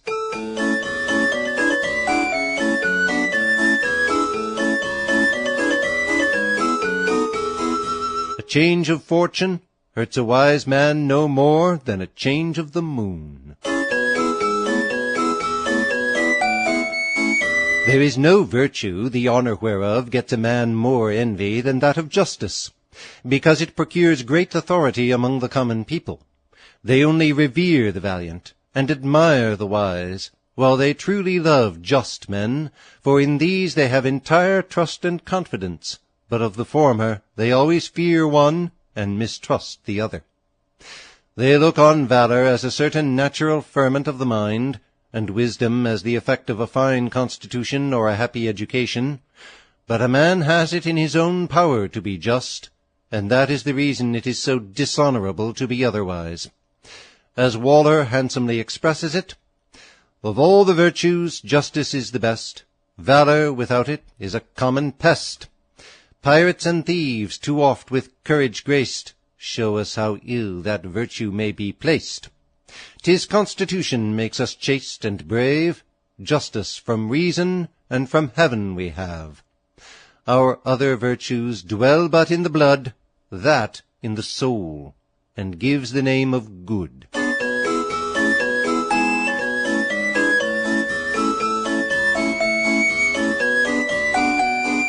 Recipe against the heartburn. The heartburn is an uneasy sensation of heat in the stomach, occasioned by indigestion, which is the mother of gout, rheumatism, gravel, and stone. To prevent it, eat no fat, especially what is burnt or oily, and neither eat or drink anything sour or acid. To cure it, dissolve a thimbleful of salt or wormwood in a glass of water, and drink it.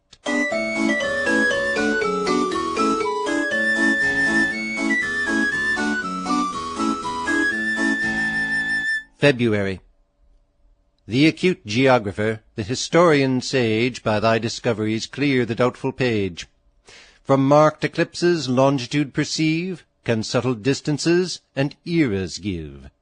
From his known shore the seaman, distant far, steers, safely guided by thy polar star, nor errs when clouds and storms obscure its ray, his compass marks him as exact a way.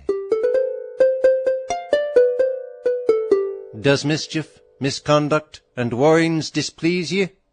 Think there's a providence, 'twill make ye easy.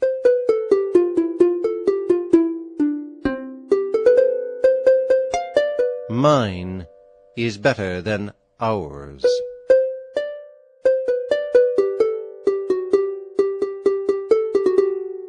Religion is so far from barring men any innocent pleasure or comfort of human life, that it purifies the pleasures of it, and renders them more grateful and generous. And besides this, it brings mighty pleasures of its own, those of an inglorious hope, a serene mind, a calm and undisturbed conscience, which far outrelish the most studied artificial luxuries. But hereafter, how will the sensual mind its loss sustain, when its gross objects shall be sought in vain? Incapable to act its darling lust, yet spurred and prompted by a sharper gust.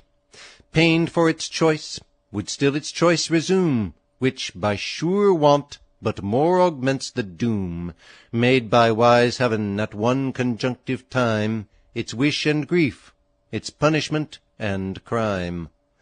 Not there the destined wretched e'er shall find to please the senses or relieve the mind, no luscious banquet or delicious bowl to drown in lewd excess the intemperate soul, nor gay amusement more, nor joyful throng that to their thoughtless hours did once belong.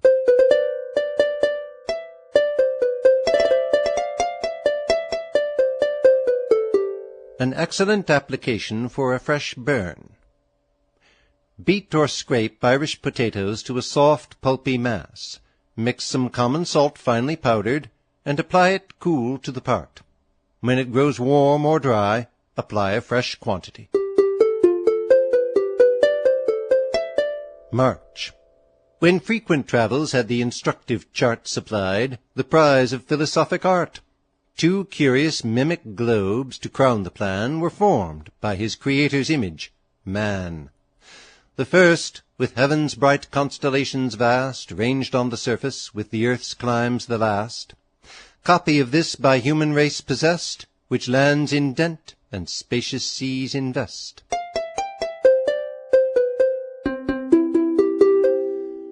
Love your enemies, for they tell you your faults. He that has a trade has an office of profit and honour.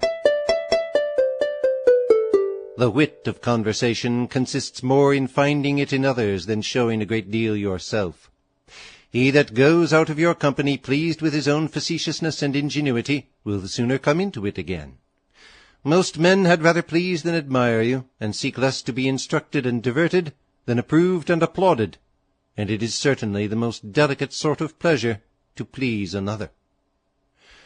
But that sort of wit which employs itself insolently in criticizing and censuring the words of sentiments in others in conversation is absolute folly, for it answers none of the ends of conversation. He who uses it neither improves others, is improved himself, or pleases any one. How amiably contrary is Pope's character of a critic! The man who counsel can bestow, still pleased to teach, and yet not proud to know, unbiassed, or by favour or by spite, not dully prepossessed or blindly right, though learned, well-bred, and though well-bred, sincere, modestly bold, and humanly severe, who to a friend his faults can freely show, and gladly praise the merit of a foe, blessed with a taste exact, yet unconfined, a knowledge both of books and humankind, generous converse, a soul exempt from pride, and love to praise, and reason on its side. Such once were critics, which the happy few, Athens and Rome, in better ages knew.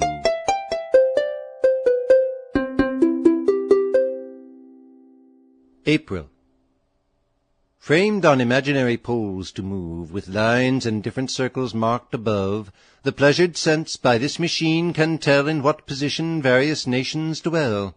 Round the wide orb's exterior surface spread, how sideways some the solid convex tread, while a more severed race of busy powers project, with strange reverse, their feet to ours.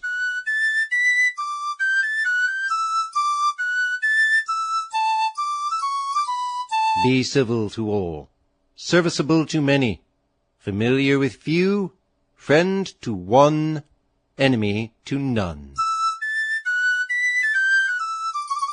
Vainglory flowereth, but beareth no fruit. As I spent some weeks last winter in visiting my old acquaintance in the Jerseys, great complaints I heard for want of money, and that leave to make more paper bills could not be obtained. Friends and countrymen, my advice on this head shall cost you nothing, and if you will not be angry with me for giving it, I promise you not to be offended if you do not take it. You spend yearly at least £200,000, 'tis said, in European, East Indian, and West Indian commodities. Supposing one half of this expense to be in things absolutely necessary, the other half may be called superfluities, or at best conveniences, which however you might live without for one little year, and not suffer exceedingly. Now to save this half, observe these few directions. 1. When you incline to have new clothes, look first well over the old ones, and see if you cannot shift with them another year, either by scouring, mending, or even patching if necessary. Remember, a patch on your coat, and money in your pocket, is better and more creditable than a writ on your back, and no money to take it off. 2. When you incline to buy Chinaware, Chinese, India silks, or any of their flimsy, slight manufactures, I would not be so hard with you as to insist on your absolutely resolving against it.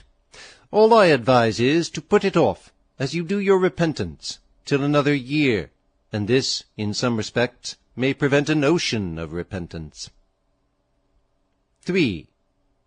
If you are now a drinker of punch, wine, or tea twice a day, for the ensuing year drink them but once a day. If you now drink then but once a day, do it but every other day. If you do it now but once a week, reduce the practice to once a fortnight. And if you do not exceed in quantity as you lessen the times, half your expense in these articles will be saved. Fourthly and lastly, when you incline to drink rum, fill the glass half with water. Thus at the year's end there will be £100,000 more money in your country.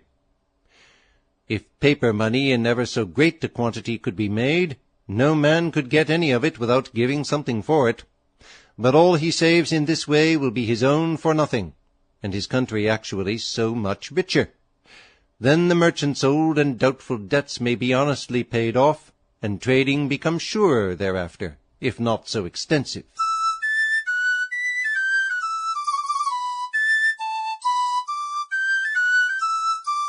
May.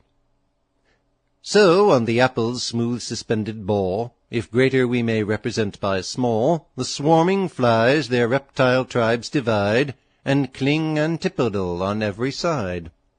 Hence pleasant problems may the mind discern of every soil their length of days to learn, can tell when round to each fixed place shall come faint dawn, meridian light, or midnight gloom. Laws too gentle are seldom obeyed, too severe, seldom executed. Trouble springs from idleness, toil from ease. Love and be loved. June. These gifts to astronomic art we owe, its use extensive, yet its growth but slow. If back we look on ancient sages' schemes, they seem ridiculous as children's dreams. How shall the Church, that boasts unerring truth, blush at the raillery of each modern youth, when told her Pope of heresy arraigned the sage whose earth's rotation once maintained? A wise man will desire no more than what he may get justly, use soberly, distribute cheerfully, and leave contentedly. The diligent spinner has a large shift. Louis Cornaro, a Venetian of quality and learning, wrote a book of the benefits of a sober life, and produced himself as a testimony. He says to the 40th year of his age he was continually perplexed with a variety of infirmities.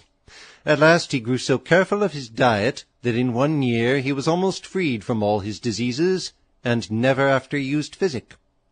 He continued thus temperate all the rest of his life, sound, cheerful, and veget, and was so entire and perfect in his strength at 80 years as to be able to walk, ride, hunt, and perform every office of life as well as in his youth. At length he died in his chair with very little pain or sickness, all of his senses being entire to the last, though in the 120th year of his age. Mark what blessings flow from frugal temperate meals. 'Tis they bestow that prime of blessings, health. All will confess that various meats the stomach much oppress. All may reflect how light, how well they were, when plain and simple was their cheerful fare.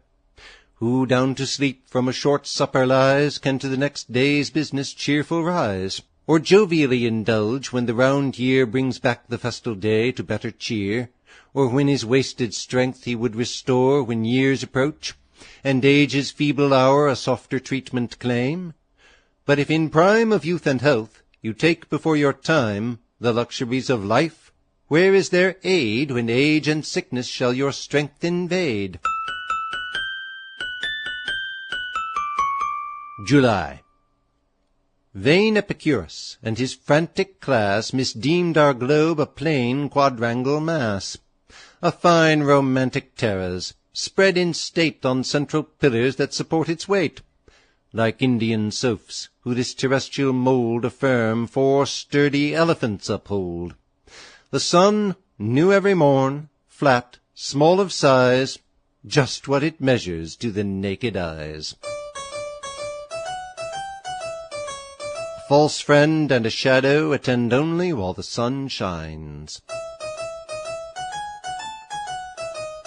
Tomorrow every fault is to be amended, but that tomorrow never comes. It is observable that God has often called men to places of dignity and honor, when they have been busy in the honest employment of their vocation. Saul was seeking his father's asses, and David keeping his father's sheep when called to the kingdom. The shepherds were feeding their flocks when they had their glorious revelation. God called the 4 apostles from their fishery, and Matthew from the receipt of custom, Amos from among the herdsmen of Tekoa, Moses from keeping Jethro's sheep, Gideon from the threshing floor, etc. God never encourages idleness, and despises not persons in the meanest employments. Learn of the bees. See to their toils they run in clustering swarms, and labor in the sun. See 'em instruct in work their buzzing race, the sweets to gather and to form the mass. The busy nation flies from flower to flower, and hoards in curious cells the golden store. The little ant, example too to man of care and labor, gathers all she can, and brings it to enlarge her heap at home against the winter which she knows will come. Man's understanding, dulled by idleness, contracts a rust that makes it daily less. Unless you often plough the fruitful field, no grain but mixed with thistles will it yield. Ill runs the horse, and hindmost in the race, who long has been unpractised in the chase. August. As posed the dark stagirate's dark school appears, perplexed with tales devised of crystal spheres, strange solid orbs, and circles oddly framed, who with philosophy their reveries named. How long did Ptolemy's dark riddle spread, with doubts deep puzzling each scholastic head, till like the Theban wise in story famed, Copernicus that Sphinxian monster shamed. He the true planetary system taught, which the learned Samian first from Egypt brought, long from the world concealed, in error lost, whose rich discovery latest times shall boast.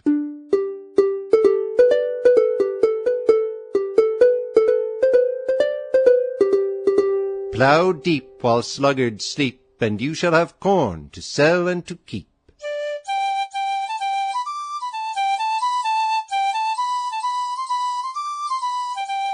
He that sows thorns should never go barefoot.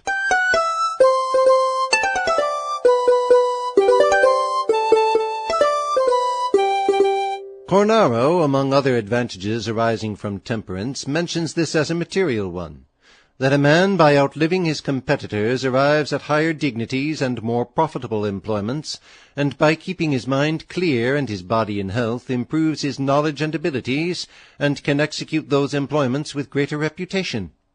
He might have added that by living long a man long enjoys the reputation and fame he may have acquired. Aristotle was much more famous after his death than during his life, but Newton, who lived to the age of 85, had been 60 years a distinguished philosopher, and many years before he died was universally esteemed and admired. If praise be, as Plato said, the sweetest kind of music, Newton long enjoyed a concert of that music, and the following lines were by many thought not too extravagant for his epitaph. Approach, ye wise of soul, with awe divine. 'Tis Newton's name that consecrates this shrine, that sun of knowledge, whose meridian ray kindled the gloom of nature into day, that soul of science, that unbounded mind, that genius which exalted humankind, confessed supreme of men, his country's pride, and half esteemed an angel till he died, who in the eye of heaven like Enoch stood, and through the paths of knowledge walked with God, who made his fame a sea without a shore, and but forsook one world to know the laws of more.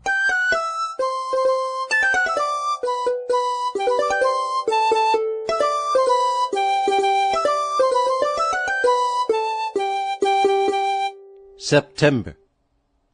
Then Tycho rose, who with incessant pains in their due ranks replaced the starry trains, his labour by a fresh industry moved, Hevelius, Flamsteed, Halley, since improved.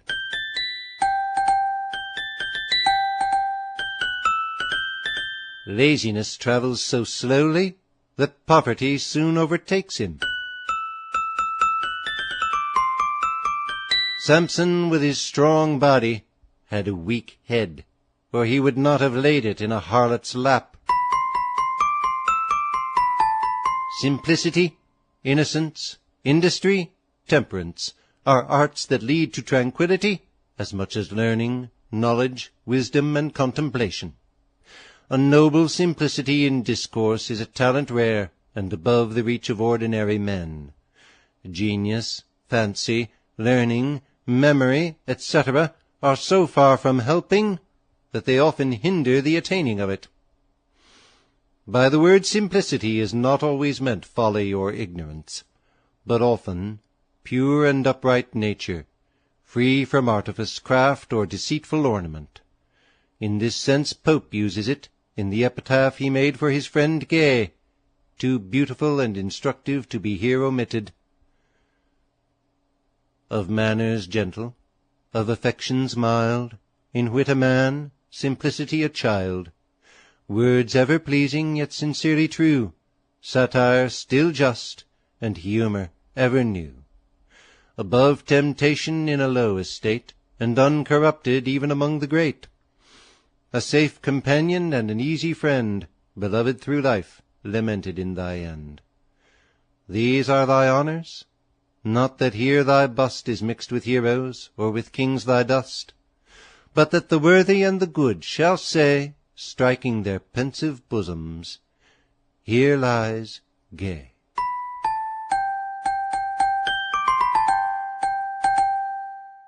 October.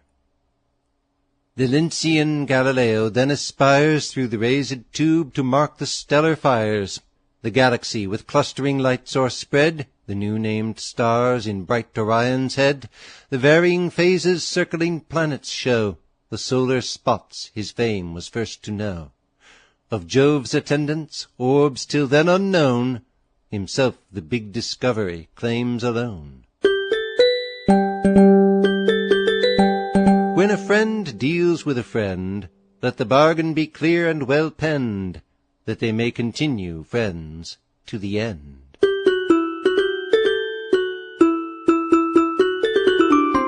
He that never eats too much will never be lazy.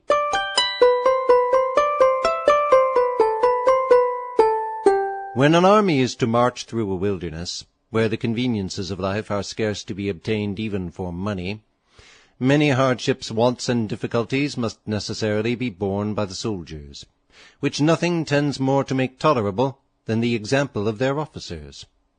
If these riot in plenty, while those suffer hunger and thirst, respect and obedience are in danger of being lost, and mutiny or desertion taking their places. Charles XII of Sweden thus stilled a growing clamour about bad bread in his march through the wilds of Tartary. The soldiers complained of it, and presented him a sample of what was daily distributed to them, mouldy as it was, and half rotten. He received it coolly, examined it, and said, "'Tis bad indeed, but it may be eaten." And to prove his words, he immediately ate it himself. Lucan gives us a glorious picture of Cato, leading his army through the parched deserts of Libya. Foremost on foot, he treads the burning sand, bearing his arms in his own patient hand, scorning another's weary neck to press, or in a lazy chariot loll at ease. The panting soldier to his toil succeeds, where no command but great example leads. Sparing of sleep, still for the rest he wakes, and at the fountain last his thirst he slakes. Whene'er by chance some living stream is found, he stands, and see the cooling draughts go round, stays till the last and meanest drudge be past, and till his slaves have drank, disdains to taste. November. Cassini next, and Huygens, like renowned, the moons and wondrous ring of Saturn found. Sagacious Kepler, still advancing, saw the elliptic motion, nature's plainest law, that universal acts through every part. This laid the basis of Newtonian art.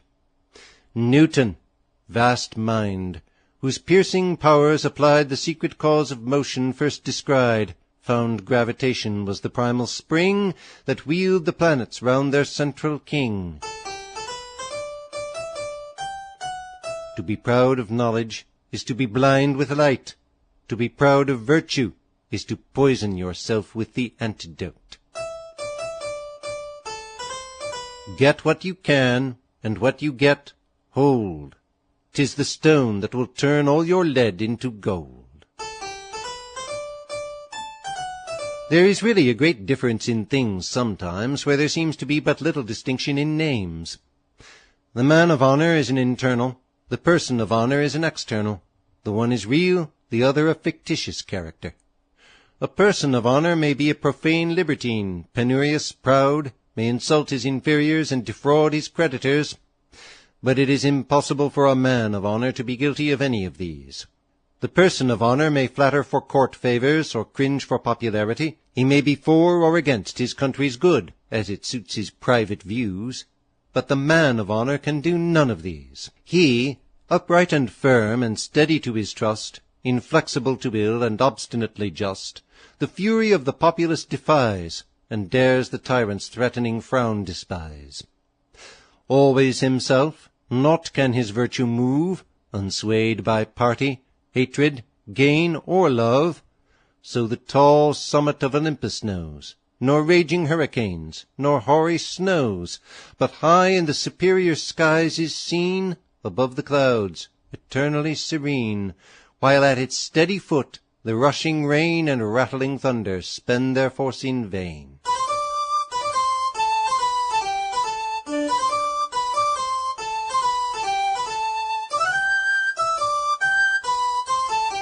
December. Mysterious impulse, that more clear to know exceeds the finite reach of art below. Forbear, bold mortal, 'tis an impious aim, own God immediate acting through the frame.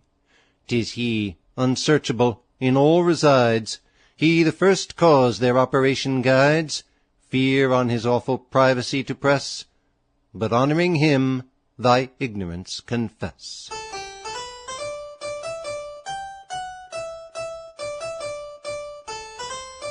An honest man will receive neither money nor praise that is not his due.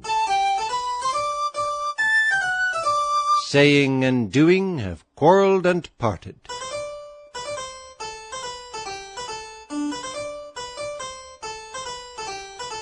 tell me my faults, and mend your own.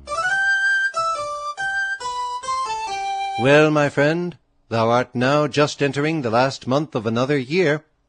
If thou art a man of business and of prudent care, belike thou wilt now settle thy accounts, to satisfy thyself whether thou hast gained or lost in the year past, and how much of either, the better to regulate thy future industry or thy common expenses. This is commendable, but it is not all. Wilt thou not examine also thy moral accounts, and see what improvements thou hast made in the conduct of life, what vice subdued, what virtue acquired, how much better and how much wiser, as well as how much richer thou art grown? What shall it profit a man if he gain the whole world and lose his own soul? Without some care in this matter, though thou mayst come to count thy thousands, thou wilt possibly still appear poor in the eyes of the discerning, even here, and be really so forever hereafter. Of man's miraculous mistakes this bears the palm, that all men are about to live, forever on the brink of being born. How excellent the life they mean to lead! All promise is poor dilatory man, and that through every stage. When young indeed, in full content we sometimes nobly rest, unanxious for ourselves, and only wish as duteous sons our fathers were more wise. At 30, man suspects himself a fool, knows it at 40, and reforms his plan. At 50 chides his infamous delay, pushes his prudent purpose to resolve, in all the magnanimity of thought resolves, and re-resolves, then dies the same.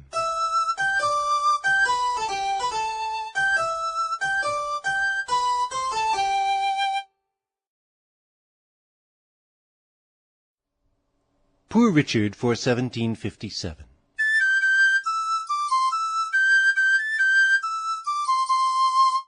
To the listener, editors disagree quite substantially on how Franklin's Almanac for 1757 should be arranged.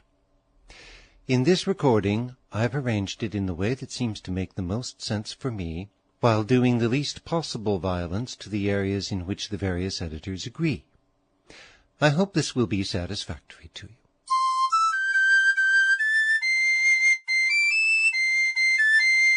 Preface.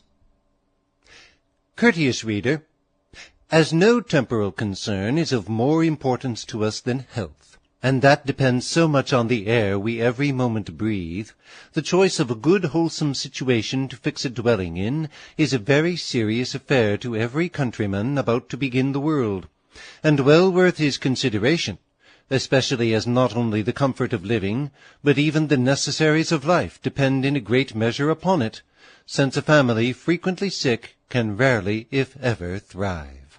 The following extracts, therefore, from a late medical writer, Dr. Pringle, on that subject, will, I hope, be acceptable and useful to some of my readers.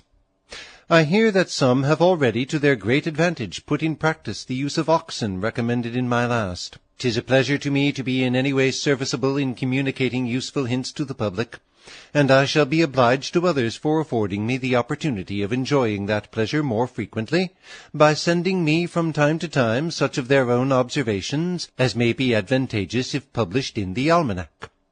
I am thy obliged friend, Richard Saunders.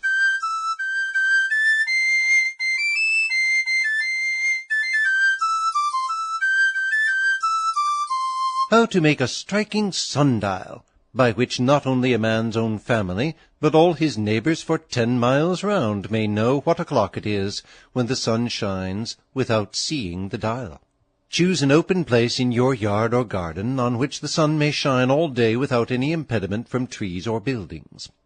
On the ground mark out your hour lines, as for a horizontal dial, according to art, taking enough room for the guns. On the line for 1 o'clock place 1 gun. On the 2 o'clock line place 2 guns, and so of the rest. The guns must all be charged with powder, but ball is unnecessary. Your gnomon or stile must have 12 burning glasses annexed to it, and be so placed that the sun, shining through the glasses one after the other, shall cause the focus or burning spot to fall on the hour line of 1, for example at 1 o'clock, and there kindle a train of gunpowder that shall fire 1 gun. At 2 o'clock a focus shall fall on the hour line of 2, and kindle another train that shall discharge 2 guns successively, and so of the rest. Note, there must be 78 guns in all.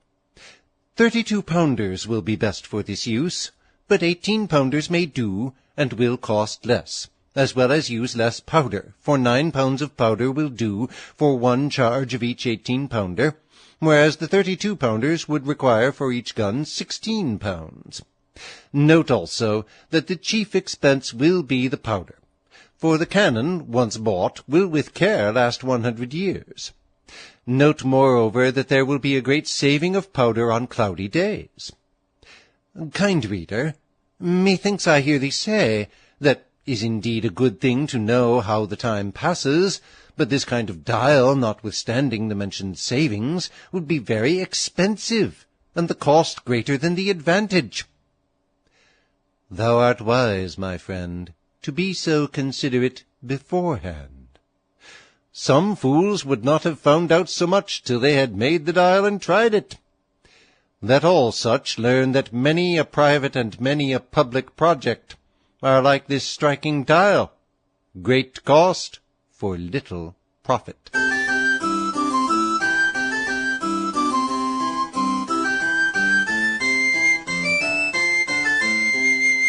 January.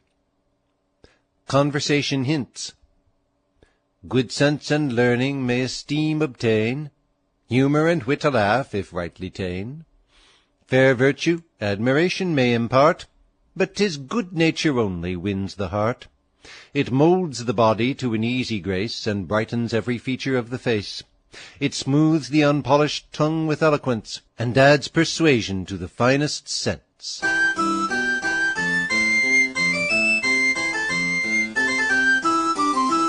He that would rise at court must begin by creeping.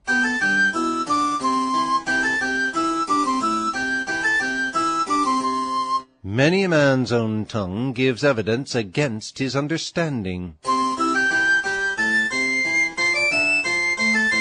Nothing dries sooner than a tear. When a man looks back upon his day, week, or year spent, and finds his business has been worthy for the dignity of human nature, it exhilarates and revives him, enables him to pass his own approbation on himself, and, as it were, to anticipate the oige, the well done, good and faithful servant, he shall one day receive from his great master. But he that gives himself only the idle divertissements of a child cannot reflect on time past without confusion, and is forced to take sanctuary in a total inconsideration, or run from one amusement to another, to avoid thinking, or answering to himself the question, "What have I done?" Idleness and its amusements are in the end more tiresome than labour itself. Uneasy both in country and in town, they search a place to lay their burden down. One, restless in his parlour, walks abroad, and vainly thinks to leave behind his load, but straight returns, for he's as restless there, and finds there's no relief in open air. To's country seat another would retire, and spurs as hard as if it were on fire. There soon begins to yawn, and stretch and snore, and seeks the city which he left before.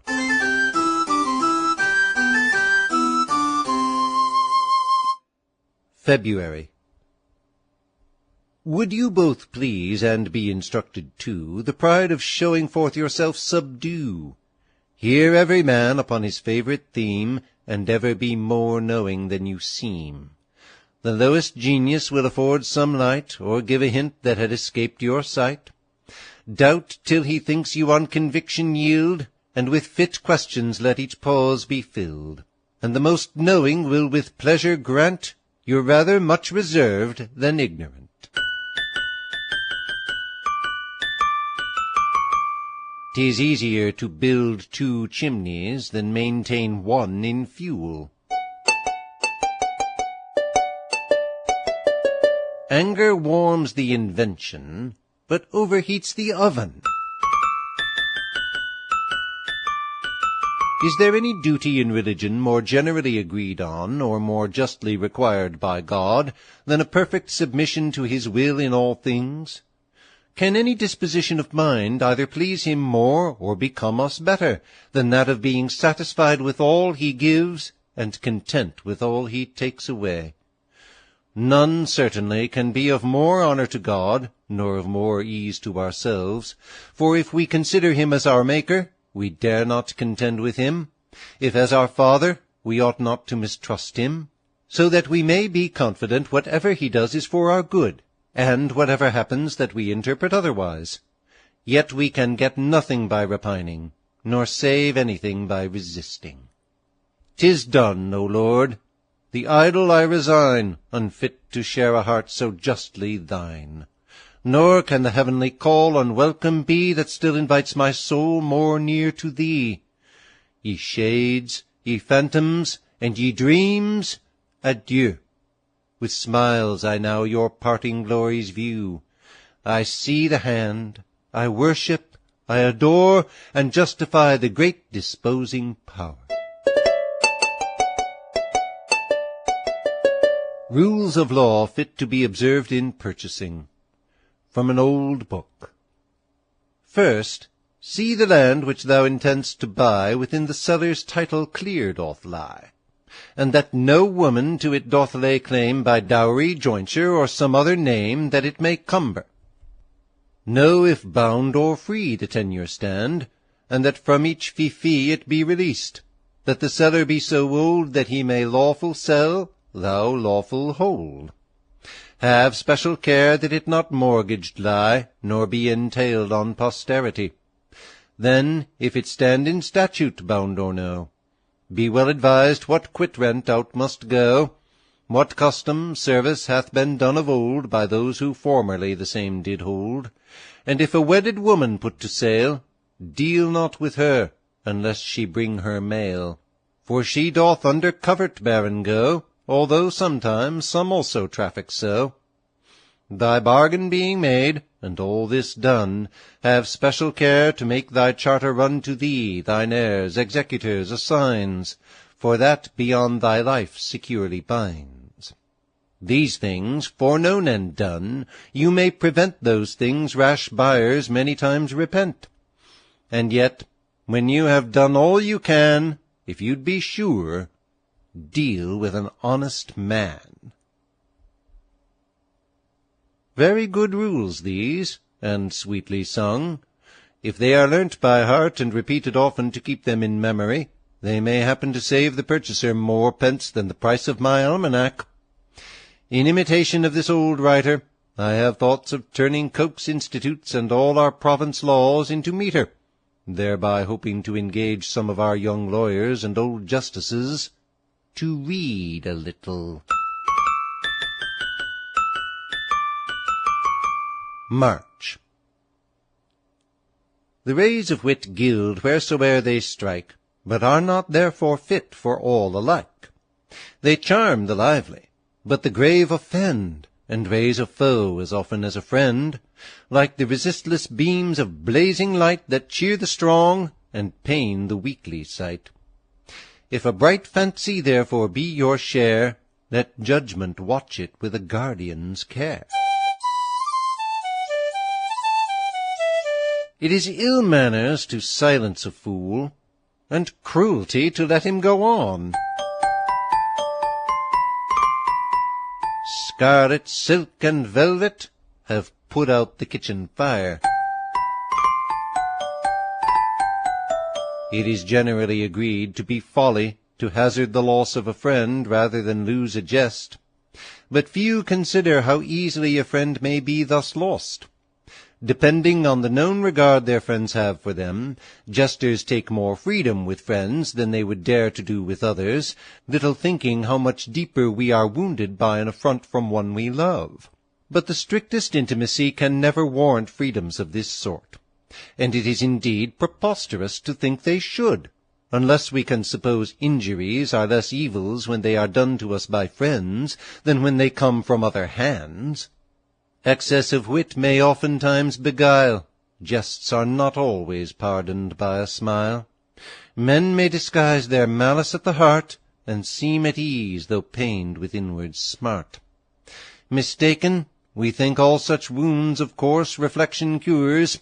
Alas, it makes them worse. Like scratches they with double anguish seize, rankle with time, and fester by degrees. April.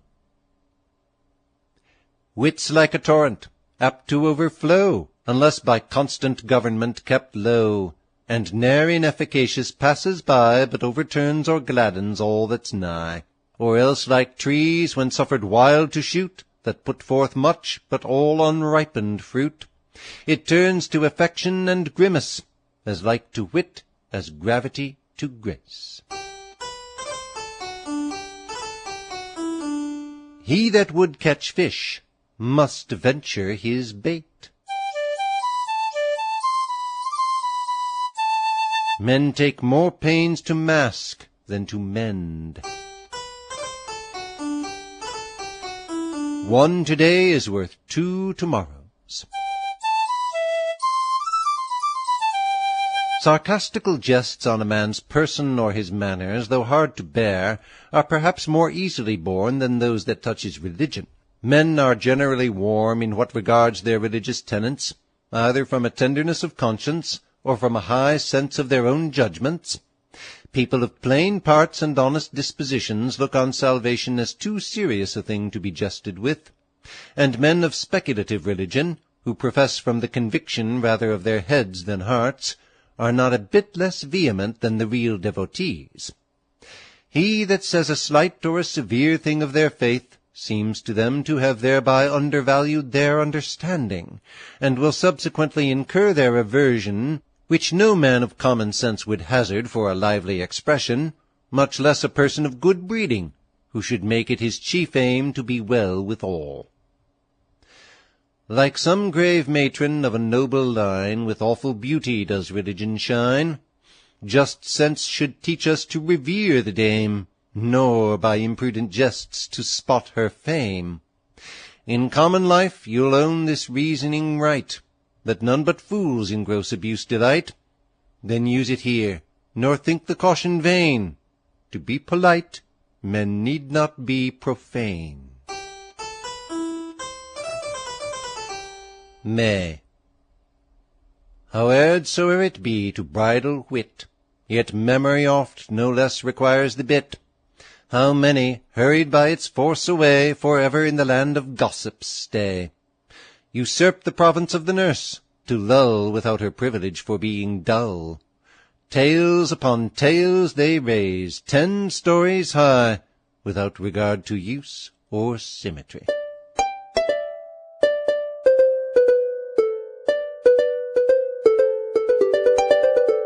The way to be safe is never to be secure.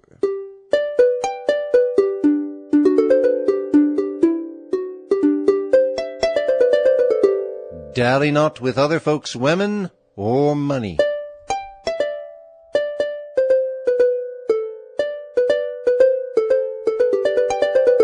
Work as if you were to live 100 years. Pray as if you were to die tomorrow. Since man is but of a very limited power in his own person, and consequently can effect no great matter merely by his own personal strength, but as he acts in society in conjunction with others, and since no man can engage the active assistance of others without first engaging their trust, and moreover, since men will trust no further than they judge one for his sincerity fit to be trusted, it follows that a discovered dissembler can achieve nothing great or considerable. For being not able to gain men's trust, he cannot gain their concurrence, and so is left alone to act singly and upon his own bottom, and while that is the sphere of his activity, all that he can do must needs be contemptible. Sincerity has such resistless charms, she, of the fiercest of our foes, disarms. No art she knows in native whiteness dressed, her thoughts all pure, and therefore all expressed. She takes from error its deformity, and without her all other virtues die. Bright source of goodness, to my aid descend, watch o'er my heart, and all my words amend.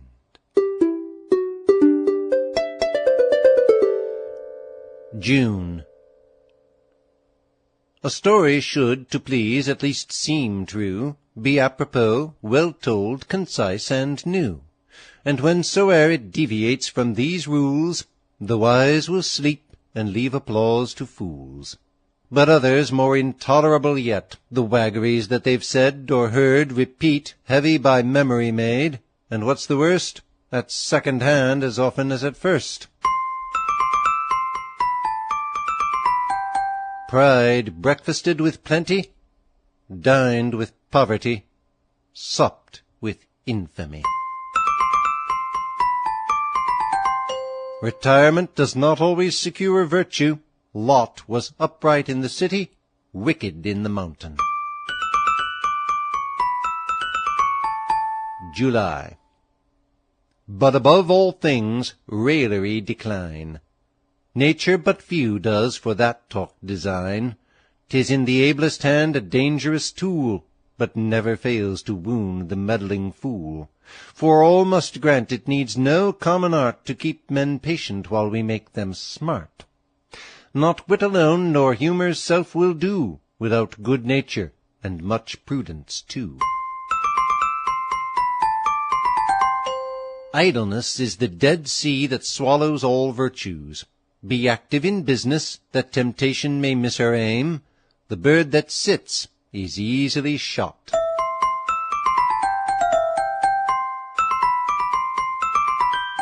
Shame and the dry bellyache were diseases of the last age. This seems to be cured of them.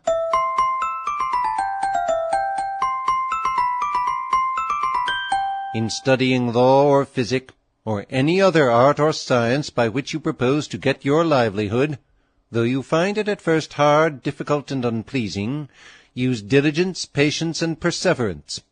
The irksomeness of your task will thus diminish daily, and your labor shall finally be crowned with success. You shall go beyond all your competitors who are careless, idle, or superficial in their acquisitions, and be at the head of your profession. Ability will command business, business wealth, and wealth an easy and honorable retirement when age shall require it.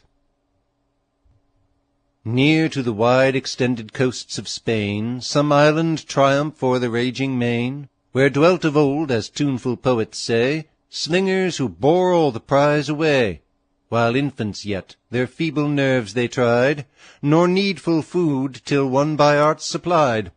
Fixed was the mark, the youngster off in vain whirled the misguided stone with fruitless pain, till by long practice to perfection brought, with easy sleight their former tasks they wrought. Swift from their arm the unerring pebble flew, and high in air the fluttering victim slew. So in each art men rise but by degrees, and months of labor lead to years of ease.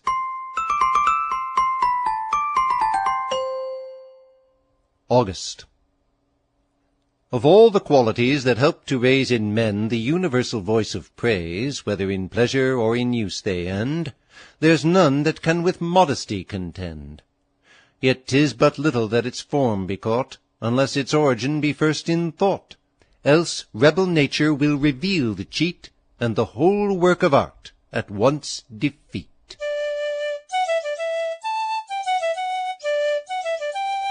Though the mastiff be gentle, yet bite him not by the lip.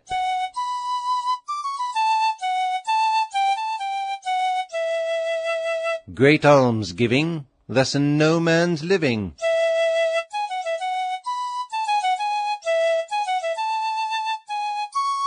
The royal crown cures not the headache. On the freedom of the press. While free from force the press remains, virtue and freedom cheer our plains, and learning largesses bestows, and keeps unlicensed open house. We to the nation's public mart our works of wit, and schemes of art, and philosophic goods this way, like water carriage, cheap convey.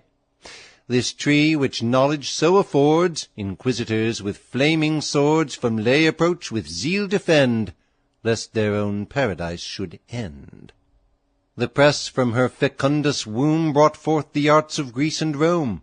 Her offspring skilled in logic war, truth's banner waved in open air. The monster superstition fled, and hid in shades her Gorgon head. And aweless power, the long-kept field, by reason quelled, was forced to yield. This nurse of arts and freedom's fence to chain is treason against sense. And liberty, thy thousand tongues none silence who design no wrongs. For those who use the gag's restraint first rob before they stop complaint.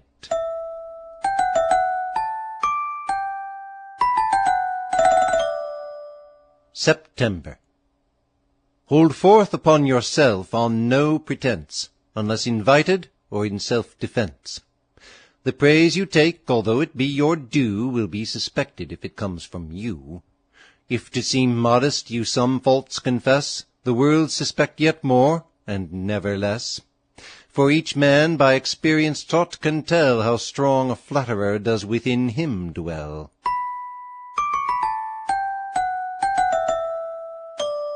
Act rightly and despise calumny. Dirt may stick to a mud wall, but not to polished marble.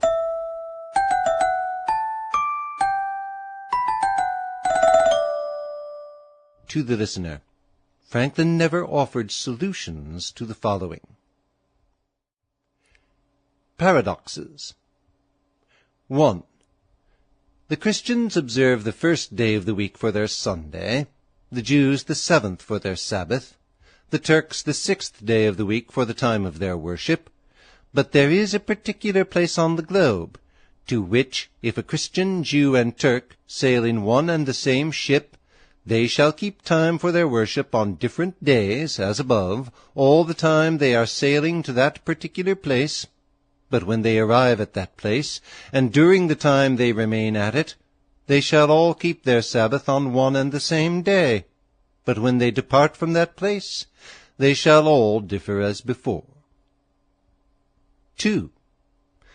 There is a certain port, from which if 3 ships depart at one and the same time, and sail on 3 particular different courses, till they return to the port they departed from, and if in one of these ships be Christians, in the second Jews, and in the third Turks, when they return to the port they departed from, they shall differ so with respect to real and apparent time, that they shall all keep their Sabbath on one and the same day of the week, and yet each of them separately shall believe that he keeps his Sabbath on the day of the week his religion requires.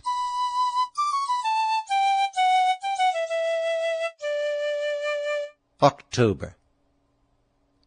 No part of conduct asks for skill more nice, though none more common, than to give advice. Misers themselves in this will not be saving, unless their knowledge makes it worth the having. And where's the wonder, when we will intrude an useless gift, it meets ingratitude? Shun then, unasked, this arduous task to try, but if consulted, use sincerity.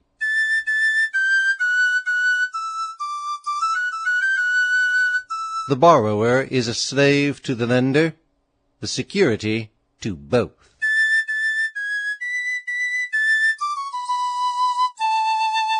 Singularity in the right hath ruined many. Happy those who are convinced of the general opinion.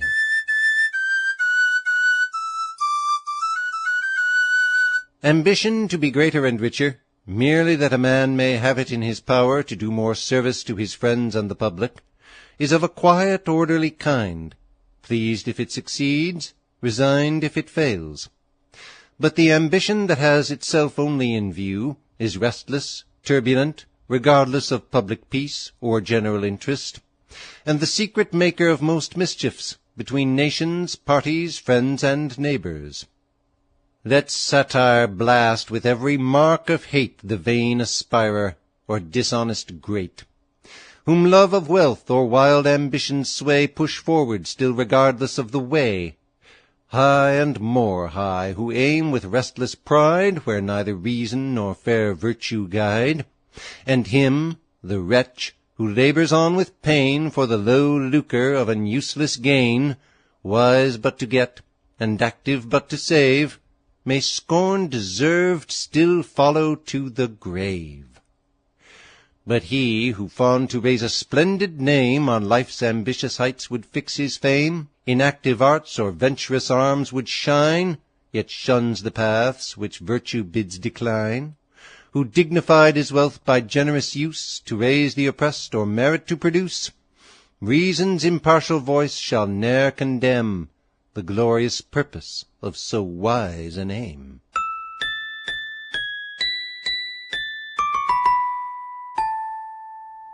November. Be but rarely warm in censure or in praise. Few men deserve our passion either ways, for half the world but floats twixt good and ill, as chance disposes objects, these the will. 'Tis but a see-saw game, where virtue now mounts above vice, then sinks down as low. Besides, the wise still hold it for a rule to trust that judgment most that seems most cool.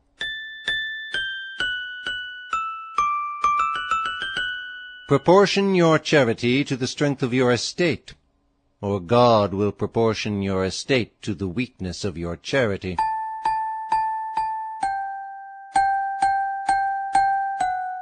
The tongue offends, and the ears get the cuffing.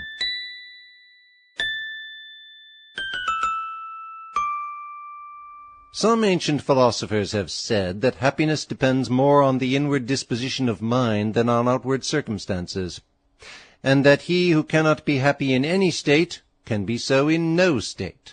To be happy, they tell us we must be content. Right, but they do not teach us how we may become content. Poor Richard shall give you a short, good rule for that. To be content, look backward on those who possess less than yourself, not forward on those who possess more. If this does not make you content, you don't deserve to be happy. Contentment, parent of delight, so much a stranger to our sight. Say, goddess, in what happy place mortals behold thy blooming face? Thy gracious auspices impart, and for thy temple choose my heart. They whom thou deignest to inspire, thy science learn to bound desire. By happy alchemy of mind, they turn to pleasure all they find. Unmoved when the rude tempest blows, without an opiate they repose, and covered by your shield, defy the whizzing shafts that round them fly. Nor, meddling with the gods' affairs, concern themselves with distant cares, but place their bliss in mental rest, and feast upon the good possessed.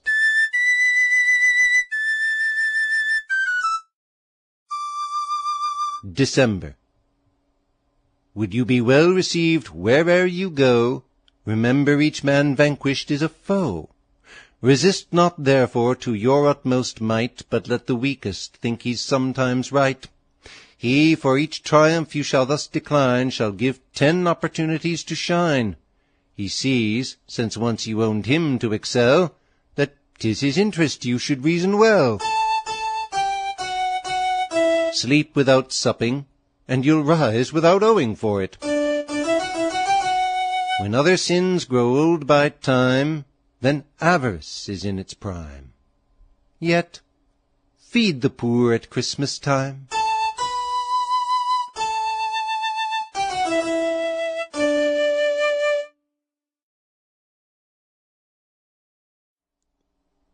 Poor Richard for 1758. Preface.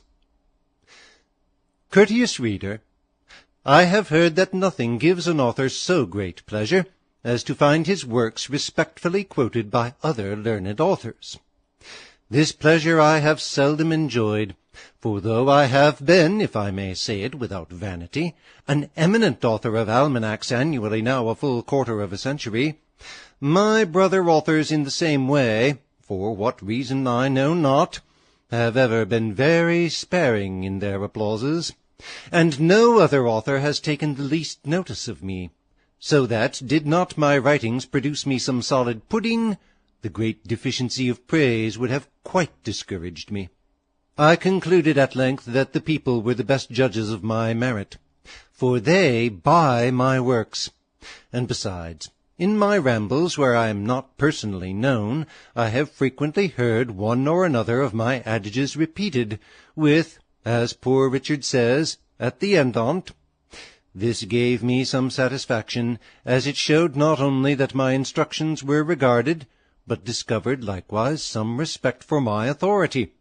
And I own that to encourage the practice of remembering and repeating those wise sentences, I have sometimes quoted myself with great gravity.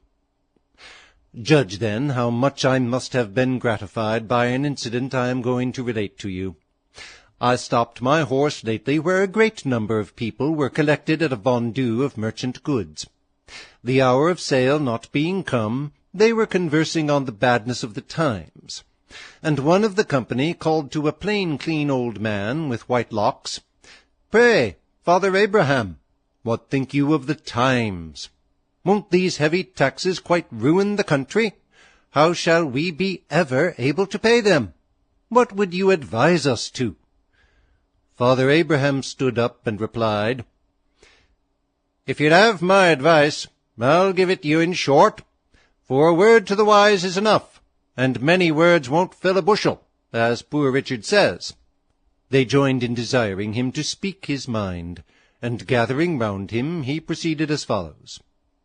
"Friends," says he, "and neighbours, the taxes are indeed very heavy, and if those laid on by the government were the only ones we had to pay, we might more easily discharge them. But we have many others, and much more grievous to some of us. We are taxed twice as much by our idleness, 3 times as much by our pride, and 4 times as much by our folly, and from these taxes the commissioners cannot ease or deliver us by allowing an abatement. However, let us hearken to good advice, and something may be done for us. God helps them that helps themselves, as poor Richard says in his Almanac of 1733. It would be thought a hard government that should tax its people 1/10 part of their time to be employed in its service. But idleness taxes many of us much more, if we reckon all that is spent in absolute sloth, or doing of nothing, with that which is spent in idle employments or amusements, that amount to nothing. Sloth, by bringing on diseases, absolutely shortens life. Sloth, like rust, consumes faster than labour wears, while the used key is always bright, as poor Richard says. But dost thou love life? Then do not squander time, for that's the stuff life is made of, as poor Richard says.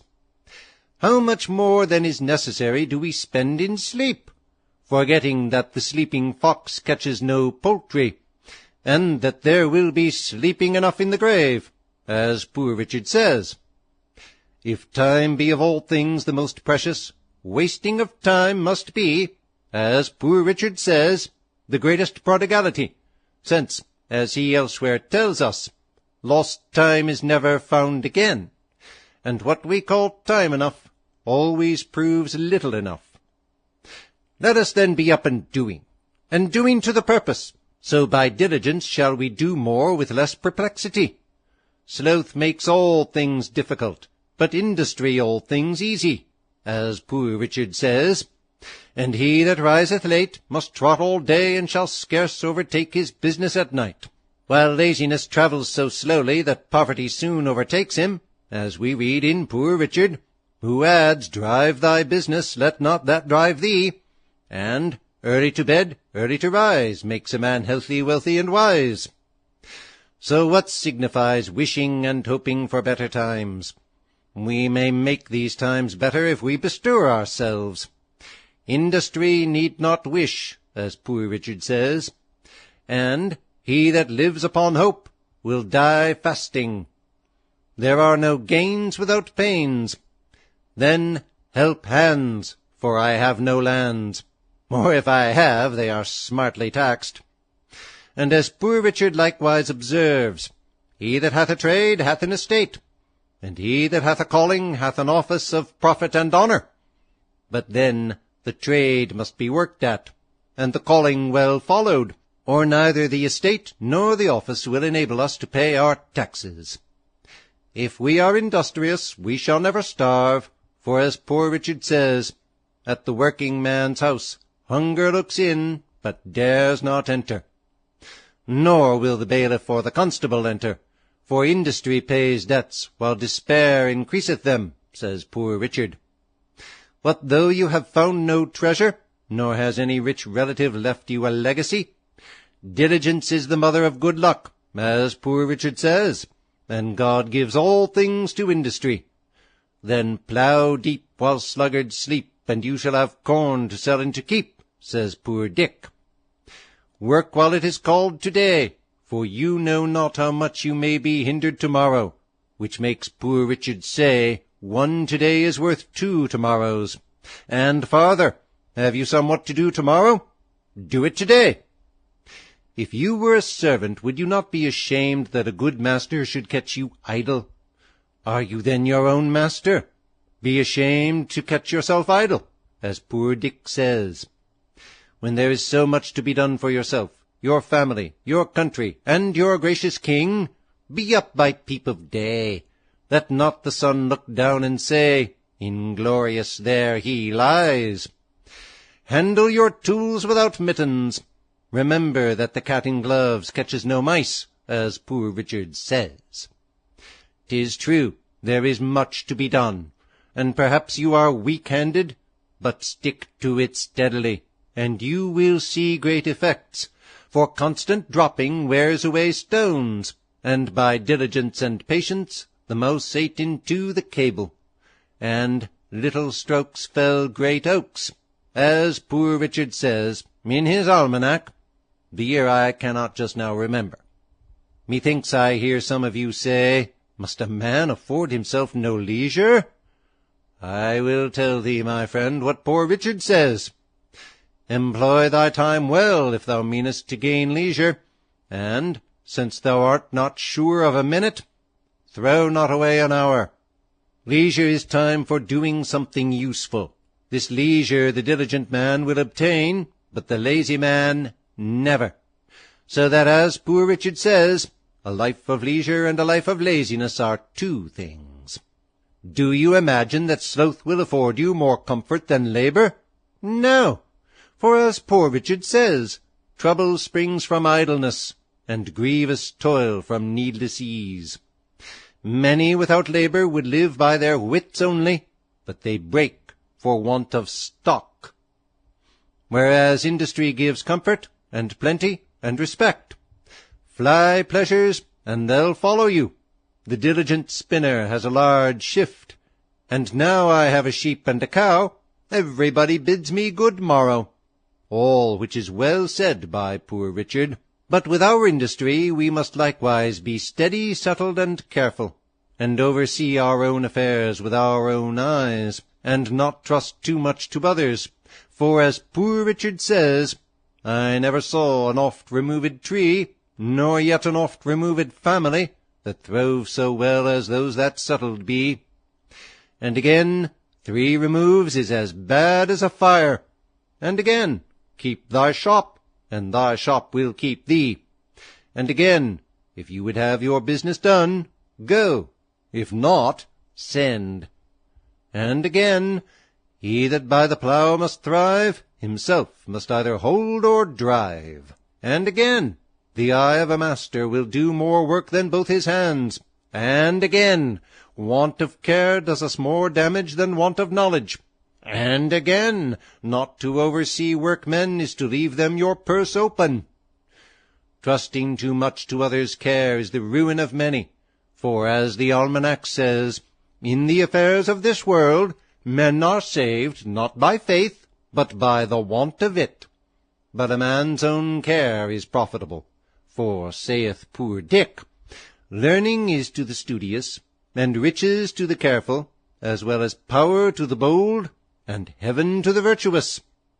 And farther, if you would have a faithful servant, and one that you like, serve yourself. And again he adviseth to circumspection and care, even in the smallest matters, because sometimes a little neglect may breed great mischief, adding, for want of a nail the shoe was lost, for want of a shoe the horse was lost, and for want of a horse the rider was lost, being overtaken and slain by the enemy, all for want of care about a horseshoe nail. So much for industry, my friends, and attention to one's own business. But to these we must add frugality, if we would make our industry more certainly successful. A man may, if he knows not how to save as he gets, keep his nose all his life to the grindstone, and die not worth a groat at last. A fat kitchen makes a lean will, as poor Richard says, and, if you would be wealthy, think of saving as well as of getting. The Indies have not made Spain rich, because her outgoes are greater than her incomes. Away then with your expensive follies. You will not have so much cause to complain of hard times, heavy taxes, and chargeable families. For as poor Dick says, women and wine, game and deceit, make the wealth small, and the wants great. And farther, what maintains one vice would bring up 2 children. You may think perhaps that a little tea, or a little punch now and then, diet a little more costly, clothes a little finer, and a little entertainment now and then can be no great matter. But remember what poor Richard says, many a little makes a mickle. And farther, beware of little expenses, a small leak will sink a great ship. And again, who dainties love shall beggars prove. And moreover, fools make feasts, and wise men eat them. Here you are all got together at this vendue of fineries and knickknacks. You call them goods, but if you do not take care, they will prove evils to some of you. You expect they will be sold cheap, and perhaps they may for less than they cost. But if you have no occasion for them, they must be dear to you. Remember what poor Richard says, buy what thou hast no need of, and ere long thou shalt sell thy necessaries. And again, at a great pennyworth, pause a while. He means that perhaps the cheapness is apparent only, and not real, or the bargain, by straightening thee in thy business, may do thee more harm than good. For in another place he says, many have been ruined by buying good pennyworths. Again poor Richard says, 'Tis foolish to lay out money in a purchase of repentance, and yet this folly is practised every day at vendues, for want of minding the almanac. Wise men, as poor Richard says, learn by others' harms, fools scarcely by their own. But felix quem faciunt aliena pericula cautem. Many a one, for the sake of finery on the back, have gone with a hungry belly, and half-starved their families. Silks and satins, scarlets and velvets, as poor Richard says, put out the kitchen fire. These are not the necessaries of life. They can scarcely be called the conveniences, and yet only because they look pretty, how many want to have them. The artificial wants of mankind thus become more numerous than the natural, and as poor Dick says, for one poor person there are 100 indigent. By these and other extravagancies the genteel are reduced to poverty, and forced to borrow of those whom they formerly despised, but who through industry and frugality have maintained their standing, in which case it appears plainly that a ploughman on his legs is higher than a gentleman on his knees, as poor Richard says. Perhaps they have had a small estate left them, which they knew not the getting of. They think 'tis day, and will never be night, that a little to be spent out of so much is not worth minding. A child and a fool, as poor Richard says, imagine 20 shillings and 20 years can never be spent. But always taking out of the meat tub and never putting in soon comes to the bottom. Then, as poor Dick says, when the well's dry, they know the worth of water. But this they might have known before, if they had taken his advice. If you would know the value of money, go and try to borrow some, for he that goes a-borrowing goes a-sorrowing. And indeed so does he that lends to such people, when he goes to get it in again. Poor Dick further advises, and says, fond pride of dress is sure a very curse. Ere fancy you consult your purse. And again, pride is as loud as a beggar in want, and a great deal more saucy. When you have bought one fine thing, you must buy 10 more, that your appearance may be all of a piece. But poor Dick says, 'tis easier to suppress the first desire than to satisfy all that follow it. And 'tis as truly folly for the poor to ape the rich, as for the frog to swell in order to equal the ox. Great estates may venture more, but little boats should keep near shore. 'Tis, however, a folly soon punished, for pride that dines on vanity sups on contempt, as poor Richard says. And in another place, pride breakfasted with plenty, dined with poverty, and supped with infamy.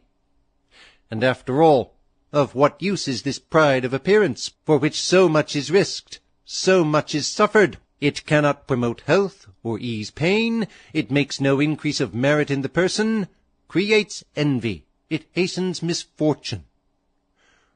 What is a butterfly? At best, he's but a caterpillar dressed. The gaudy fops is picture just, as poor Richard says. But what madness it must be to run in debt for these superfluities! We are offered by the terms of this vendue 6 months' credit, and that perhaps has induced some of us to attend it, because we cannot spare the ready money, and hope now to be fine without it. But think what you do when you run in debt. You give to another power over your liberty.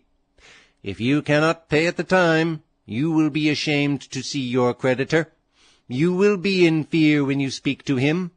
You will make poor, pitiful, sneaking excuses, and by degrees come to lose your veracity, and sink into base, downright lying.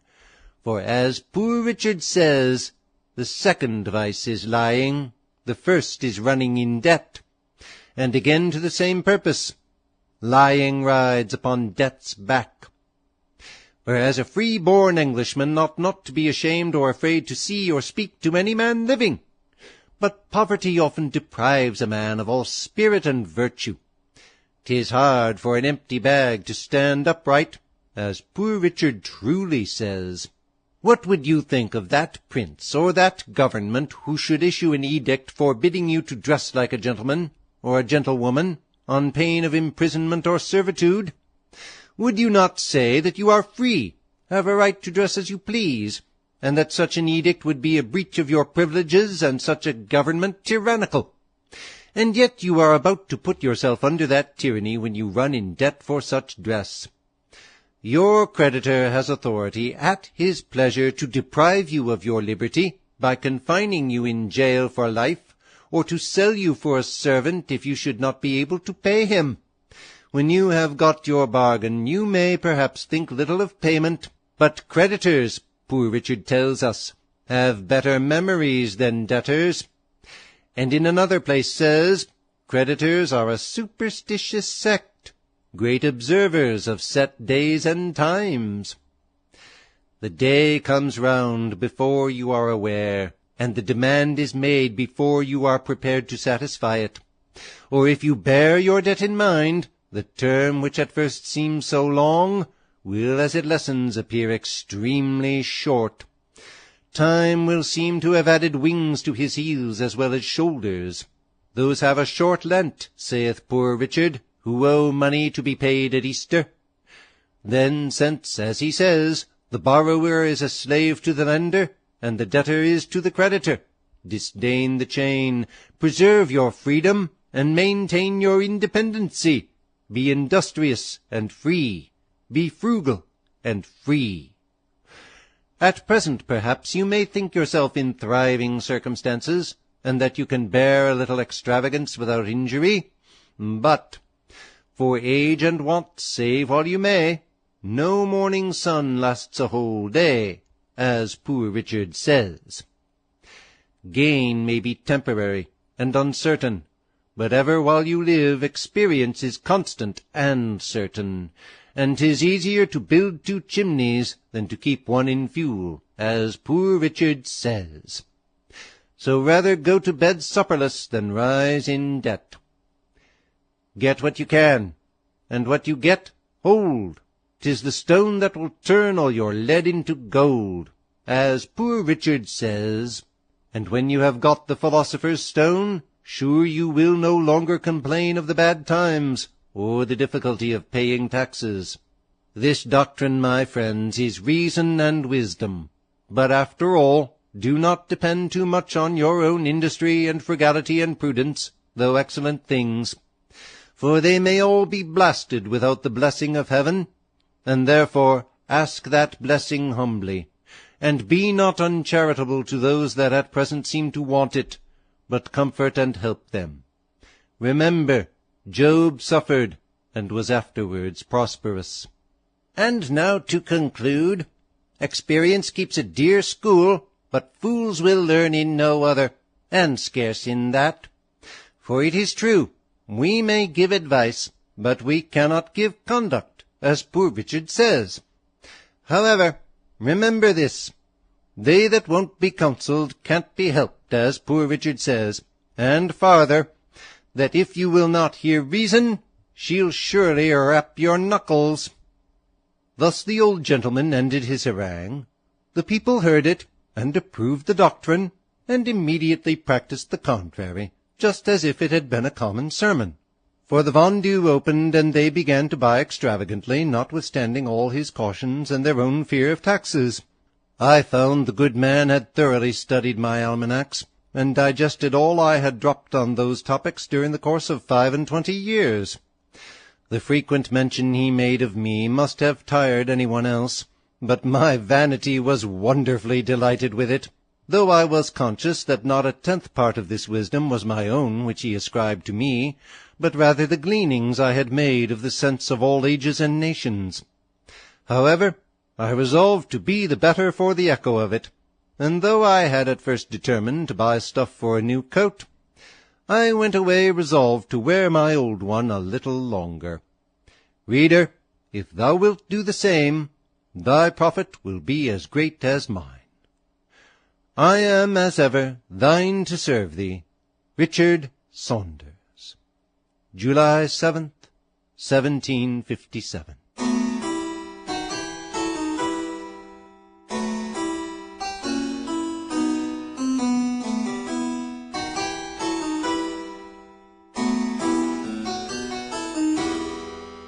January. On Ambition. I know, young friend, ambition fills your mind, and in life's voyage 'tis the impelling wind, but at the helm that sober reason stand, and steer the bark with heaven-directed hand. So shall you safe ambition's gale receive, and ride securely though the billows heave. So shall you shun the giddy hero's fate, and by her influence be both good and great.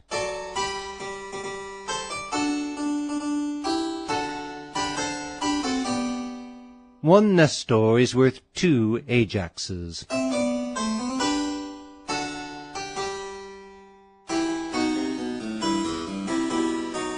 When you're an anvil, hold you still. When you're a hammer, strike your fill.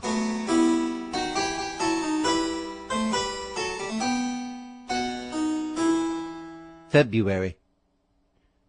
She bids you first, in life's soft vernal hours, with active industry wake nature's powers. With rising years still rising arts display, with new-born graces mark each new-born day. 'Tis now the time young passion to command, while yet the pliant stem obeys the hand. Guide now the courser with a steady rein, ere yet he bounds o'er pleasure's flowery plain. In passion's strife no medium you can have. You rule a master, or submit a slave. When knaves betray each other, one can scarcely be blamed, or the other pitied.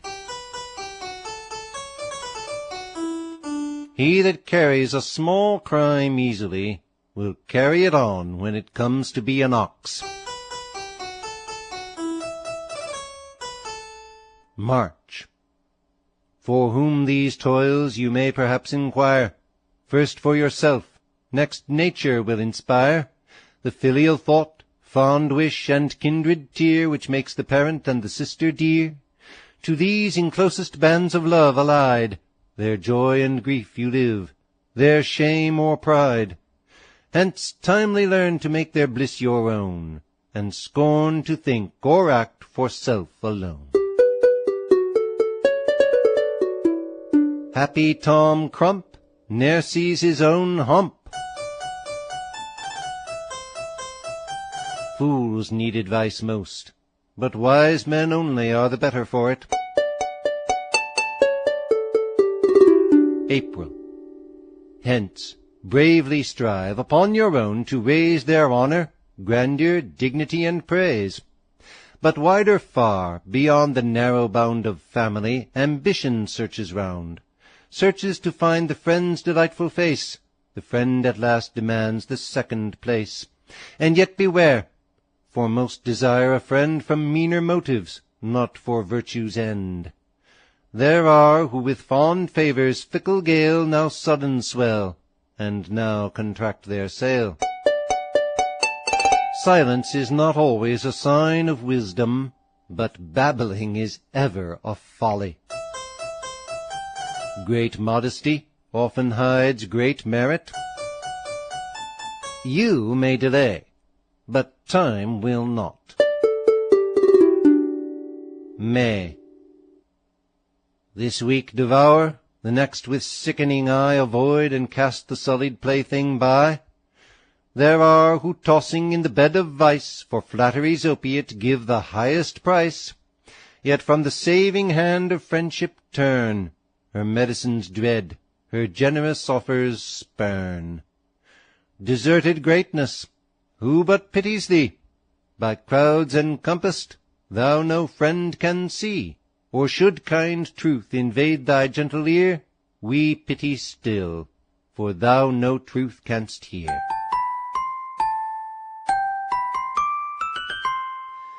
Virtue may always make a face handsome, but vice will certainly make it ugly. Prodigality of time produces poverty of mind as well as of estate. June. Ne'er grudged thy wealth to swell a useless state, yet frugal deems the expense of friends too great. For friends ne'er mixing in ambition's strife, for friends, the richest furniture of life. Be yours, my son, a nobler, higher aim, your pride to burn with friendship's sacred flame.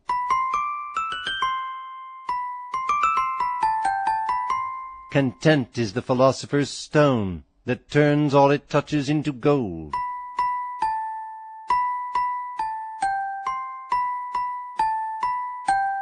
He that's content hath enough. He that complains has too much.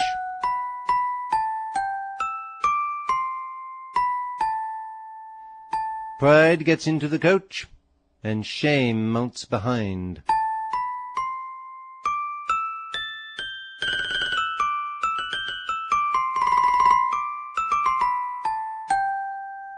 July. By virtue kindled, by like manners fed, by mutual wishes mutual favours spread, increased with years, by candid truth refined, pour all its boundless ardours through your mind, by yours the care a chosen band to gain, with them to glory's radiant summit strain, aiding and aided each, while all contend who best, who bravest, shall assist his friend. The first mistake in public business is the going into it. Half the truth is often a great lie. The way to see by faith is to shut the eye of reason. The morning daylight appears plainer when you put out your candle. August. Thus still should some private friendships spread around, till in their joint embrace the public's found, the common friend. Then all her good explore. Explored, pursue with each unbiased power, but chief the greatest should her laws revere. Ennobling honours, which she bids them wear, ambition fills with charity the mind, and pants to be the friend of all mankind.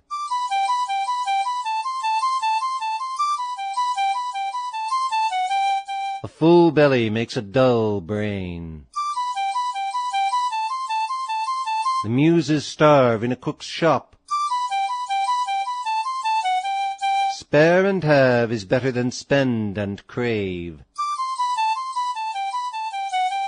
Goodwill, like the wind, floweth where it listeth. September.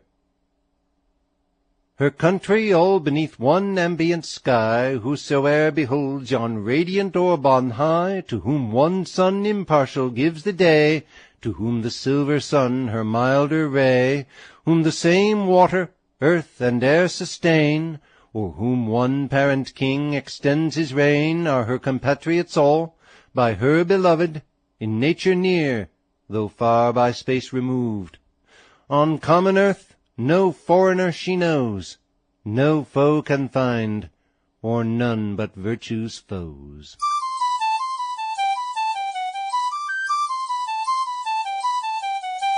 The honey is sweet, but the bee has a sting.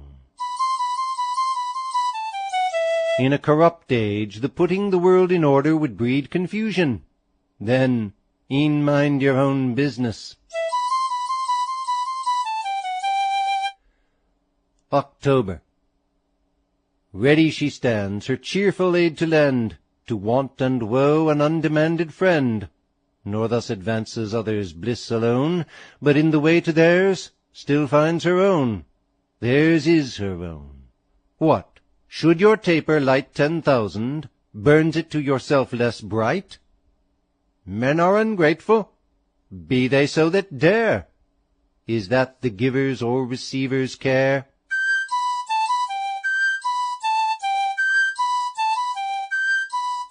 To serve the public faithfully, and at the same time please it entirely, is impracticable.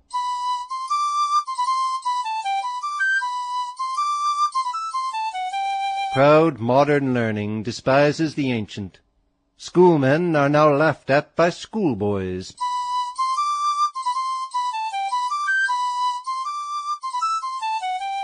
November. Oh, blind to joys that from true bounty flow, to think those e'er repentant whose hearts bestow. Man to his Maker thus best homage pays, thus peaceful walks through virtue's pleasing ways, her gentle image on the soul impressed, bids each tempestuous passion leave the breast. Hence with her livid self-devouring snake's pale envy flies, her quiver slander breaks.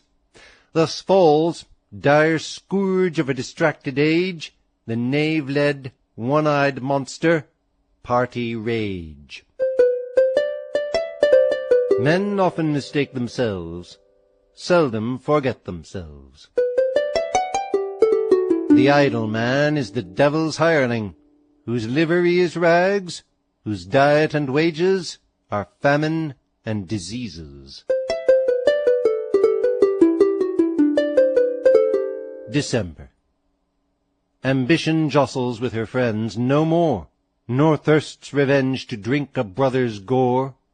Fiery remorse no stinging scorpions rears, or trembling guilt no falling sword appears. Hence conscience, void of blame, her front erects, hence just ambition boundless splendor's crown, and hence she calls eternity own.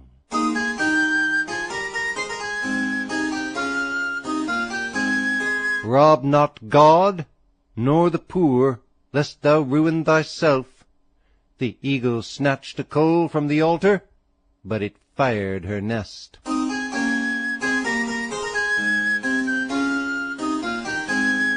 With bounteous cheer conclude the year. Vale.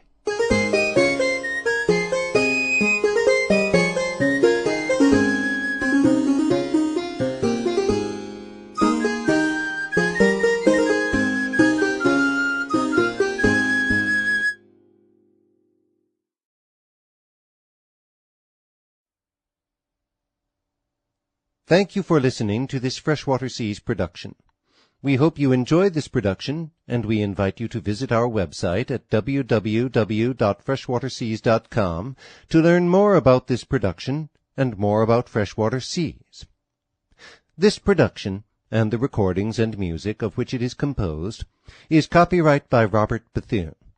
It is registered with the United States Copyright Office, and is protected by the copyright laws of the United States of America and all international copyright conventions. All rights are reserved. This recording is for private listening only, and may not be reproduced, performed, broadcast, or retransmitted in any form or medium without written permission from Freshwater Seas.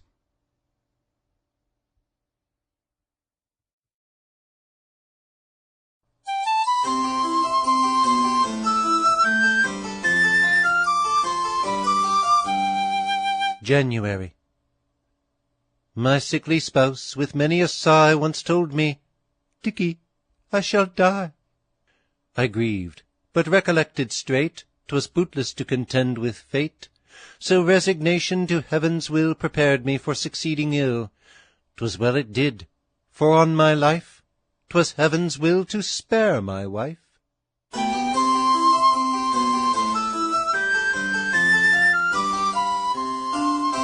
To bear other people's afflictions, everyone has courage and enough to spare.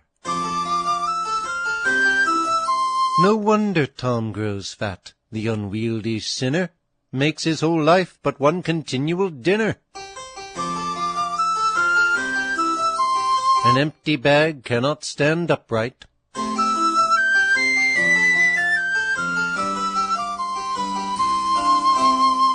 February. While the good priest, with eyes devoutly closed, left on the book the marriage fee exposed, the new-made bridegroom his occasion spies, and pleased, repockets up the shining prize. Yet not so safe, but Mr. Surplice views the frolic, and demands his pilfered dues. "No," quoth the man, "good doctor, I'll none suit ye. A plain default I found you off your duty. More carefully the holy book survey. Your rule is, you should watch as well as pray." Happy that nation, fortunate that age, whose history is not diverting. What is a butterfly? At best he's but a caterpillar dressed. The gaudy fop's his picture just. None are deceived but they that confide.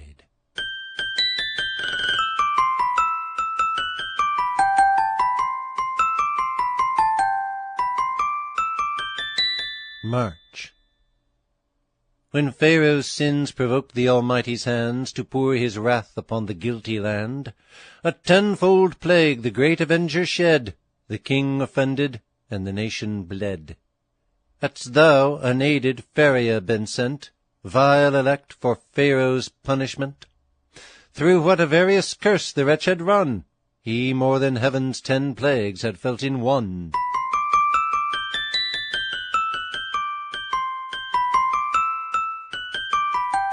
An open foe may prove a curse, but a pretended friend is worse.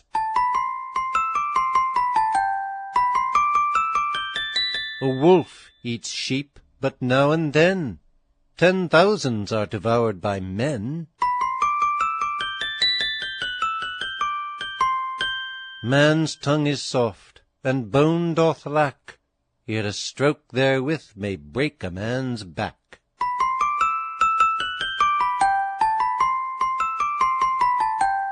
April.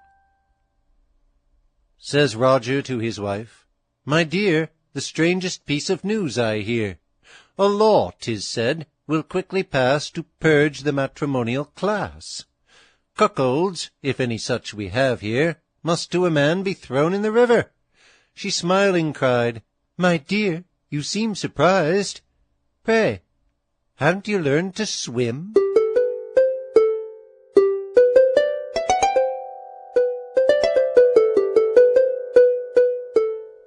Many a meal is lost for want of meat.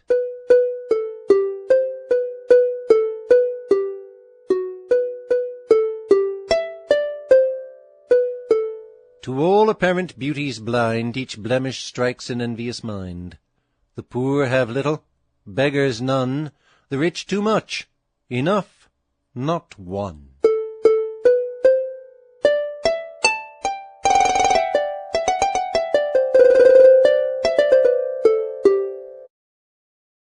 Audible hopes you have enjoyed this program.